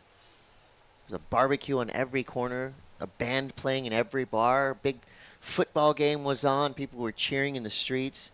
The vibrancy of this country is next level. I mean, you can feel it in the air. The passion is real, Shannon. Have a look at this inside corner for Suarez. Boom. Great combo there. Nice and fast down the line with more room to work here on the inside. Wisely opting out of attempting anything on that inside sandbar section, but 3 or 4 great turns through the end portion of that wave, so he's going to be feeling good. Team Ecuador has to be fired up from what they're seeing from one of their younger surfers right now. This wave just stood up so well. Great approach. I love the sort of tall stance just on takeoff, setting it up on his backhand, looking to drive off the bottom. And then this is where it started to shape up and give him that steep section. Gets a little caught off balance a couple of times, so I think the judges are going to take that into the equation with the flow specifically. It's not going to reach the score lines that we've seen from Mateo in that 6 range, but a near 5, a 4.93 is what comes through for his last wave. So he's done well to just build on the score line. And Mateo's held on to a lot of control. Mateo's dream is to see Greece have a full juniors team, full team represented. He was born and raised in Peru, but to a full Greek family, celebrating all the traditions, the holidays, the parties alongside of it. And it would be great. So if you're out there, you're listening in, you happen to be Greek, and you like surfing, you could be Mateo's teammate. You know, one of my favorite questions when we get into the cuisine conversation, which happens every so often, Shannon, where would you like to eat the most? Greece, Ecuador, or Venezuela? Oh, wow. I would go Greece. Got to go Greece, too. I know there's great food in Ecuador and Venezuela. It's probably quite similar to what we've been having here in Brazil. But Greek food, there's just something about it, right? It just I'm thinking about it now, and I'm getting hungry. Thanks a lot, Mateo. You and Mitch, you bring up food in conversation so much because, you know, we're talking about international surfers represented from different places, start talking about their culture, what it might be like at home for them as a surfer growing up there. Well, Romeo Stone just started in his post-interview as well. He says Jess asked him how he's been training for this event. He says he's been eating a lot, he's been taking a lot of naps, meditating. Getting that carb intake up. I want to hang out with this kid. He's living the life. 3 minutes to go here, and I think it's safe to say that Sebastian Martinez did not make his way down here for this heat, as both Douglas and Mateo are just kind of going wave for wave. Douglas has a 4.93, so, I mean, he's been earning it for sure. No walkthrough for either one of these two surfers. You can tell they're both going full effort. Because, again, any time in a jersey in the lineup is time spent training. So you see Mateo now. This is going to be a big, flashy finish. Quick snap there. So, again, I think Mateo's got a real knack of kind of working with what the wave is offering him. I was looking at that section, I'm thinking, force something big, but he made the right decision there and just, you know, went for the proper turn. 2 minutes to go now. He's got a really nice style to him. Slow, kind of soft approach. Powerful. He's a big kid. He's got a lot of height to him already. And he's sitting in a nice, convincing leading position. I would say these two are out there living life right now. They get to surf the lineup with only 2 of them. There's no risk involved because they know they're both going to be advancing through, since Sebastian Martinez seems not to have paddled out for this heat. They're getting to surf the spot pressure-free with nobody else out. No one else in the contest is going to get an opportunity like this, I guarantee you. Right. As we take a look at this wave, I really appreciate the surfing that Douglas has been doing in this. He's been doing well to kind of find better wave selection as this heat has gone on. to be able to capitalize on things as well. Get in that extra opportunity, increased his scoreline with that one as well.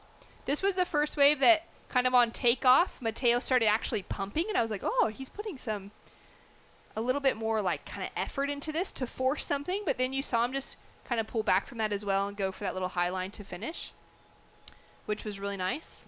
Yeah, you know, they're definitely putting a lot of effort in every wave that they've been surfing, which I appreciate. So now we're inside of a minute to go here. It's going to be Mateo Christodoulou in the lead for now. Douglas Suarez, a 4.93 and a 3.57. So respectable heat totals for both of these surfers. And again, you know, this could have been a walkthrough. They could have just fooled around out there. That's what I used to do in situations like this. But these two guys, they're serious competitors. They're well coached, and their staff on the beach, their support groups, has to be pretty stoked from what they saw. We get to see a little bit more from Douglas Suarez now on his backhand. Nice, beautiful roundhouse cutback. Classic surfing maneuver. Coming through to the inside with a big bash there. All right, so needing a 5.42, that could potentially change things. Both of these surfers are going to get through. They're going to stay in this contest. We'll just have to wait and see that score from Douglas Suarez. Mateo starting to paddle his way in. Looked like he might be in position to get one more chance, but smart call for Douglas to spin on this wave. Great looking open section. That rail just slicing through the face of the wave. Nice second turn. Sets himself up here for a really important moment to finish off with. And then just gets that little kick out on the inside. Chasing that 5.42. Falls in a little bit shy of 4.23, but he did well to increase his total overall. And Mateo takes away the win. That is a good scouting report for us, too. Now we know a little bit more about Mateo Christodoulou and Douglas Suarez. And we're going to know a little bit more about this next group of surfers. They are going to head out into the lineup. We got Switzerland, Mexico, and Argentina represented here in Repéchage. Round 1, Heat 10. We're going to take a quick break, but we'll be back with more from the ISA World Junior Surfing Championships. Stick around.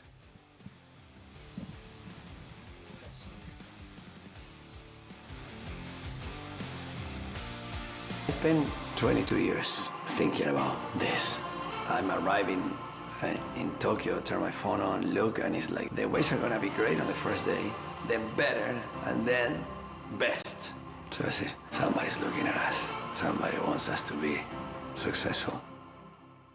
As Olimpíadas, claro que me tornou pouco mais forte. Não maior que ninguém, mas me deu pouco mais de vontade de continuar buscando evoluir, de continuar no mesmo nível, crescendo e inspirando pessoas ao redor do mundo.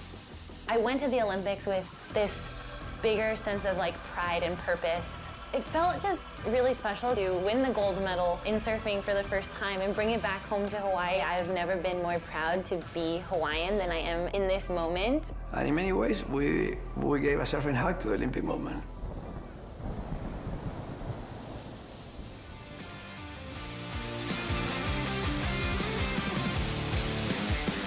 Welcome back to Praia de Macumba. We're live. This is the ISA World Junior Surfing Championship. If you want to know more about how we got here and why we are here, go to isasurf.org. You might be there right now watching. Well, watch the live feed for a while and then dig in. So much good information for you.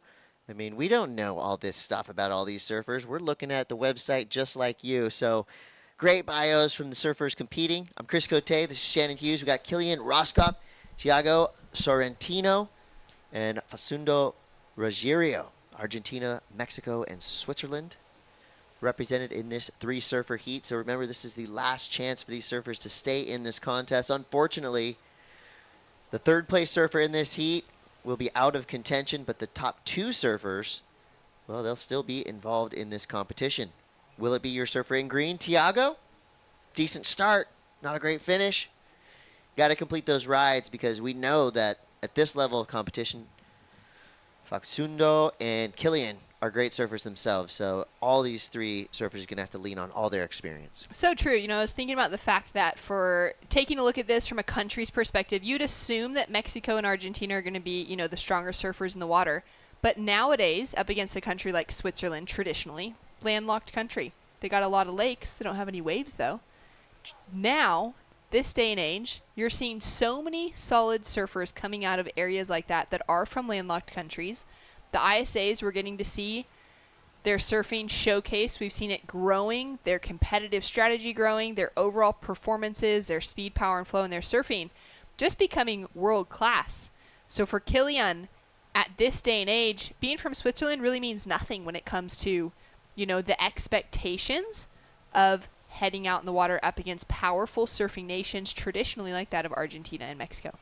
Yeah, and I think, you know, the Olympics really opened a lot of people's eyes, and also a lot of credit to the ISA, you know, because it used to be traditionally it was where you're from, that's who you surf for, right? You know, wherever you live, that's who you're surfing for.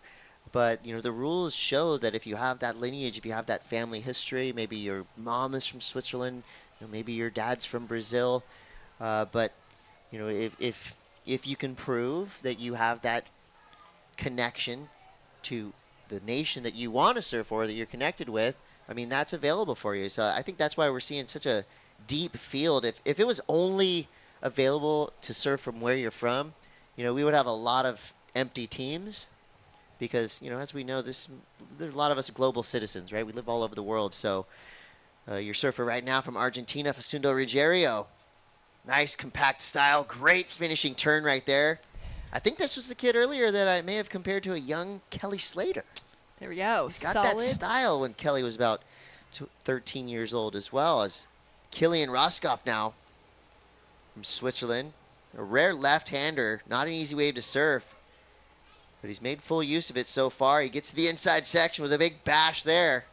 I knew this was going to be a good heat, Shannon. That was exciting. I love that surfing from Kilian. Great start as well for Facundo. So this is going to be interesting to see where those couple scores go. We'll have another look at them now. Second wave now of Facundo. So little snap in the foam to start. And then just kind of has to nurse this turn through, get a bit of pumping in. You can see how lumpy the face of the wave was at that stage, but then he starts to unleash on the inside. That two-turn combination on the end, that's going to be worth a lot. And then taking a look at this one from Kilian. Great bit of work on the outside. That second turn, nice and wide. Kind of similar approach on those outside, those. The wave's a bit softer, flatter, but then it stands up in here and really light on his feet, nice and quick as well. Solid finish there. Judges are going to do some catching up now to lock their scores in. That's going to give us the chance to go down to Jess with the post-heat interview. Thank you, guys. The very first time we met Matteo, you were representing Greece in Huntington in the Open ISA Games.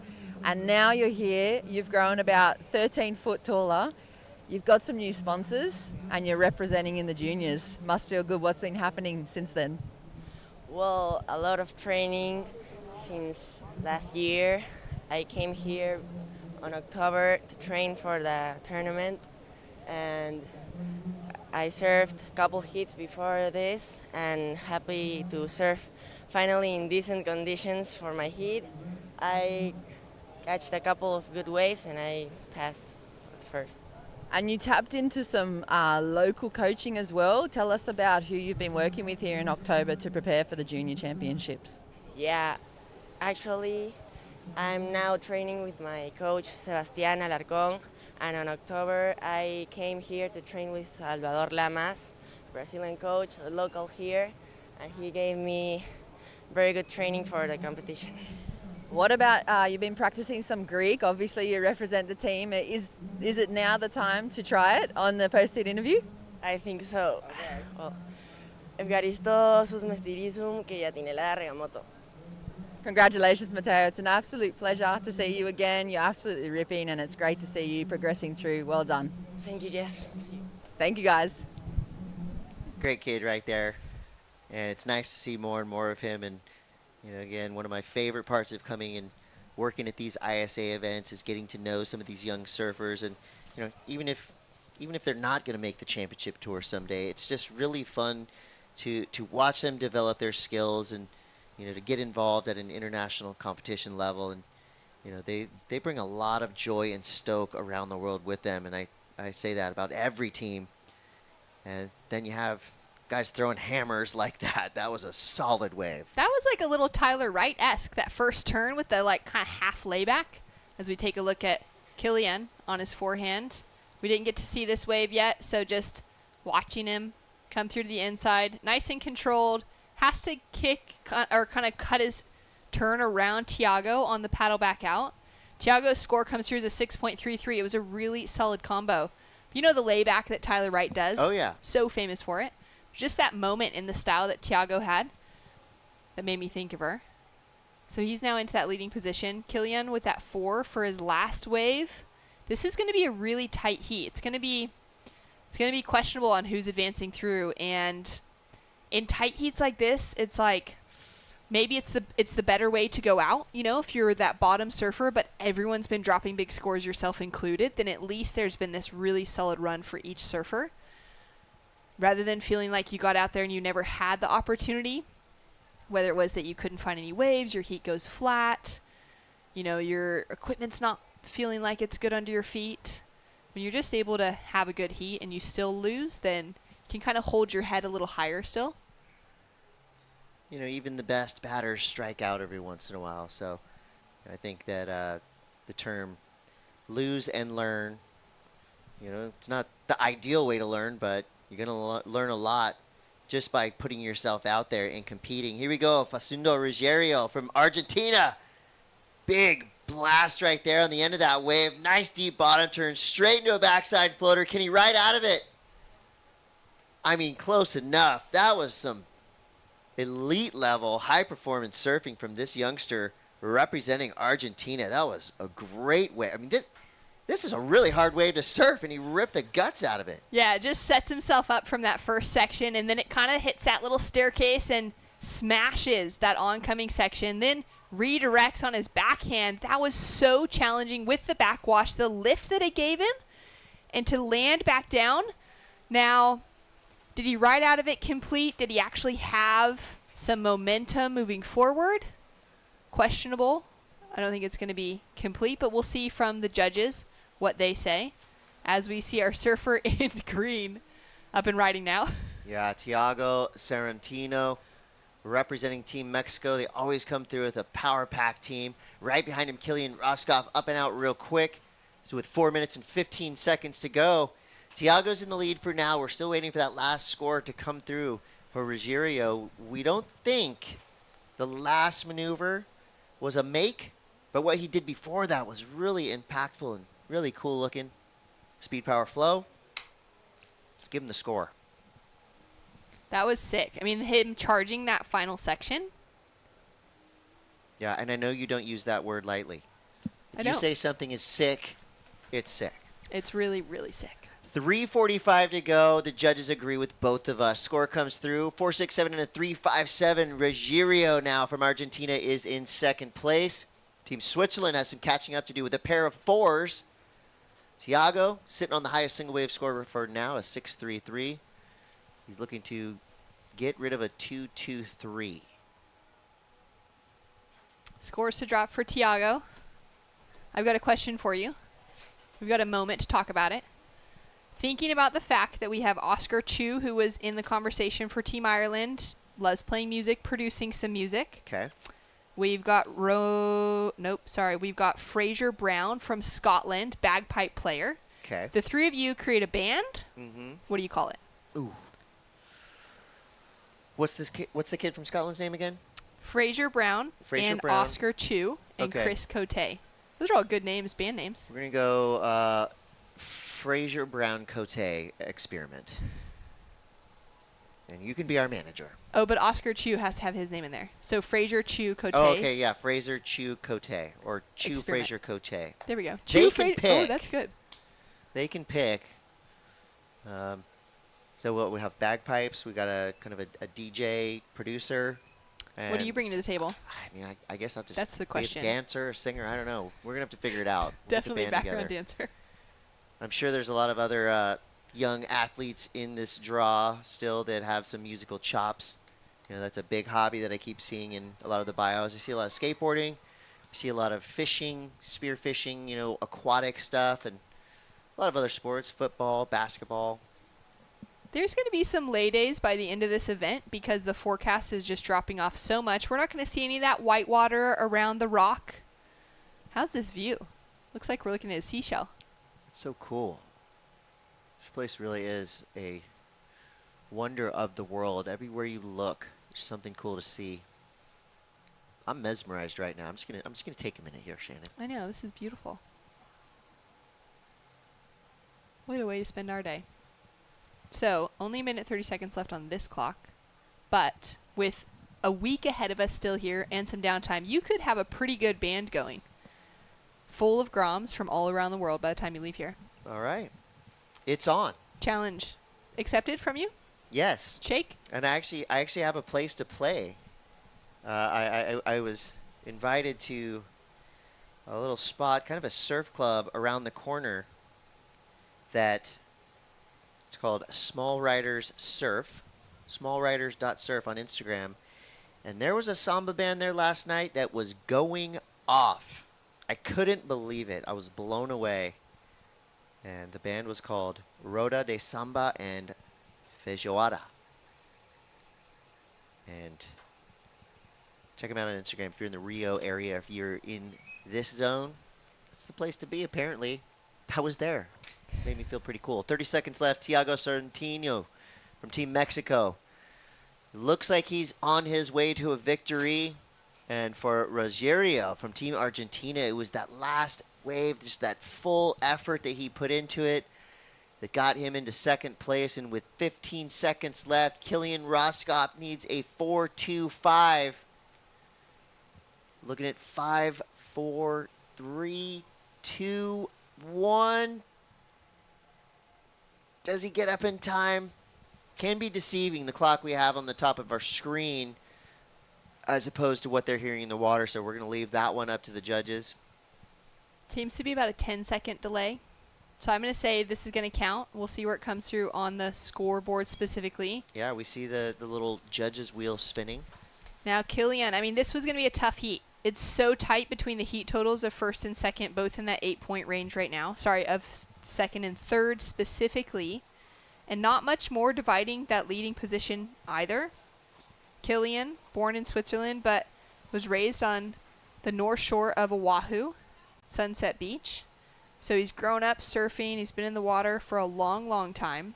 Unfortunately, just doesn't do enough in this event to keep things going for Team Switzerland. Close call, valiant effort. As we approach golden hour, we've got a few heats left on the day. We're going to take a quick break, but don't go anywhere. We'll be back with more action from the boys 16 and under Repéchage round 1.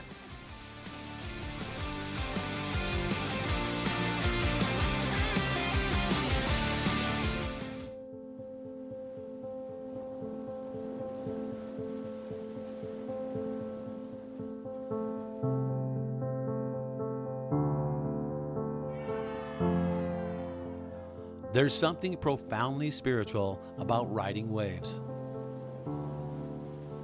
Water is transformative, healing. You're at the mercy of Mother Nature, the ever-changing movement of water. The ocean is the great equalizer. You don't need to belong to a certain race, religion, or gender to surf. The pursuit of these fleeting walls transcends sport. It's a way of life. Surfing has the power to change the world. It will now take the next step on the world's greatest sporting stage, the Olympic Games. The International Surfing Association is the world's governing body of surfing, recognized by the International Olympic Committee with member nations around the globe. This is the ISA. This is a better world through surfing. Let's go ahead and fill it up again. We've got 3 talented surfers taking to the lineup as we speak. 15 minutes. Top 2 surfers stay in this contest. This is our repêchage round. It's a French word meaning one last chance, loosely translated, of course. So in that last heat, it was Thiago Sorrentino getting the win. Team Mexico is hyped, but out in the water right now. Dow Robrock, Eris Gabriel Vosu, and Sebastian Ballanti. This is going to be another fun one to watch because I don't know what to expect from these three surfers. These are pretty much new names to me, so I'm looking forward to be enlightened to how these guys surf. Here we're going to start with your surfer in red representing the Netherlands. Dow on a great looking snap to start, right in the pocket. Beautiful approach on that second turn as well. And he'll just kick out with control. So that was a great way for him to start his campaign. Aris now up. We'll take a look at his opening ride at least. First time we're getting to see it, representing Team Romania. Spent a lot of time here in Brazil and traveling through South America, learning how to surf. And some great control at one of his favorite waves of all time here at Macumba Beach. So he's feeling comfortable out in the lineup. Had a bit of a tough start to his campaign in his opening heat, which is why we see him here in the Repéchage round. But he's an accomplished surfer, young, and coming into the community now at 14 years old, representing Romania. And he's the very first Romanian competitor to ever be wearing an ISA jersey. That is awesome. I got to go meet this kid. I don't know if I've met anyone from Romania yet. And, you know, if he's a surfer, we at least have one thing in common. Here's a look at the boardwalk. I mean, this is a Monday. It's popping. So many people down supporting, some great vendors to be able to grab a snack from, grab the beach towel, sit down on the sand, jump in the water up kind of on the north end of the beach here, and there's plenty of space to get a free surf in or just cool down when the weather's pretty warm. The Romanian team there on the beach with the flags. And a 3-point ride drops in for that first one of Aris, a 4.17 for the first of Dow. And the opening turn for our Dutch surfer was looking really nice. So 10:15 to go. Surfers scanning the horizon for the next set wave to come through. While they look, we're going to take a look at Jess Grimwood as she has another interview for us. I do. Tiago Sorrentino, congratulations. A very, very celebrated win for you. Talk to us about what happened when you made your way back to the beach after that. I mean, I was waiting for the what's it called, like the horn. I was so excited, you know.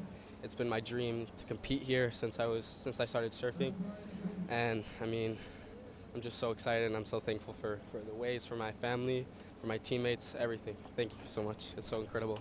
Your mum came running up to you to embrace you as well. It pretty much looked like you won the final there. Hopefully we're going to see more of that. Is that going to happen every time you progress through the heats? Yeah, I hope so. I mean, it's so cool that every time you catch a wave, everybody's cheering you on. I mean, yeah, like you said, it felt like I won the final. You know, it's so excited to pass, and I hopefully keep this momentum for the next heats. What about the 633? Talk to us about your style. What was going through your head and what maneuvers were you thinking of completing in that 633? I remember I took off and I kind of saw like the bull going way in front, so I did like a setup, and then I pumped, and I did like a kind of like a layback hack, and then I saw the end section and I knew I just had to hack it, and I landed it. So it's so sick. It was so sick. We loved it, especially the layback. The guys in the booth were cheering for that one. So congratulations for the rest of the nation cheering you on, the Mexicans watching, and all of your family and friends that didn't make it over here. Would you like to say hello from Brazil? Yes. Hola a todos desde Brasil. Mil gracias por el apoyo, todos los que están viendo en casa. Y espero poder poner México en alto. Viva México. Great moment for you, great moment for us. Thank you very much, Tiago. Thank you, guys. Thank you. Pleasure to meet that young man, and we look forward to seeing more from him as he is advancing through in this repechage round. 8 minutes to go here. Dow in the lead for now. Young Dutch surfer has a 4.17. Aris from Romania with a 3-point ride. And here's your surfer in green. This is Sebastian Ballanti, representing Scotland. He's 12 years old. His home break is Fraserburgh, Aberdeen, Scotland. So we see now Aris ripping this right-hander. I can hear cheers and hoots and hollers. Jumps the backwash. It's like he's surfing at Makaha Yes. or something. That was awesome. I'm excited to see the replay of that one. What a fun-looking wave. I love that little like style choice to kind of flick his foot off of his turns as well. Taking a look at this one here. So much backwash on this wave after he gets through that first section. Keeping that back leg really engaged, like using the knee and the ankle in each of those turns. And then the backwash here, just like Makaha. Well, you know I'm a fan of a chop hop. Great. And then sets it up for the inside, gets a little claim. That's the best Romanian surfer I've ever seen in ISA competition. Oh, easily. So cool. Thank Easily you, the best. Aries. That was a great looking wave. As we see now, surfer in red. Dow now carving back. Team Netherlands. Got to be excited with this youngster showing a lot of promise. A nice clean turn right there. Look at that. I mean, coming around the section like that with backwash, coming up the face of the wave, he did so well to maintain his composure and control. That's going to be a solid number for him. He started with a 417. So now we're going to wait for scores to come through from Aris. Sebastian, as we said earlier in his bio, he says he started surfing around Christmas of 2020 during the pandemic. He says, I was lost. I had nothing to do. And then I got introduced into this amazing sport. And it just got him. And I think in just a few short years, he is now representing Scotland here in ISA competition. And he says this is the honor of a lifetime for him. And he's making Scotland proud right now. So far, so good for all three of these surfers. This is becoming a hotly contested heat. Dow from Dutch taking a look at this wave. Nice cut back to start things off with, up into the lip line. And that turn. That was tight. That was a money turn. Gets bounced around a little bit. Doesn't get that projection in front of the foam that I think the judges would have liked to be able to deem that complete. But has some great style. That was a nice turn. Well controlled. And then it's this one here. That was really sick. But because he pushed that tail around so far, it kind of lost him the opportunity to actually get in front of that whitewater. This was a really solid section from Aris charging, but he'll get bumped off and not ride out complete either. Kind of jumped off his board, but just a little bit too soon, I think, for the judges to like that. Yeah. Once again, kids, feet first, please. Oh, especially yeah. in that inside section. Feet first, and also just try and hold on to that stance for a moment longer. Make sure the judges deem your wave complete, if possible. And then jump off feet first. Risk the ankles before the upper body. Agreed. Well, 4:30 to go here in Repéchage, round 1, heat 11. Denise Vosiu. We've got a Romanian in the lead for the first time in the history of ISA competition. This is so fun to watch. That last score comes through. He's got a 3-1-3 and a 3. So a nice lead from your surfer in blue. He's sitting out the back with second priority.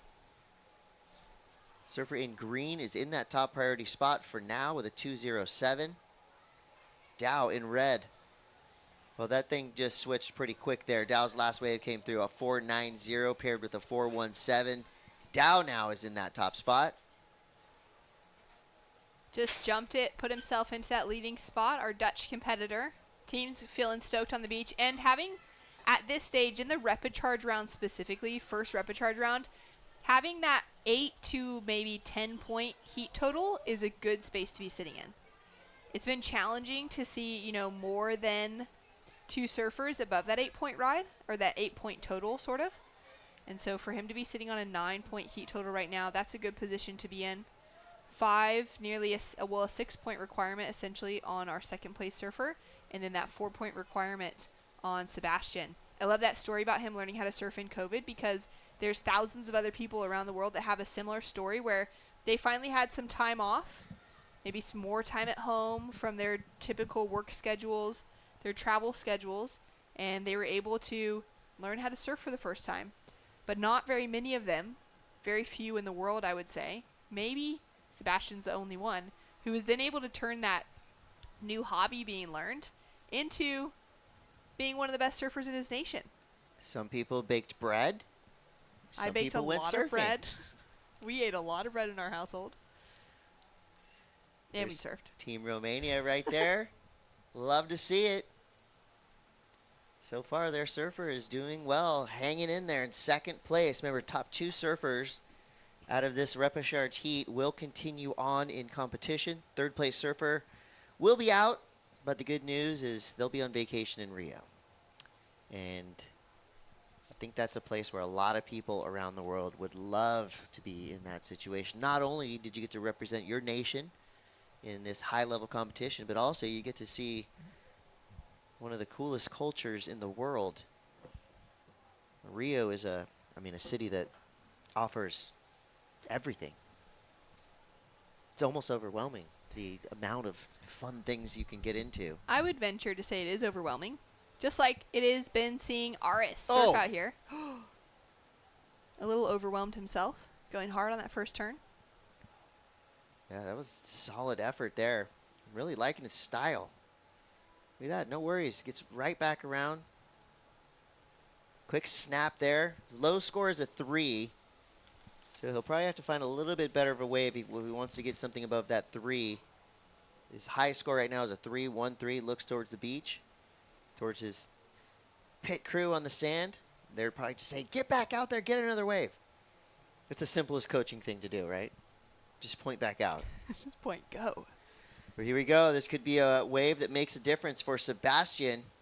Needs a 4.06. The wave's trying to let him down. He was hanging in there, and the emotions show. Still under a minute to go. There is a chance. What did he do on the outside? Big section. Nice opening turn. He displaced a lot of water with that first turn. Gets that second one. Now just trying to kind of weave through and make the connection, but that was going to be a challenging connection for anyone to make. And he's not able to get to that end section. He's got some time. I like that he just went, had that moment of frustration, but straight back down on his board and straight paddling out. Yeah, it Wasn't didn't last checking long, back right? to decide. Just, all right. He's got to have another opportunity. He's going to have, at this stage, probably 40 seconds on the clock as opposed to that 30 or that 25 or so that we see on our screen because we're just off a little bit from the judges' tower. So he might have a chance to get himself into another wave. Aris has been super busy on the inside. He hasn't been able to improve on those 3-point rides, so just something for him to kind of think about moving into the next heat, reassess a few of the mistakes that he was making. And up and riding now, Sebastian had that last opportunity at least. Well, this kid's got a lot of heart. He never gave up. Full effort on every wave he surfed. And he's got to give himself a lot of credit because it is challenging out there. I think this may be where the Macarena was invented. Could be. I don't know. I have no idea. I think the guys from the Netherlands just invented their own type of Brazilian samba. Well, more action to come. Yes, that's right. We're not finished yet. A couple more heats on the day. You've been watching the ISA World Junior Surfing Championships. This is your boys under 16 repechage round. Heat 12 coming up next. Stick around. We'll be right back.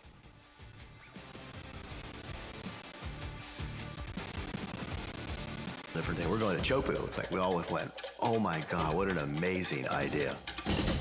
Teahupo'o is one of the most incredible waves, probably a wonder of the world. And it's just sort of like a whole nother world out there. It's godlike, it's quiet, serene, beautiful. Then you have this glorious wave that comes off a reef, and it's so powerful and so beautiful. I think Teahupo'o has the opportunity to capture the imagination visually for what people think surfing is. The wave at Teahupo'o is super scary and beautiful at the same time. I have to give them a lot of props for the courage of making a commitment to Tahiti. I think it'll be a...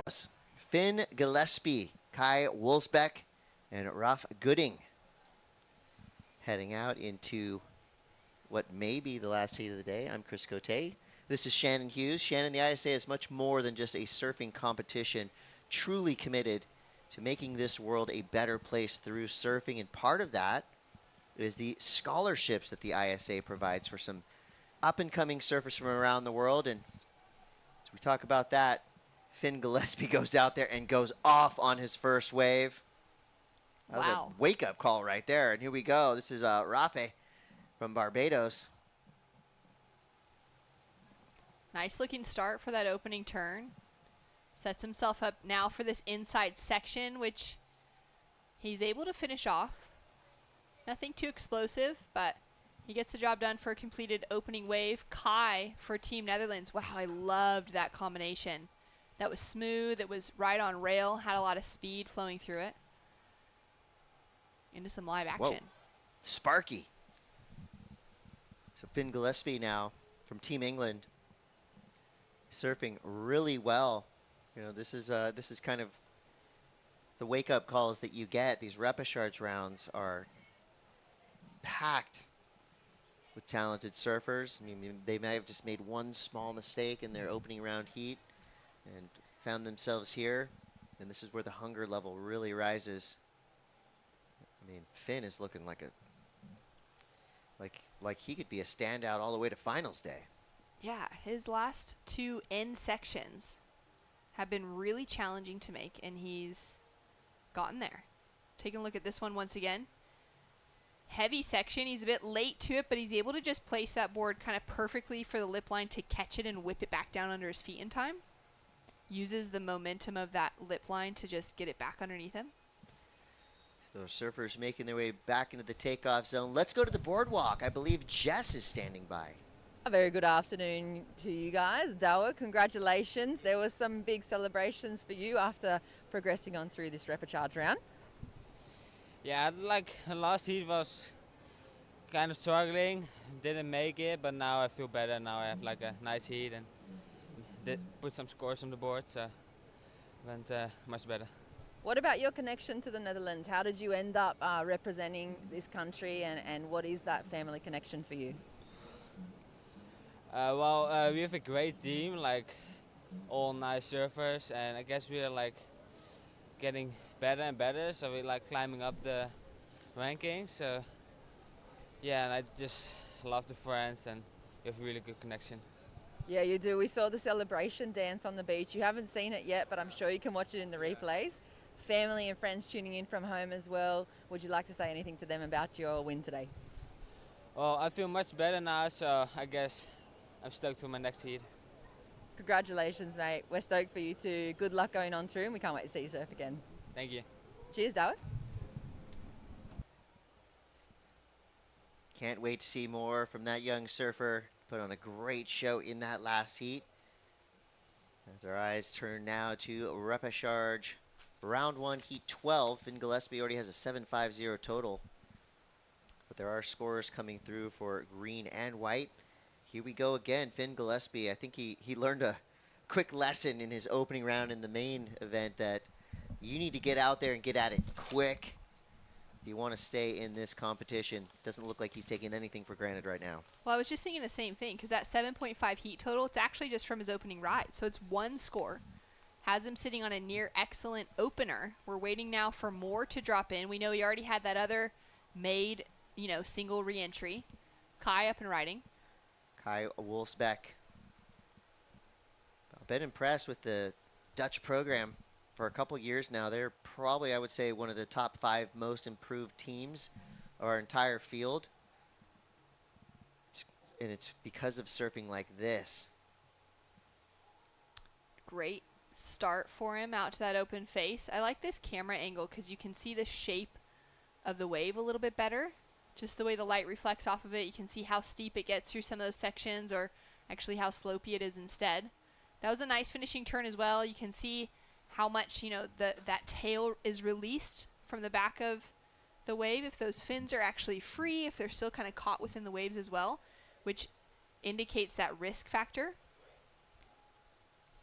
Still waiting for some other scores for Finn, but wow, he's on fire. I mean, using his rail, blowing the tail out right there. He made a little bit of a mistake there and fell on the second turn, but he's probably going to get some good news for our judges because his last wave was looking good. Now we see Rafi Gooding, Team Barbados. Nice and casual approach towards this inside section.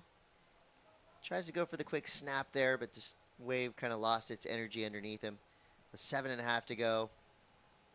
Scores starting to trickle through here. Rafi Gooding's first wave was a 4.93. Judges with a little bit of catch up to do now. halfway through the heat, and just 3 surfers, but it's all been really good action. Like to see 4s on the board for the opening exchange between Rafe and Kai. And then, of course, that 7.5 has set Finn completely apart. 16 years old, and he's from Newquay in Cornwall. Surfs at his local Fistral Break, and his surf club is Newquay Board Riders. Loves to travel and surf new spots around the world. Winning the English Nationals and being selected to represent his country is his biggest surfing achievement to date. It's pretty solid. And now he's looking very promising to be advancing through. Although he's into that second place momentarily because of 5s dropped in for Kai, we know that he's going to be right back in the lead as soon as his scores lock in. Yeah, you know, I like that our judges are taking their time with some of these heats. They know how important this is to the surfers, to the teams, to the nations being represented. And they've been right on top of it this entire event. And Finn Gillespie, speaking about being on top, he's now into the teens, a 7.5 and a 6.17. Kai there, he's getting close, a 5 and a 4.17. Rafa Gooding as well with a 4.93. So everybody with something. Finn Gillespie is pretty well into the lead, but we still have just under 6 minutes to go, so anything is possible. There's Team Barbados. Always a spirited crew. Spirited crew with a great wave called Teahupo'o at home. That is Raf's favorite wave. That's an early wave. That's a scary wave. It's got some consequence to it. It's always, you know, interesting to see what types of waves surfers put down in their bios as their favorite wave. If it's something that's kind of fun, playful, somewhere where, you know, you might expect anyone to just be able to get a lot of waves, or if it is something maybe of perfection, like a great point break. The point at Jeffreys Bay would be my favorite wave of all time. Not a lot of consequence to it, but just offers you the best canvas ever. But then you see surfers that will put down a heavy wave as their favorite wave. You know they're just made of something a little bit different. Yep. Yeah, if you cite, you know, Pipeline, Jaws, is your favorite wave, you're on a totally different level. We're not going to be surfing together. No. Probably ever. Here goes Kai. Representing the Netherlands. Great, clean, stylish surfer. I'm always impressed with surfers that are this young that have such solid fundamentals. I mean, right there, the presence of mind to know exactly what turn to do. That was the appropriate maneuver for that section. Good, clean surfing. The speed power flow equation is alive and well with this young man. He's looking to get rid of a 4.17. He might have done that and more. Taking another look, different angle from the drone. It's a little bit harder to kind of find the shape of the wave from here and really see how dynamic those turns are, but looks nice looking at it anyways. Couple cutbacks to start, and then these end sections. He does well to kind of get out in front of it. Taking a look at it now from a slightly better angle, just from a judgment perspective. This is more what the judges are looking at kind of specifically as well, similar to what their view is from the tower. And this is that moment. I love the way he just had that speed kind of projected out in front of it, was able to come down easily. He's in a good position to be kind of blocking Raf out of this heat, or at least putting a bigger requirement onto the surfer from Barbados, chasing a 4.25 at the moment. But we'll see if Kai is able to improve on the 4.17 that he has on the board. Taking a look at this one now from Finn. A 6.17 dropped in from his last cote. Yeah, he's just, as they say, on a tear. I mean, he can do no wrong right now. A 3-turn combination there. He picked off a nice little gem of a wave. Gave him a good speed burst off the takeoff. You can tell he's just having one of those heats that he's feeling it. He's in the zone. His team's on the beach cheering for him. He's got to be probably inspired by what the rest of Team England has done so far. You know, you don't want to be the weak link on your team. And so far, I think England has a lot of strong links. Even though he is in the repechage round, he's definitely fighting his way out of it now. Wow, super powerful. Love the look of that turn. I love the way he kind of just cuts it down to keep that speed forward because he's eyeing up that next section in front of him as well. So that first turn he's able to really engage, cut all the way back into the foam. This one just turns into almost like a down carve of sorts in order to set up for that finishing section. Started out with that 7.5, a 6.17 was his second score, and then just some small scores behind that. We'll see where the judges go with this one now in comparison to that 6.17. And the Netherlands team just had a celebration from the surfer in the previous heat making it through. Shakas all around. Getting down to the wire here. Kai needs to try to play a little bit of defense here, because you look at Kai's low score, that 4.87.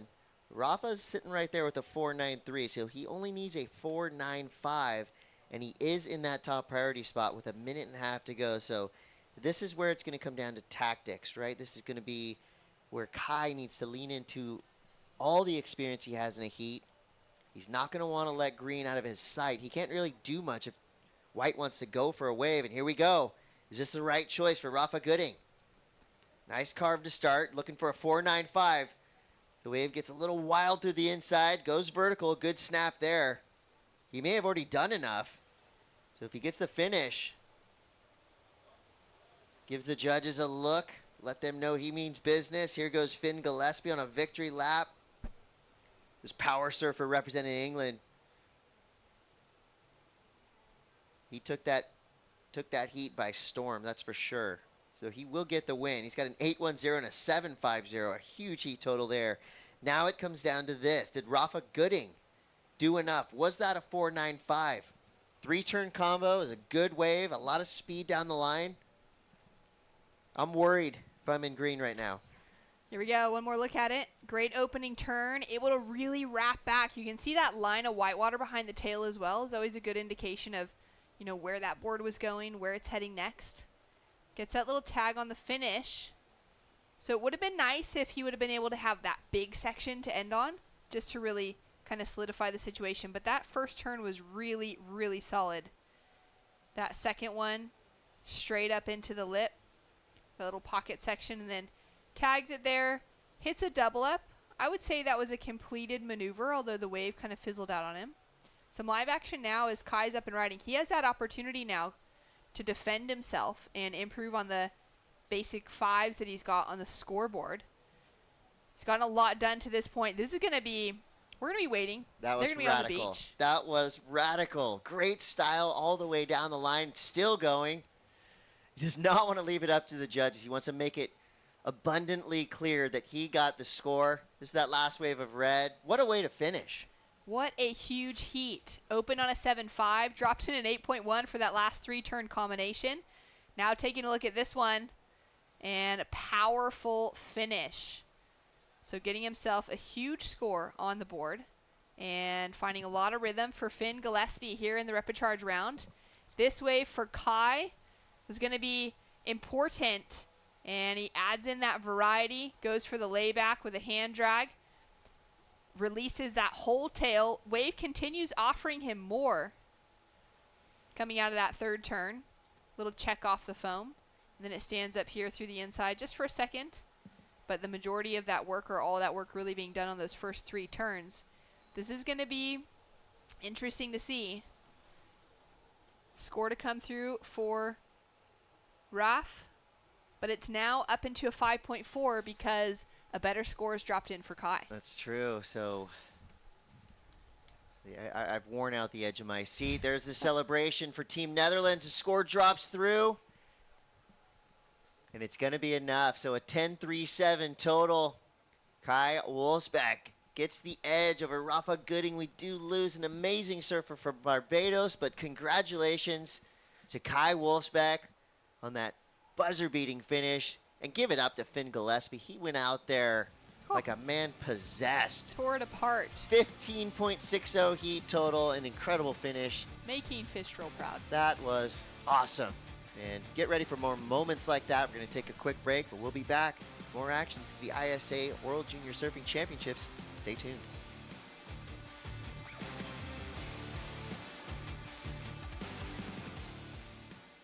I spent 22 years thinking about this.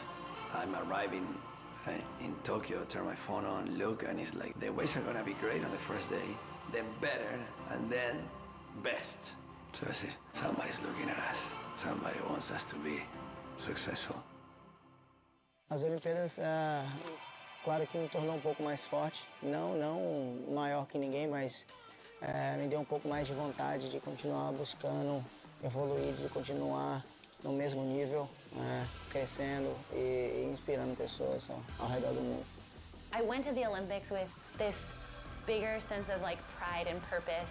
It felt just really special to win the gold medal in surfing for the first time and bring it back home to Hawaii. I've never been more proud to be Hawaiian than I am in this moment. And in many ways, we gave a surfing hug to the Olympic moment.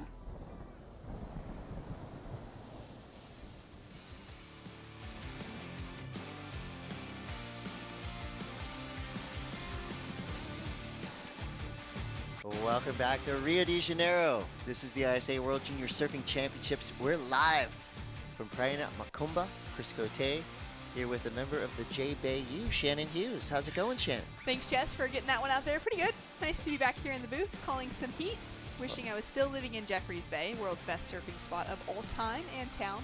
Well, then you wouldn't be here to watch this incredible matchup we have for you. Moses Zabede will be going up against Dara Gilmartin and Soren Matthias. Norway, Panama, Ireland. Only in the ISA will you see a matchup like this.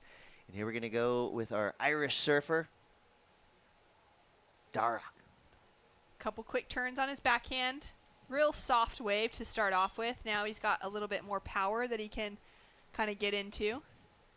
And he'll kick out of that opening ride. So with 12 minutes to go here, all three surfers back at it in the lineup as they reset themselves. We're going to go down to the boardwalk with Jess Grimwood. Thank you, guys. Finn Gillespie. I don't know what else to say, but England are on an absolute tear today, and you with the 8-1 and the 7-5. What was going through your mind out there? You're looking pretty confident. It's just to start off well, hopefully got a solid score, which luckily I did. And then straight away from that, it just gave me a load of confidence. Just kept getting finding good waves, and then just getting better scores. What about the Newquay board riders? It's around about 8 p.m. in England at the moment. Would they be tuning in? Definitely, hopefully. I'd hope so.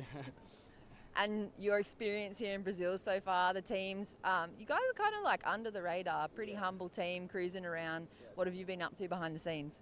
Just surfing, looking around. It's such a nice place. So much better. Like England now is like 2 degrees. It's freezing. So it's nice to have board shorts and nice weather, and good waves. So it's sick.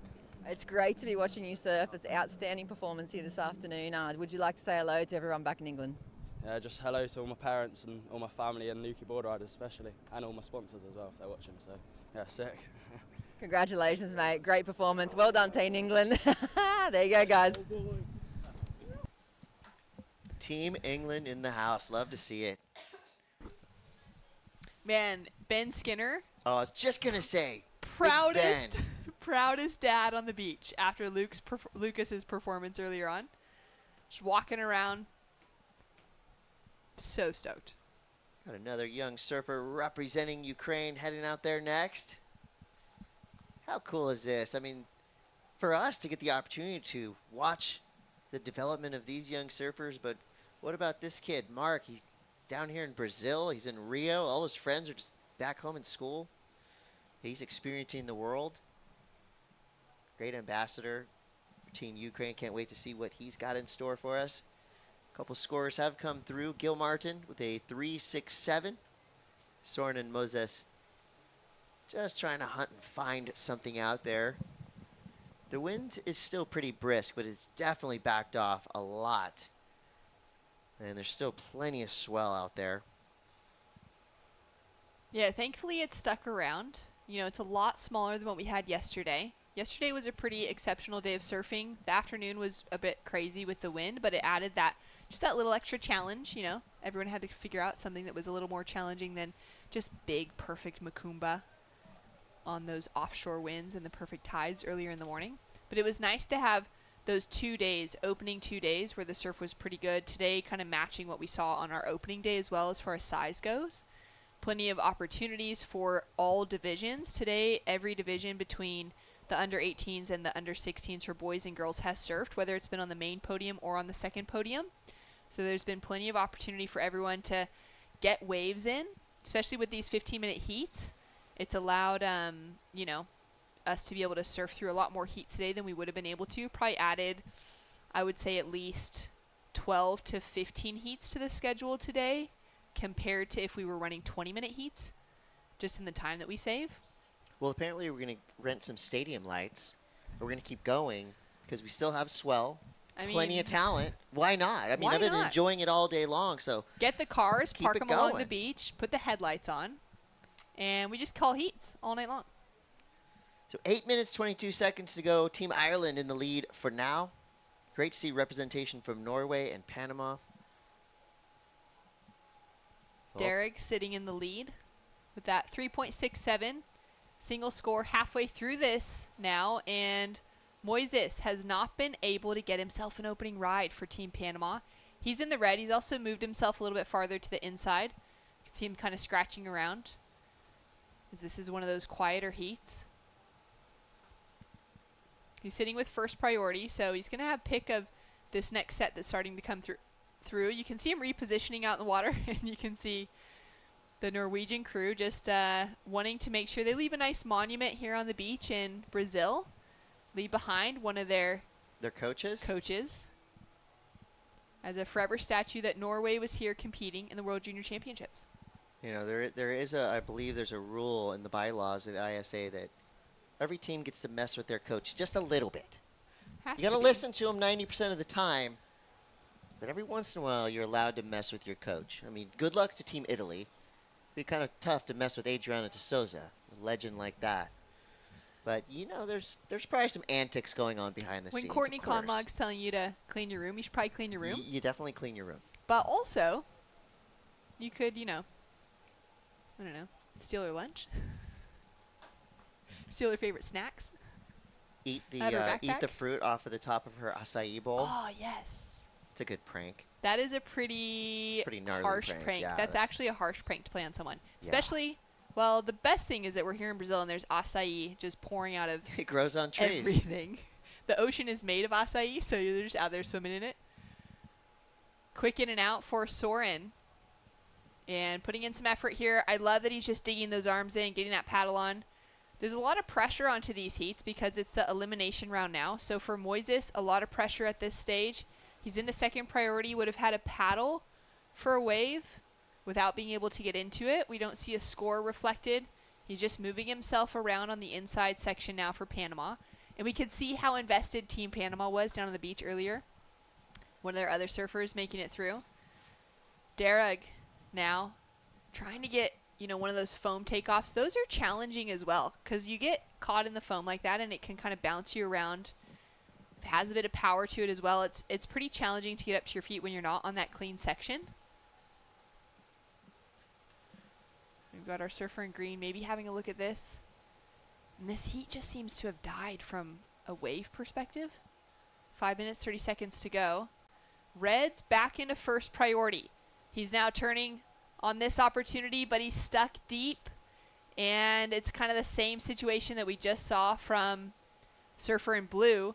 But he's now up and riding on his feet. He finds that trim line. Just that one section, feels the frustration. But for him, maybe it'll give him that opportunity to loosen up now. He's finally going to get that score on the board. Had to look back to his team quickly. Yeah, I mean, that's passion right there. The passion came out. I mean, he knew that it was going to be an uphill battle, literally, trying to get up after being knocked down in the whitewater. And he's just climbed up the hill. He's got a 0.87, which is better than the 0.70 for Soren, and it's taken him a second. Yeah, you got to look to the positives.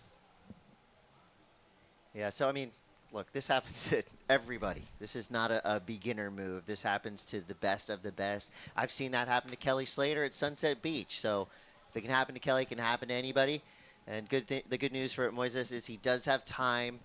You know, there's, 4 minutes, 30 seconds to go. He just needs one good wave to flip this heat. As we see Gil Martin now from Team Ireland.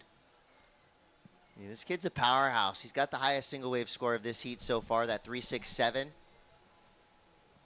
He gets down in this inside section. It's the finishing maneuver. It was a messy wave, but he made the most of it. Nicely done for Gil Martin.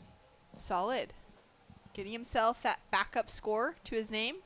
Just thinking about those kind of prone takeoffs where you're stuck with it. I do remember a moment from Kelly Slater, Haleiwa, at during the Triple Crown.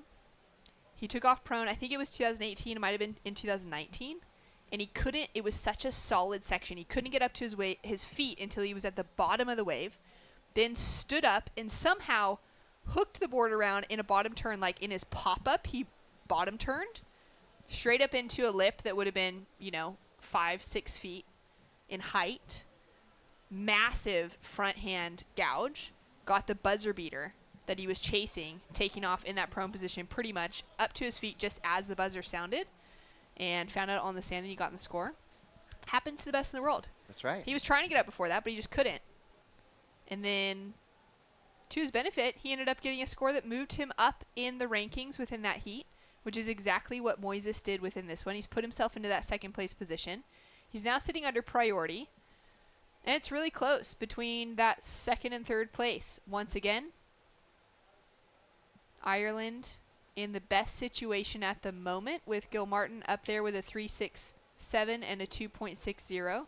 Pretty safe to say that he'll be advancing through at this stage, because with 2 minutes 40 seconds on the clock, maybe we see both Moises and Soren get a big score that could take away that leading 6-point heat total, but it'll likely have to be a couple scores to chip away at that, and I just don't know that we have the time. 2:30 now. Here goes Soren, representing Team Norway. Seen some incredible images of the waves they have in Norway. As Soren goes for the float, a little bit of backwash throws him off his board. That was a great attempt there. Solid effort from Soren. So 2 minutes left. He's only chasing a 0.38. There it is, a 1-point ride. Oh, Situation so it does. change. It gets him up into that second spot. So now Moises needs to get something going. Gilmartin most likely safe with a 3.67 and a 2.6. So now it's a battle for second. And Moises does have priority. Yeah, this is going to be a really stressful ending. 1 minute 45 seconds on the clock.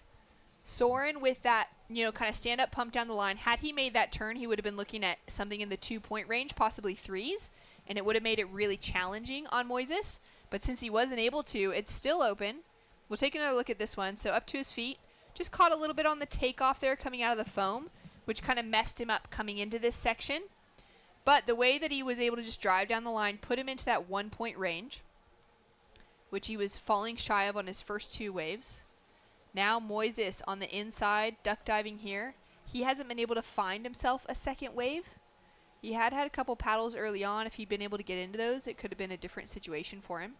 He only needs a 0.64, and we know that each one of these surfers has the talent to get there. Here we go, up and riding into that first turn. So he's got the score, the requirement he's chasing, Chris. Yeah, just looking for a 0.64. That's just smart surfing right there. He knew that he had to get up and get one turn done.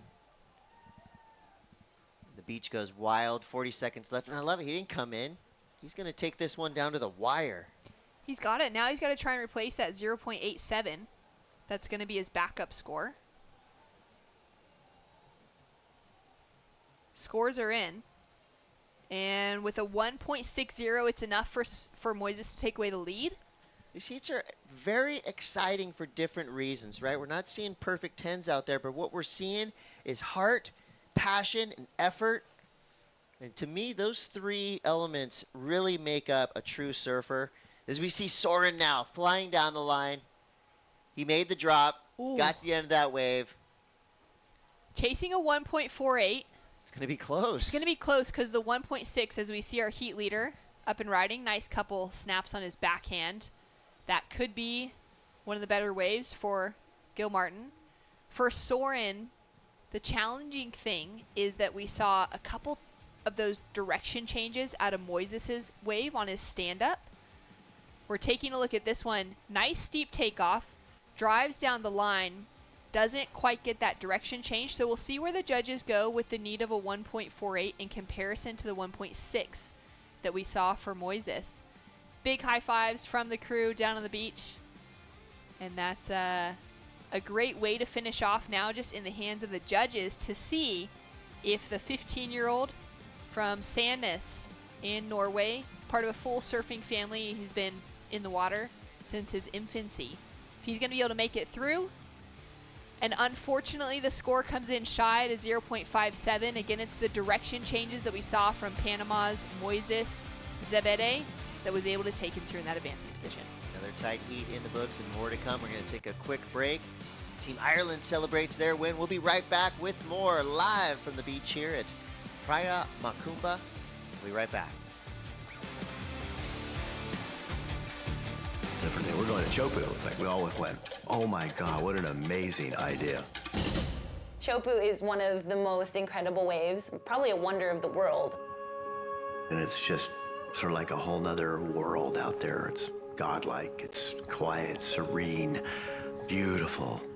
Then you have this glorious wave that comes off a reef, and it's so powerful and so beautiful.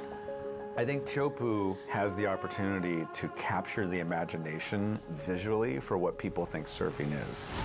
The wave at Teahupo'o is super scary and beautiful at the same time. I have to give them a lot of props for the courage of making a commitment to Tahiti. I think it'll be a really exciting way to showcase all the athletes and their talent. I think it's going to be very good.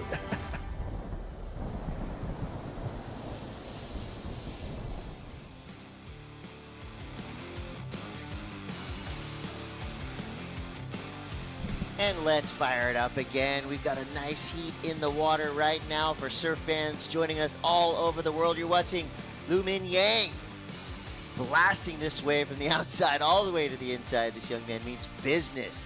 We're representing Chinese Taipei. He's going to be going up against Jay Phipps and Mark Trachenko. So we've got global representation here. Chinese Taipei, France, and Ukraine. Great looking stack up in the lineup. Louis, Jay, and Mark. End of the day, they've been down there supporting their teams. Jay will be feeling stoked in France as well to see him open up with that 5.67. France is the team that's definitely had the most success at ISA levels. They've got so many team gold medals across literally every discipline, from World Surfing Games, juniors, longboarding, SUP, and para. They put together some really fantastic teams over the years.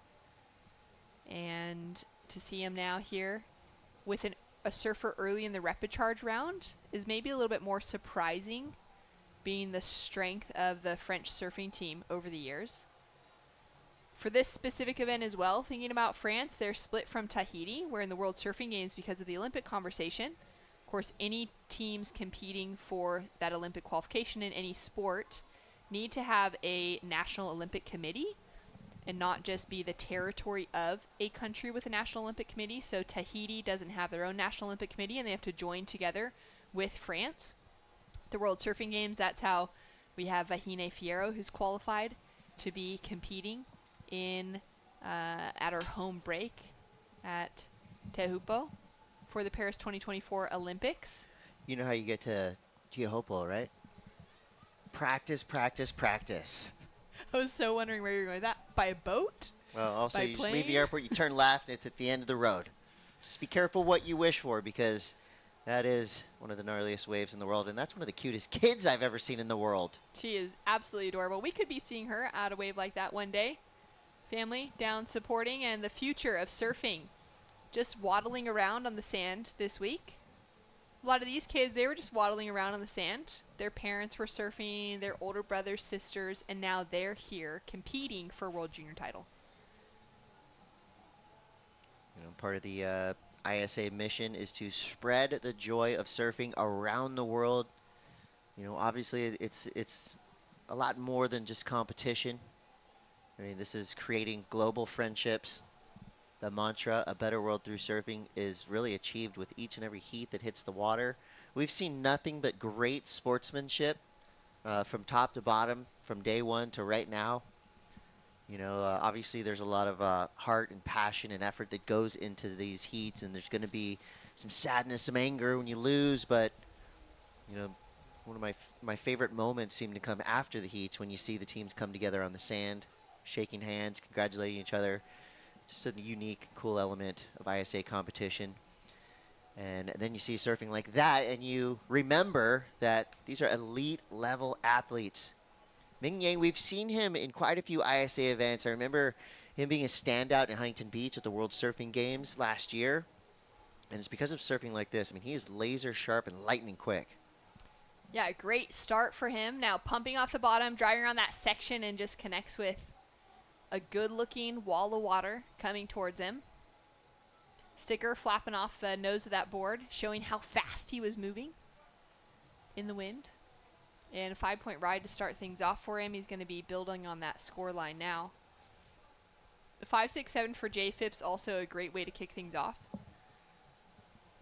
And that leaves Mark Kachenko for Ukraine, looking for his first wave. Team supporting down on the shoreline. There's Team Ukraine, their flags flying. And with 8 minutes and 50 seconds to go, I believe Jess is standing by with a special guest. Thank you, guys. Dara, congratulations. A great team win for Ireland. They were very excited, all running down and celebrating. How did that feel for you? It felt really good, you know, to do that in the reps. I had a rough first heat, you know, didn't find the waves I wanted, but I went out there and, you know, got my first wave, and I knew I was going to have a good heat, and to have the team supporting on the beach was really, really nice, and yeah, it just felt good. What about where you guys are posted up? I've seen you every morning doing group stretching sessions, and you're staying right on the beach here. Talk to us about what the team have been up to. Yeah, where we're staying is sick. We're like right on the beach. We can all see the waves, and you know, all the coaches and us have been getting up super early, getting our stretches done. You know, I think it's keeping us ready, keeping us loose for the day, and I think it's working. It's working very well. And talk to us, where are you from in Ireland, and what are the conditions like compared to the beach break here at Macumba? I'm from County Sligo in Ireland on the northwest coast, so we get some pretty sick waves. You know, windy, cold, but some nice barrels, some nice open walls. So, you know, it's definitely different. I mean, we don't have too much beach break action at home, but, you know, it's cool to get over here and, you know, really experience the beach life. Well, we're stoked to have you here. I'm sure all your family and friends are tuning in at home, the rest of the Irish community. Yeah. I'd love you to say hello to them. I want to say thank you to everyone for getting me here, my parents, friends, and anyone who donated to help me get here. You know, we're having a great time, and just thank you. Great story for you as well. Congratulations and well done to the team. Thank you very much. Cheers, guys. Smart, well-spoken kid right there, an incredible representative of Ireland and the surfing scene there. Big things coming from that young man, and that's what it's all about, right? I mean, not only representing yourself and your skills as a surfer, but also spreading the joy of your home nation, and that made me really want to go to Ireland. And I'll be honest, I'll say I'm a big fan of that Irish accent. It just sounds so cool. I mean, I want to be friends with that kid. It is amazing. It's such a beautiful country as well. I have had the pleasure of traveling there, of surfing there, getting to experience the culture. Everyone sounds like that. I'm It's part really Irish. Cool. Look at There my you go. freckles. Me too. I need to go back to the Shannon, homeland. You know, got to take a ferry across the Shannon River. It's a cool place. There's lots of great waves. The water temperature was also surprisingly warm when we were there. I was like, you know, with my 4.3 thinking I'm still going to be pretty cold the whole time. And I wish I had a 3.2 in my bag. It's quite pleasant through the summer months. Not as crazy cold as you would anticipate year round. I'm sold. We could trade off. He can come to Seaside. I'll go to the northwest of Ireland. Here we go. This is Liu Ming Yang, Chinese Taipei. Right when he stands up, I mean, you can feel it, right? He's got a lot of energy, great style.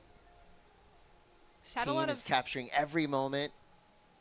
Yeah, he's had some really solid results in his past as well. He's had the national title across multiple age divisions, so he's still competing in the under 16s as he is here. He's doubling up in this event in the under 18s, and he's doing that because he's taken away the under 18s championship title back at home. He's also walked away with that number 2 position in the open men's.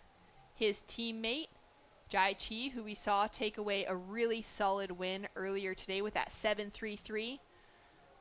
The big, powerful Chinese Taipei surfer. He was the open men's champion. So these two sitting at the top of their rankings and showcasing that young talent, that under 16 talent. is really going to be the future of surfing out of that region. Seaside Reef local right here in yellow.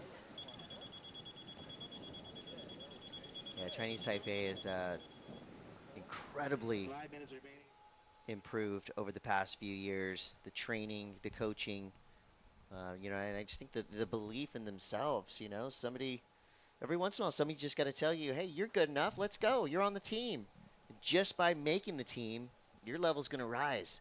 It's going to be a big confidence booster. So I expect to see leaps and bounds coming from Chinese Taipei in the near future and right now. I mean, got a surfer in red leading the heat. Surfers ready to paddle out. We'll have 2 more heats after this one. 16 heats in total in this round. We did skip 2 of them, so we're only surfing through 14. A couple heats had a bye with only 2 surfers in it. Running down the beach, ready for the next one. Surfer in red will be Johan Yagual from Ecuador. And talking about, you know, making a team like that, it gives you that extra confidence, but it also sets you up with resources. Might be the first time you're getting to work with a real coach. You've got that team environment of training together, of having someone filming your footage and giving you great feedback, rather than just being out in the water and having fun with your friends and kind of judging your own performance based off of how a wave felt. You actually get someone else's eyes on it, someone that's kind of feeding into what you could be doing as a training program leading into an event like this. So there's a lot of great resources that come alongside of competing at that level at a young age and kind of getting yourself into a national team environment for an ISA event. Deep paddle there for Ming Yang. 3 minutes to go here. I'm impressed with the consistency we've had all day long. Here we go. Surfer representing Ukraine. Kachenko there with a nice speed, power float. Kind of a 2-stager there. He gets eaten by the whitewater. Shows you the power that the ocean has here. Well done for that youngster out of the Ukrainian surf team. Look at that. No quit. Showing us that he's got some perseverance too. This was a pretty big maneuver right here. Yeah, it's a solid sized wave. Great selection for it. I like that he just cuts that bottom turn short for a second to make sure to connect with that before it's a full closeout. Because it wasn't like a little lip that he could connect with for some coping, but it was just that kind of crumbly whitewater. Yeah, not an easy place to do a turn. He deserves a lot of credit. Chasing a 3.58 for that wave as his backup score. Great style coming through from Liu on this one. Yeah, no, I'm with you there. I really like how this young man surfs right there. You know, knowing that you sometimes have to sell it to the judges a little bit that you've made your turn. I believe he will get credit for that. Here we go, Jay Phipps now, Team France. He's got a 5.67, so he's been patient throughout. But you can see that he's got some serious surfing ability. Big snap there to finish off that wave. So kind of a weaving start. Identified the section, hammered it. Sitting on a 0, so obviously it's going to be much better than that. It'll probably be somewhere below that 5.67, but it's definitely going to be enough to keep him in that second place spot. Pressure is going to be sitting on Mark from Ukraine, just 11 years old. Started surfing a few years ago when his family moved from Ukraine to Portugal. Now resides in Cascais, so he's got some really great waves back at home to be training in. Great surf community to be a part of as well. Setting him up for moments like this where the pressure is on. Come on, he's got it. Dealing with a bit of backwash, smashes the lip there, goes down, but solid effort there for Mark. And look at the grit on this kid. There's only 45 seconds left. He has not given up. He's getting back out there. It's what you love to see. It's the mark of a champion. 0.77 to back up the 2.1. So it took him a long time in this heat to kind of get into that rhythm. That would be one good thing to be able to work on for future heats, or that heat practice is, you know, if you're surfing a 12-minute mock heat, trying to get your first score on the board in 3 minutes. Building from there to get another score on. Making sure that in moments like this, you're not relying on the last few seconds of a heat to get the job done. It's exactly the opposite approach to what Liu Ming Yang has done within this. Got off to that nice and early start with a couple 5s. Yeah, and you know what? None of these surfers in the lineup took each other lightly, and you know you can't at this level because you know, a lot of times you're going to be surfing against someone that you've never heard of. You don't know their name. You don't know where they come from. You have to be on guard at all times. So congratulations to Lu Ming Yang and to Jay Phipps staying alive in this competition. But big ups to Mark Kachenko, one of the 2 representatives in the 16 and under division for Team Ukraine. Valiant effort from this young surfer. And this is definitely not the last we see of him. He's got a bright future ahead of him. I want to see him come in to his team too. Those are the moments that I live for. You love to see the winning team, but you also, you know, you want to see the camaraderie that develops. So Chinese Taipei congratulates Ming Yang. A solid performance there. Team France awaits in the wings for Jay Phipps to come in. And we're going to take a quick break. We'll be back with more action, a couple more heats to go. Who will stay in contention? You're going to have to stay tuned to find out. We'll be right back.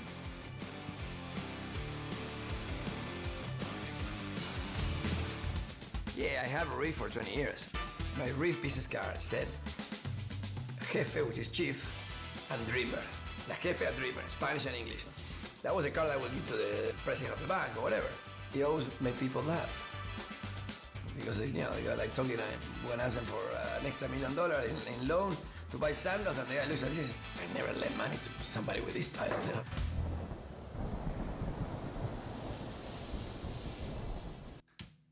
I was a good student. I was kind of the intellectual brother. My brother was much better than me, you know. By 10, he was playing soccer, rugby, tennis, everything. I wanted to be good at other things, so I focused on other things. I was collecting stamps. Which 10-year-old collects stamps? I don't know. Many times I drifted away from the ocean.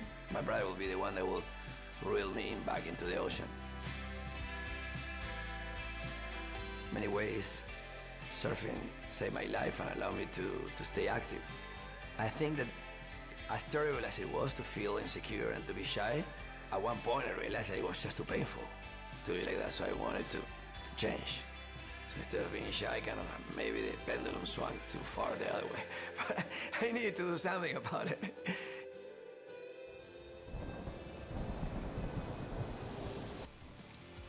Such a great story, and it does continue. The only thing that I would ask for is that President Aguirre grows that little mustache again. I think he would look really good with that 80s mustache he had in one of those photos. We all owe a debt of gratitude to Fernando Aguirre, who took Duke's dream and ran with it. Main force behind getting surfing in the Olympics. Thank you, President Aguirre. Still running with it. Oh yeah. We're here today. Always the Juniors best around dressed the guy world. on the beach too. I mean, he takes it to a new level. We can He's only got some hope for flair, more. that is for sure. A mustache would be a great addition nowadays. So your boys 16 under Repéchage continues. Johan Jagul, Connor Maroney, and Marcus Nakken Lund, Norway, Ireland, Ecuador. In the lineup for 15 minutes. Top 2 surfers will stay in contention. Third place surfer is out. They'll be set loose in one of the greatest cities in the world, Rio de Janeiro. We're live from Praia Macumba, part of probably one of the most famous chains of beaches on the planet, just up the street, Ipanema, where that one girl's from. The Copacabana, where music and fashion is always in fashion or something. You know what I'm saying here, right? Fashion's You've heard of usually those two in fashion. beaches? Yeah. Yeah. We'll put Macumba on that list because this place is a stunner as well. Has been a pretty incredible place to visit. It's my first time in Brazil, and I'm really enjoying just getting a little lay of the land. The waves are looking really fun in this region. I love the fact that at a beach here in Macumba, there's something for everyone when it comes to surf. You can be down this end, have that heavy shore break, something you really want to charge into, like we're seeing from Connor on this wave. Bam! Ooh. Gets involved right there. So there's great sections like that for shortboarding. If you move farther towards the rock up into that kind of north corner of the beach here, just gets smaller and smaller the closer you go to that rock. So if you're a beginner, you can surf right up next to it. Nice, small, and slopey for those, learn to surf waves. Or something that's just a little better shape as we take a look at this replay here. For that first wave of Connor, I really like the way he was getting his campaign started. off to that quick turn. Didn't waste his time either, kind of trying to pump through to milk it and connect with something on the inside, recognizing the power of that score coming from that single maneuver on the outside. And we'll see where it fits into the 4.17 that we have on the board of Johan for his opening ride. Marcus from Norway sitting deepest in the water right now, waiting for this next set to come through. Sir, the kind of conditions are starting to, they're obviously not nearly as windy as yesterday afternoon, but they're starting to get that little lumpy, kind of bumpy taste that we had, and it was a little more challenging to find a wave that actually you could decipher what was going to happen with it. Truth. 9:40 to go before this set comes through. We've got time to go to the boardwalk and check in with Jess Grimwood. Thank you very much, guys. Liao won that last heat from Chinese Taipei. We've also got team member John. He's going to translate for us. Congratulations on the heat win. It's tricky conditions and a long day. How did you keep your focus to get through that one? 他说：“恭喜你今天赢，浪很难冲，然后你感觉的怎么样？”我可以讲中文还是英文？可以讲中文。会，我觉得感觉非常好，也有很好的机会可以来到巴西这里的浪点来体验不同的浪况。He said that he felt really good in that heat and felt really lucky to come surf in Brazil and got the opportunity to surf the difference of the waves. What are the waves like for you guys and for Liao at home, and is it similar to Macumba here in Brazil? 你觉得你的家里的浪是怎么样？然后家里的浪有没有跟这里很像？家里的浪跟这里不太一样，因为家里的浪是石头的地形，不是沙岸地形，所以差蛮多的，不太会冲这种浪。He said that it's very different at home than here. At home there's more rocks and stuff, and over here it's just sand, which is very different and very hard. What about the team from Chinese Taipei? Who's come over? Who's supporting you? And what does the whole makeup look like? 你觉得台湾队是怎么样帮你？然后队里是怎么样？怎么功能？怎么做？你的台湾就是介绍我们台湾队，你怎么 support 你？怎么帮忙我？中华台北队这次有帮忙我许多东西，像是在赛前的挑浪，然后优先权的运用，然后动作上的调整。He said that the Taiwan team helped him to know where to sit, like the waves, and how to use priority and the waves. Yeah, that's about it. Yeah. Well, congratulations. Would you like to say anything to everybody watching from at home and everybody that supported the team? 你想要跟你的家人或是帮助你的人说什么吗？很感谢国巨sorry， 很感谢国巨一直以来所有的帮忙，还有这一次团队所有的大家，非常感谢各位有帮忙我，然后帮我翻译所有的事情，谢谢。He said like thanks to Yago for his helping him a lot and our team for translating and this whole trip. Yeah. Well, thank you guys for being here. It's an absolute pleasure. Congratulations. We look forward to seeing you surf again soon. Thanks, guys. That was one of my favorites. Love those kids. What a good group. Polite, ready to go. When they get out in the water, though, absolutely lethal. Some of the better surfing that we're seeing throughout the day coming through from the Chinese Taipei crew. They've got a great coach behind them in Keenan, who often works as a judge behind the scenes, whether it be for the ISA or many World Surf League events. So to have that kind of, surfer, who's an excellent surfer himself, has all the experience, judging at the highest levels, head judge level down to, just sitting on the panel across various events. Now walking in as their coach for Keenan. It's a really great surfer to have behind that crew. Kiki traveling with him as well, managing the team. Local Taiwanese surfer who's now a judge herself. She went through the ISA judging program that the crew ran for women back in Huntington last year, and she's now working as the manager for their junior team. So it's a really great investment that's been happening in Chinese Taipei surfing, and we're being able to really see the growth and development of that team stretching to new levels now. And I'm here for it. It's been real fun to watch. You see it a little bit slower pace, for the last few minutes. It started strong. We can see 5.5s, 4.17s for Johan. Connor Maroney, he has a 4.67 and a 4.3, so both of those surfers are looking pretty strong right now. It's up to Marcus now from Team Norway to get involved, to just try to put himself in the right position. And I mean, it would be confusing out there for the highest level of surfer, right? This is not an easy place to compete, especially with 15 minutes. I mean, the good news is there's a ton of waves coming in, but the hard part about that is deciphering which wave is going to give you the opportunity for a score. And so for our surfer in green, who's sitting in the top priority spot now, he's got a little bit more good news that he's got his first pick. So the other two surfers can't even look at the wave he wants. They can, but they run the risk of getting interference, which we've seen just a few happen today. So it's been good, clean surfing all around so far. Yeah, it's been a little wild with that side of things, but now Marcus having a look at his first wave. All right, on his backhand, eye in the lip, building up speed, going down the line, fading right. Goes for the nice little under the lip snap there, but goes down. 15 years old, born and raised in Klepp, loves surfing at Selle. His home surf break, says he's out there every day on his Lost Sub Driver, his favorite board to be riding in and outside of competition. Puts down a 1-point ride on the board, and he's another band member for you. Loves playing the guitar. We got a guitarist. So you got a guitarist. You've now got Norway, Ireland, and Scotland as band members. Well, Norway, very famous for its black metal scene. So they have some of the most awesome heavy metal music coming out of Norway. I wonder if Marcus is into the black metal scene. I'll have to talk to him after this. You add the bagpipe of the Scottish surfer into the conversation with the heavy metal. We could have a lethal band. Nobody's ever heard anything like it.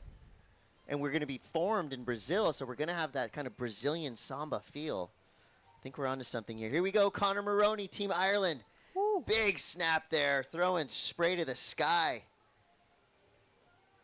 Looks like he's riding a sharp eye board, kind of reminiscent of a Kanoe Igarashi style board with that red bottom. Ooh, yeah. That was a great wave. He surfed that wave to the T. Wow, I liked that. Kind of similar to what we saw from Matteo Christodoulou out of Greece during his heat. Just setting that board up, kind of perfect placement. Taking another look at this one.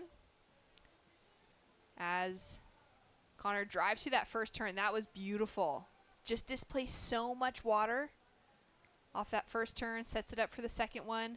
Not really forcing anything. Here he's got to do a little work to make it through that flat section, but then just places it here on the end as well. And that's going to be a very solid score for his line. Sitting with those couple fours at the moment. The high score of this heat, Cote, is a 5.5. We'll see where it factors into that. I mean, it's already feeling like it's hovering right around that zone. Might even be a little bit more. So the 5.5 that Johan got right from the jump, still the benchmark in this heat. You see, you can almost see right there the energy is just very slowly dissipating. Still plenty of swell out there. And I'm fine with going to the bitter end of the day to just get as much as we can out of this little pulse. And Shannon, you had mentioned it earlier. This kind of has a surf park type of feel, right? You go down to that corner, it's a much easier type of wave to learn how to surf on. So, you know, you'd be out there, right? It's kind of like that Queens style wave. It's a nice long crumble. And then you start going this way. Things starting to increase. The potency starts to wedge up a little bit. So it's like beginner to expert all in one place. What more could you ask for?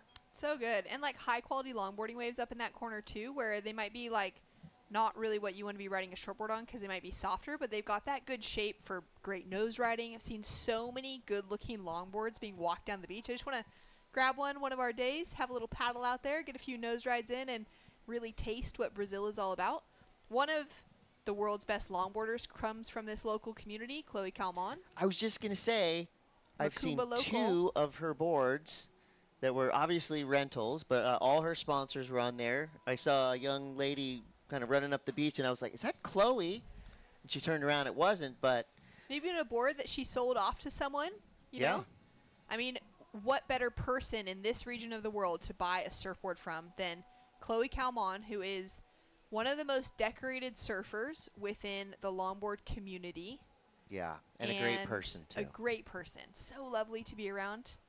Has been so close to winning those world titles. We're just waiting for that moment where Makumba will celebrate with her for a world title win. Can you imagine that party? Oh, wow. Town would be shut down. Well, Surf would be going off. Yeah, and, you know, all this talk of samba and parties and titles, and we look out into the water, and time's up. Connor Maroney with a convincing win there. He got a 6 and a 4.67 to get into the top spot, but Johan Yagul from Ecuador could have potentially done enough to get a 5.18. We do lose a surfer from Norway. Marcus, you put up a valiant effort as well. A strong showing there for our young Norse team. And now he joins the ranks of, you know, Rio enthusiasts. So hopefully he'll get the opportunity to explore a little bit around the area and get a taste for the Brazilian life, which, as we know so far, is vibrant, beautiful. It's good times all around. We're going to take a short break, and we'll be right back with more. This is the ISA World Junior Surfing Championships. Stick around.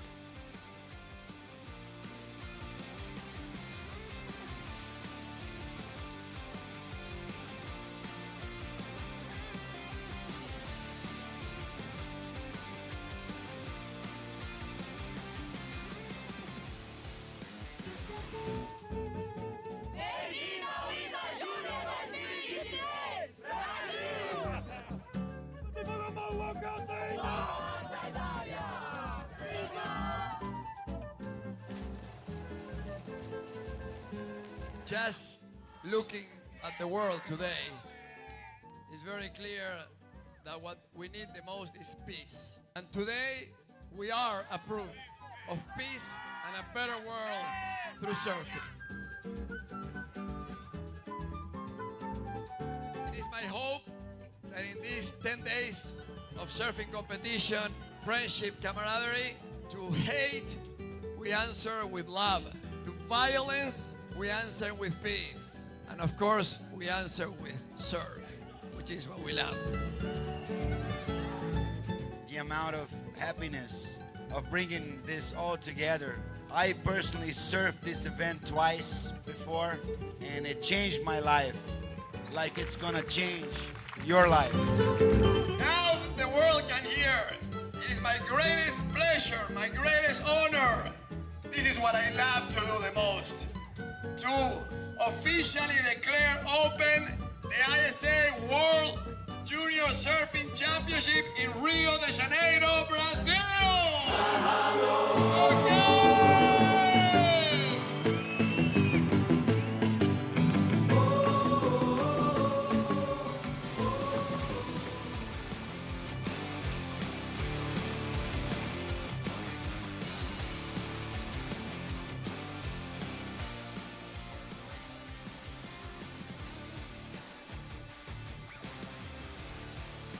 Charge. Round 1, heat 16. That's right. We've been blowing through these heats, and each and every heat has provided a great story for us to be engaged with. And this one is going to follow that same trajectory. We have Theo Morse from New Zealand, Raimundo Barry from Chile, and David Doronin from Team Ukraine. So Ukraine with 3 surfers competing in the 16 and under division here for the men. Great to see them with a full team, a full field for this age division with all 3 competitors. Unfortunately, we've already lost 2 as we take a look now on his backhand for Barry out of Team Chile. Sitting on a 3.33 that he opened up with. He's now got a backup score to come. And Theo Morse, his sister Alani is competing in this event. She had some great waves in her opening day, and she'll be looking to keep herself moving forward in this competition. So it's cool to see for the Morsey family out of Auckland originally, now residing in Ragland. Family moved there so that Theo Can I and move his there with them? Yeah, I'm sure they Place would is love amazing. it. They're so kind. Parents are here on the beach supporting the kids this week. They moved from Auckland, which is a city. It's tough to be a surfer there. There's waves around, but you've got to drive. You know, you're looking at an hour maybe sitting in some traffic to be able to get into the lineup. And not the highest quality of waves in that region, considering the quality of waves around the rest of New Zealand. So making a move to Raglan for Theo's family was a pretty huge move in the direction for him and his little sister to be able to be competitive surfers. I'm often asked if I could move anywhere in the world, where would it be? And I say it every time, New Zealand. Got to get back there soon. 10 minutes, 20 seconds to go. I got to meet the Morrissey family, make friends with them. Maybe they got a back house for me. 10 minutes and 15 seconds to go. Jess Grimwood has been doing it all day at a high level, and she's at it again. All day long, and the Island team have got another win under their belt. Congratulations. Big heat win for you. First international post-heat interview as well. Yeah, what a heat. I'm so stoked with the performance, and just lost for words, to be honest, but yeah, what an amazing heat. I'm so stoked to be here, and thanks to everyone, my coaches, my family, my friends, everyone supported me to get here, and yeah, it's amazing. Your teammate Dara was telling us about the fact that you guys had to raise the funds to get yourselves over here. It's a long way, it's a lot of money. How did you go about getting the team and yourself here? So we did a group GoFundMe for the surf club because the teams broke up with clubs, and our club got the money pretty quickly. We didn't have to do any fundraising, but yeah, it's still a lot of work for everyone, and yeah, I'm just happy for our surf community to make it happen for us. It's amazing. What about where you're from in Ireland? Tell us a little bit about your home break. Yeah, I'm from Lahinch in Clare, it's the West Ireland, and we have some amazing waves. We have slabs, beaches, everything to practice and learn and push ourselves to limits and beyond. It's amazing. Well, congratulations. For everybody tuning in at home, the rest of the Irish contingency, would you like to say hello to them from Brazil? Yeah, well, I don't know what to say. Well, congrats. It's a good win anyway. You don't have to say anything else. You've done the job. You can go and relax tonight. We can't wait to see you surf again. Thanks so much. Cheers. Thanks, guys. Is that our other band member? Oh, your no, other that was band the kid member. from Norway. 8 minutes and 30 seconds ago. If you want to know more about the Irish surf scene, there's a great documentary out there. It's called Keep It a Secret. It's about the Irish surfing pioneers, guys like Kevin Cavey, Harry and Vivian Evans, Davey Govan, and the Britton brothers. These guys basically saw surfing in a brochure and thought, well, we can do that. They made their own boards. They basically, it was a DIY scene until they met some actual surfers that came over and they were, oh, okay, so you need fins on. Okay, cool. It's really good watch. Highly recommended. So they basically paved the way for the Irish surfers we're seeing here today that have achieved some success this afternoon. So congratulations to Team Ireland. Yeah, Team Ireland's been doing great. Connor loves hunting down some slabs when he's back at home. As we take a look at this wave, Barry on his backhand. Wow. Well, to make the Chilean national team, you've got to be pretty good at surfing, and it's pretty evident that Raimundo is at a high level. That was a beautiful backside turn right there. Small score drops in for last of Theo, a 2.87. We'll take another look at this one here. I love the way he was able to draw off the bottom, drag his hand in the face of that wave for a moment. That was cool. Gets that full projection out, you know, under the lip as well. Deep bottom turn, no, pumps or anything in between, just a nice deep bottom turn, like the shape of an S, right? Bottom turn, straight up into the lip, came out with speed. I really like the look of that turn. Judges did too. He's got a 4.07 and a 3.33.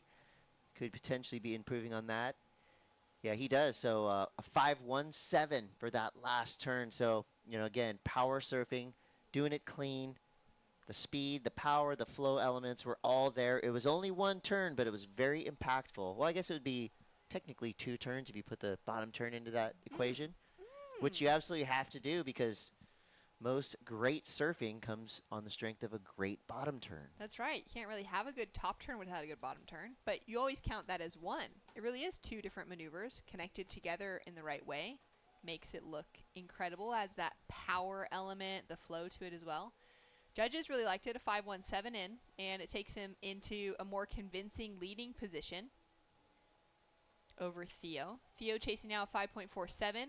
6 minutes remaining on the clock. It's the last heat of the day, and David from Ukraine is sitting in a challenging position. He's had a couple of takeoffs, but he hasn't been able to get himself, you know, that real open-faced ride to put a better score on the board, chasing a 5.87 at the moment to get himself into that second place position over Theo. Looking for a paddle here. He's unable to get into it. Deep paddle there for David Dorinin, representing Ukraine. We go Theo Morse from Team New Zealand. Good couple of carves there for surfer in red. He's got a 3.77 and a 2.87. Here goes Raimundo Barry.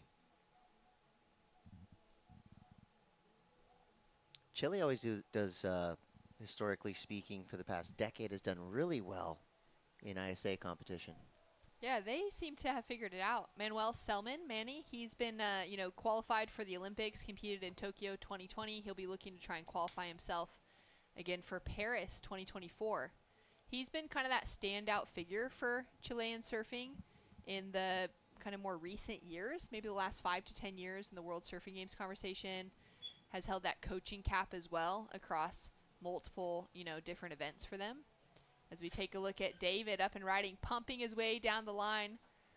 The grommet in the water right now, doing really well to put himself in position for that wave. He's got a big looking set in front of him. He's going to have to duck dive now. Oh, nope, he's just going to streak right past the corner of that wave. Looking for a big score, but putting in all that great effort for Team Ukraine. 4 minutes, 11 seconds remaining on the clock. A 3.17 comes through for last of Theo, so he does well to increase his score line. He's not able to chip away at his requirement to take away that leading position from Raimundo Barry out of Chile, but he does make it a little harder on David, who's now flying down the line on the inside. Yeah, hits David. the eject button. I love that aggression right there. He just identified a little wedge on the inside. He says, I'm going. That's a true grommet move right there. I think we all feel the same way if we're paddling back out and you see something you like, you're gonna go. Here we go, Raimundo Barry. Nice, good, clean power surfing from this young Chilean. He's on about his 8th turn by now. The perfect read on that wave. Didn't waste any sections, but he made it look nice and tidy. You know, there's a fine line between trying too hard and making it look a little erratic, but he fit everything in there quite nicely. I think that's going to be a solid number for Raimundo. Yeah, he's really starting to find that rhythm in that leading position. I think it's going to be hard for him to fall probably out of first at this stage, especially with surfing like that. Getting, you know, multiple maneuvers connected together. There we could see a longboarder just go streaking out of screen. A little cross-stepping involved, but they're just outside the contest zone. You can see how far Theo has come. Probably his last wave, that right would have taken him. If he took 2 rights in a row, kind of on the paddle back out, you end up on that second one. Take you even farther down the beach. And putting him in a little bit more of a challenging perspective. Also noting that it is the very last heat of the day, so you know those free surfers, it always happens. Last heat of the day, any contest around the world, free surfers will start to encroach on that contest area well before the buzzer sounds. Theo with a quick up and down, and you know the beach announcers right now, they're having to call out to the free surfers to say, hey, there's still a contest going on. It's a repechage round. Someone's going home, and we've got a lot of pressure on right now. We need to take it easy in the lineup and keep it clear for these guys to be able to showcase some great surfing as Theo's up and riding. 2-turn combo there. Can he ride out of it? He cannot. He was stuck in the chunder.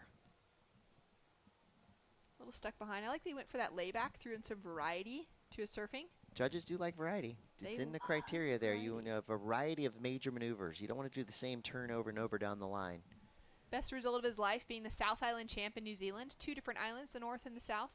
As we take a look at him once again on this wave, I like the way that he just threw that tail around. Kind of had to go lay back a little bit more to just keep his balance. Unfortunately, that foam wasn't strong enough to push him back up to his feet. Sometimes that white water will just catch you on your back and prop you back up to your feet. It's really nice when that works out. Yeah. Sometimes you fall back into it and it's like you never stop falling and you're just underwater and you can't quite recover. And little David out in the lineup, just 11 years old. Started surfing when he was 8 on a surf trip to Bali in the Indian Ocean. His family has moved from Ukraine. He's now living in Portugal. And so he loves surfing in the Atlantic Ocean. He says surfing's something that brings him a lot of pleasure in life, so doing more of it is always a happy thing for him. The more you surf, the better you feel. With 42 seconds on the clock, he's got to be feeling good about the fact that he's here representing for the first time. Him and the crew have put together that juniors team. We're going to see a lot of growth out of this nation in years to come. Quick paddle there, and he gets up to his feet a little too fast. Well, you can tell he's got the spirit in him, right? I mean, full effort. He's paddling for a bunch of waves. And then, you know, that's got to make the coach proud. When you go out there and you give it all you got, regardless of the outcome, your coach is going to be proud of you. So you see Theo now. He has a nice little wedge to work with there, but unfortunately it just loses all of its energy. Your current leader, stylish surfer out of Chile, Raimundo Berry. Put on a clinic out there, 5'9", 517. Still going. Time's up. Goes to the little chop hop celebration into the sand. And now it's yours, free surfers. Go out there and have some fun. Now they can hit the water. Raimundo did great in this heat. He caught so many waves, but he was able to build on that score line to 5.9 for his previous score before this. Would have felt really nice for him to go, okay, he's basically got a 6 on the board when it comes to reflecting moving forward. Taking one last look at this one, it's not going to really matter because he's already in that winning position. And Theo would have needed a 7.30. We know Theo wasn't able to get that on his last wave. It'll fall shy. But finding that rhythm now for someone like Raimundo, you know, a bit of expectation on him being a Chilean surfer, the success that Chile has had in these events specifically over the years. He's now going, all right, heading into the next heat. He's gotten a 6 before. He knows how to do it. He could do it again. And the farther you get into draws like this, the more important it's going to be to find yourself with those big scores. And there's the whole team. They've been here since dawn, and they're not leaving till dusk. That is what team support is all about. 11 and a half hours of surfing in total.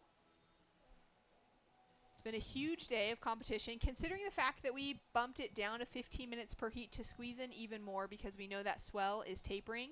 Also, that official announcement had been made earlier in the day. All the teams and managers have been notified about the fact that beyond Repéchage round 2, the ISA has decided to scrap the Repéchage round for the remaining of the event and go straight through with elimination rounds due to the fact that the surf's going to be so small that we wouldn't be able to finish the event in surfable conditions if we were keeping the Repéchage rounds all the way to finals day. You got to work with what you got. Well, we got a 7 a.m. start tomorrow, but don't go anywhere because this highlights package is going to get you fired up. You've been watching the ISA World Junior Surfing Championships, and you will continue to watch. Tomorrow morning we'll be live here from Macumba Beach in Rio de Janeiro. Check this out. Get stoked. Go surfing wherever you're at. See you tomorrow morning.